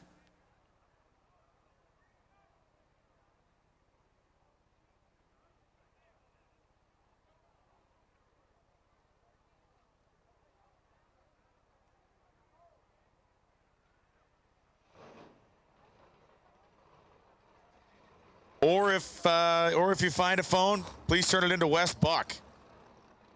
Apparently, it is his phone.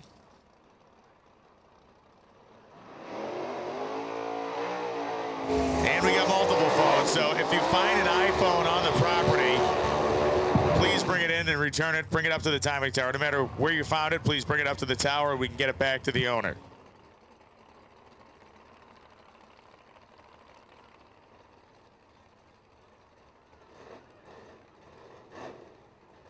Oh, yes. So apparently Blake wants the ladies edition T-shirt. That's what they're telling me right now. Oh, nice. So, yes.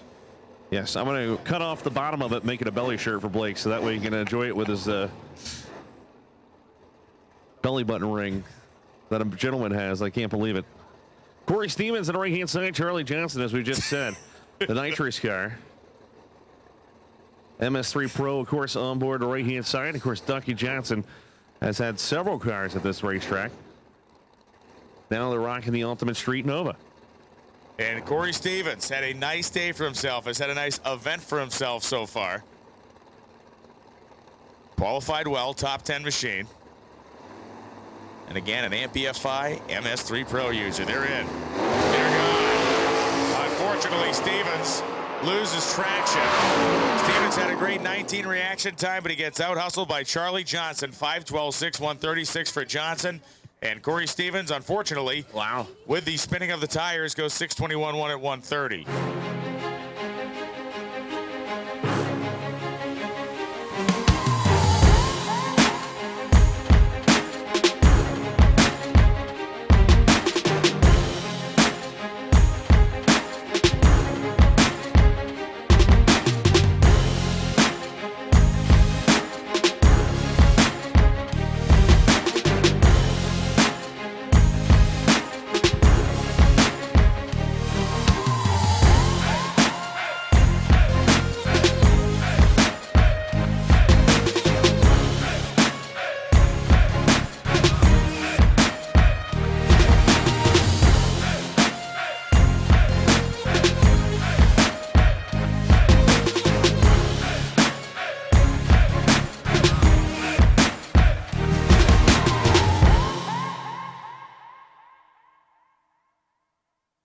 Martis Sinek going to be in his familiar Chevrolet-powered Mustang, and Slavens.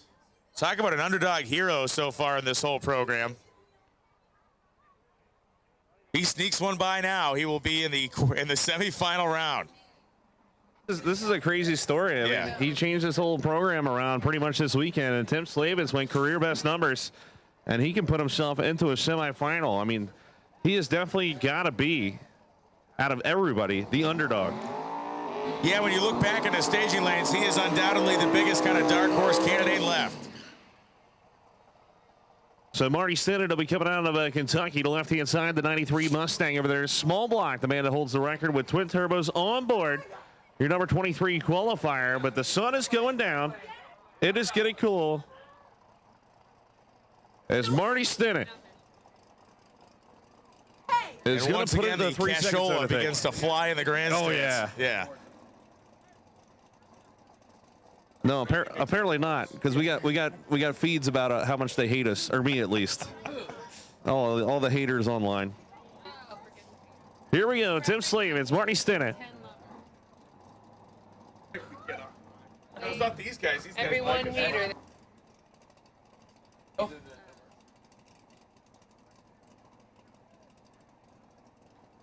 So Marty Stinnett going to be the first, it looks like, to go into pre-stage as Tim Slavens.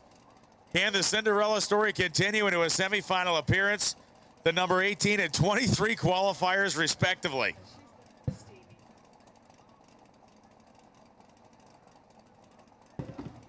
Pre-stage on the left-hand side. Slavens waiting to bump in. There we go. Who's going to go in first? Nope. They're both going to go in about the same time. Put them in the beams.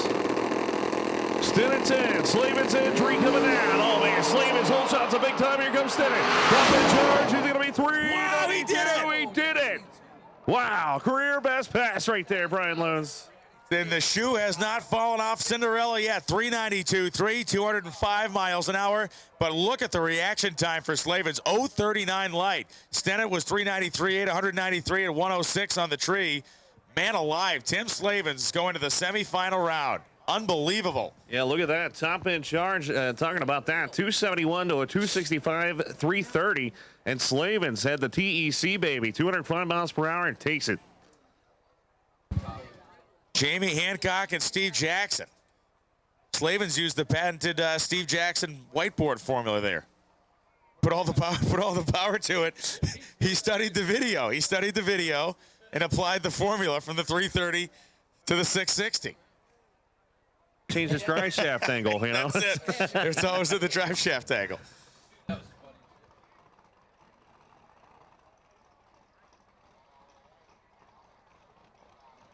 This is what could have been potentially a final round matchup, but the ladder makes it happen here in the third round. You got Jamie Hancock, the Alabama-based Pontiac over there in the left-hand side. 900 plus cubic inches, a nitrous outlet going against the bad man. Hold your ears. It's going to get loud. RJ Race Car style. Look at that. About 600 hats got blown in the air. Beautiful stuff down there as everybody's collecting their stuff. Flying hats here at Lights Out 8. The Florida Performance is fixing to leave. Go get your nitrous bottles right now. If you have a nitrous bottle of Florida Performance, get it right now. Strange Engineering, Stevie Fast, Killing Time Racing. Let's see if Jackson can put them out. Remember, this is the most anticipated car coming into this event. They already plan on him winning. The question is, can he fulfill that? I'll tell you, at this point in the game, you got to think that this is probably the most aggressive we're going to see Jackson's car today. They know they've not had to lean on it as much as they've wanted to the last couple of runs, but you got to understand Hancock has got a low 380 car over there. If you don't set your car up to be at least that quick, you're taking yourself out. So, Bill Schuler and the crew put the hands on Jackson's car, and Jamie Hancock, the guy who changed Radial versus the World by effectively taking a Promont, bolting radials to it, and being the first guy to really figure that program out, facing down a monster of his own creation. Steve, go ahead, bud, go. Pre-stage on both sides of the racetrack. Here we go, put them in the beams. Who's going to go in first? Remember, Jackson does not like to go in first. Oh, yes, he does. Hancock's going to come in second.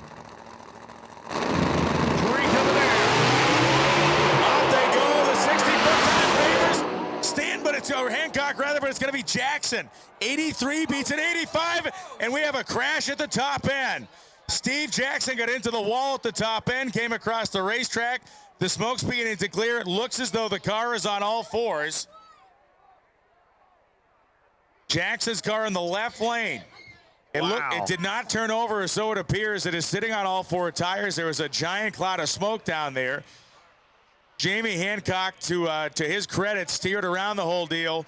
Already the SGMP fire folks and rescue staff are on scene.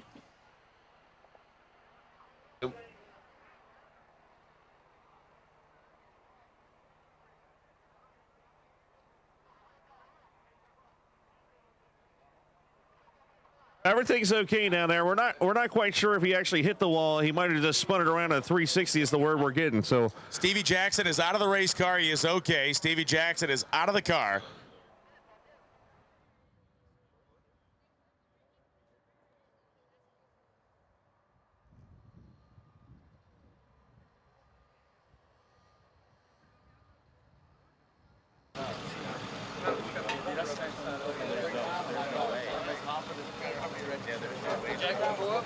About hello, Jack.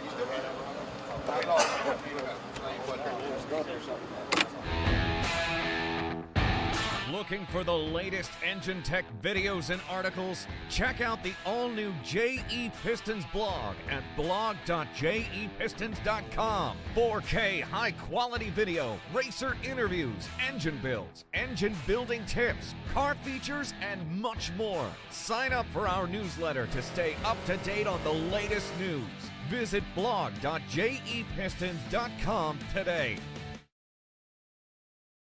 Are you running cheap H-beam rods in your forced induction and nitrous application engines? Well, look no further to a patent-pending 3-pocket Wiseco boost line connecting rod.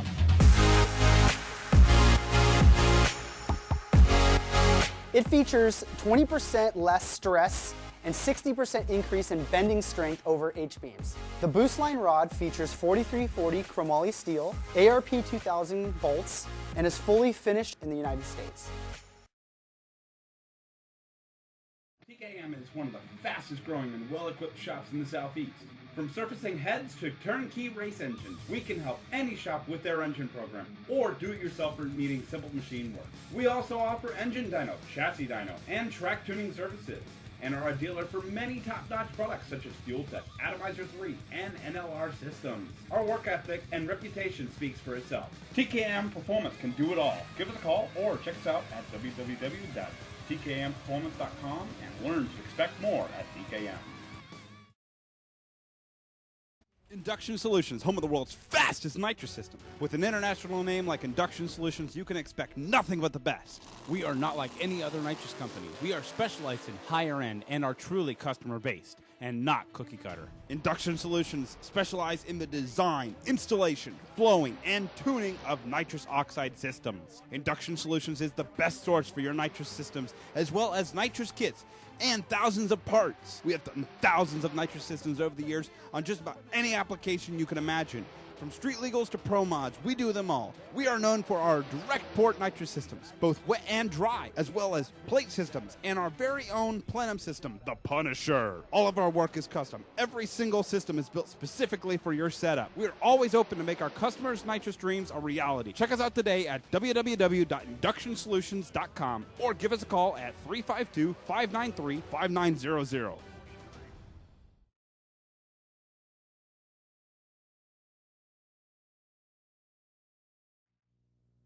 Pro Systems, the world's fastest carburetors. With world records and championships in almost every venue of the performance market, Pro System carburetors consistently power the fastest cars on land and the fastest machines on the water.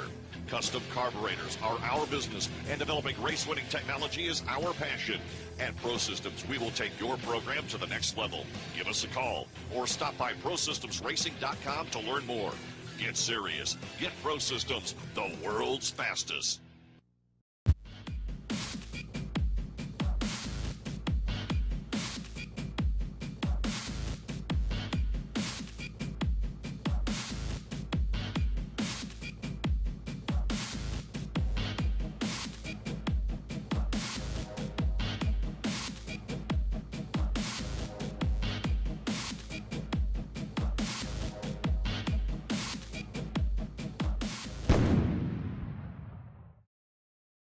Atomizer, the world's fastest racing injector. With over 40 years of experience, we are your #1 source for custom racing injectors and the only injector manufacturer in the world that can specifically target the fuel delivery needs of each application. Atomizer injectors are available. Sizes range from 42 pounds to 800 pounds per hour. Racer input is the key driver of Atomizer injector evolution. You asked, we listen. Available now, the new Roots and Screw Supercharged Row Nitrous and Fitting Style injectors. These specifically designed injectors utilize features derived directly from racers of each class. Atomizer injectors are designed and manufactured by racers for racers and utilize only 100% U.S. materials and labor. Available now, our new Atomizer 4 racing injector ranges from 800 pounds all the way to 1,500 pounds and are available for your high horsepower single injector methanol application. Visit our website today at www.dragracing-injectors.com or give us a call at 757-250-3773.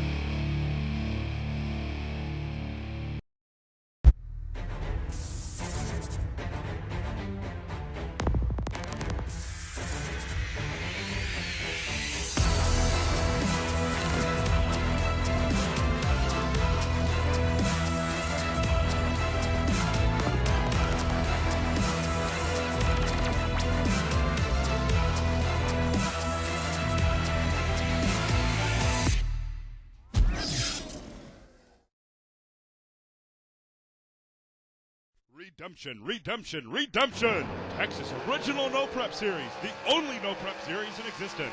2017 championship dates, May 26th and 27th at Texas Motorplex, June 30th and July 1st at Tulsa Raceway Park, September 1st and 2nd at San Antonio Raceway, and the final race of the season, October 27th and 28th at Texas Motorplex.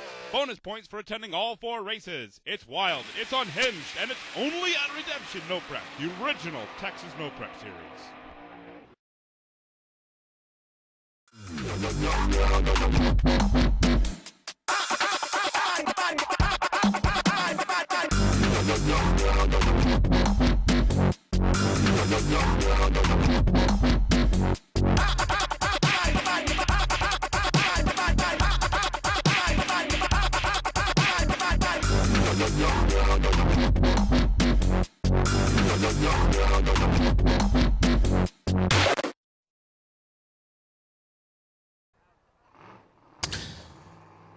So Alan Pittman driving a car that has been like a voodoo doll on wheels. This thing has been like the bad omen. Ever since it came out, that is what has happened. So hold your ears. The Battle of the Blower Cars is going to be coming at you. It's going to get loud right here at SGMP.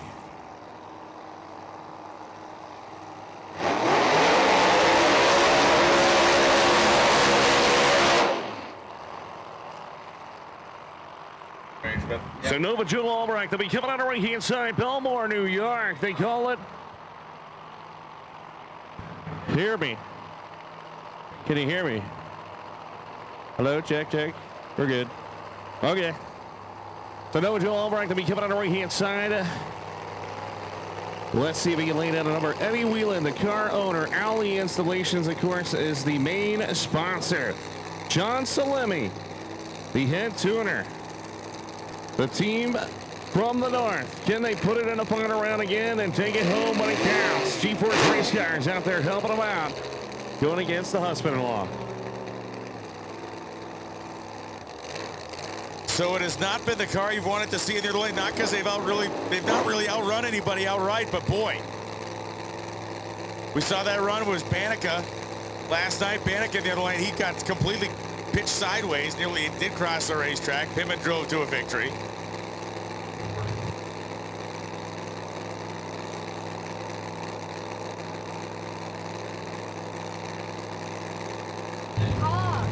Prestige on the left-hand side, though, but Joe's going to be putting in. Who's going in? No messing around here.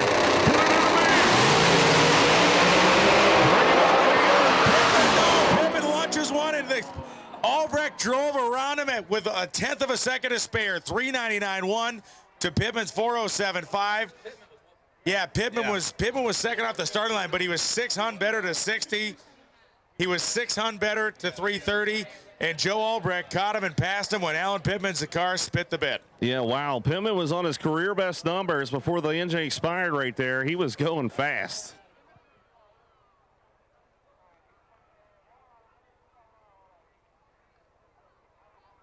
So the luck runs out. Nova Joe's going to move on to the semifinals.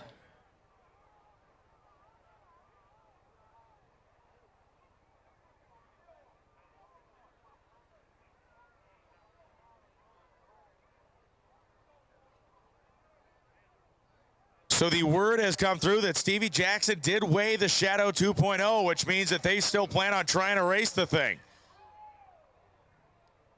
Once again, Stevie Jackson, Phil Schuler, and the crew weighed their race car, which means they are still in competition, which means they're going to try to get the thing back for the semifinal round.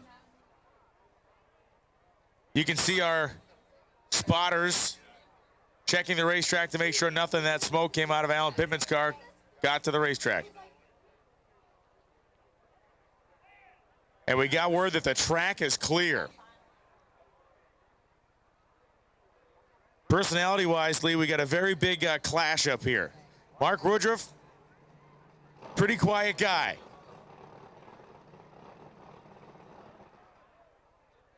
Not a big talker. Lets the car do the talking. He's a walk softly, carry a big stick guy. Keith Haney, jabberjaw. Videos are flying. Memes are flying. Songs are flying around about this guy. So Keith Haney, definitely the louder of the two in terms of the social media presence. We'll see what Woody can do. Big Digma coming to life. Here comes Woody on the right-hand side. This car is on a mission. That big, heavy Nelson Power, Mark Woodruff, of course, from Missouri, the 2010 Corvette. Larry Jeffers race car, updated machine. Actually, Larry Jeffers race car is pretty much both sides of the racetrack here. So we're going to find out if Woodruff can take him out because he is on a mission. And, you know, it's kind of like a Golden Gorilla, No Mercy. Somebody that's been here a long time that's trying to prove something. Well, I think Woody's trying to do it now. Absolutely, 100%. He definitely has the car underneath him that can run for the big money tonight. But so doesn't Keith Haney. Haney's been living in the 80s. The car's been deadly consistent, has not exhibited any of the weird kind of tendencies it's had over years past. He's had a much smoother race, probably the smoothest lights out he's ever had with this car. Yeah, actually, Brandon Squared helps him out. Brandon Pez, of course, been there a long time. Sweden, guy from Sweden came in. I don't know his name because I don't know how to pronounce it more than anything else, but it's pretty awesome that they came in, fixed the car with 2 weeks to go to the event, and it was pretty much a mess. So let's see if Keith Haney can take him out right here. The man with the booster seat, Shortcake. I'll be putting him in the beams.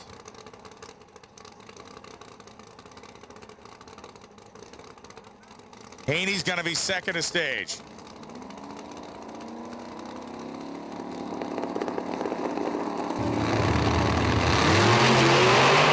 Oh, yeah, bring it on.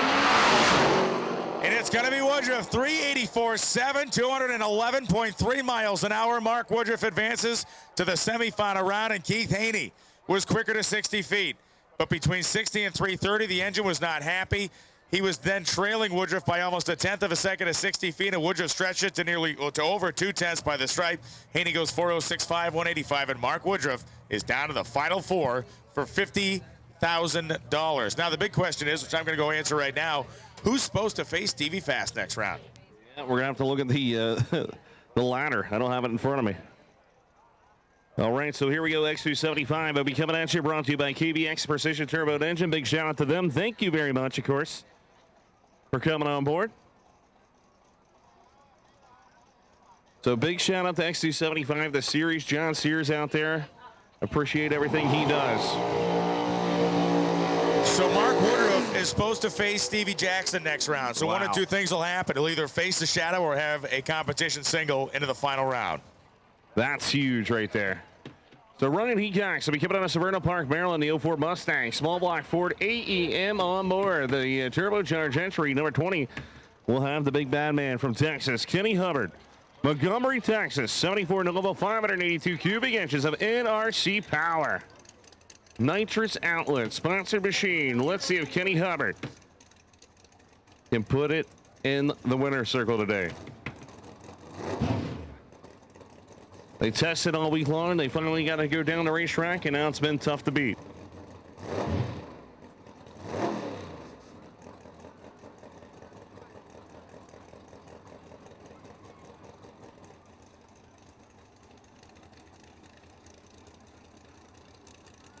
Leaf spring. We need leaf spring to the staging lanes, please. Leaf spring to the lanes, please.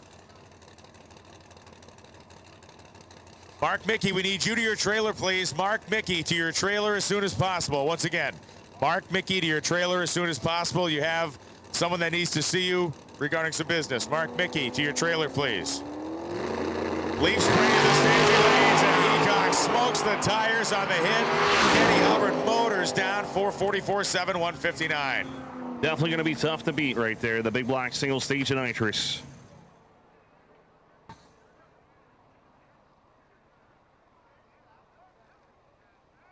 So the man that came in as an alternate and also a favorite to win this race, can it pay off? Crazy Don's chassis, hold your ears. The 871's coming to life.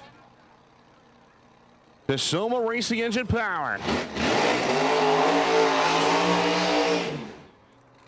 Leaf spring competitors, leaf spring. We need the final 16 cars to the lanes, please. Leaf spring to the lanes.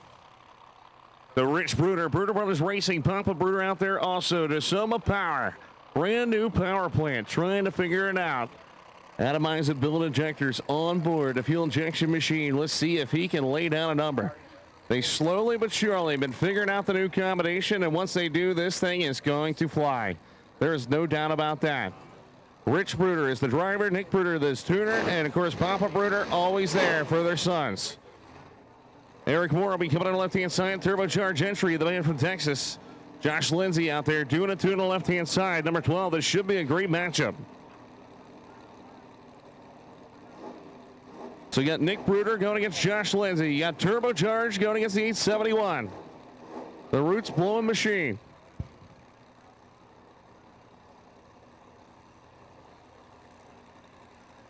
The rest of the field kind of had the Bruders where they wanted, which was not qualified, but there was enough cars that were broken, enough competitors that bowed out, that the Bruders re-entered the field as an alternate, and then they made a clean run, and that could be bad news for everybody else.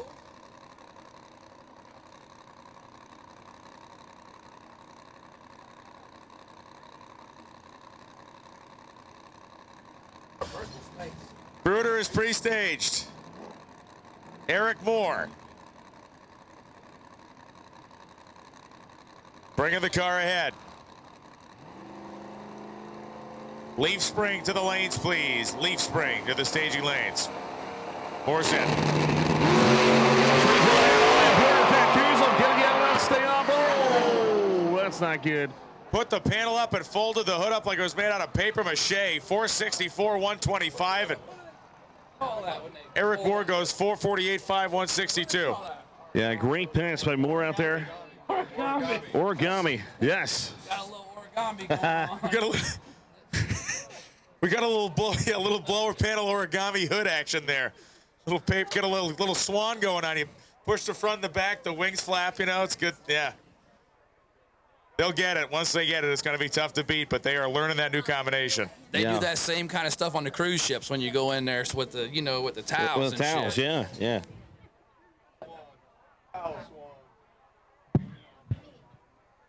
the Bruder, that was actually his best 60 foot right there with the new combination 109. That's Yeah, pretty they'll good. get it. Yep, they're finding out. And Eric Moore went 448. I think that's got to be close to the career best there. So pretty awesome as far as X275 trim's concerned.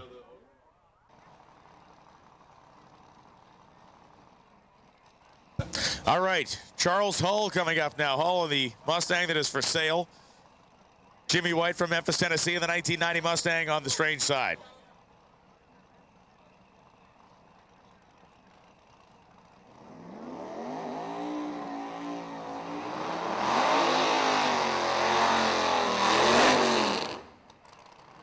So the Pro Charger coming out of left-hand side, Jimmy White, Memphis, Tennessee. 383 cubic inches, number 11 qualifier. Going against the car, that's, yeah, that's right. It's for sale, Brian. You can take it home. So we've heard. You can take it home with you. You know, it's cheaper.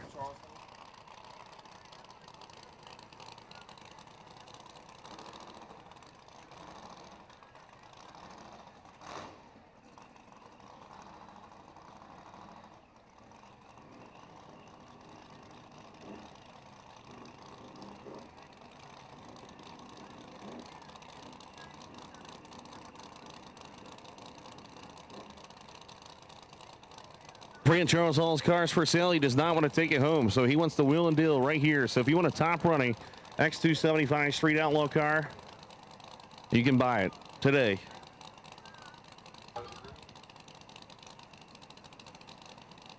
Yeah, what it was. I mean, it was like slick as banana.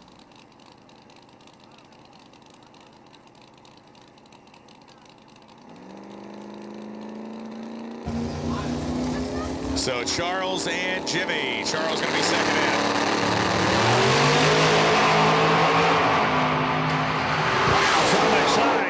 And it's going to be Jimmy White. 023 goes 488.8 at 159 miles an hour. Charles Hull 449.7 at 163. And Jimmy White got the job done. Great reaction time and even outran him by about 100th of a second.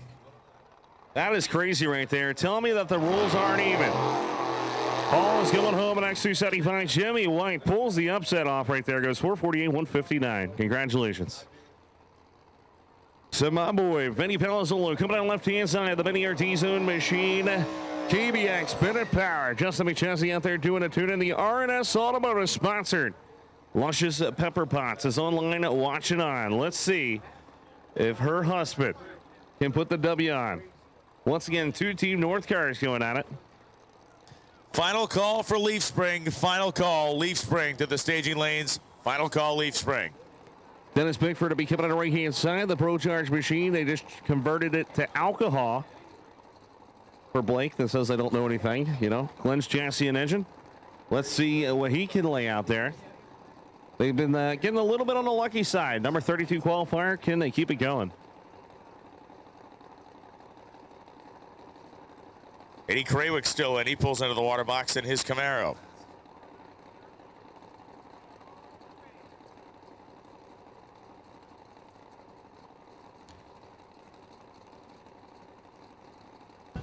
Gotta love it when they're bent in the center there. Let's see what's going to happen here. Box body. Battle of the generations of Mustangs. Oh, Dennis goes straight in. 7 seconds. Got to get in. Oh, he goes red. Are you kidding me? Number 32 advances again. Dennis Bickford, 572.0, 157 miles an hour. And Vinny missed the tree by 28 thousandths, 5.709 at just 91.5. Wow, he is not going to be happy right there. Bickford was 0.28. Vinny was -28. And he went red again. He was trying to get rid of that. He was trying to get rid of that nickname for this year. Which was? Red. Oh. Yeah. Because last year's Street Outlaw, he went red a ton. So hopefully he can figure that out. Eddie Krawick wants to try to rack up another round win as his DMC built Camaro comes through the water box.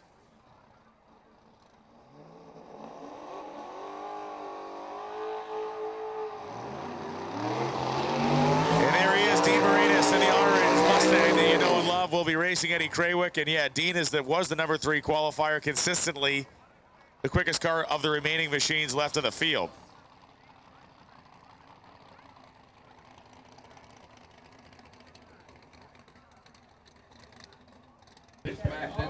So Mean D Marinas, the Greek, coming on the left-hand side, 582 cubic inches of BES power. As everybody's asking why Ron Rhodes isn't here, he just doesn't have his stuff done yet. He's got that experimental new small block. Another request, please do not burn out past the starting line. Do not go, you can roll across the starting line. Please do not burn out across the starting line.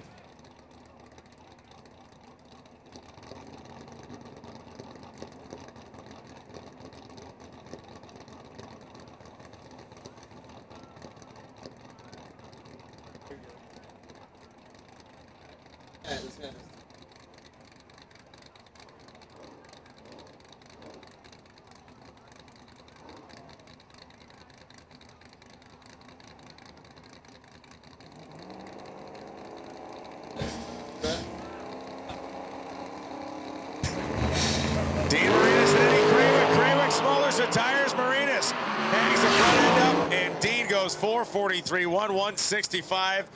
Continues to handle his business as Eddie Krawick just going to coast through 11:24.5 at just 54. Just want to give a big shout out to my boy Jay Dameron. I'll be looking for you next week, buddy. Keep your eye on the live feed, the Duck live feed coming at you. Blake Hughes, you're on the list, partner. The Duck list, and that ain't no good one.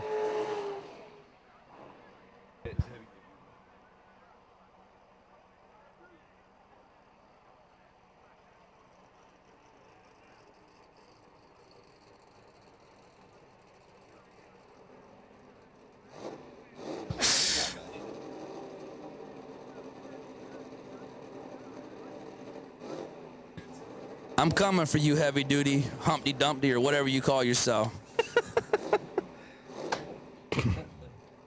He's just sticking with it, Jay. I don't. That's Blake. Apparently, Signature fire. Blake, you've apparently made it. You're going to be a star on Duck's cell phone show. I'll make you famous. Todd Moyer and Sean Lyon coming up right now. The 89 Mustang as we continue on with X275 Moyer. Seabrook, Texas. So number 32 is advanced. Moyer was the number 31 qualifier. Let's see if he's able to make it through. And that's a whole bunch of not happening there for Todd Moyer as Sean Lyon goes 455.4 at 161 miles an hour. Moyer, the car literally didn't leave the starting line, goes 688.4 at 78. Was that green? Yeah, that was green. That was, yeah, You're supposed to go. That was for real green. Sean Lyon, though, awesome car. 455, moving on.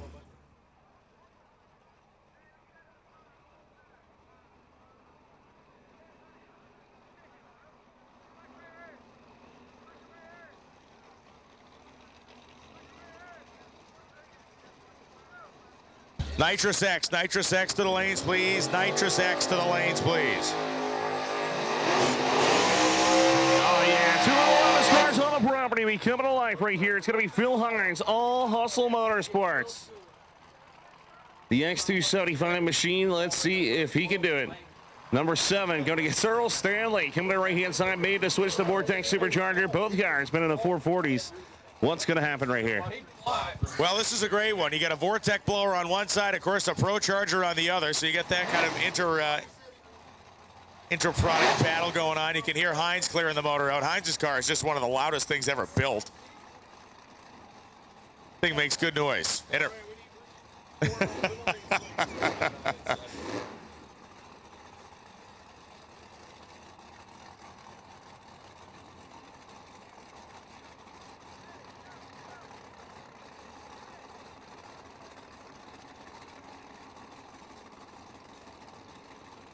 It's a battle of the blower companies. Pro Charger, left-hand side. Phil Hines, multi-time champion. Earl Stanley made the switch to Vortex over here on the right-hand side.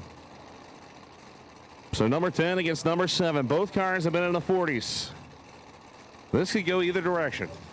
Yeah, this is a really good matchup here. 7 and 10 qualifiers. They've been running pretty much equivalent times through eliminations, and Phil Hines goes right in. Stanley, sporting the Vortex. Let's see what he does.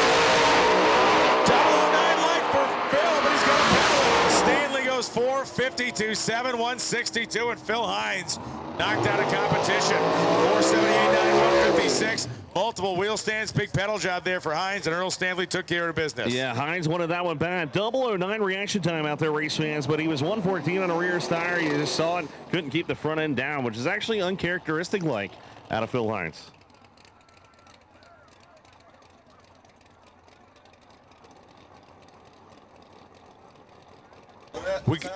We got Racer in need of a transmission part, a forward clutch hub for a Turbo 400. That is a forward clutch hub for a Turbo 400 transmission. If you got one, come to the timing tower. We need Nitrous X. Nitrous X to the lanes. Once again, Nitrous X. Nitrous X to the lanes, please.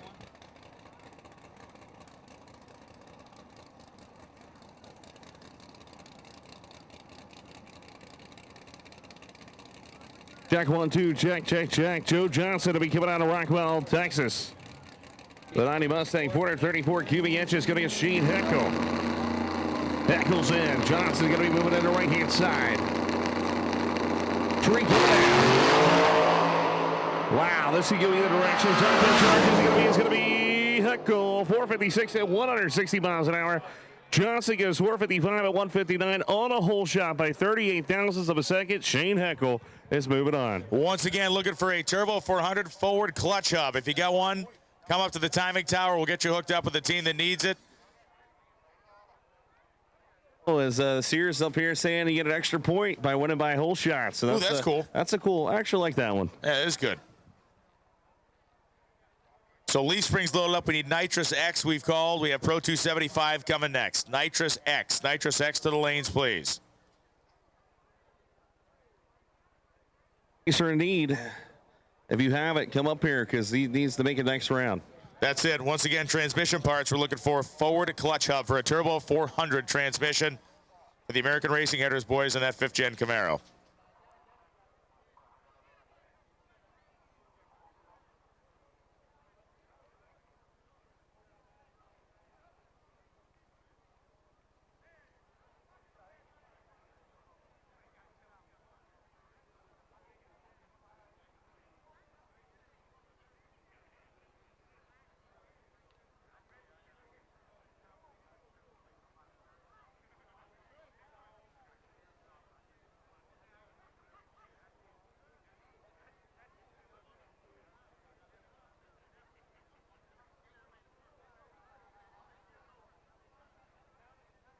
So once again, Nitrous X should be hitting the lanes. Race fans, glad to see everybody out there. I think Brian and myself will probably sleep for about a week after this. And then do it all over again. Yeah. Recovery days. Off to lovely Phoenix. And I'm off to lovely Orlando. Orlando.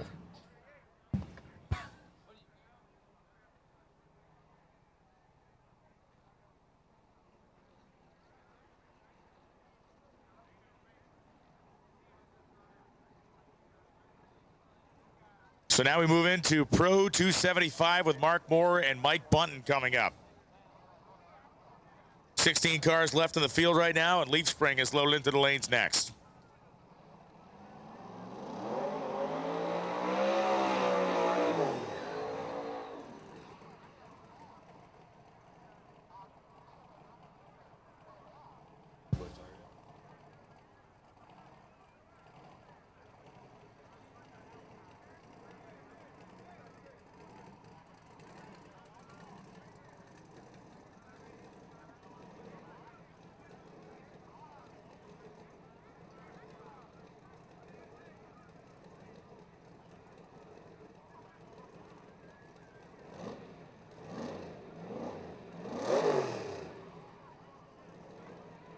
Right, so here we go. Button on the right-hand side. Mark Moore on the left-hand side. Josh Lindsay, of course, will be bringing it to the line over there, the big man from Texas.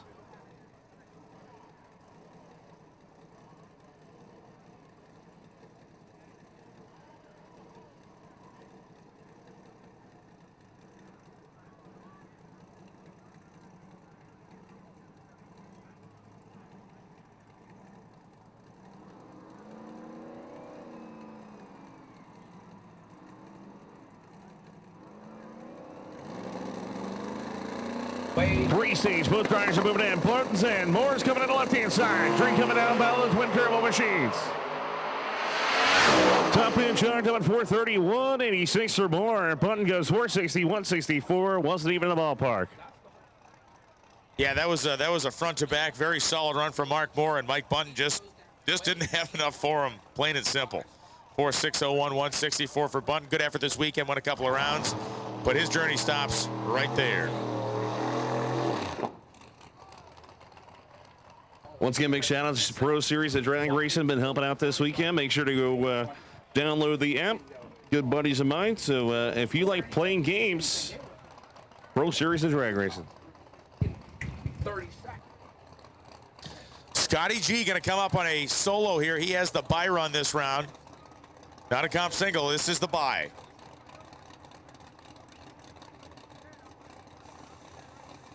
Nitrous X, Nitrous X. You need to be in there. Nitrous X. You need to be in the lanes, pairing up right now.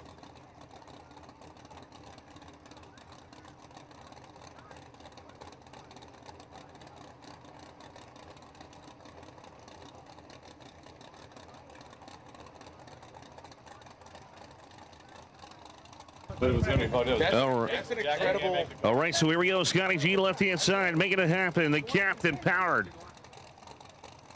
Peter, of course, out there. Frankie of the team from New York. The engine builder wants that record. He wants to go to 3 seconds home for the first time. Can we see it right here in a second? It blows the tires off. Once again, we need Nitrous X. Nitrous X to the lanes, please. Nitrous X. Nitrous X to the lanes, please.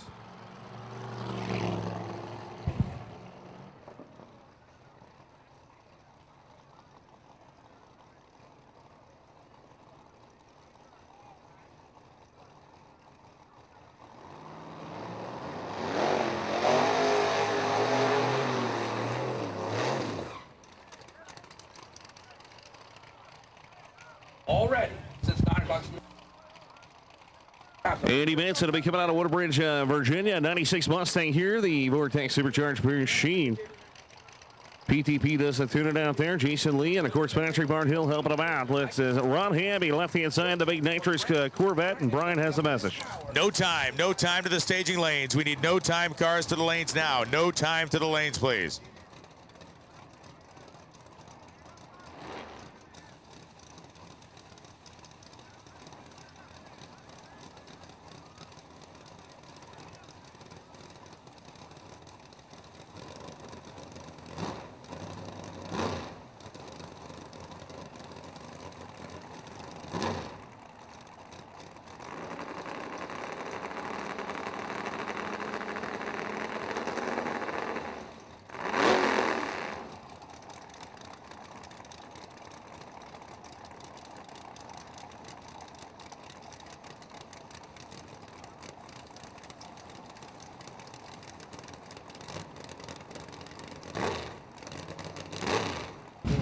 All right, so here we go, man. To the right-hand side. Let's see the blower. Can put out the big nitrous entry. Hamby trying to make it 2 in a row in Pro 275.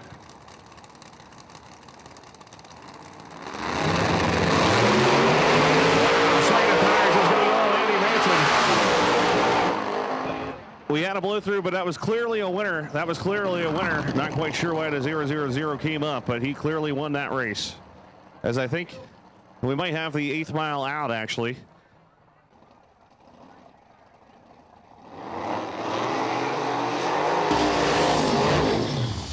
Rich Regan and Jason Richards.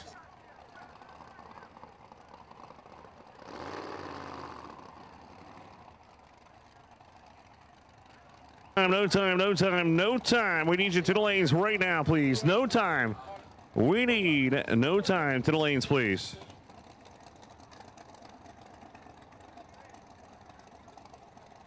Jason Richards will be coming on the right-hand side. Belmont, North Carolina. 68 Camaro there, the big nitrous power plant. Your number 6 qualifier. Richard Regan will be coming on the left-hand side. The 91 Mustang from Tennessee. The Lions Custom Motorsports machine went number 7 qualifier. Who's going to move on to the next round? Yes.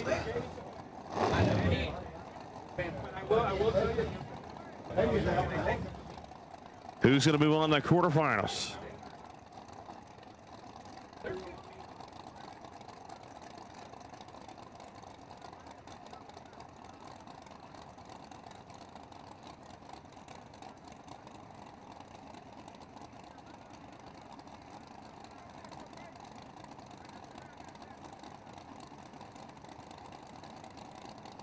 Linko Jim in the house. The man.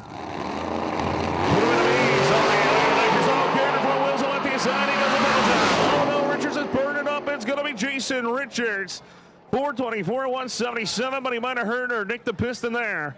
447 to 169. Richard wins, but he's going to have a little bit of drama because he's going to have to pull something apart there.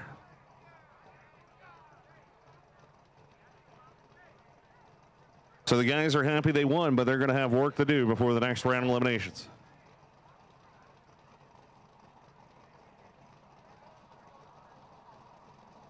John Sears to staging immediately, please. We need John Sears to the staging lanes immediately, please. John Sears to the staging lanes immediately. Please get off the top of the grandstand area. My man with his hands in his pockets dancing. You need to get off the top, please. You're not allowed to sit on top either. The kids. You're not allowed to stand on top there. It's against our insurance regulations. Please get down. You can't sit either. That includes the sitting part. You both have to not sit either. Thank you. Whoever told him to get down.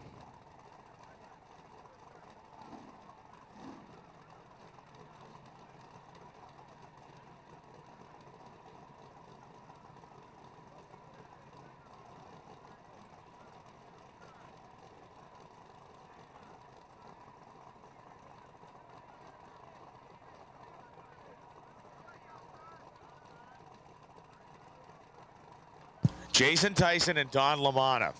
Don was the second quickest car. He's been working his way through the ProFab machine out of Florida.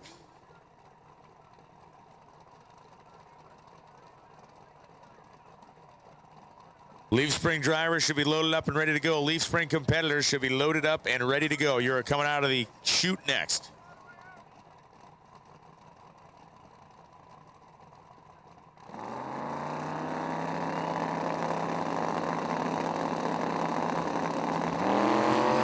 Off they go. Reaction time favors Tyson, only 5 thousandths. Tyson's car gets sideways. That's LaManna. 421.4, 186 miles an hour for Don LaManna. Jason Tyson, 451.8, 142. So the ProFab performance right there. ProLine power machine is going to be moving on. That car was built to try to break the 3-second zone. So we'll see if it happens.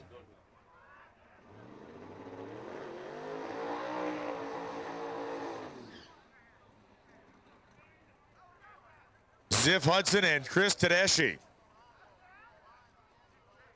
We got a Tedeschi just way down to Hudson.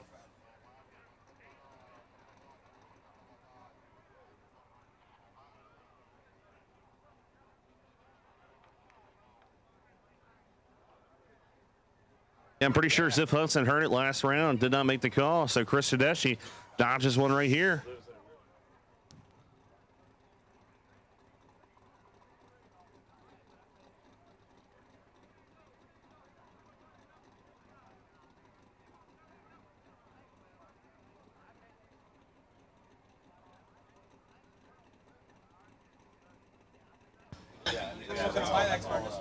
So here comes Tedeschi on a solo. Should have been Ziff Hudson the other side. There's nobody over there. So a solo here, competition single for Chris Tedeschi. Wow. Oh, man. Didn't go half an inch for it, busted the tires loose, and he is going to roll down 677.4, 102.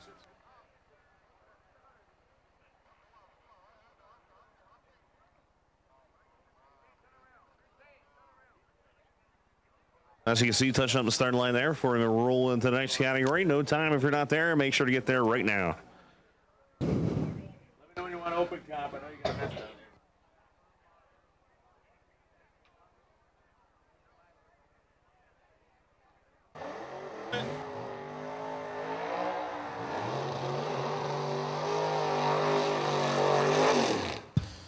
Clemens completing the burnout, the nitrous-fed Gene Fulton engine in his Nova, and John Paterno. Paterno has the tamest looking car of the bunch out there, and well, it's kind of the tamest looking car of the bunch, but he's been managed to weasel his way through a few rounds here, and great reaction times. He's had some tire smoke in the other lane, and he's worked it down. So we'll see what John Paterno is going to do against Jeff Clemens, or maybe what Jeff Clemens is going to do against John Paterno.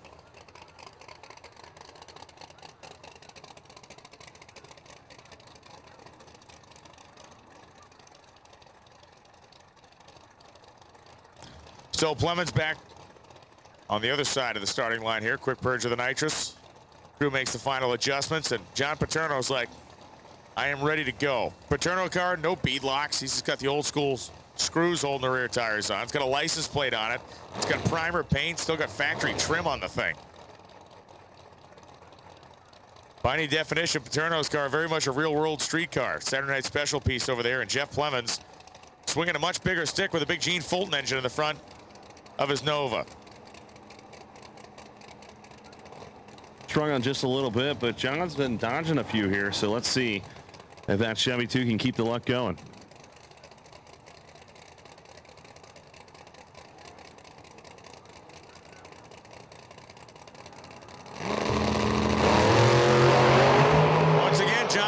Great off the start line, but Jeff Plemons got up near the center line, but did not touch anything. 4:59.5, 163 miles an hour for Jeff Plemons. He gets the win light. John Paterno straight up out muscled there, 5:36.1, 1:31. He was 0:41 in the tree, had 0.2 of a second out on Jeff Plemons, and Plemons just ate him up.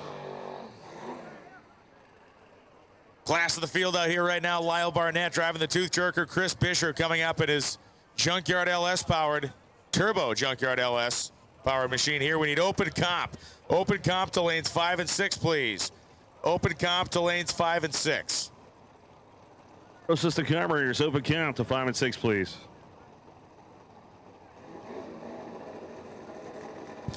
Outlaw 632, you're on standby. Outlaw 632, you're on standby. We don't need you immediately, but Outlaw 632, you are on standby. Lanes 3 and 4. Lanes 3 and 4. You should be in cars, helmets on, ready to go. Looks like all drivers are in. All drivers need to be in lanes 3 and 4.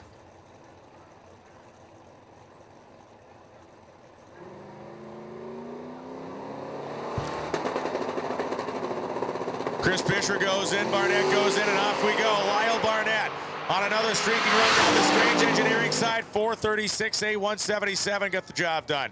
Bisher goes 5:019. Was looking for a 4:99 this weekend.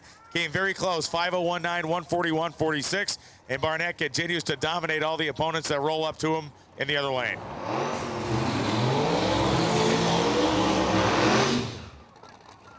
So John McDonough will be coming out of right-hand side, Panama City, Florida. He calls this Nova Black Betty. 582 cubic inches, your number 6 qualifier. Battle the Novas here. As Dale Arbogast will be coming out all the way from Michigan. 588 cubic inches. This is Lee Sprague, number 3 qualifier on the left-hand side. We're going to have to push. So we need all cooperation there. We're going to push as fast as we can now.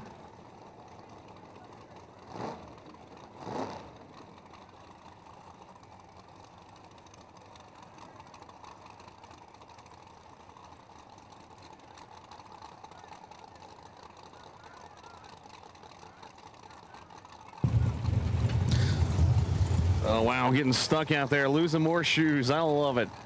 McDonough's in. Arbogast is in. McDonough's see ya. That's the whole shot again. Charge on the 455 at 156. Going to the next round. Arbogast goes 457 at 168. Look at the mile an hour. Just left on green. Didn't have anything in the 60-foot clock.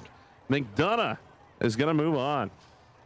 Yeah, I mean, John McDonough showed up when he needed to there, and Dale Arbogast car just did not react. 364 light. You spot a guy 310s, it's over with in this category. Unless you're Lyle Barnett. But if you're anybody else other than him, you got to be as quick as everybody else on the tree. As Mark Dykman going to come up the Blue Goose, the Camaro on the Strange Engineering side. And it will be the first generation Camaro here on the Haltech side for Scott Parson of St. Thomas, Pennsylvania. Couple of 450 cars right here. It should be a good one. Oh, yeah, Scott Parson here on the right-hand side, the big block, Andy Jensen power machine. Cruz Brothers Racing has helped out with this car immensely. Dykman, that thing was originally built by Rhodes Custom Auto. Open comp, you should be in the lanes. Open comp, you should be in the lanes. We want Outlaw 632. Outlaw 632, bring it in. Outlaw. Outlaw 632.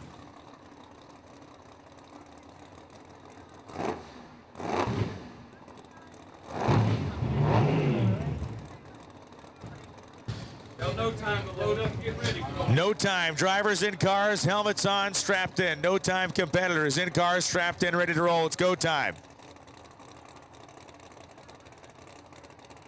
Once again, all no time competitors need to be in cars, ready to go. This should go either direction right here. Pro Charger to the left-hand side, the big nitrous power plant on the right-hand side. Battle of the generations here, first and second gen. Wow, look at that. Candles lit. Parson has him so far. Blakeman trying to come back around him and does it. 452 and 158. Look at the power. PTP, Patrick Barnhill out there. Dustin Tunin, Parsons. 459 with a 1 and 151. Didn't have him on the tree. Came around about the 60 foot and then lost it at the 330. Yeah, pretty interesting matchup there. They would have been about dead even at 60 feet because Dykeman had 200s in his pocket off the hit.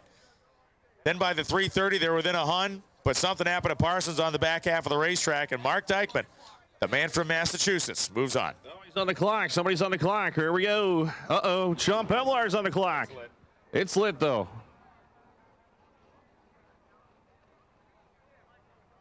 Open comp, you should be in the lanes. Outlaw 632, you should be headed here.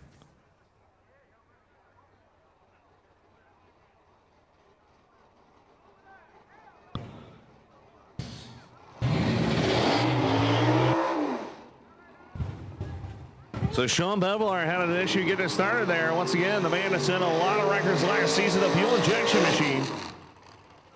Jason Waterman, BES Power. Jason, of course, does the tuning out there alongside of the Haltech engine management system. They just swapped it over to fuel injection for this season. Big shout out to 10 Soldiers as he's building Sean Pevlar's new car, which should be done soon, and I can't wait for that thing to be done. Your number 3 qualifier against Casey Bushmeyer. Panama City, Florida, the El Camino that could, man. Everybody loves the El Camino. Black Mamba going against the El Camino. Number 6 against number 3.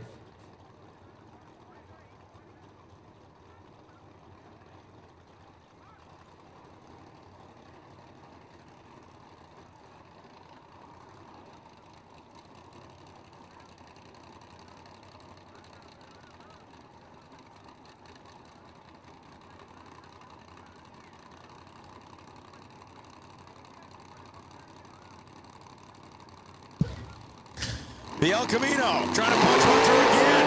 Wow, look at the wheel stand. Pevlar finally puts the front end down way out past 60 feet, and it's all Pevlar. 4.708, wow. 148 for Sean. That's a statement run right there. Casey goes 490 with an 8, 139. Best run by a country mile for Bushmeyer this weekend, but not near enough to hang with Sean Pevlar. Yeah, same with Pevlar. That's his best pass of the weekend right there at Nitrous X trim, or any trim for that matter. Once again, no time competitors. You should be in the car, suited up and helmeted up, because we are down to about 2 pair here at Nitrous X, and you're next.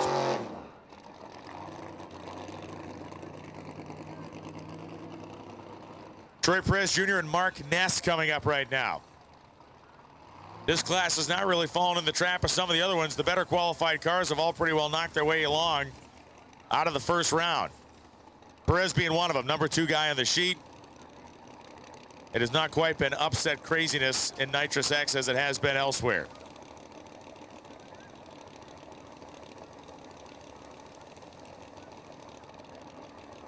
We're running into Nitrous Purge going high in the Nest machine. Remember, this is Nitrous X now. We moved and changed classes. So Perez, of course, on the left-hand side. Let's see what's going to happen. Innovative Racecraft, as I'm tired.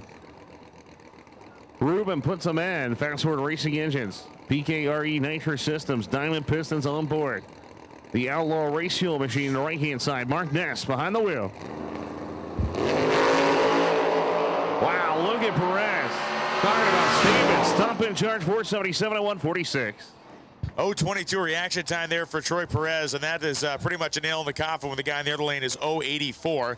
Ness goes 5.907, just not near enough. Ness was crossing the finish line only 87 miles an hour, so he had thrown in the towel long before they got there.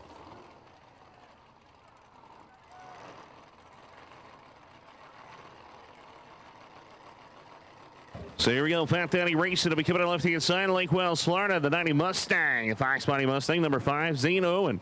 Be coming out of Tifton, Georgia, trying to take it home for the El Caminos here. He is the last man standing in El Caminoville. And Matt Schleen does not care one bit about that. Matt Schleen at this very moment hates El Caminos and everything they stand for. 0-1 on a hole shot first time down, just mowed the tree down. And he will need to do that again.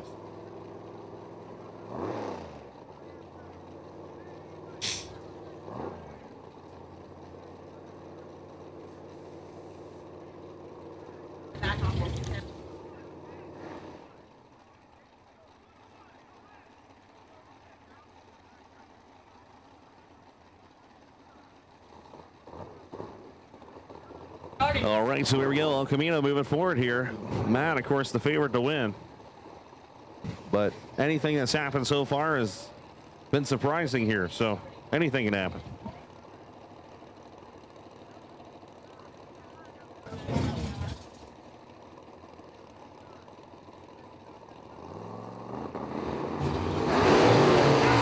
And another massive hole shot, and look at St. Owen. He's going to do it again. 5:18, 3:134. Schleen comes to a stop in the middle of the racetrack. Owen just crushed the tree. 0:39 reaction time. Schleen was 167, and it only got worse from there. He did not make it 330 feet. The El Camino that could, the Mustang restarted. He's like, come on, man. But once again, we do appreciate each and every fan hanging tough to see who's going to win that $50,000 in every category for that matter. But don't forget, racers need your cooperation. I know we don't really want it to be a late night. So please, when we call you, get to the lanes, be souped up, be ready to go. When somebody launches, make sure you're starting to go into, you know the deal. We're going to push it just a little bit here. Outlaw 632 being paired right now. This is a final call. Final call, Outlaw 632.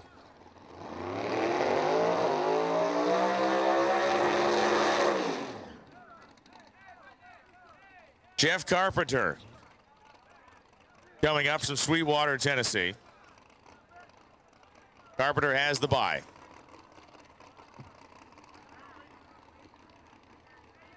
Looking forward to a few things. Seeing my wife and kids when I get home. Being in a structure with a manageable temperature system. It's going to be another bonus.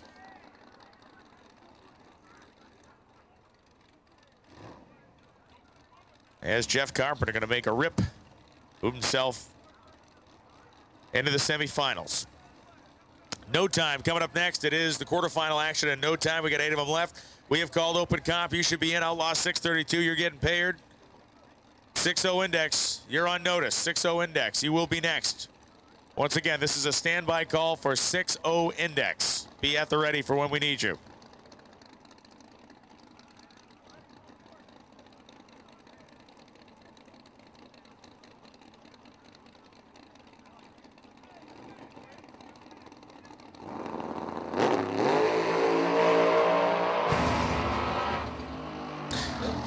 Jeff Carpenter had a real bad miss on that car, or bad, I should say, the thing flat spot when he stepped on it.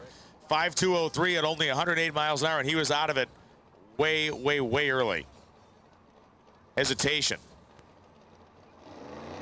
And here comes no time.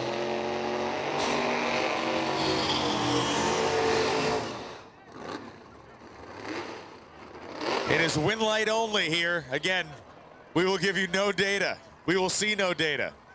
No data will be generated. As Jason Wells is backing up.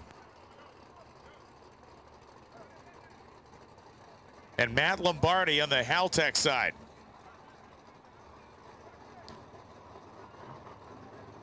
ASA Performance, no time action right now. And thanks to ASA for supporting the class and putting up some dough for these racers to come out and chase. First time we've ever had no time racing here at Lights Out. Or multiple time we've had it here at Lights Out. First time I've ever seen it here though, right? How about that? Let's go with that. Wells purging the nitrous up over the roof of the Black Mustang Strange Engineering side.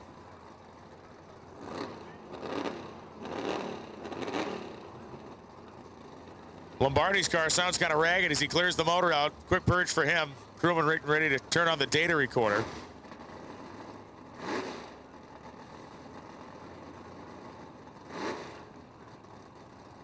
So over $5,000 on the line to the winner here. Not of this pair, but of the class. That is big, big money, like every class here. It pays out. Wells and Lombardi trying to get a shot at the semifinals.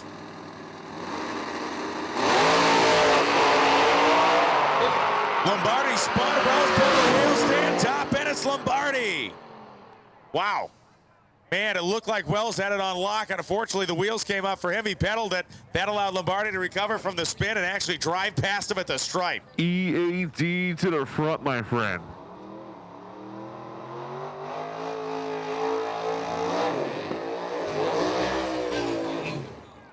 Open comp, this is it. Last and final call. Last and final call, open comp to the lanes. Last and final call, open comp to the lanes. Outlaw 632, your last and final call. And we need 6-0 index to the lanes. 6-0 index to the lanes, please.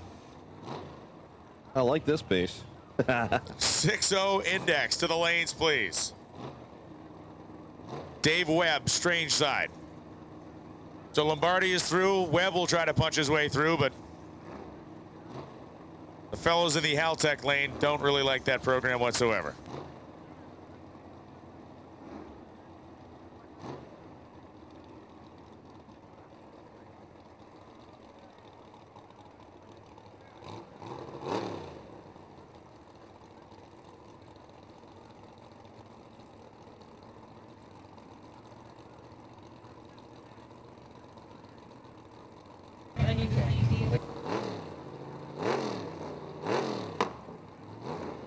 All right, here we go. Persian Nitrous here.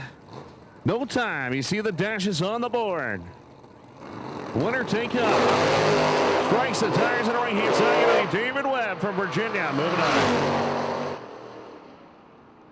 Wow. That was an upset, I believe.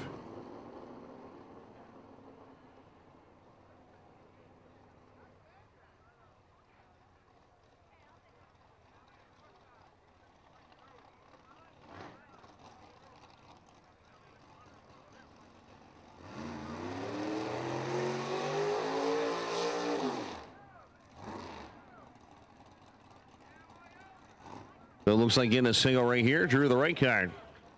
We'll see if he goes for a full 8th-mile hit.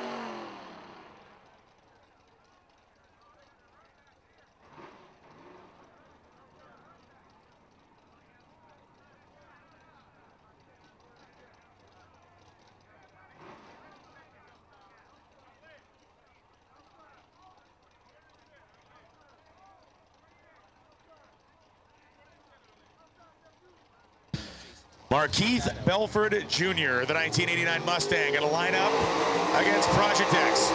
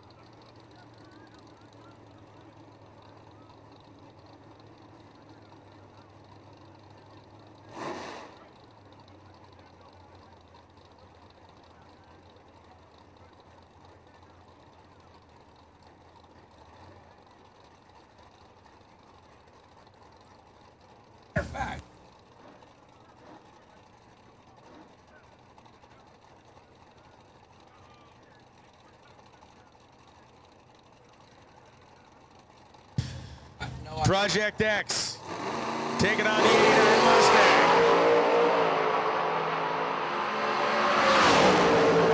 And the Mustang gets the job done, retiring Project X. Man, that little car is evil. That little car is very evil, and we are going to move right in to open comp. On hand will be coming on the right-hand side. The Creator Door Slammers 2, Medway, Ohio, 69 Camaro. $599 the dial-in, and of course your truck, man. That 2JZ is coming to life. Andre Nunez, San Juan, Puerto Rico. 6-0 index, 6-0 index, 6-0 index. You need to be in the lanes. You need to be strapped in. You got to be ready to go. 6-0 index to the lanes, please. Andre Nunez and Ron Hamm locking horns.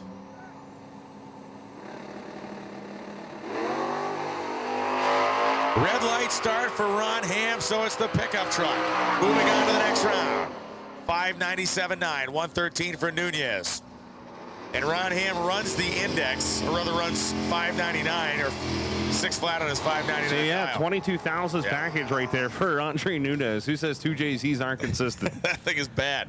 You just got to jam it in the front of an S10 truck, that's all. Secret. That's the secret. Just throw in the truck. It's a truck thing. We're just dropping knowledge left and right up here. Mark Nitting coming out on the right-hand side, 648 the dial in there. Joe Tillman, Longwood, Florida, the Plymouth Scamp, 728. Outlaw 632, load up, strap in, get ready to go in the staging lanes. Outlaw 632, load up and get ready to go.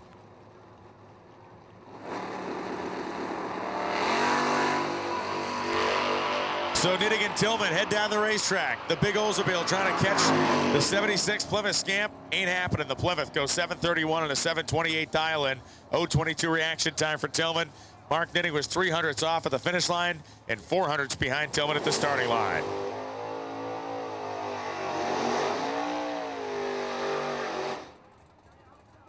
All right, I got my money on the Nova on this one. RBJ coming out to 658 the dial-in. King Grant coming out of Georgia, 660. This is the interesting, low gear setup. The left-hand side leaves really, really slow and then brings in the power. So it's hard to judge at the top end of the racetrack. Which some bracket racers do that. Just to make it different, judge it differently. Make the, again, it's all about the finish line stripe driving ability and what the opponent thinks is going to happen versus what you know is going to happen. It befuddles me that real bracket racers hold 6 to 8 in their pocket. That's nuts. Yeah, that's fine. Yeah, no biggie. Granted, this is a little different. You take 500s off your quickest fast, but let's see what happens. Who's going to go in first? A little bit of bump on the left-hand side. Grant's in. Here comes RBJ. Oh, he goes down by 11. Look at King Grant, though. 005. 662 at 114. Takes it right there. Yeah, there's something. Grant's got some sort of a master plan there, and it's working. Don't get me wrong, but it's a weird car to watch go down the racetrack.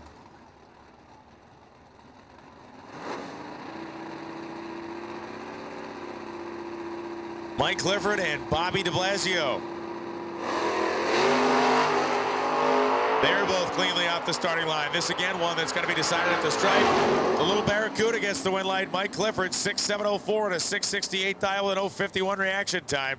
De Blasio, 6.075, a 104, 034 light. Not good enough. Yeah, look at Bobby's numbers there. He might actually killed it at the end and let him go back by. Wow, as Bobby had him on the tree. 43 10,000ths of a second. Clifford takes it. Troy Press Sr. will be coming on the right-hand side. The Nova, 588. Going against Jay Pollard. Cocoa, Florida, 720 dial on the left-hand side.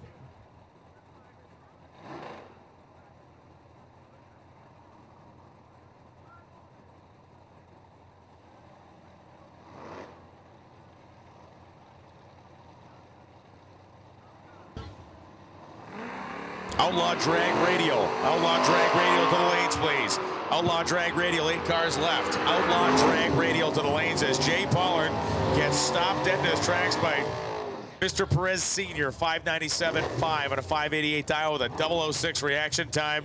Aging like cheese out there. Better with age. Yes, I think so, you know.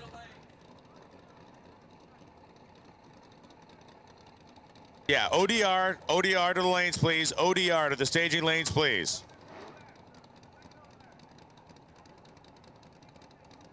ODR to the staging lanes, please, as our last 3 cars in open comp, and a red light start for Bill Edwards.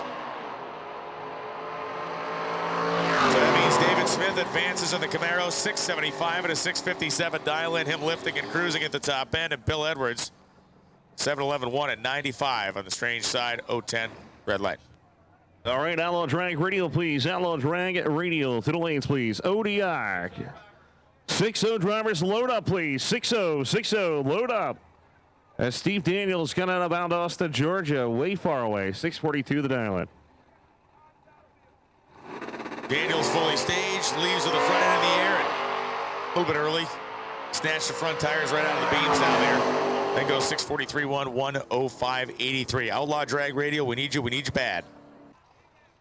Got a couple breaks, which you got to do. I think anytime you look at somebody who wins a big level race like this, at least one time over the course of the event, they'll catch a little bit of a break, and then you turn that into some momentum. Tim Baldridge missing the memo about burning out under power across the starting line. Love the I mean, that, you know, yeah, I say diversity a lot because this event is all about diversity, but you're looking at a full tube chassis car against Patterson's like street legal, stock wheelbase, beautiful 68 Camaro with vinyl top. That's pretty cool.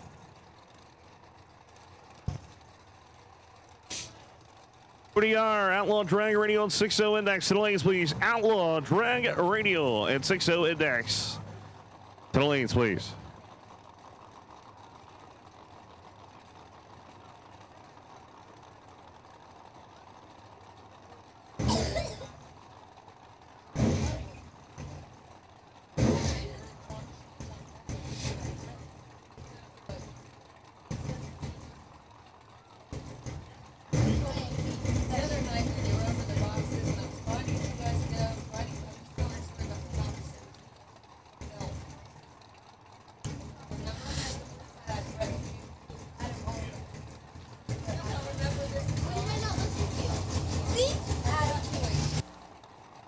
All right, here we go. Put them in the beans. Patterson on the right-hand side. Going against Baldridge. Number 17 against number 8. Patterson's in. Look at that. Bringing on a kick. Carrying the front wheels out there. Going towards the center line. Trying to stay with it. Burning it up. Not going to happen. 485 at 143. Patterson was 006. You saw him burning the motor up. Goes 487 at 144. Baldridge is going to be moving on. 2 good reaction times. 006 to 018. Margin of victory, 93/10,000ths of a second. And Patterson's hopes at a win out here, literally going up in smoke at the big end. You can see the spotters out there checking to see if there's anything on the surface.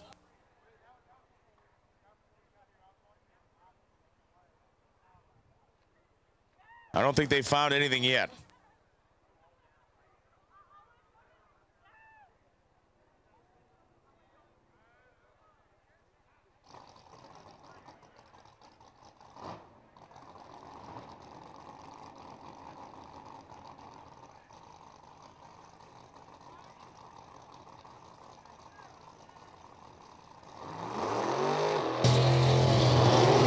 X275 to the lanes, please. X275 to the staging lanes, please. X275 to the lanes, please.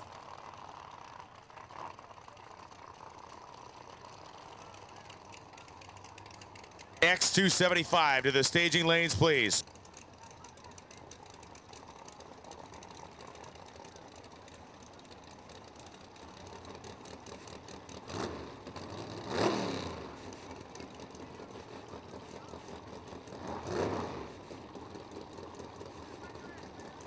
So it is next pair up here in Outlaw 632, Kenny Hubbard and Jim Aldis. Aldis, the 92 Camaro, and Kenny Hubbard, the Nova on the Strange Engineering side.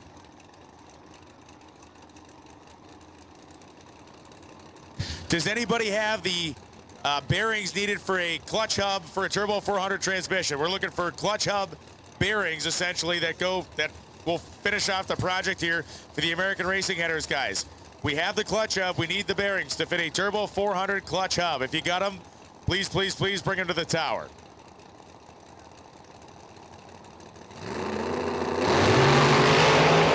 Hubbard and Aldis, a good matchup, and Hubbard's going to put the goals to it, and he got him. 440 at 160. Jim Aldis, 451.6 at 160.79. So, wow, I like it. That was his quickest pass of the weekend right there. Kenny Hubbard trying to do a double. He could double up. You never know. X275 and Outlaw 632. Sounds like he's got some of that mojo working that Hamby had last year. Testing since Tuesday. Corey Cox and Dominic Augustine. We have called X275. X275 to the lanes, please. X275 to the lanes, please.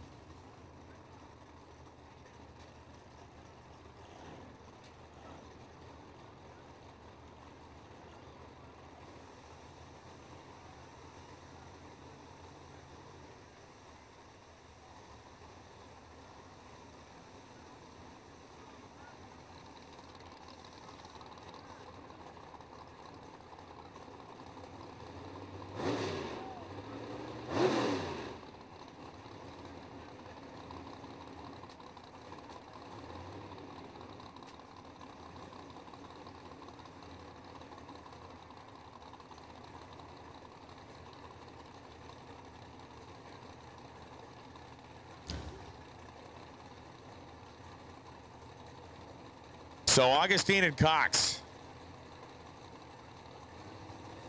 Side by side, ready to go. Augustine. Whoa, Cox is sideways. Barely kept it off the wall. Dominic Augustine goes 442.9, 155. Wow. Corey Cox went 006 red, and that thing had a concrete magnet in it. He was able to get it and keep it off the wall. That was close. I believe we have a nitrous outlet giveaway to handle.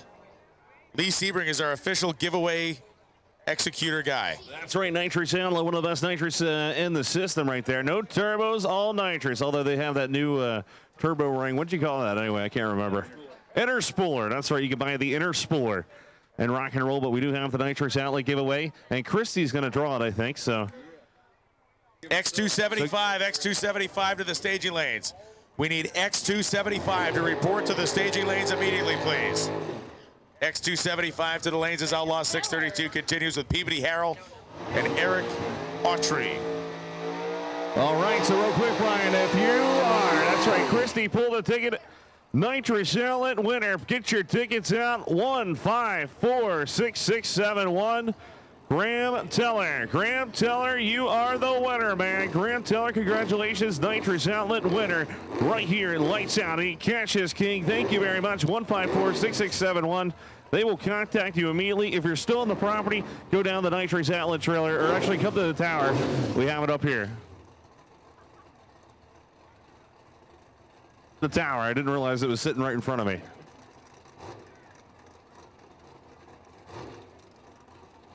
Universal single nozzle system. You want it, man. Nice. Eric Autry purging the nitrous on the Haltech side, and Peabody Harrell. That tube chassis GTO. X275. I believe we have one car in there right now, and we need several more than that. X275. There are 8 of you. We need all 8. X275 to the lanes.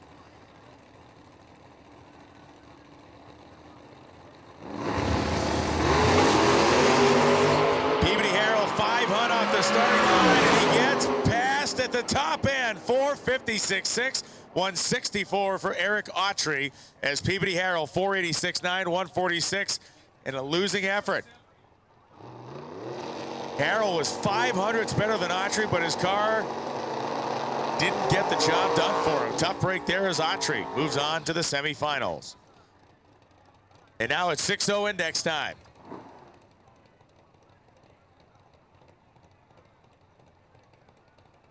X275, X275 to the lanes, please. X275 to the lanes, please. This is a final call for X275 to the lanes, please. Final call, X275 to the lanes.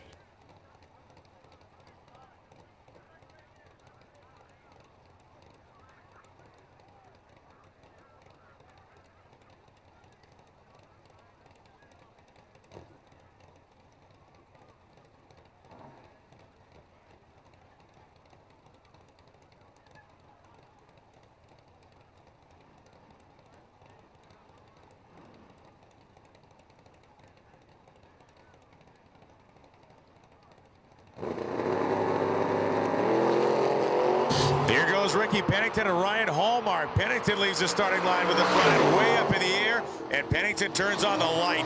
6:02.3. Hallmark was 6:009, but Pennington 006 on the tree, ate his lunch for him at the starting line, and that's the only thing that bailed Pennington out. Otherwise, Ricky Hallmark would have gotten the win light. Or Ryan Hallmark, rather. See what I did there was I Tired did like the me, thing. and we're I did the thing where I just renamed that person. Red Mike Raleigh coming out of Atoka, Tennessee. 67 Camaro there, going against Kenny Floyd. That 58 Corvette, old school baby, Charlotte, North Carolina. Floyd's in, tree coming down. Wow, somebody had a superior reaction time. Top end is going to be the 58 Corvette, dead on with a 3:0:39 reaction time. Mike was dead late and goes a 10th off. X275 mandatory. Get to the staging lanes now, please. X275 mandatory to get to the lanes. Dean Marinas is there. That means everybody else should be there too.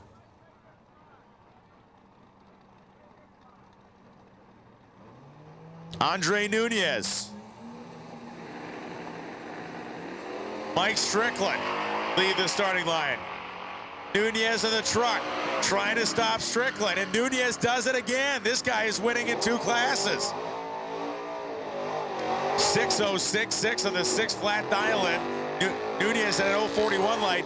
Strickland was 0:07 on the tree and then breaks out by 7 thousandths of a second.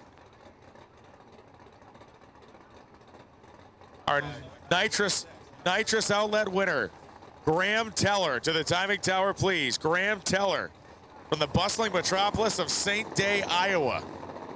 The mail might not even go there. You got to pick this thing up in person. Graham Teller to the stage, to the timing tower, please. Graham Teller, come pick up your prize.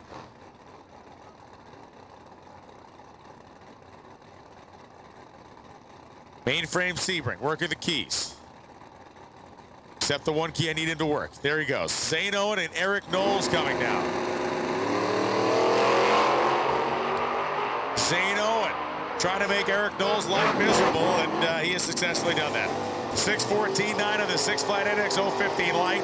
Knowles was 6:37 with a 107 light. Zane Owen ate him up.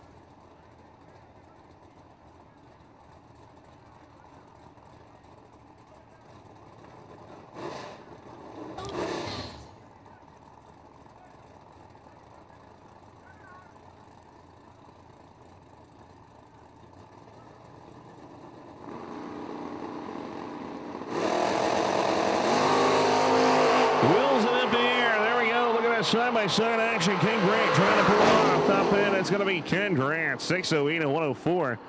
Massaro goes 6:13 at 112 as Grant had on both ends of the racetrack.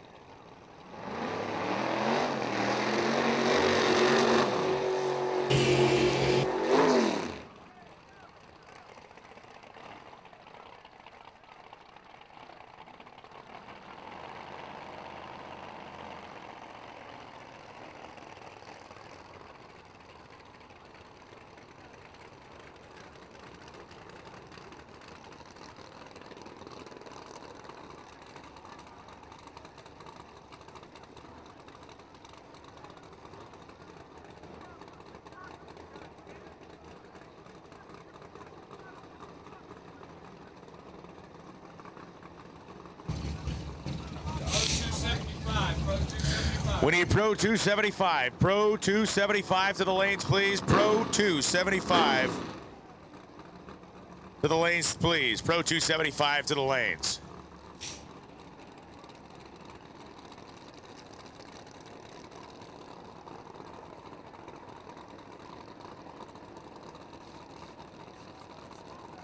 All right, here we go. Apocalypse going against Jack Green, as we were just saying there. The Albert Engines M&M transmission machine. Swatchroom, of course, left-hand side. Little Country.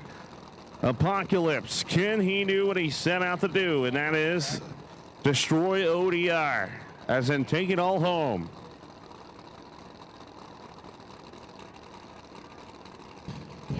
Jack Green's going to try to shoot the bulbs right out of the Christmas tree. Candles lit. Look at that. Apocalypse. Oh, he blows it up top at 420 at 177, and Jack Green blows it sky high. 424 at 158. Green had him, came around him to 60 foot, came around to 330, and then Swatster went back around because he blew it up. 620-foot fuse on the Nova, and it went boom big time down there. We're checking the racetrack, but once again, bam! Little Country gets the job done, and that car, that 420 tune-up in that car is very safe for that thing. It's not, that is not the full puree setup in that car.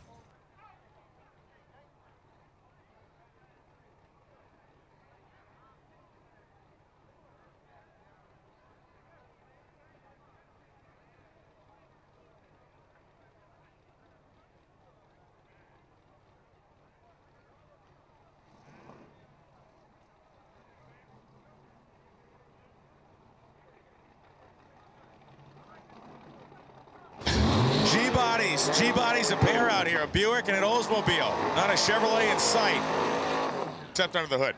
Chad Henderson from Madison, Alabama.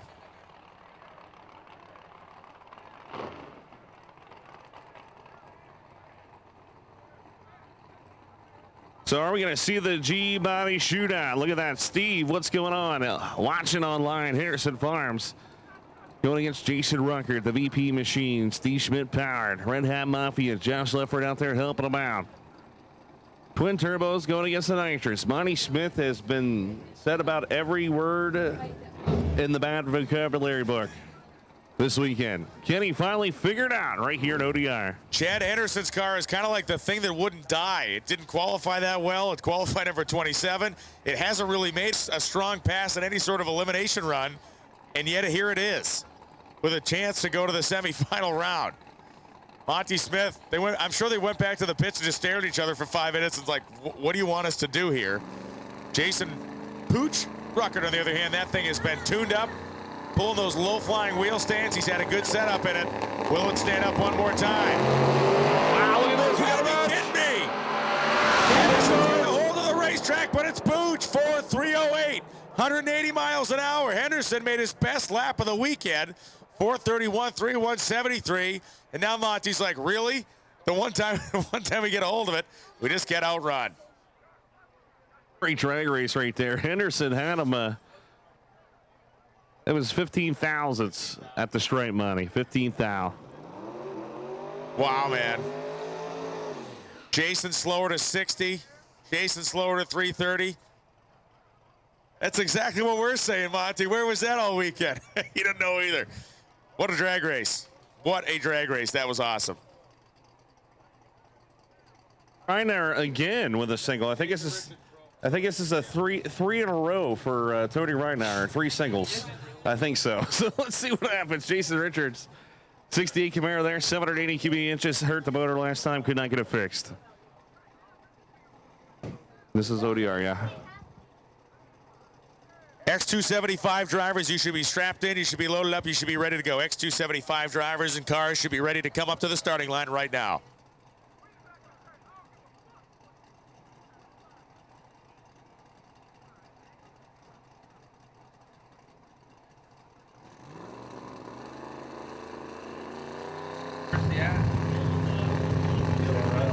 So right now, the Rocket, baby, PvP. Oh, did you hear that? Top in charge at a 425 at 185.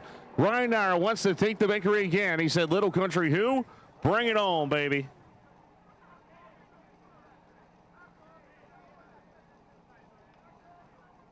Ultimate, this is a final call. Ultimate, final call. We need open comp. Open comp to the lanes, please. Ultimate Street, final call. We need open comp to the staging lanes, please.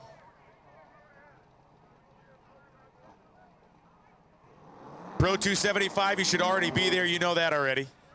Ultimate Street, you should already be there. You know that already. Open comp. Now it's your turn to climb in.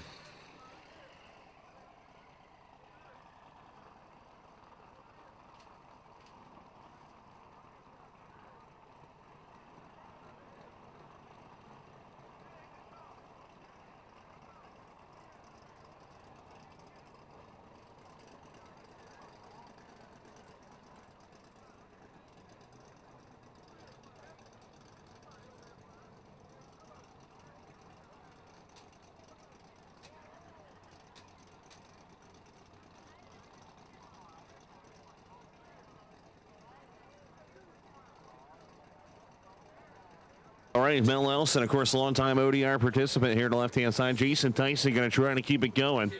The North Carolina man.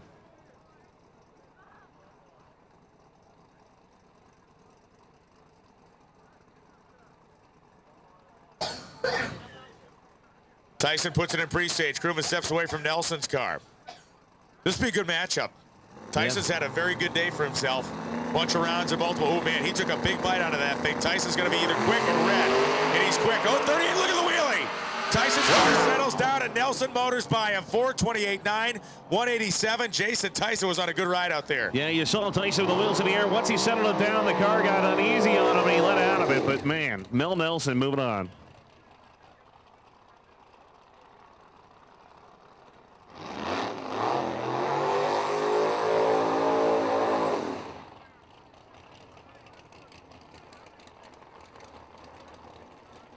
All right, so X275 will be coming out of water box this time. Don't forget X275 Series. Dennis Bickford coming out of the right-hand side. The alcohol Pro Charger. Lens chassis and engine. Going against Shane Heckel. The nitrous entry on the left-hand side, number 8. This should be, well, Bickford's still trying to figure out the combination, so it could be a good side-by-side Working for him matchup. so far. Maybe he's on the Henderson plan. They eventually got a hold of one. Bickford, one of those deceptive number 32 qualifiers here. There's a lot more car underneath him than we have actually seen yet. Shane Heckel knows it. Not going to take this guy lightly just because of the number that he wound up with when the Eliminator started. Put him in the beams. Here we go. Look at old Dennis Bickford's going to move on. Not only that, he's going to lay a number down. 465.2, 161. Not Olympic level, but it's better. It's consistent. And Shane Heckel red lit by 0.005 of a second. It's all about that horseshoe right there, and Dennis Bickford's got a big one. Heckel found it away. 450, 156, throws it away. Heckel would have won that round by 1/10.5. But these things happen. Goes to show you the respect he had for Bickford. Knew he was going to try to hit the tree, and things happen. Sean Lyon and Earl Stanley coming up now. And Team North has come together to help out Bickford, and it's rocking. It is definitely rocking. Open comp, Pro 275. Open comp and Pro 275. You should be in the lanes, please. Once again, open comp and Pro 275. You should be in the lanes. Earl Stanley be coming to the right-hand side of the Vortex Supercharged Power. Number 10, going against Sean Lyon. Panhandle Performance, Panama City. Number 15 qualifier. This is one of those matches you go either way. We're down to that in pretty much every category. It is, yeah. And we're into pick'ems pretty much across the board here.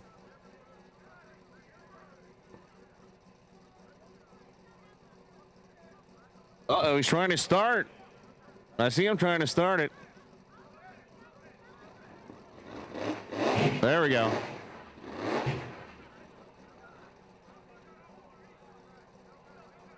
Oh no, Earl Stanley shut off again. Can he get it started? Sean Lyon puts the pre-stage bulb on. He's got to keep it running. You hear him throwing the throttle in there, just to keep that Vortex Supercharged machine going.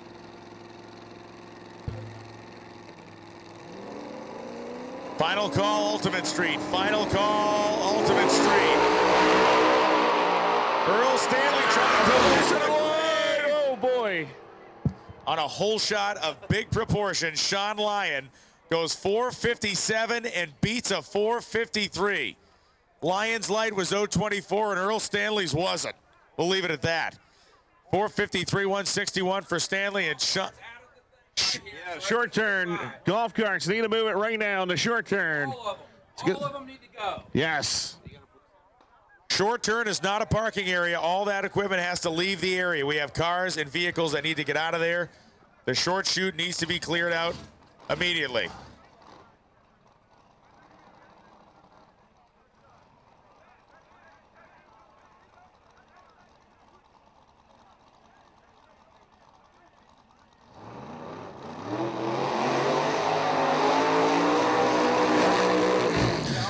Jimmy White and Dean Marinas coming up. Golf cart. Tell them. Ma'am, you got to move the golf cart out of there. You got to get back on the golf cart and move the golf cart out of there, ma'am. That's not.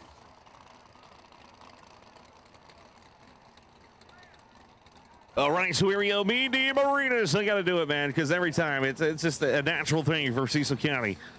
The green, coming on the left-hand side. The Speed Tech nitrous system, 582 cubic inches, a big block. BES power, single stage of nitrous. D. Marinas, the highest qualified car left end. Can he do it right here? Lights out 8. Cash is king. Jimmy White is going to try to stop it.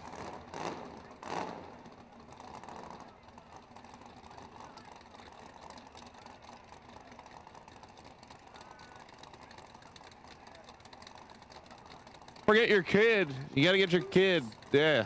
Kid's optional.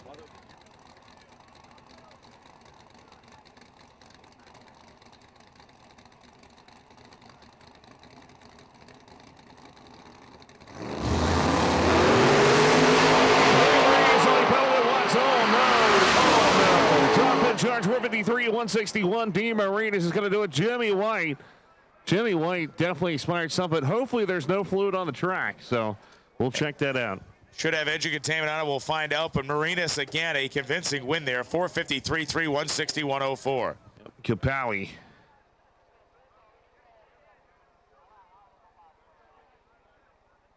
Once again, got to keep the short chute clear.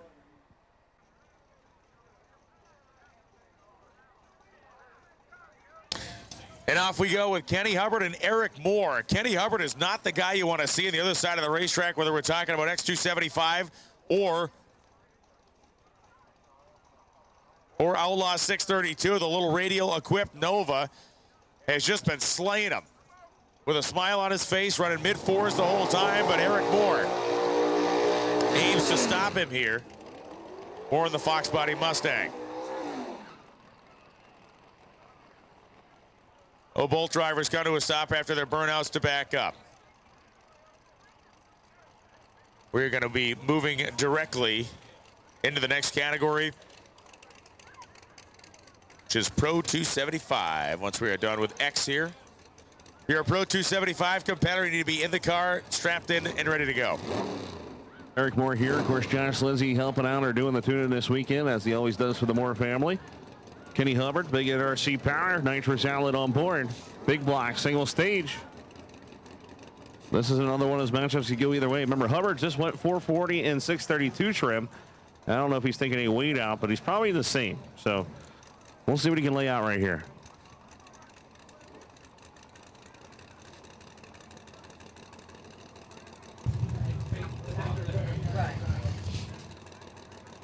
The egg roll man puts the pre-stage bulb on. Eric Moore slowly creeping forward.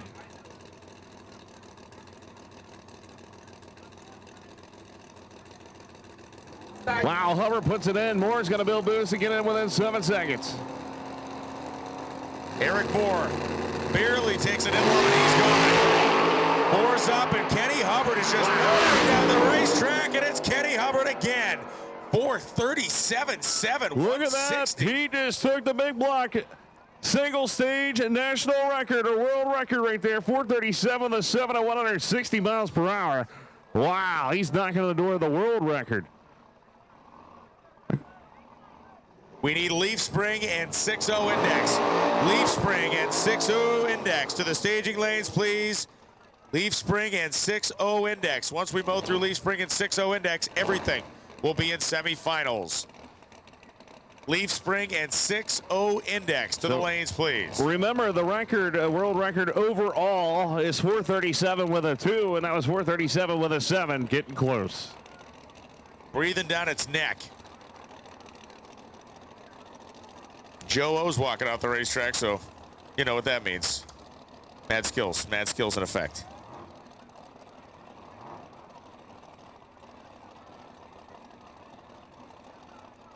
What began as a beautiful, well, kind of a murky Sunday and turned into a gorgeous Sunday day has morphed itself into a cool February Sunday night here at South Georgia Motorsports Park, and it's getting fast.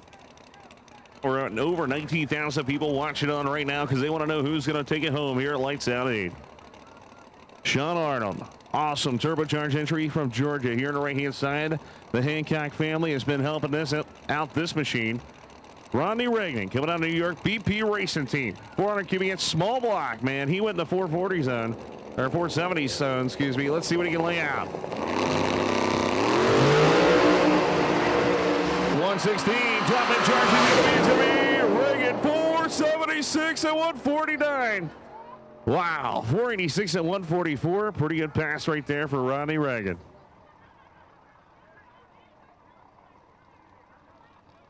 Once again, 6-0 Index and Leaf Spring. 6-0 Index and Leaf Spring to the lanes, please. 6-0 Index and Leaf Spring to the lanes.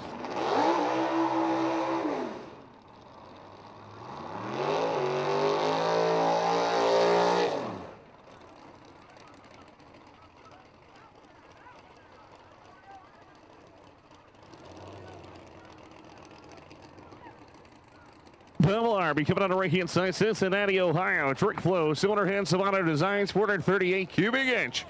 PES power plant. Haltech engine management's on board, and they are figuring this thing out. Jason Waterman will be bringing it to the line.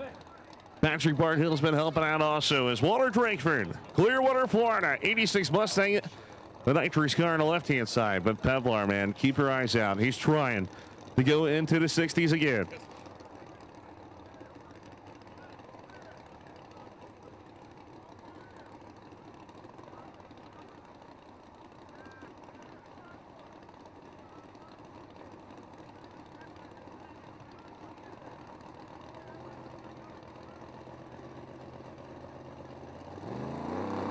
Put it in the booms. Oh, man. He went through for Drakeford. Look at Pevlar, though. Top in charge at 476.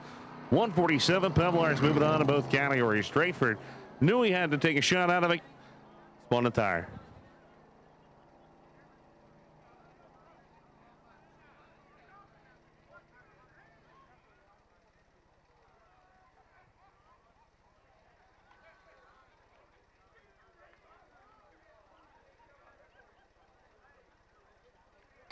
So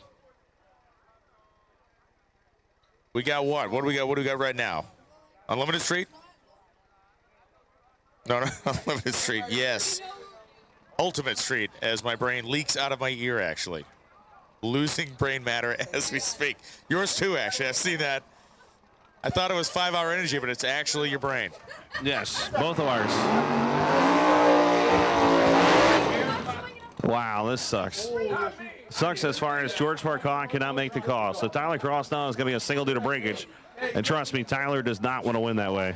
No, those guys are thrashing. They found basically half the parts they needed. Looking for Turbo 400 transmission parts. They scoured the pits and got halfway home, but unfortunately, they're not going to make the call. So Ultimate Street.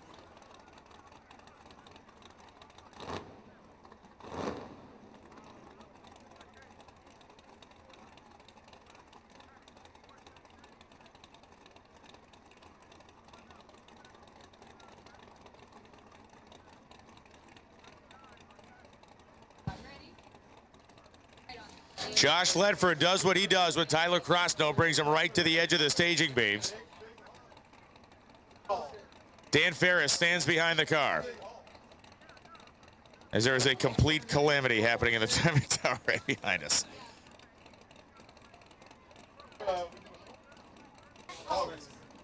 Bells, Tennessee. There goes seen it yank the wheels like that. Roscoe keeps his foot plugged into it, goes 482.9 at 146.15. Canadians plus vodka equals lots of noise. Tom Tunesteed, thank you very much for the positive remarks. We'll stop. Teach Lee what a pack he is on the way out of here. Burnout for Tony Alm. Alm has Charlie Johnson in the 68 Nova. Assuming Johnson is over there on the other side of the stage. And it does not appear that he is. So it will be a competition single for Tony Alm.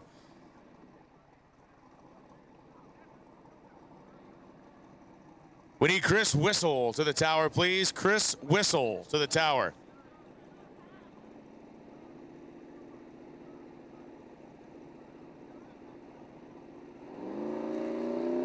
Tony Alm is pre-staged on this solo shot. Fully staged, tree flashes, and he off like a shot.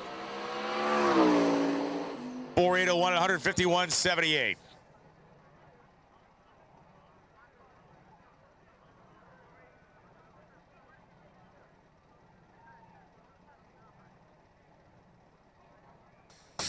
.60 index and Nitrous X. No, I'm sorry, we haven't called Nitrous X yet. Leaf Spring and 60 index. Looks like we got most of you in there.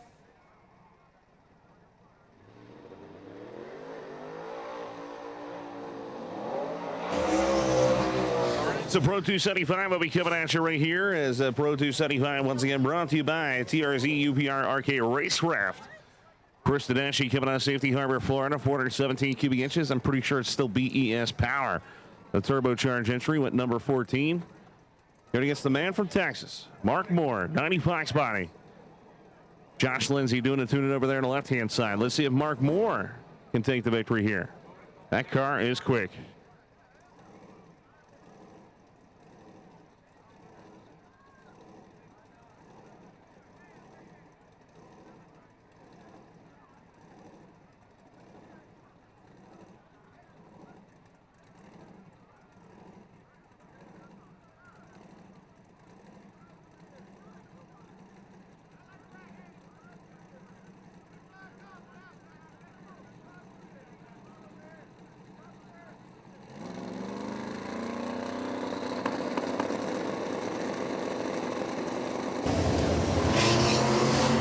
Tedeschi just absolutely wipes the tires off the back of the race car, and Mark Moore goes 430 with an 8 at 193 miles an hour to advance. Tedeschi is donezo.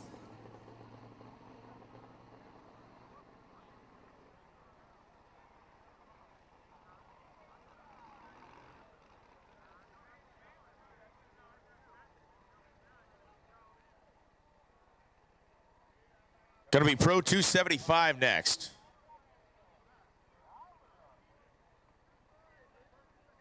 Let's make a little transition here into Pro 275. Should be Andy Manson and Don LaManna. LaManna sitting in the ready line in the staging lanes, and he is being fired up and waved ahead. So here comes Don LaManna. This is going to be a good one. LaManna and Manson.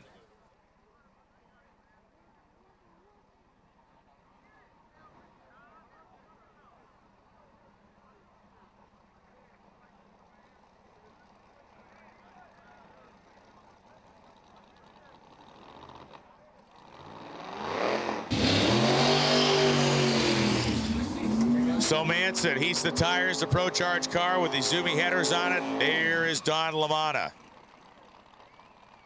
Rocket ship Vicardo on there, as Lee talked about last time. The intention of this thing, built to be a car to chase the 3-second zone.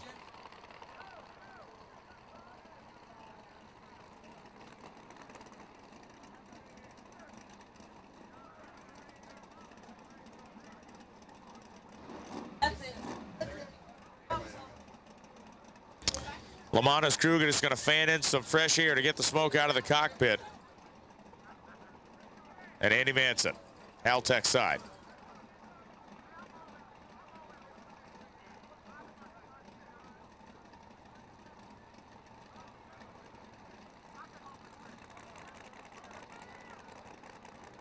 Nitrous X semifinal. Nitrous X semifinal to the lanes, please. Nitrous X semifinal to the lanes, please.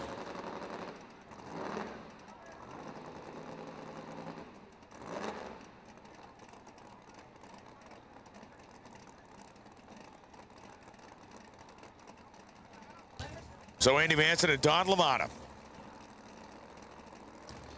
setting up a semifinal round here.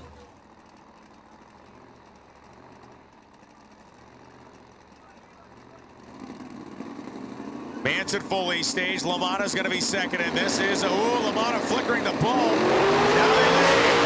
LaMotta, the better reaction time. That thing is on a set of train tracks down there. 421.6, 183.44. LaMotta gets the job done, and Manson, 432, 173. I mean, just got outpowered. There's really no other way to say that.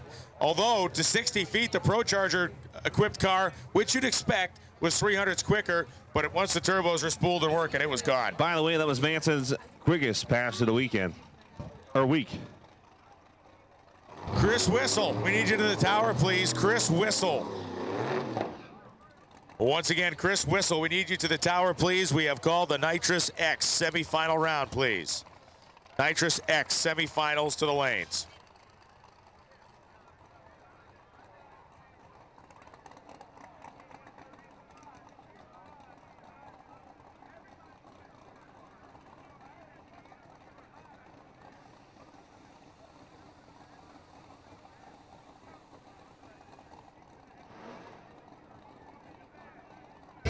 We're just trying to throw him at. Well, running, so here we go. Look out. Scotty G in the right-hand side getting a single, and he's going to go for it. I know him.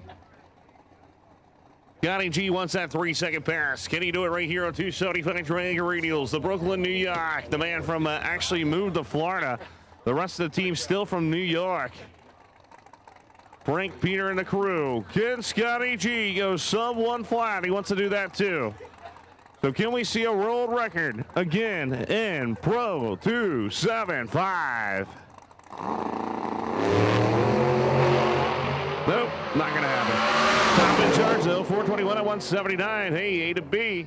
He's just racing smart.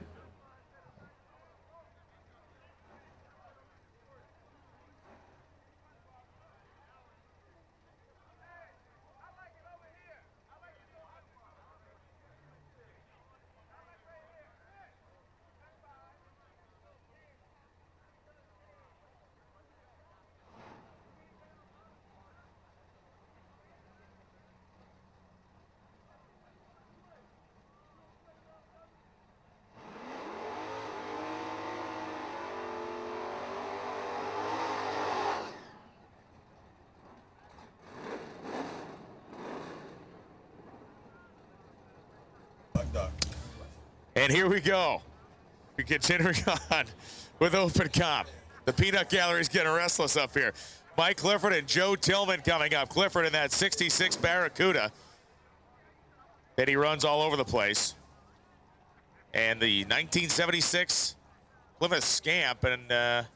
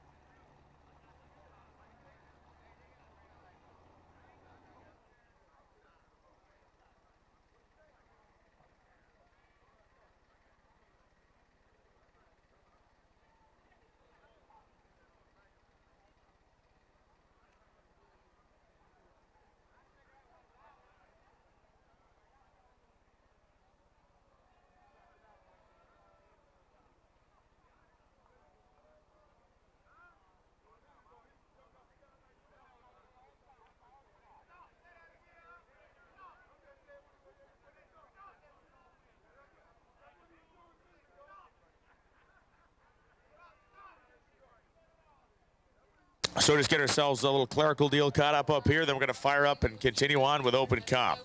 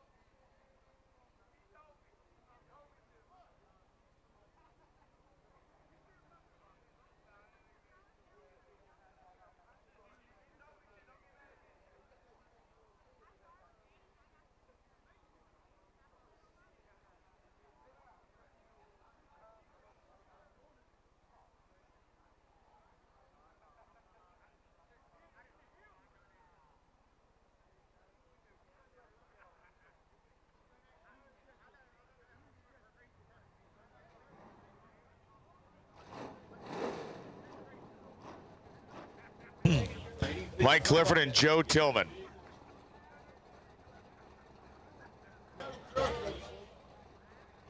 That's why I'm mad at you. I did that. Well, he's in trouble. Thank you. You can't leave him where he got.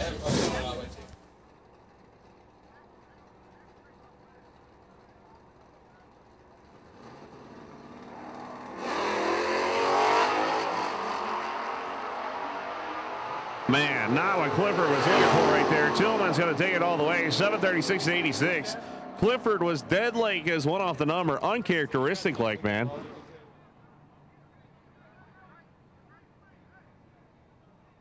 Andre Nunez coming out of San Juan, Puerto Rico. 2JZ on board. 597 the dialing. It is Steve Daniels, Valdosta, Georgia. Fox Body, the Blackson Arrow. Sponsor machine down to 642 here in the Fox Body.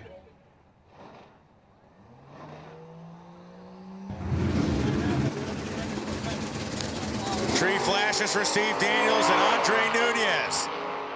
The little 2JZ powered truck.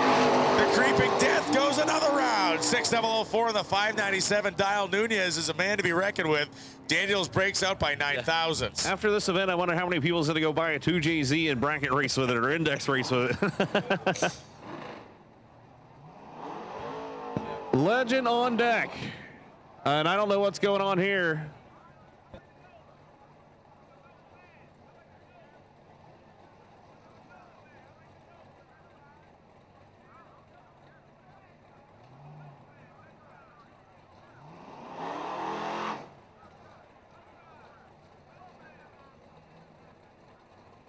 Nitrous X.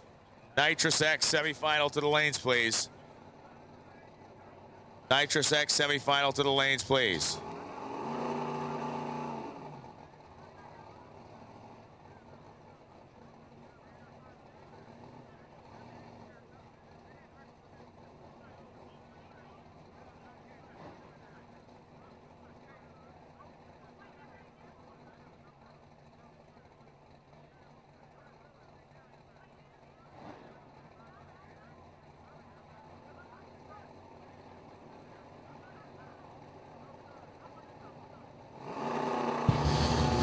Troy Perez Sr. line up next to the Camaro, jumps off the starting line at David Smith. Wow. Wow, David Smith. That was fugly. 688 on a 657, takes a win line somehow or another. 56 10,000ths margin at the stripe. Perez wasn't even in the same county as his dial, and that was weird. That was really strange. And here comes Ken Grant.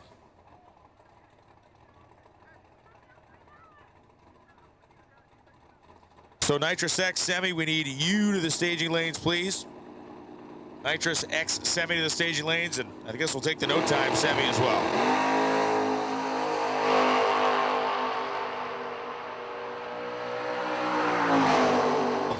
.657.9 at 115 miles an hour, and it sounds like a wounded yak going down the racetrack, but it's deadly consistent.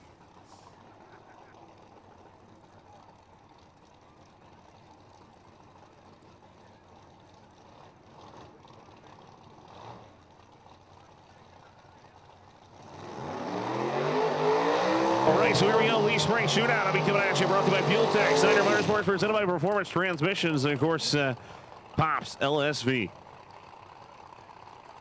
6.0 index is stacked up down there. Thank you. Nitrous X. Nitrous X, we've called you back in. Shout out to the UK watching on.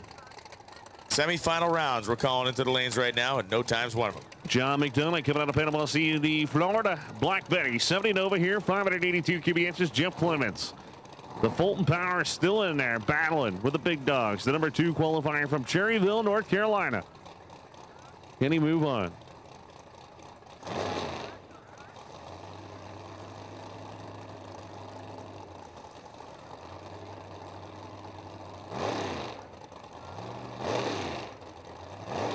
This is a semi-finals coming at us here. Okay, good. Yep. So semi-finals of Lee Spring will be coming at you here. Who's going to go to the final round right here? Lights out. Cash is king.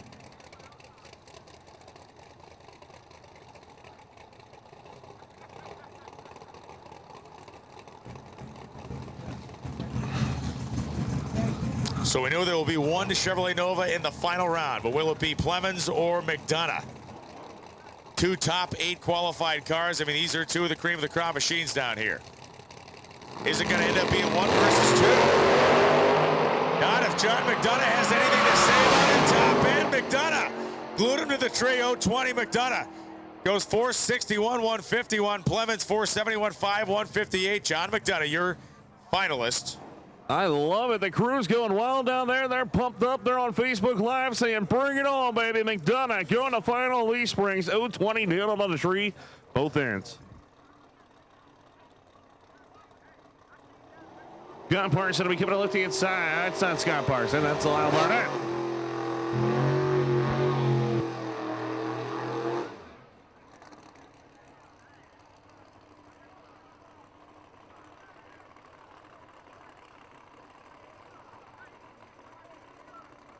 Lyle Barnett will be coming in the left-hand side. Robbins, North Carolina, 69 Dart. The tooth jerker, man. Let's see if the Mopar Burns-powered machine. Beetle Harrell doing the tuning. And of course, Lyle Barnett. If he wins this, that will be 1 year and amazing. Yeah, you want to talk about a story of perseverance, someone who's dedicated, someone who loves this sport. Lyle Barnett is that guy. Of course, Mark Dykman on the right-hand side, Tweetsboro, Massachusetts, 72 Camaro, Rhodes Custom Auto-Built Machine, Pro Charger on board. Big shout-out to them for supporting Mark Dykman this weekend by giving him the show car hood. Patrick Barnhill out there helping out. PTP to the front. Let's see if Dykman can pull up the upset and take out the Lee Spring record holder.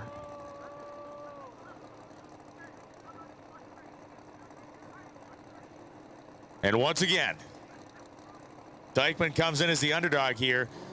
Qualifiers 1, 2, 4, and 6 made the semifinals. Lyle Barnett is fully staged. In goes Dykman. Lyle Barnett will go to the final round. 4:36.7, 179 miles an hour. Perhaps the most impressive thing I think about that team is they have yet to even come close to beating themselves.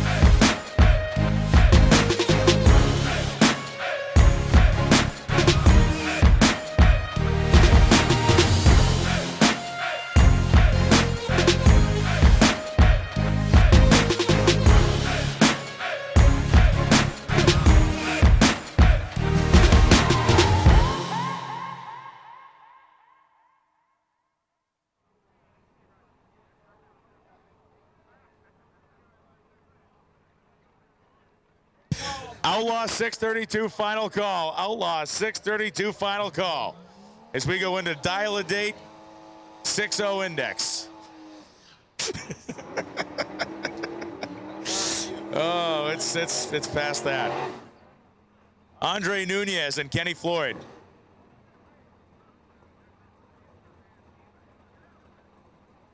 Gotta love it right here. Let's see what's going to happen. I don't think that's Ricky Baxley. It's got to be Andre. Trying to double up. Kenny Floyd on the left-hand side, 58 Corvette. It's a 6-0 index.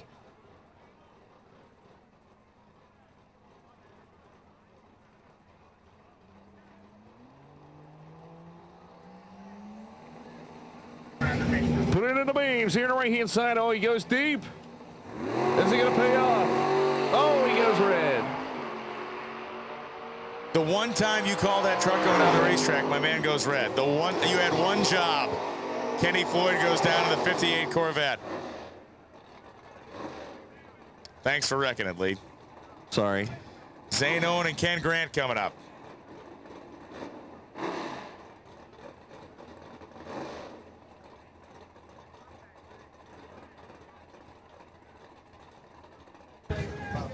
Zane Owen on the left-hand side, 10th to Georgia. Going against Ken Grant here to right-hand side. Grant and Nova. Who's going to move on?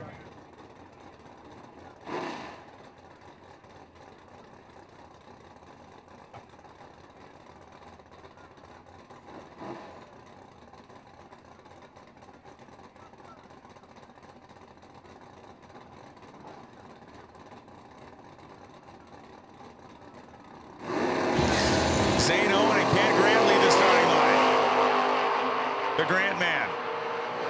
On the 6-0 index, nothing doing. Zane Owen, 6:07, 312 miles an hour for Owen. Moves on to the next round. 19 reaction time for Zane.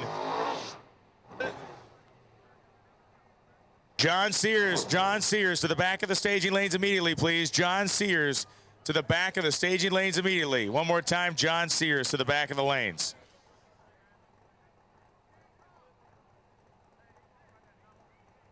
Again, need John Sears to the back of the lanes. Somebody protested they want to tear down a car right now. No, I'm just kidding. But we need John Sears to the back of the lanes, please.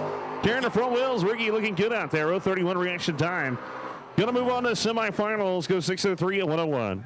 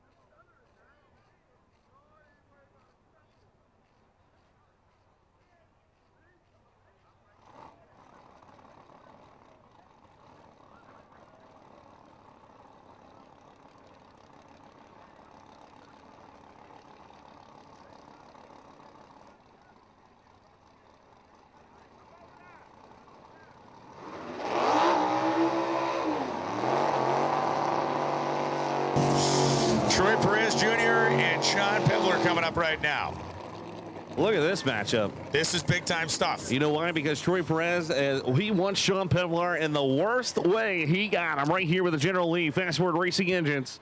PKRE on board. Can Sean Pevlar take him out, though?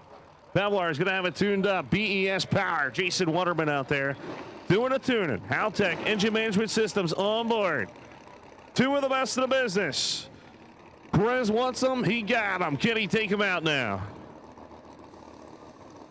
Money out. Start bet, man. It's a big matchup right here. I want to see 20s flying out there.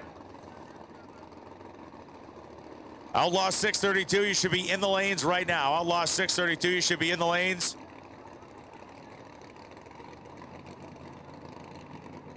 Radio vs. the World, first call. Radio vs. the World, first call to the staging lanes, please.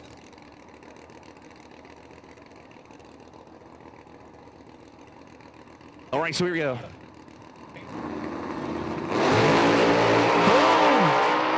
at Perez. He's up George. It's going to be, comes around him. Pevlar, 471 at 149. Perez had him to the 60-foot. Had him to 330. And Pevlar drives around him on the top of the racetrack. Look at that. By 18 thousandths of a second, Pevlar takes out Troy Perez Jr. Almost identical reaction times. Definitely one heck of a matchup, as advertised right there.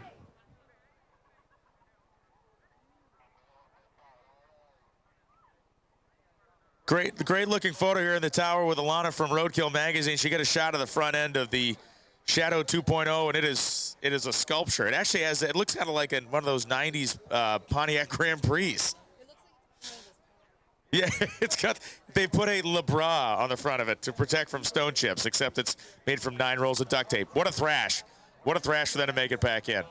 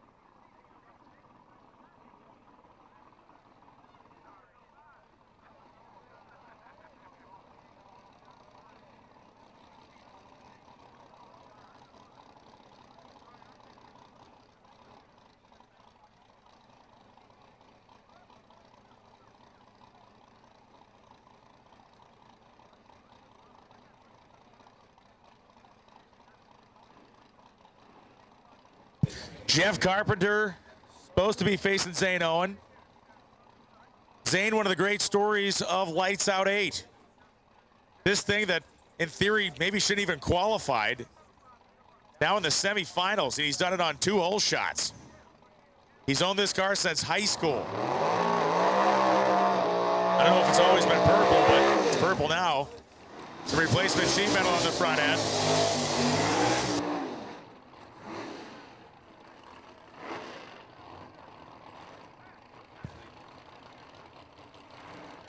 So Jeff Carpenter backing up on the strange side, and Haltech,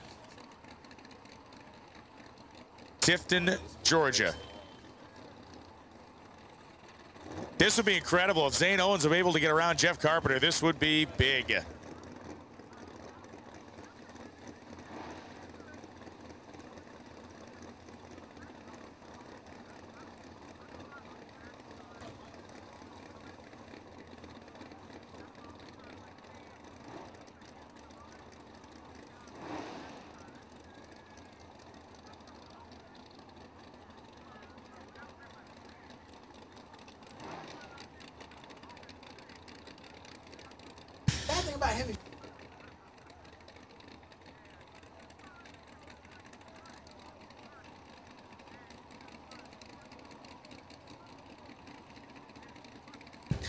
Well, Jeff Carpenter and Zane Owen, man, if Zane Owen can punch his way into a final here, it'd be awesome.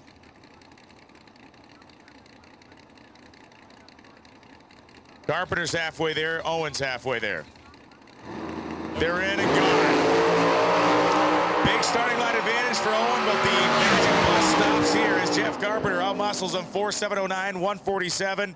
Every driver in the stage lane needs to be in their car ready to run. If the car's in the lanes, you got to be ready to run. We're down to like semis and everything.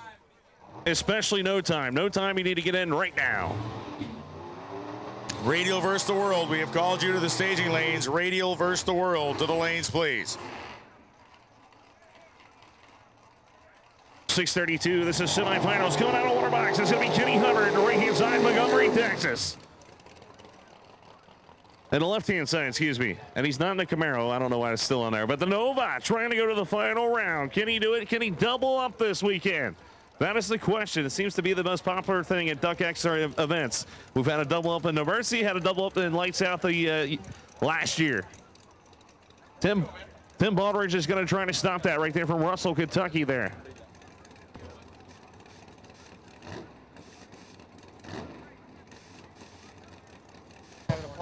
Radial versus the world, please move the cars up in the staging lanes. Radial versus the world, let's move the cars up to the ready line, please. Once again, Radial versus the world competitors, let's get those things rolled up to the ready line. We got a Fox Body Mustang 121 right behind the stands. You got to move it right now, please. Once again, 121 Mustang behind the stands. You have to move it. You're blocking somebody. You're blocking a vendor, a sponsor, actually. Hubbard is CNC. I want both of them, baby. 449 and 144 and going to the final. Baldridge goes 485 at 143. Had him on the tree. That's all she wrote. You saw it happen in No Mercy with Ron Hamby, what he did. Is this what it looked like when he was getting ready to mow through the whole field? Oh, yes, that's definitely, man. You see all that? Kenny, of course, was probably hot on that pass, so they probably backed it down and bam.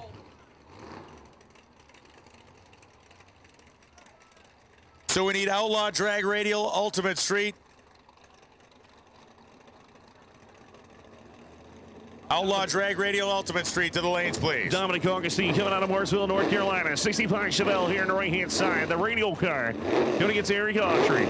The Mustang on the left-hand side for North Carolina. Number 6 going against number 2. Augustine was one of the favorites to win. Everybody was picking him or Cartuccio. We saw Ken go red. And the Dahmer's still in.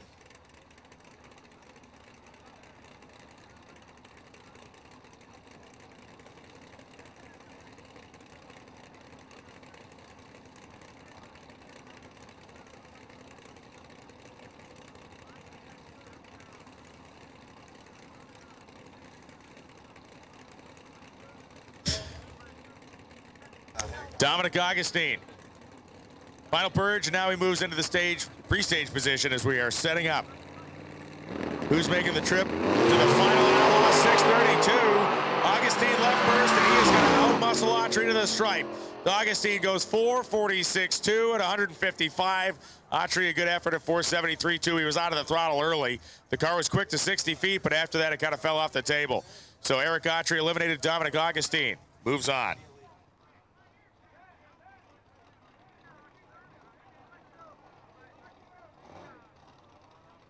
Well, no time action coming up right now as we need Radial versus the World competitors into their vehicles, and we need Outlaw Drag Radial and Ultimate Street.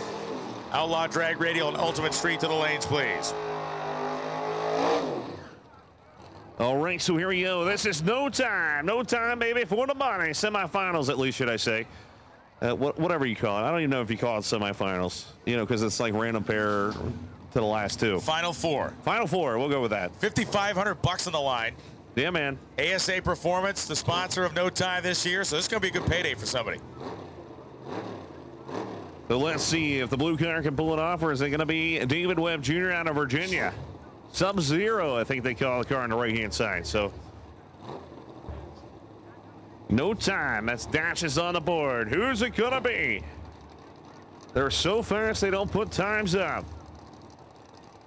Can Sub-Zero take it all the way, or is Dave Webb going to put him on the trailer? There's side bets going on. Oh,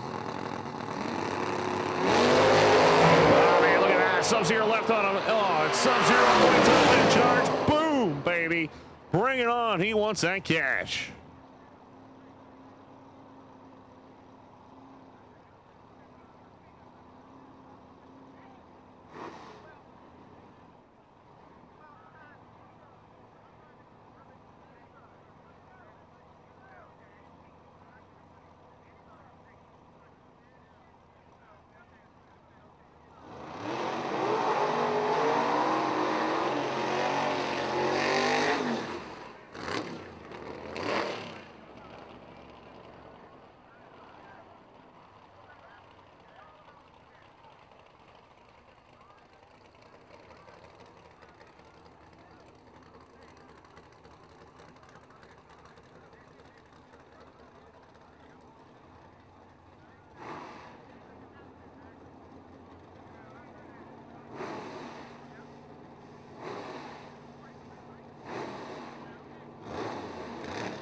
Matt Lombardi now my new pick to win because he's my good friend.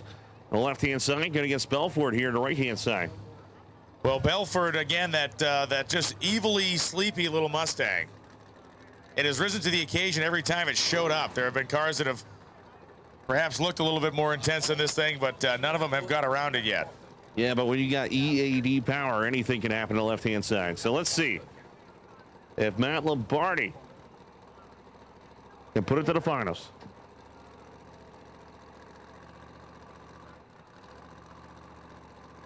Our Outlaw Drag Radio and Ultimate Street to the lanes. Oh, he bumps through. It's going to be Matt Lombardi.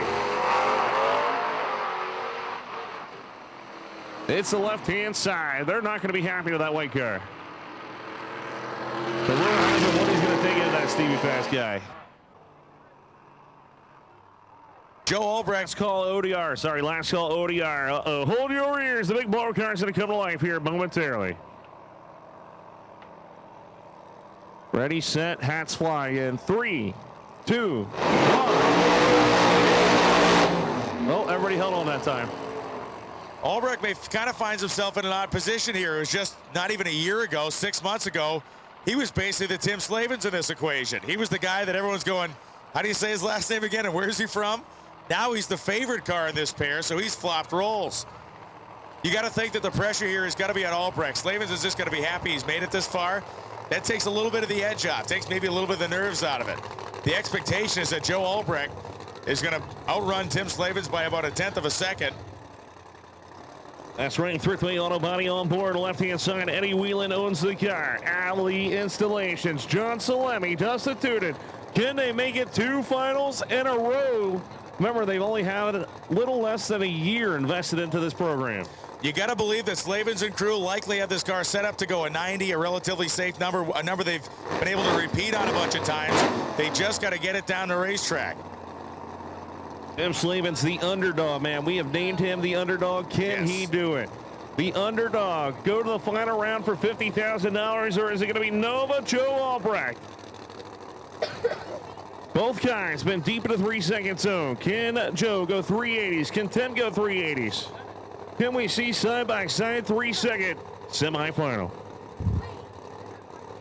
First in is going to be Slavin. They both go in at identically the same time. Both pre-stage now. The revs come up for the turbo car. Slavin's a second and fully staged. Tree goes down. Starting out of David Slavin's, but it looks like going to be Nova Joe. It is 384.5, 201. Tim almost put that thing in the 80s. Wow, career best pass for Tim Slavin's 392.06, but Nova Joe Albrecht going to his second final round in a row. Right here, he went to No Mercy final. Now he's going to lights out. Hey, before this next pair fires, let's hear it for Tim Slavins and the boys that tune and run that Camaro. An incredible performance this weekend. It's been awesome to watch that car come around. Give it up for the underdog. Underdog, man, making the semifinals. Congratulations to that crew.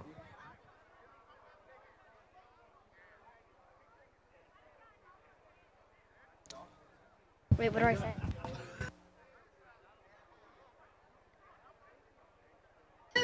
So will Keith Berry's prediction come true? Berry predicted this would be the year of the blower at this event. If Stevie goes in there, it will be 2 blower cars in the final.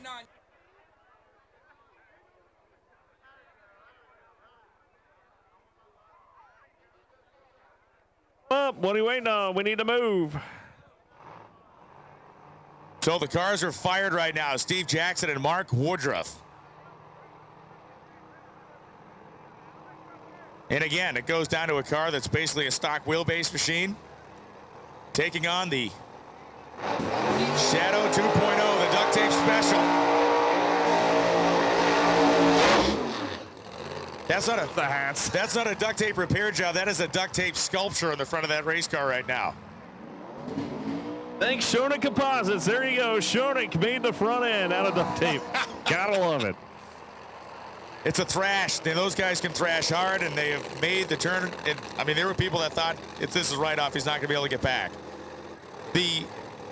When he nerfed the wall down there, it was impossible for us to tell how bad that situation was. From where we were in that last round, it was so crazy looking because of all the smoke. It seemed like he had really nicked the car up, but it turns out it was very much cosmetic damage. So can the gap band play right here? Is Mark Woodruff, Woody going to take him out, man? Woody deserves it more than anybody on the property right now. The 621 cubic inch Nelson Power. Twin turbos on board. Red Hat Mafia helping him out. Brent's going to make sure he's in the groove. Can Woody take out Stevie Fast? Can the end of Shadow 2.0 happen right here?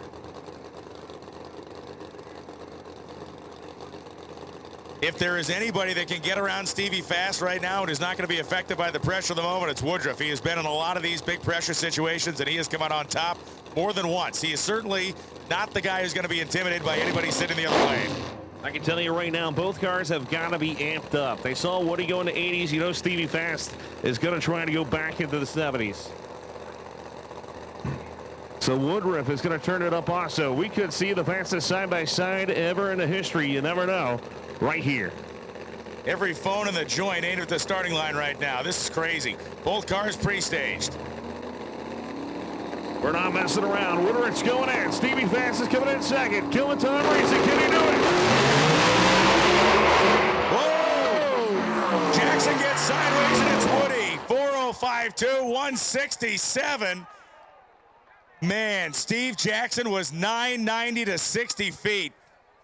That thing was bowed up, and we're going to have a first-time winner in Radial versus the World. How about Stevie hanging on to it for just the right amount of time before throwing the laundry out? Yeah, man, you got to say the duct tape probably had a little bit to do with that one. As it's just that was good though. Stevie Fast pulled the chute like he's supposed to. 990. Woody turned into a pro stock driver. 027 on the tree. Yes. 105 to 60 feet. 266. Let's hope he didn't hurt it though, because you heard it pop. No, you heard it pop. Yeah, there was some smoke down there. And the speed was only 167 miles an hour, 405.2. So Mark Woodruff will face off against Nova Joe, and we will have a first-time Radial versus the World winner here in Lights Out 8.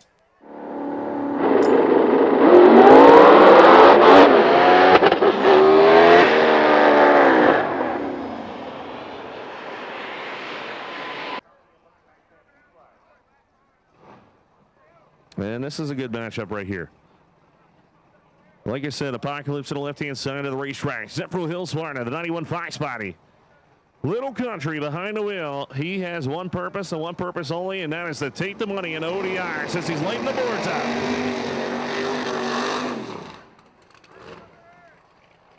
Mel Nelson coming out of Fort Myers, Florida, the twin turbo machine coming out of right-hand side. Mel's been around ODR racing for a long time with this car.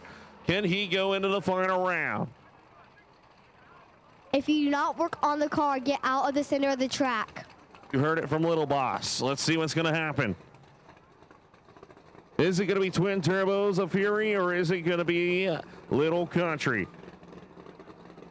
You know, Big Country has got a good tune-up in it. Mel Nelson's been in the 20s all day. Swatstrom just went a 20-0.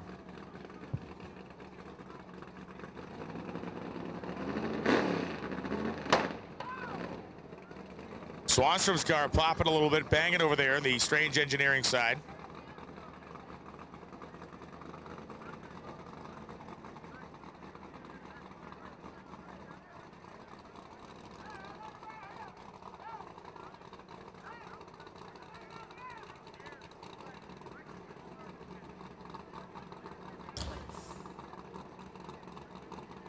Mel Nelson, pre-staged. Little Country, headed the same way.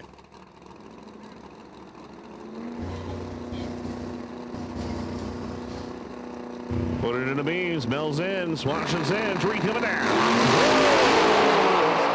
It didn't matter anyway. Lance Swanson. 416 at 179 Mana. He wants that record. Mel Nelson, 454, I believe it. I don't know if it was part of the car or something, but for some reason the stage bulb went out. But Swanstrom going to be moving to the final.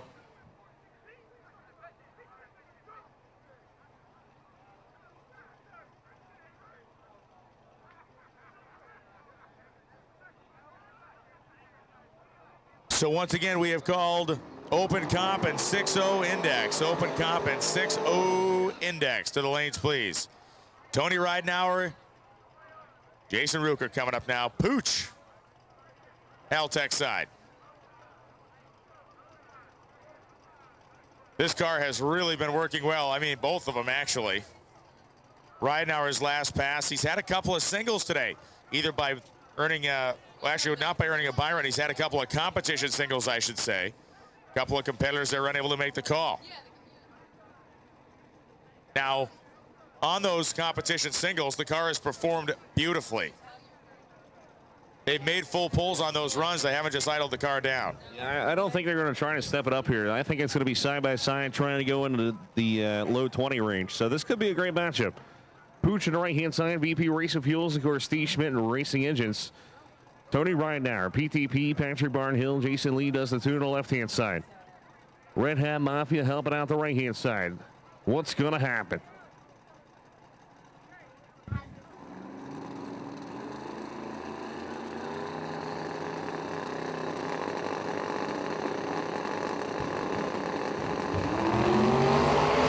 Reaction time favors Ridenauer. Top end, it's going to be Ridenauer.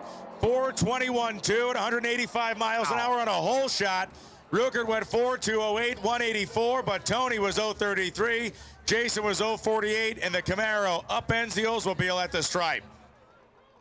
I said it was going to be a crazy close matchup. It was 11 thousandths at the stripe. Pooch going home. Ridenauer trying to win ODR again.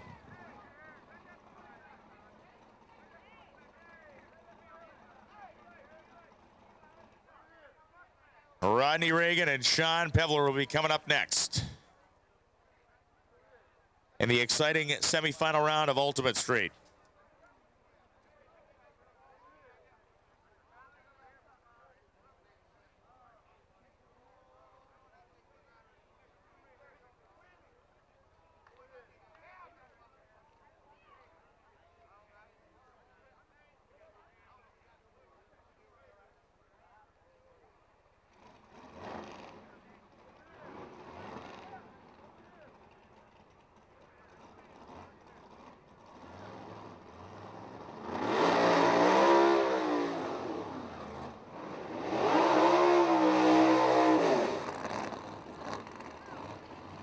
So Sean and Rodney, 1 and 4 in the sheet.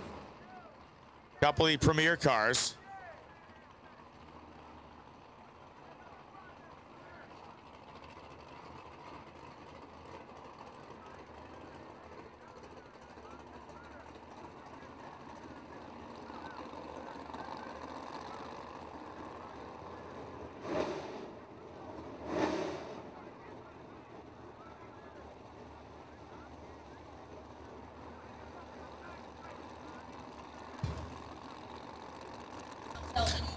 So Reagan and Sean coming to the starting line.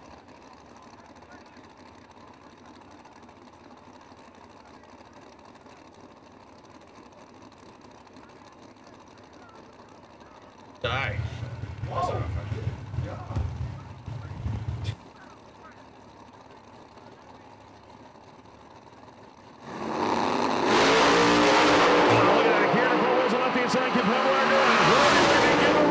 It's going to be Rodney Reagan, 471. Are you kidding me? 154 miles per hour. Wow, that's got to be close to a record, if not a record. Pemlar goes 476 at 147. Yeah, that was a great run by Rodney. He left the starting line second, but by only a couple thousandths of a second. And again, perfect setup, perfect tune-up, and he just out-muscled Pevlar, which no one had been able to even come close to doing today. BP race cars to the front right there. So you're Tyler Crosno. You're at your first race with your newly refreshed car. It is not a brand new car. The car came out of the New England area. It then came down and was updated, changed, altered by Racecraft. First race he's competing in this thing, and he's got Tony Alm in the semifinal round. This is not Tony Alm's first race. Not by a long shot. No. Number 2, number 3.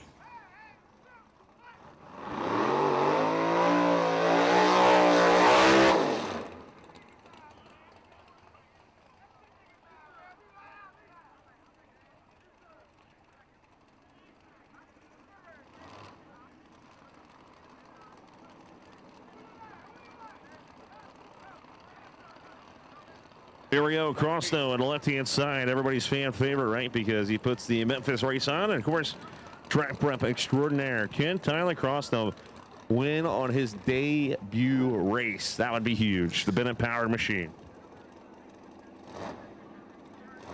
It would be massive, but he's got to go through a guy who has got ice water for veins and who has had a long and very successful career in this sport, Tony Alm.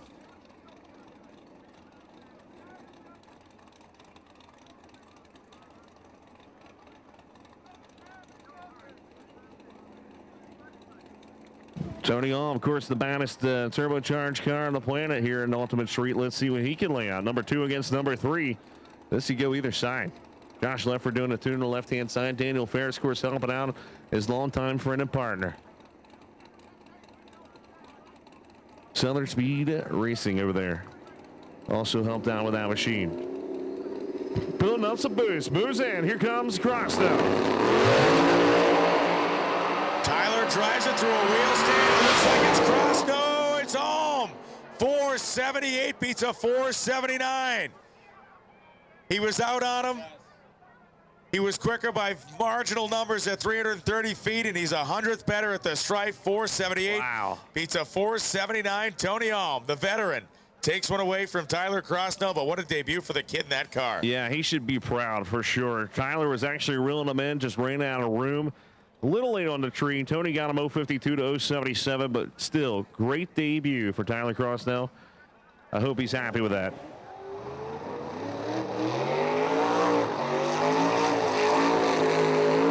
Mean Dean Marinas. He'll be coming on the left-hand side of Whitestone, New York. 2000 Mustang, 582 cubic inches of BES power. Single stage of nitrous. Speed Tech on board. Let's see if Mean Dean can put it into the final round again here at the DuckX production event. Or Sean Lyon, that Panhandle Performance Mustang, gonna put him on the trailer. As I'm glowing in the dark, that's always a good day.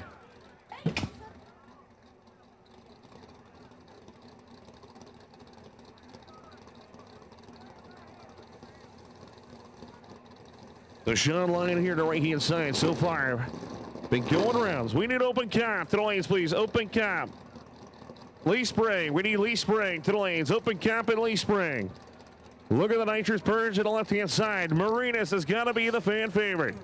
The one to win. Number 3 qualifier. We just saw Kenny reset the nitrous record.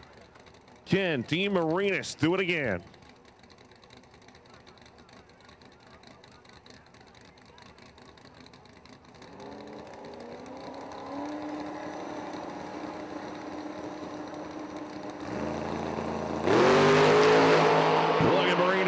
Side by side, 64. George, who's it going to be? It's going to be Mean Dean Marinas, baby. 443, 162. Langus, 453, 159. Marinas, all familiar for that final round.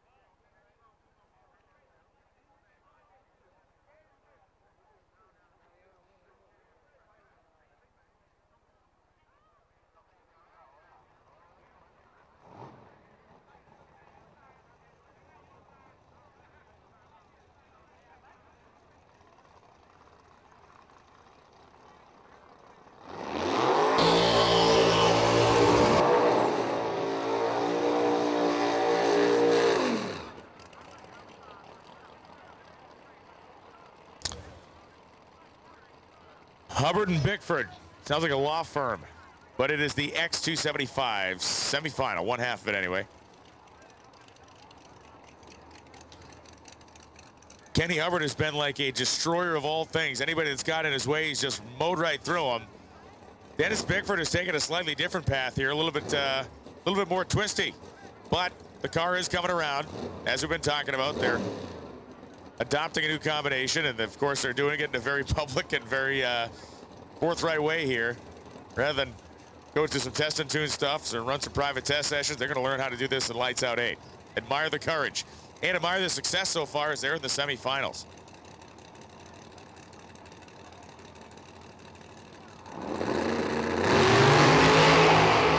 And Kenny Hubbard walking away. 442.5, 159.06. Dennis Bickford spun the tires. His story ends here. That's going to be one heck of a final round right there. Unbelievable. Battle the big block nitrous cars.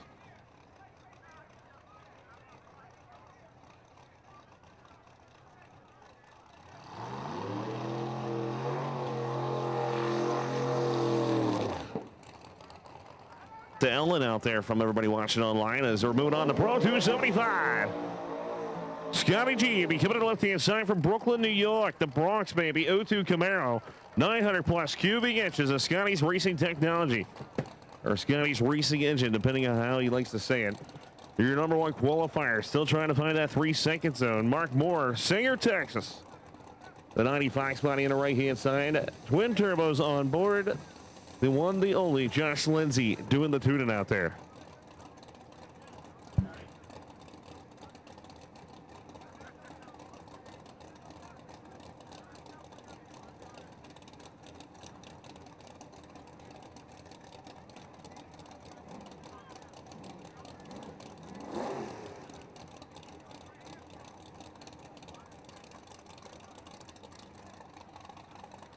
Lights Out 8 is flying here, man. An unreal event, as always. The voice is certain, but somehow still hanging tough.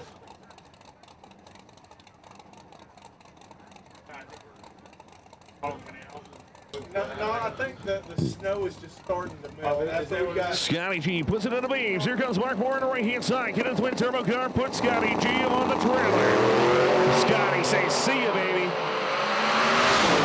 Charge, it's going to be Scotty G. 414 at 179. Going to be moving on to the final round.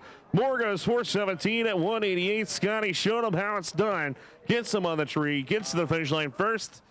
And he'll find out in the final round if he'll have lane choice against Don LaMotta. Hudson, Florida machine. Profound performance.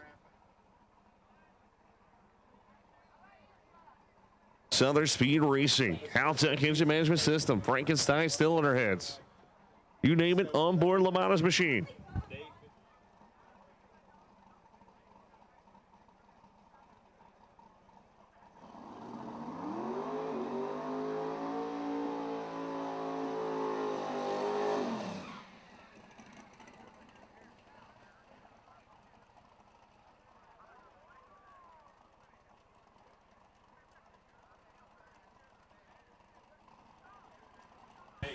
Don LaMotta coming up here, the Pro 275 category.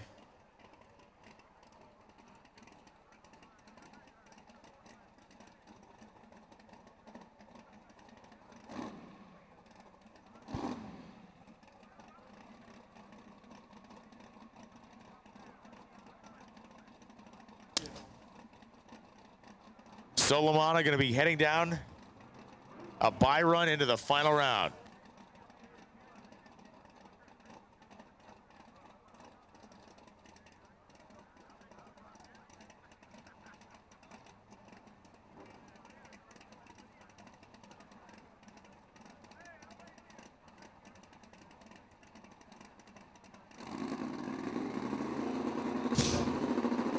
So here comes Don LaMotta, solo pass. Into the finals, and that thing is picture perfect. 4:12.5. And that's lane choice right there. Not that I think it matters right now, but Don LaMotta has lane choice in the final round against Scotty G. Our final semifinal of the night will be here. No, we got one after this. Open Comp and 6-0 Index are in semis. This is the 6-0 Index semifinal. Will Ricky Pennington be able to race his way in to the final round against Kenny Floyd?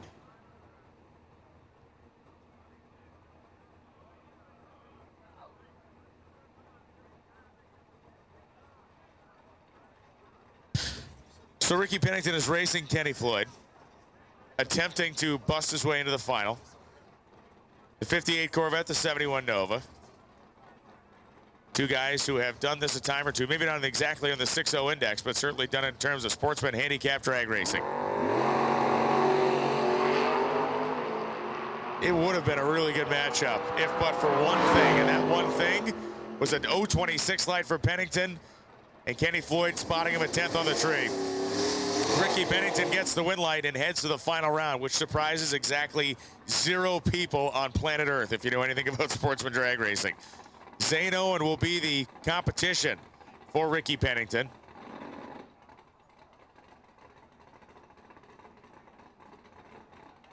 Like, wow. Zane Owen has backed. He just took the tree and backed up. That's all he needed to do. So Zane Owen's going to back up into the staging lanes, and he will face Ricky Pennington in the final. Yep, I got 100 on Pennington if everybody wants to take that. I'm just kidding.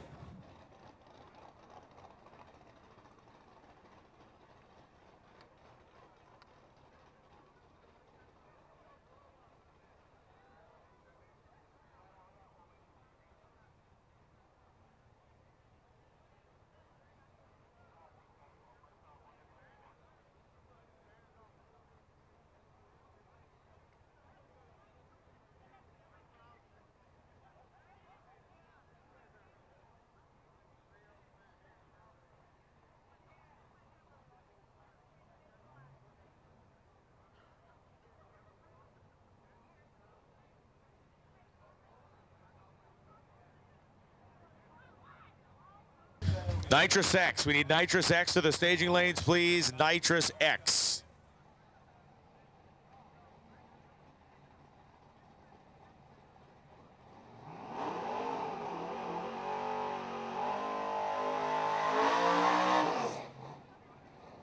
If they don't take him down, we do.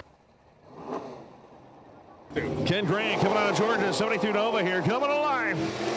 And the most interesting converter machine alive, David Smith on the left-hand side, 657. You're going to watch Smith go out first. Ken Grant. This one is of our the man slowest right here. 60-foot, right? If he can pull it off, that's going to be awesome.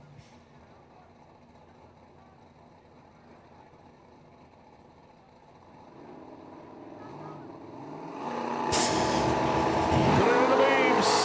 Wow, 2 good reaction times right here. Watch it over. Ken Grant's got him right where he wants him. Red, 672.7, 103. I owned a forklift one time that's 60-footed quicker than that car, and there it goes. 168 to 60 feet. David Smith's like, that guy must be broke. The race is over. Wait a second. Oh, my God, I've lost. So will Andre Nunez face down the Creeping Death Black Nova in the final round? Nunez in the 2JZ-powered pickup truck. Joe Tillman, the 76 Plymouth Scamp. Nunez, the transmission will be the temperature of the sun. And away we go. Nunez starts to dial in Tillman, top end. Nunez got him, so it's the pickup truck with the 2JZ versus the Nova. All finals as soon as you're prepared. All finals report to the staging lanes as soon as car and driver are prepared. So that is the first call. That is the first and opening call. Some of you have just gotten off the racetrack. We understand that. We're not putting the cane to you yet. We will, but not yet. So any available finals, please report to the staging lanes. Any cars ready to go. I know Leaf Spring is down there, and we'll get them set up and ready to rock.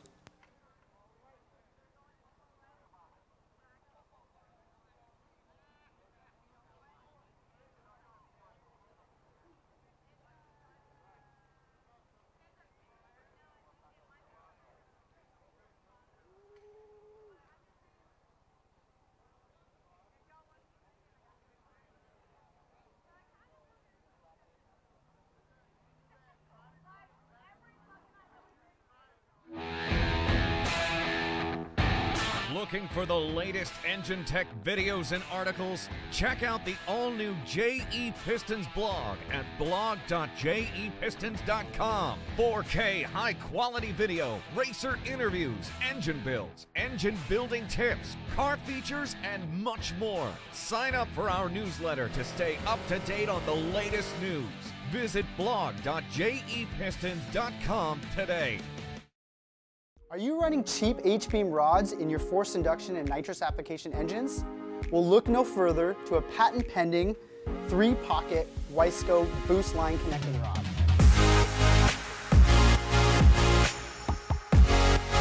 It features 20% less stress and 60% increase in bending strength over H-beams. The boost line rod features 4340 chromoly steel, ARP 2000 bolts, and is fully finished in the United States. TKM is one of the fastest growing and well-equipped shops in the Southeast. From surfacing heads to turnkey race engines, we can help any shop with their engine program or do-it-yourselfer needing simple machine work. We also offer engine dyno, chassis dyno, and track tuning services, and are a dealer for many top-notch products such as Fuel Tech, Atomizer 3, and NLR systems. Our work ethic and reputation speaks for itself. TKM Performance can do it all. Give us a call or check us out at www.tkmperformance.com and learn to expect more at TKM.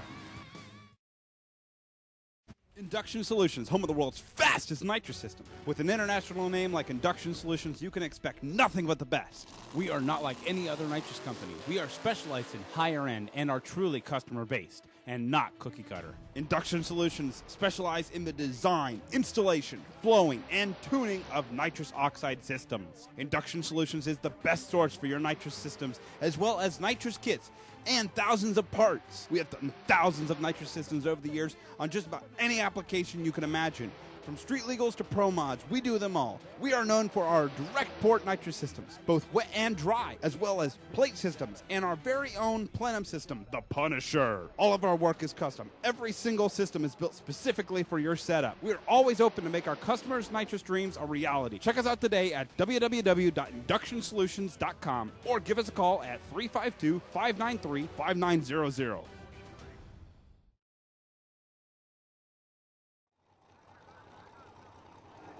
That's right. Let's see if Lyle Barnett can pull it off here, man, and I hope he does. I mean, no offense to John McDonough, but we're hoping Lyle Barnett can do it.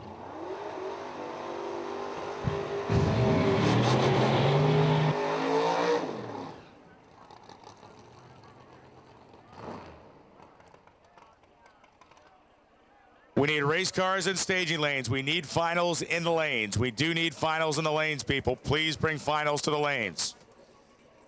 Sounds like McDonough shut off out there. John McDonough here, Panama City, Florida. Black Betty, 70 Nova, 582 cubic inches. Remember, if he can fire back up and go forward, or not quite sure what the issue is, but Lyle Barnett is going to be tough to beat. The Digby owned machine, of course, the tooth jerker is what they call it. Burns engine there. Burns Racing Engines. Peter Harold. Burns does the tuning. Final rounds to the staging lanes, please. Final rounds to the lanes. We have limited time to get this race in tonight. We got limited time left on our clock with the county. We need finals to the staging lanes.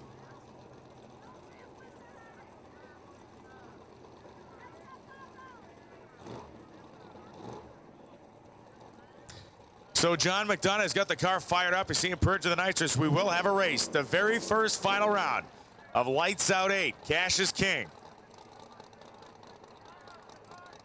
About to go down, and this will be an emotional one if Lyle Barnett and the Tooth Jerker can get down ahead of John McDonough. The all-conquering Lee Sprint car has one more job to do, and McDonough being reset in the lane. The no-time final we hear is come into the staging lanes. Thank you for responding. We need finals to the lanes, please. Finals to the staging lanes. That is not a request. That is an order. Finals to the lanes, please.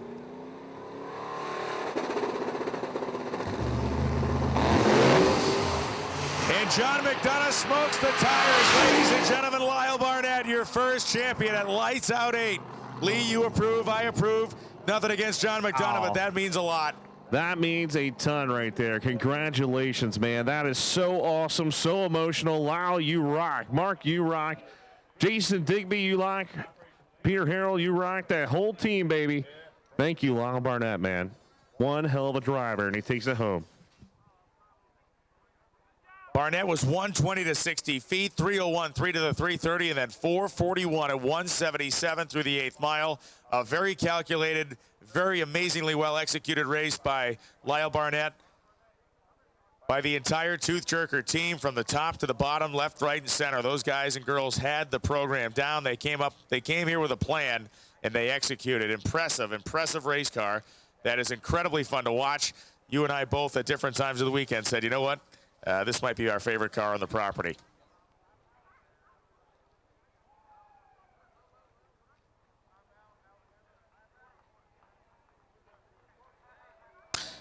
So we are looking for, let's let him hear, ladies and gentlemen, the Tooth Jerker crew leaving the starting line as Lyle Barnett collects his time slip and his thoughts, and likely spending a quiet moment to himself at the top end of the racetrack.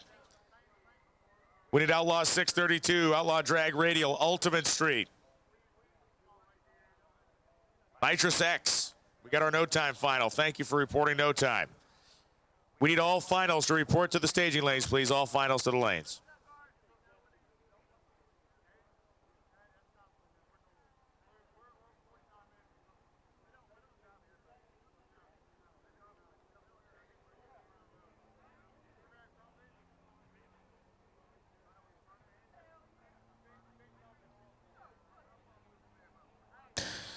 So on a race weekend that will be talked about for a long time, that is just one of many elements that will be discussed around drag racing circles tomorrow, as Lyle has come back in a year's time.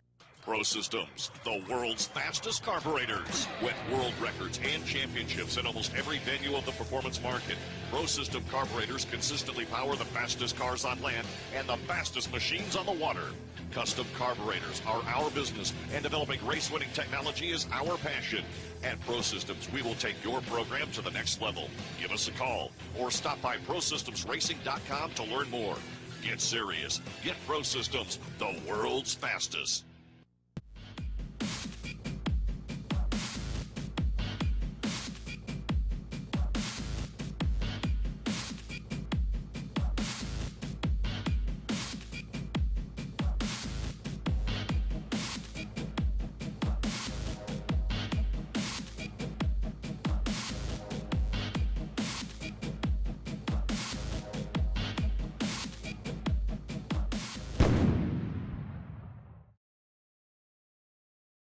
Atomizer, the world's fastest racing injector.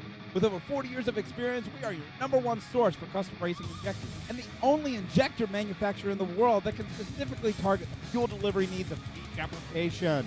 Atomizer injectors are available. Sizes range from 42 pounds to 800 pounds per hour. Racer input is the key driver of Atomizer injector evolution. You asked, we listened. Available now, the new Roots and Screw Supercharged Pro Nitrous and Fitting Style injectors. These specifically designed injectors utilize features derived directly from racers of each class.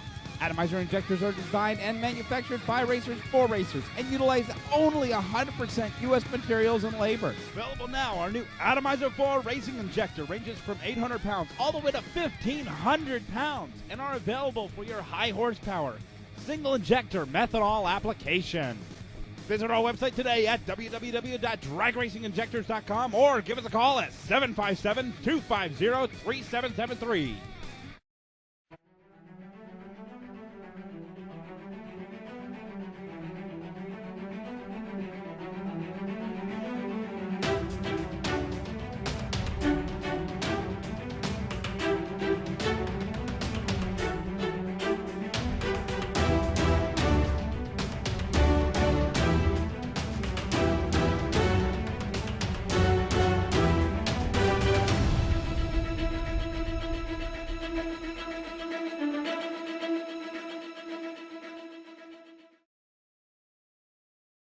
Safe bet. I mean, it's just I mean, easy. we It's might good break money. even.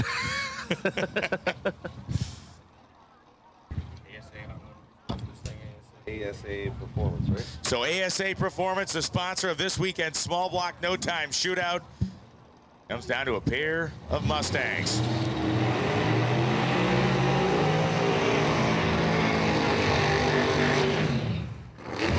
Barney, what the hell's this guy's name? I never knew. Sub-Zero. Are you Wade? Wade? No. He's all the way down. Wade is, yes, Wade is okay.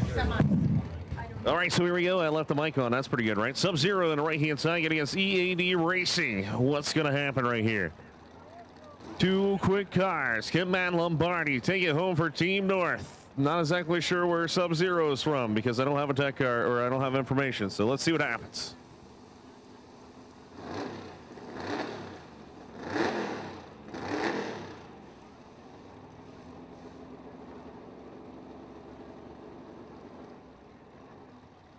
Dash is on the board. Here we go, Loans. Who's going to take home the first final of Lights Out 8? The Lombardi car has been very impressive, and again, it's all just visually impressive because we have no idea what it runs. Second final, Lights Out 8. I just forgot we ran one. Yeah, no, I did too.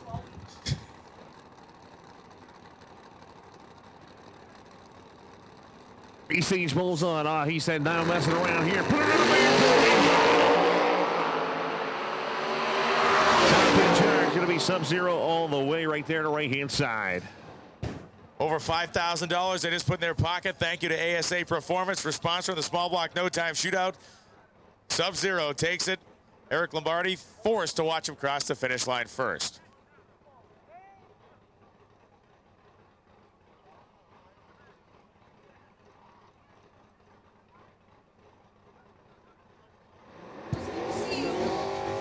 Nitrous X, Outlaw 632, Outlaw Drag Radial, and Ultimate Street to the staging lanes, please. Ultimate Street, Outlaw Drag Radial, Outlaw 632, and Nitrous X to the lanes, please.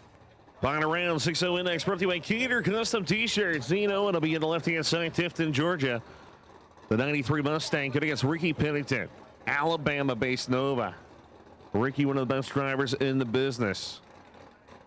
What's going to happen right here? Chevrolet or the Ford? Final round, 6-0 index, brought to you by Gator Custom Tees. Pennington's not messing around. 0-10, tree coming down. Oh boy, we got ourselves a race here. Top in charge is going to be Pennington. 6:01 at 107. Zane had a 002 reaction time, but goes 6:07 at 117. Ricky was 038 on the tree, but had the power. Margin of victory, 24 thousandths of a second. Ricky Pennington, our pick to win this weekend in 6-0 index, 1.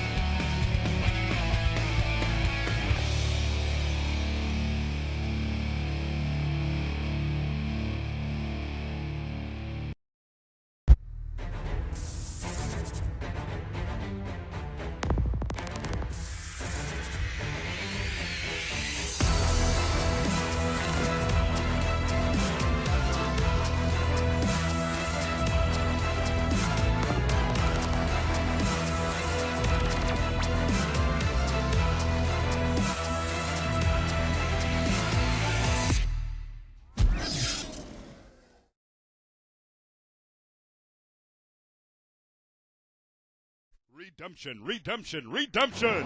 Texas Original No Prep Series, the only no prep series in existence. 2017 championship dates, May 26th and 27th at Texas Motorplex, June 30th and July 1st at Tulsa Raceway Park, September 1st and 2nd at San Antonio Raceway, and the final race of the season, October 27th and 28th at Texas Motorplex. Bonus points for attending all 4 races. It's wild, it's unhinged, and it's only at Redemption No Prep, the original Texas No Prep Series.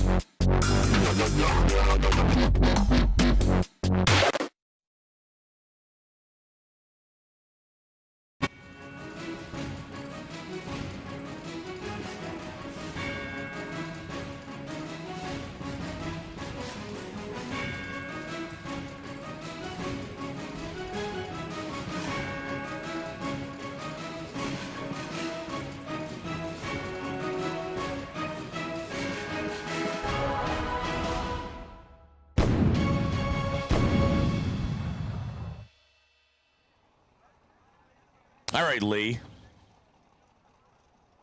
Seems like it was kind of predestined conclusion here. Kenny Hubbard and Dominic Augustine coming up in the final round of Outlaw 632. Place your bets there, young man. I'm going with Dominic. Really? Yes. Any particular reason? Oh. Just because you get a feeling you like the color red? Dominic Augustine has a lot left in the tank nobody knows about, so I think Augustine is going to turn it up right here. The Mooresville, North Carolina Radio Machine, 65 Chevelle, number 2 qualifier, 434. Can he take out Kenny Hubbard? I'm going to stick with Hubbard because I just can't see the guy making a mistake. Been flawless. As you talked about earlier today, Hubbard made a ton of runs here early in the week, just hot lapping the car. And all the hard work paid off. Paid off with a very reliable and very consistent race car.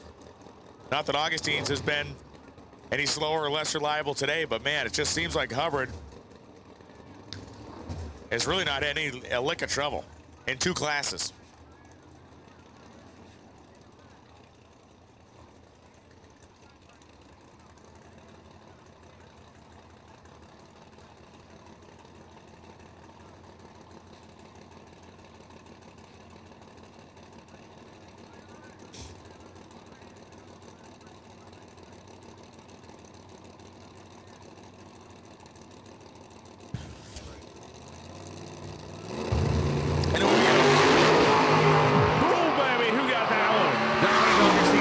Charge 441.56 right there. Augustine, the big Fulton power plant, takes it home at Outlaw 632 right here at Lights Out 8. Congratulations to the guys down there. And there will be no double up. Kenny Hubbard was up, the only driver available in 2 classes to do it. Loses in this final. He's going to come back around in the Nitrous X final and see if he can earn the money in that category.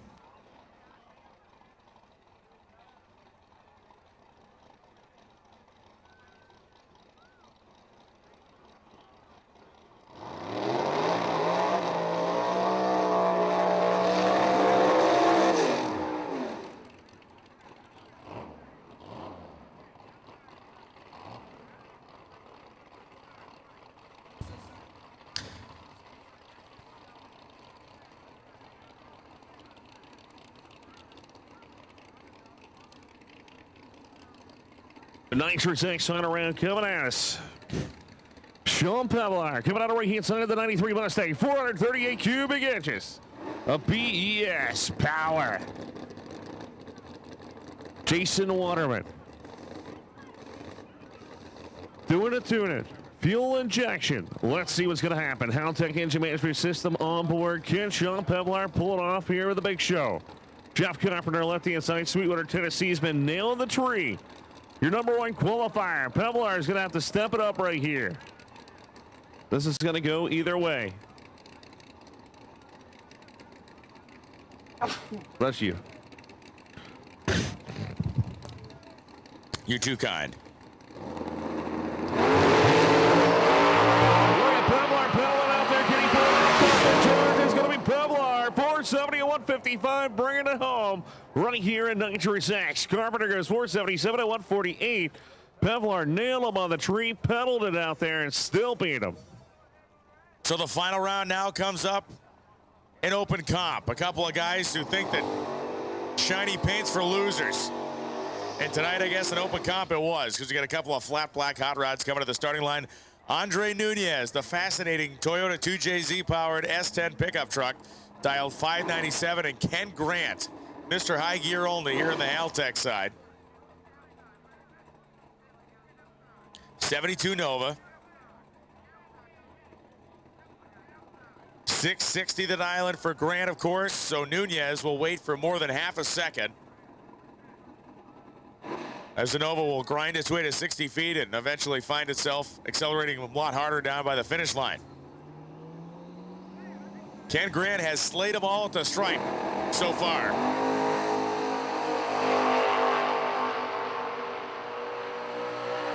And here comes Andre Nunez, and it's going to be Ken Grant in the Nova.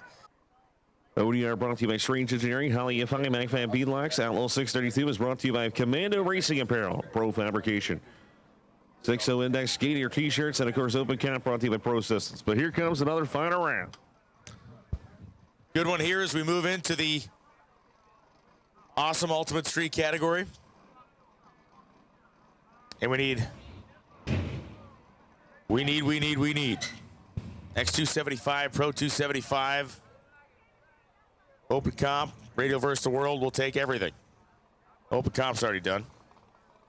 All right, off the list. Here we go. The man that just set the Ultimate Street record here on the right-hand side, Ultimate Street, Ultra Street, whatever you want to call it. I think it's legal for both. So KBX on board, Ronnie Reagan of Babylon, New York, the small block, 400 cubic inch machine, your number 4 qualifier, just set the world record at 4.71 seconds. He's going to have that number 2 qualifier, Brian. Yeah, it's this is going to be a barn burner out here, and obviously, Tony had a tough opponent in Tyler last round and handled his business. Tyler was not disappointed with his performance. We talked to him a little while back, and he said, man, it would have been nice to keep going, but you can't really complain about what he got done in a first appearance in a race car. Yeah, Tony Ulm on the left-hand side has proven that turbo can work, because that was his whole purpose, man. Everybody said you can't take a turbo in Ultimate Street, be competitive, or Ultra Street, and Tony's proven that wrong. And he said, you're not the boss of me. Can't tell me what I can and can't do. Bring it on. Look at me now. It's going to be interesting, though, Ron. The BP race cars on the right-hand side. Can he reset the record? Well, there's that question. How aggressive do you get in a final round? You getting paid? Or are you trying to go full hero level? All flickering the bottom ball. Tony Ulm on a beautiful pass. A huge starting line advantage, and it's Tony Ulm on a hole shot. 478 beats a 474. Ulm is 059 on the tree. Reagan 172. Ulm was quicker to 60 feet, 113. Reagan was 135. The starting line advantage seals the deal, but end of the day, 478.3, 146 beats a 474.7, 154.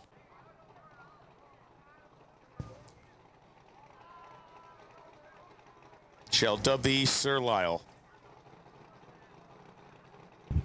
Well, here it is. Outlaw Drag Radio, man. Why, yes. One of the most anticipated finals that we were waiting for. Why? Because, of course, this was Mustang Mike's bread and butter, his joy, his pride. I'm sure he's over here watching above for this final round. As who's it going to be? Two completely different approaches here. There is the, dare I say, more technologically advanced approach with the turbocharged combination. And there's the full-on kill it with a sledgehammer approach of giant cubic inches of nitrous oxide. That's right. Little Country be coming on the left-hand side. Zephyr Hills, Florida. The 91 Mustang Justin Swills from behind the wheel. Ken the Apocalypse on his debut in class time racing. That's right. He was no time last year. Decided to turn the boards on. And his whole purpose was to dominate ODR. And so far, so good. Kenny taking home against the man that's been there before. One of the things that may get lost or may have gotten lost so far today for Justin Swanstrom is how well he's been driving on the starting line. This kid has had some great reaction times. A couple of lights in the teens. Has usually been an O in front of whatever number, and the number following the O has been 1 or 2. Penny Ridenauer, again, ran the car hard on every lap, but he also had a round or two where there was nobody in the other lane. Just a different route to get to the final round as Patrick Barnhill steps away. So Barnhill steps away from that race car, and Justin's dad, Big Country, steps away from their Mustang. Yeah, this is going to be interesting right here. Justin wants that world record, and I'm sure he's going to go for it right here in the final round. Can we see O's in the final of ODI? Ridenauer's in. Here goes Swanstrom. Working Little Country, baby. Top in charge is going to be, it's going to be Swanstrom. 420 at 177. Ridenauer goes 421 at 185. Little Country doing what he said he was going to do. Talk the talk and backed it up. And once again, another great reaction time at 0:27 light out of the Mustang. It's a sledgehammer, 109 short time, 283 to the 330 and 420 out the door. The family's pumped up. Everybody's excited. Big Country's yelling into a cell phone. Welcome to 2017. So all finalists to the staging lanes, please. All finalists to the lanes, please. All right, so Brian's up here getting hit with a stick. Scotty G in the right-hand side. Brooklyn, New York. The 02 coming out of Florida. Here, have a here. How about this? Give that to the kid. Yes. Scotty G in the right-hand side. Let's see what he's going to lay out. Remember, he builds his own motors here, and he wants to be the first in the 3-second zone. Can he do it? Is he going to turn it up? Or is he just going to try to win the event? That's going to be the question. Well, Don LaManna also has built this car with the intention of hitting the 3-second zone as well. Probably not the time to do it. Trying to put a tune-up in the car that you can functionally get down the racetrack. Although Scotty G has showed the chops, 4:06.8, his best run of the weekend. Don LaManna has been in those 14s repeatedly. It was a 12-2. He's been down that way. That's right. Don LaManna had lane choice going into this final round. Of course, I think both sides are pretty even right now. ProFab Performance, Racecraft Incorporated, Wired, Pro Torque Torque Converters. Let's see if the Proline powered car, excuse me, as I'm tired and so is Brian, but we're rocking it out. Going against the big nitrous car. This is anybody's race right here. Southern Speed on the left-hand side helping out with them this weekend. Scotty G, of course, with Frankie and Peter.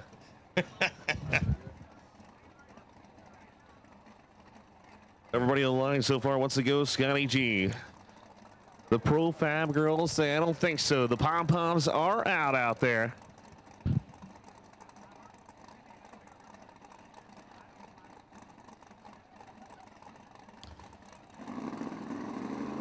Scotty G's in. Here comes Don LaManna. Build up some boost. Blinking the light. Top in charge is going to be Scotty G, baby. That's what I'm talking about from New York. 411 at 180. Some top end charge. LaManna 416 at 183. LaManna was very, very deeply staged. He actually was deep staged. He took that second bite, turned the top bulb off, went 0.29 on the tree to Scotty G's 56. The only problem was Scotty G had that thing set up on kill. 107 short time, 276 to the 330. Powers through it over 180 miles an hour. Very stout car. Very impressive performance out of the man from previously New York, now from Florida. That's right, 22 thousandths of a second, man. Scotty G actually 107 was one of his worst 60 foots of the weekend. So to have the power to go 180 right there, gotta love it. Congratulations to the boys from New York, because the rest of this team's still from New York. They're still up there. Scotty moved to Florida. They take the points lead in the series. Bean D. Marinas will be coming on the right-hand side. The Greek from Whitestone, New York. 2000 Mustang, 582 cubic inches of BES power. Single stage of nitrous. Dean wants that record back. Speed Tech on board. Performance Racing Transmissions. Rhodes Custom on a build machine. Who we got on the left-hand side? Over there is Kenny Hubbard. We saw him just a little while ago and did the one thing he hadn't done all weekend. Spun the tires on the starting line. We'll find out what Hubbard has in store for us out here. 582-inch combination. The crewman turning the nitrous on. Kenny purging there on the Strange Engineering side. Lee brings up an excellent point. This being the first race of the 2017 X275 series that is being put on. It's a big deal. There's never been an actual traveling point series for the X on a quote-unquote national level. Sure, you've had regional and all this stuff, but to see, there's never been one of this scale. So whoever leaves here, we got the 1 and 2 points guys, and you never want to leave number 2. No way. Battle of the Orange Car. Chevrolet going against Ford. Who's it going to be? Mean Dean or Kenny Hubbard? It's going to be a close one here. I think this is going to be a battle at the finish line. Whoop, whoop. Pre-stage is on. Kenny's in. Here comes Dean Marinas. Dean leads on. Look at that. It's going to be a race to the strike temperature. It's going to be Mean Dean Marinas, baby. 440 at 162. Kenny Hubbard goes 442 at 159. The voice is leaving me, but I don't care, man. Mean Dean takes it. Yeah, 023 reaction time. The 60-foot times of these cars are identical to the thousands. The 330 times of these cars were separated by 1/1000th. It was the back half of the racetrack where the race was really won, including that starting line performance by Marinas. Beautiful final round. Your heart has to break somewhat for Hubbard. Up for 2 finals, leaves with nothing, but it's still a very successful weekend for him. 2 runner-up finishes. Yes. You're still making a few bucks. It's still very much worthwhile. Nothing to hang your head on. The NRC power is working out there. Lyle Barnett, you rock, buddy. Yes, sir. Wow. That's all I got to say. I love you. All right. Here it is. I think this is the final of the finals. We're going out with a bang. Hopefully not literally. Not literally. Yeah.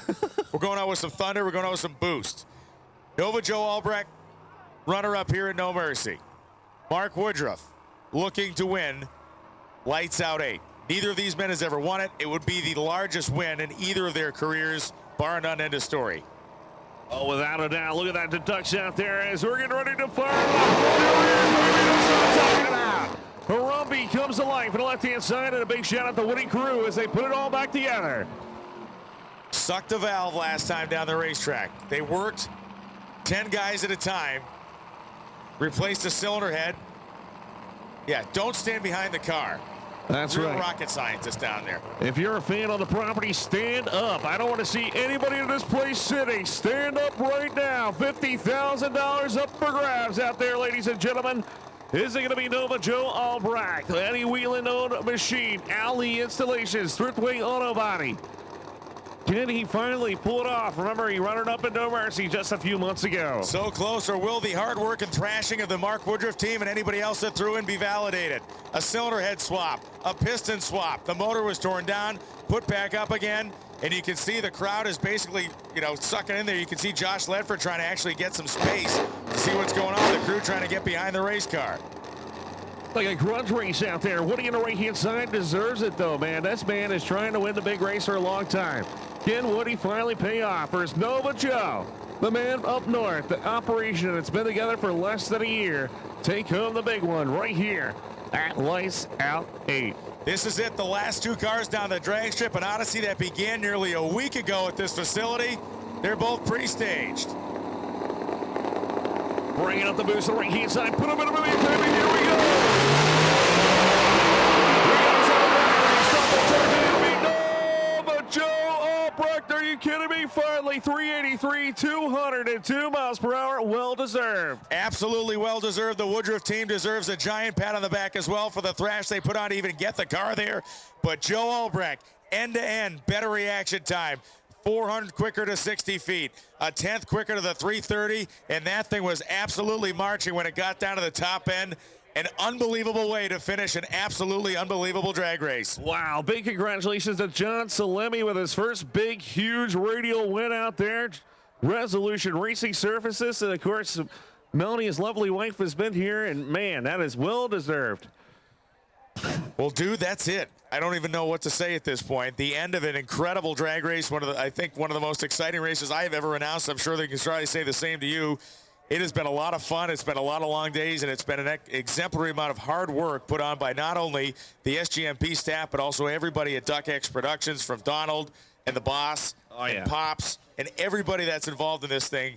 Fans definitely, too. Lenko Jim, the fans. We suffered through some stuff out there, some rain, some craziness, some wreckage, some fire. But everybody left in one piece, and we get to come back and do it again in the And thank fall. you to the Motor Maniacs watching online. Thank you, thank you, thank you. And Brian, happy birthday. Thank you, sir. And I just wanted to say, man, 23 years, and I've double mic'd with a lot of people, and I think this was the best double mic I've ever had. This was by far the most fun I've had in a very, very long time. We'd never worked together before. I am super stoked to be back working with you again in the fall when we do No Mercy. And it's great, man. I had a blast. Hell yeah. So that's it, ladies and gentlemen. Thanks for coming out to Lights Out 8. I hope you enjoyed the show. I'm getting a thumbs up here, baby, because we sure appreciate you for coming on out right here at SGMP. Don't forget, we're coming back in October 4th, 5th, 6th, 7th, and 8th, man. I am so pumped you have no idea.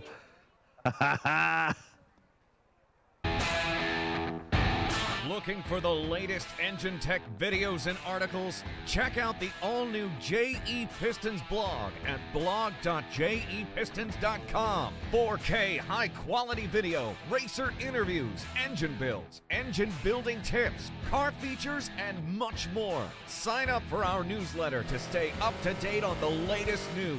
Visit blog.jepistons.com today. Are you running cheap H-beam rods in your forced induction and nitrous application engines? Well, look no further to a patent-pending 3-pocket Wiseco boost line connecting rod.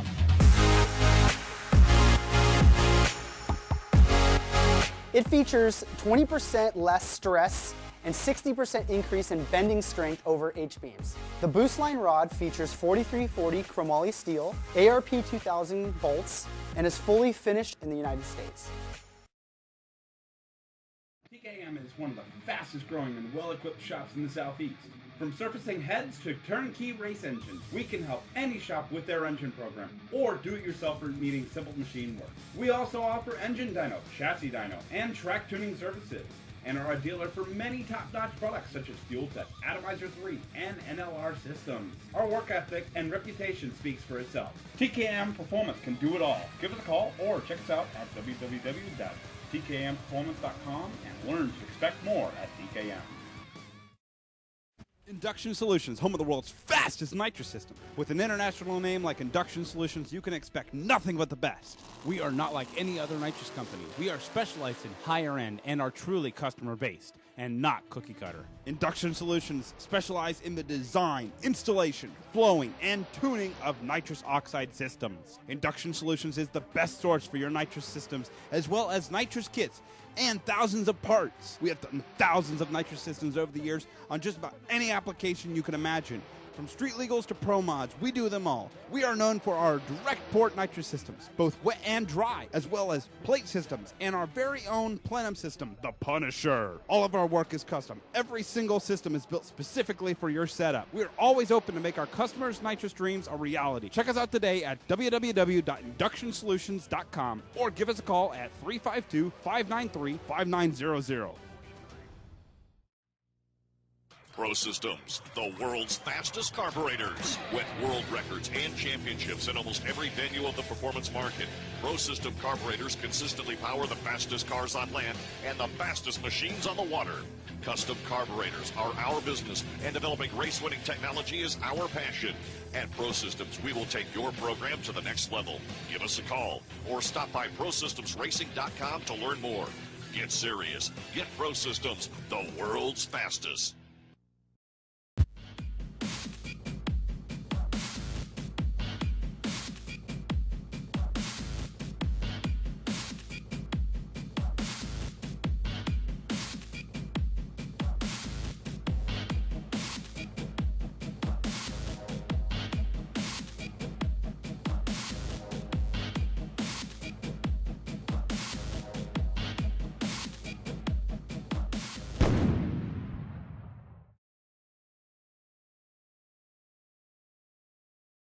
Atomizer, the world's fastest racing injector. With over 40 years of experience, we are your #1 source for custom racing injectors and the only injector manufacturer in the world that can specifically target the fuel delivery needs of each application. Atomizer injectors are available. Sizes range from 42 pounds to 800 pounds per hour. Racer input is the key driver of Atomizer injector evolution. You asked, we listen. Available now, the new Roots and Screw Supercharged Pro Nitrous and Fitting Style injectors. These specifically designed injectors utilize features derived directly from racers of each class. Atomizer injectors are designed and manufactured by racers for racers and utilize only 100% U.S. materials and labor. Available now, our new Atomizer 4 racing injector ranges from 800 pounds all the way to 1,500 pounds and are available for your high horsepower single injector methanol application. Visit our website today at www.dragracinginjectors.com or give us a call at 757-250-3773.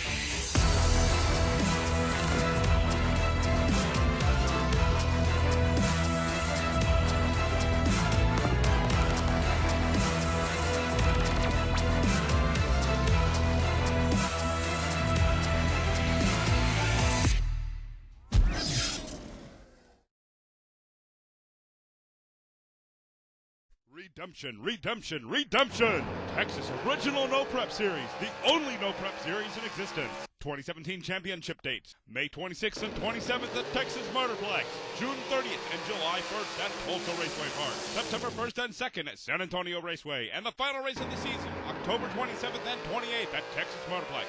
Bonus points for attending all 4 races. It's wild, it's unhinged, and it's only at Redemption No Prep, the original Texas No Prep Series.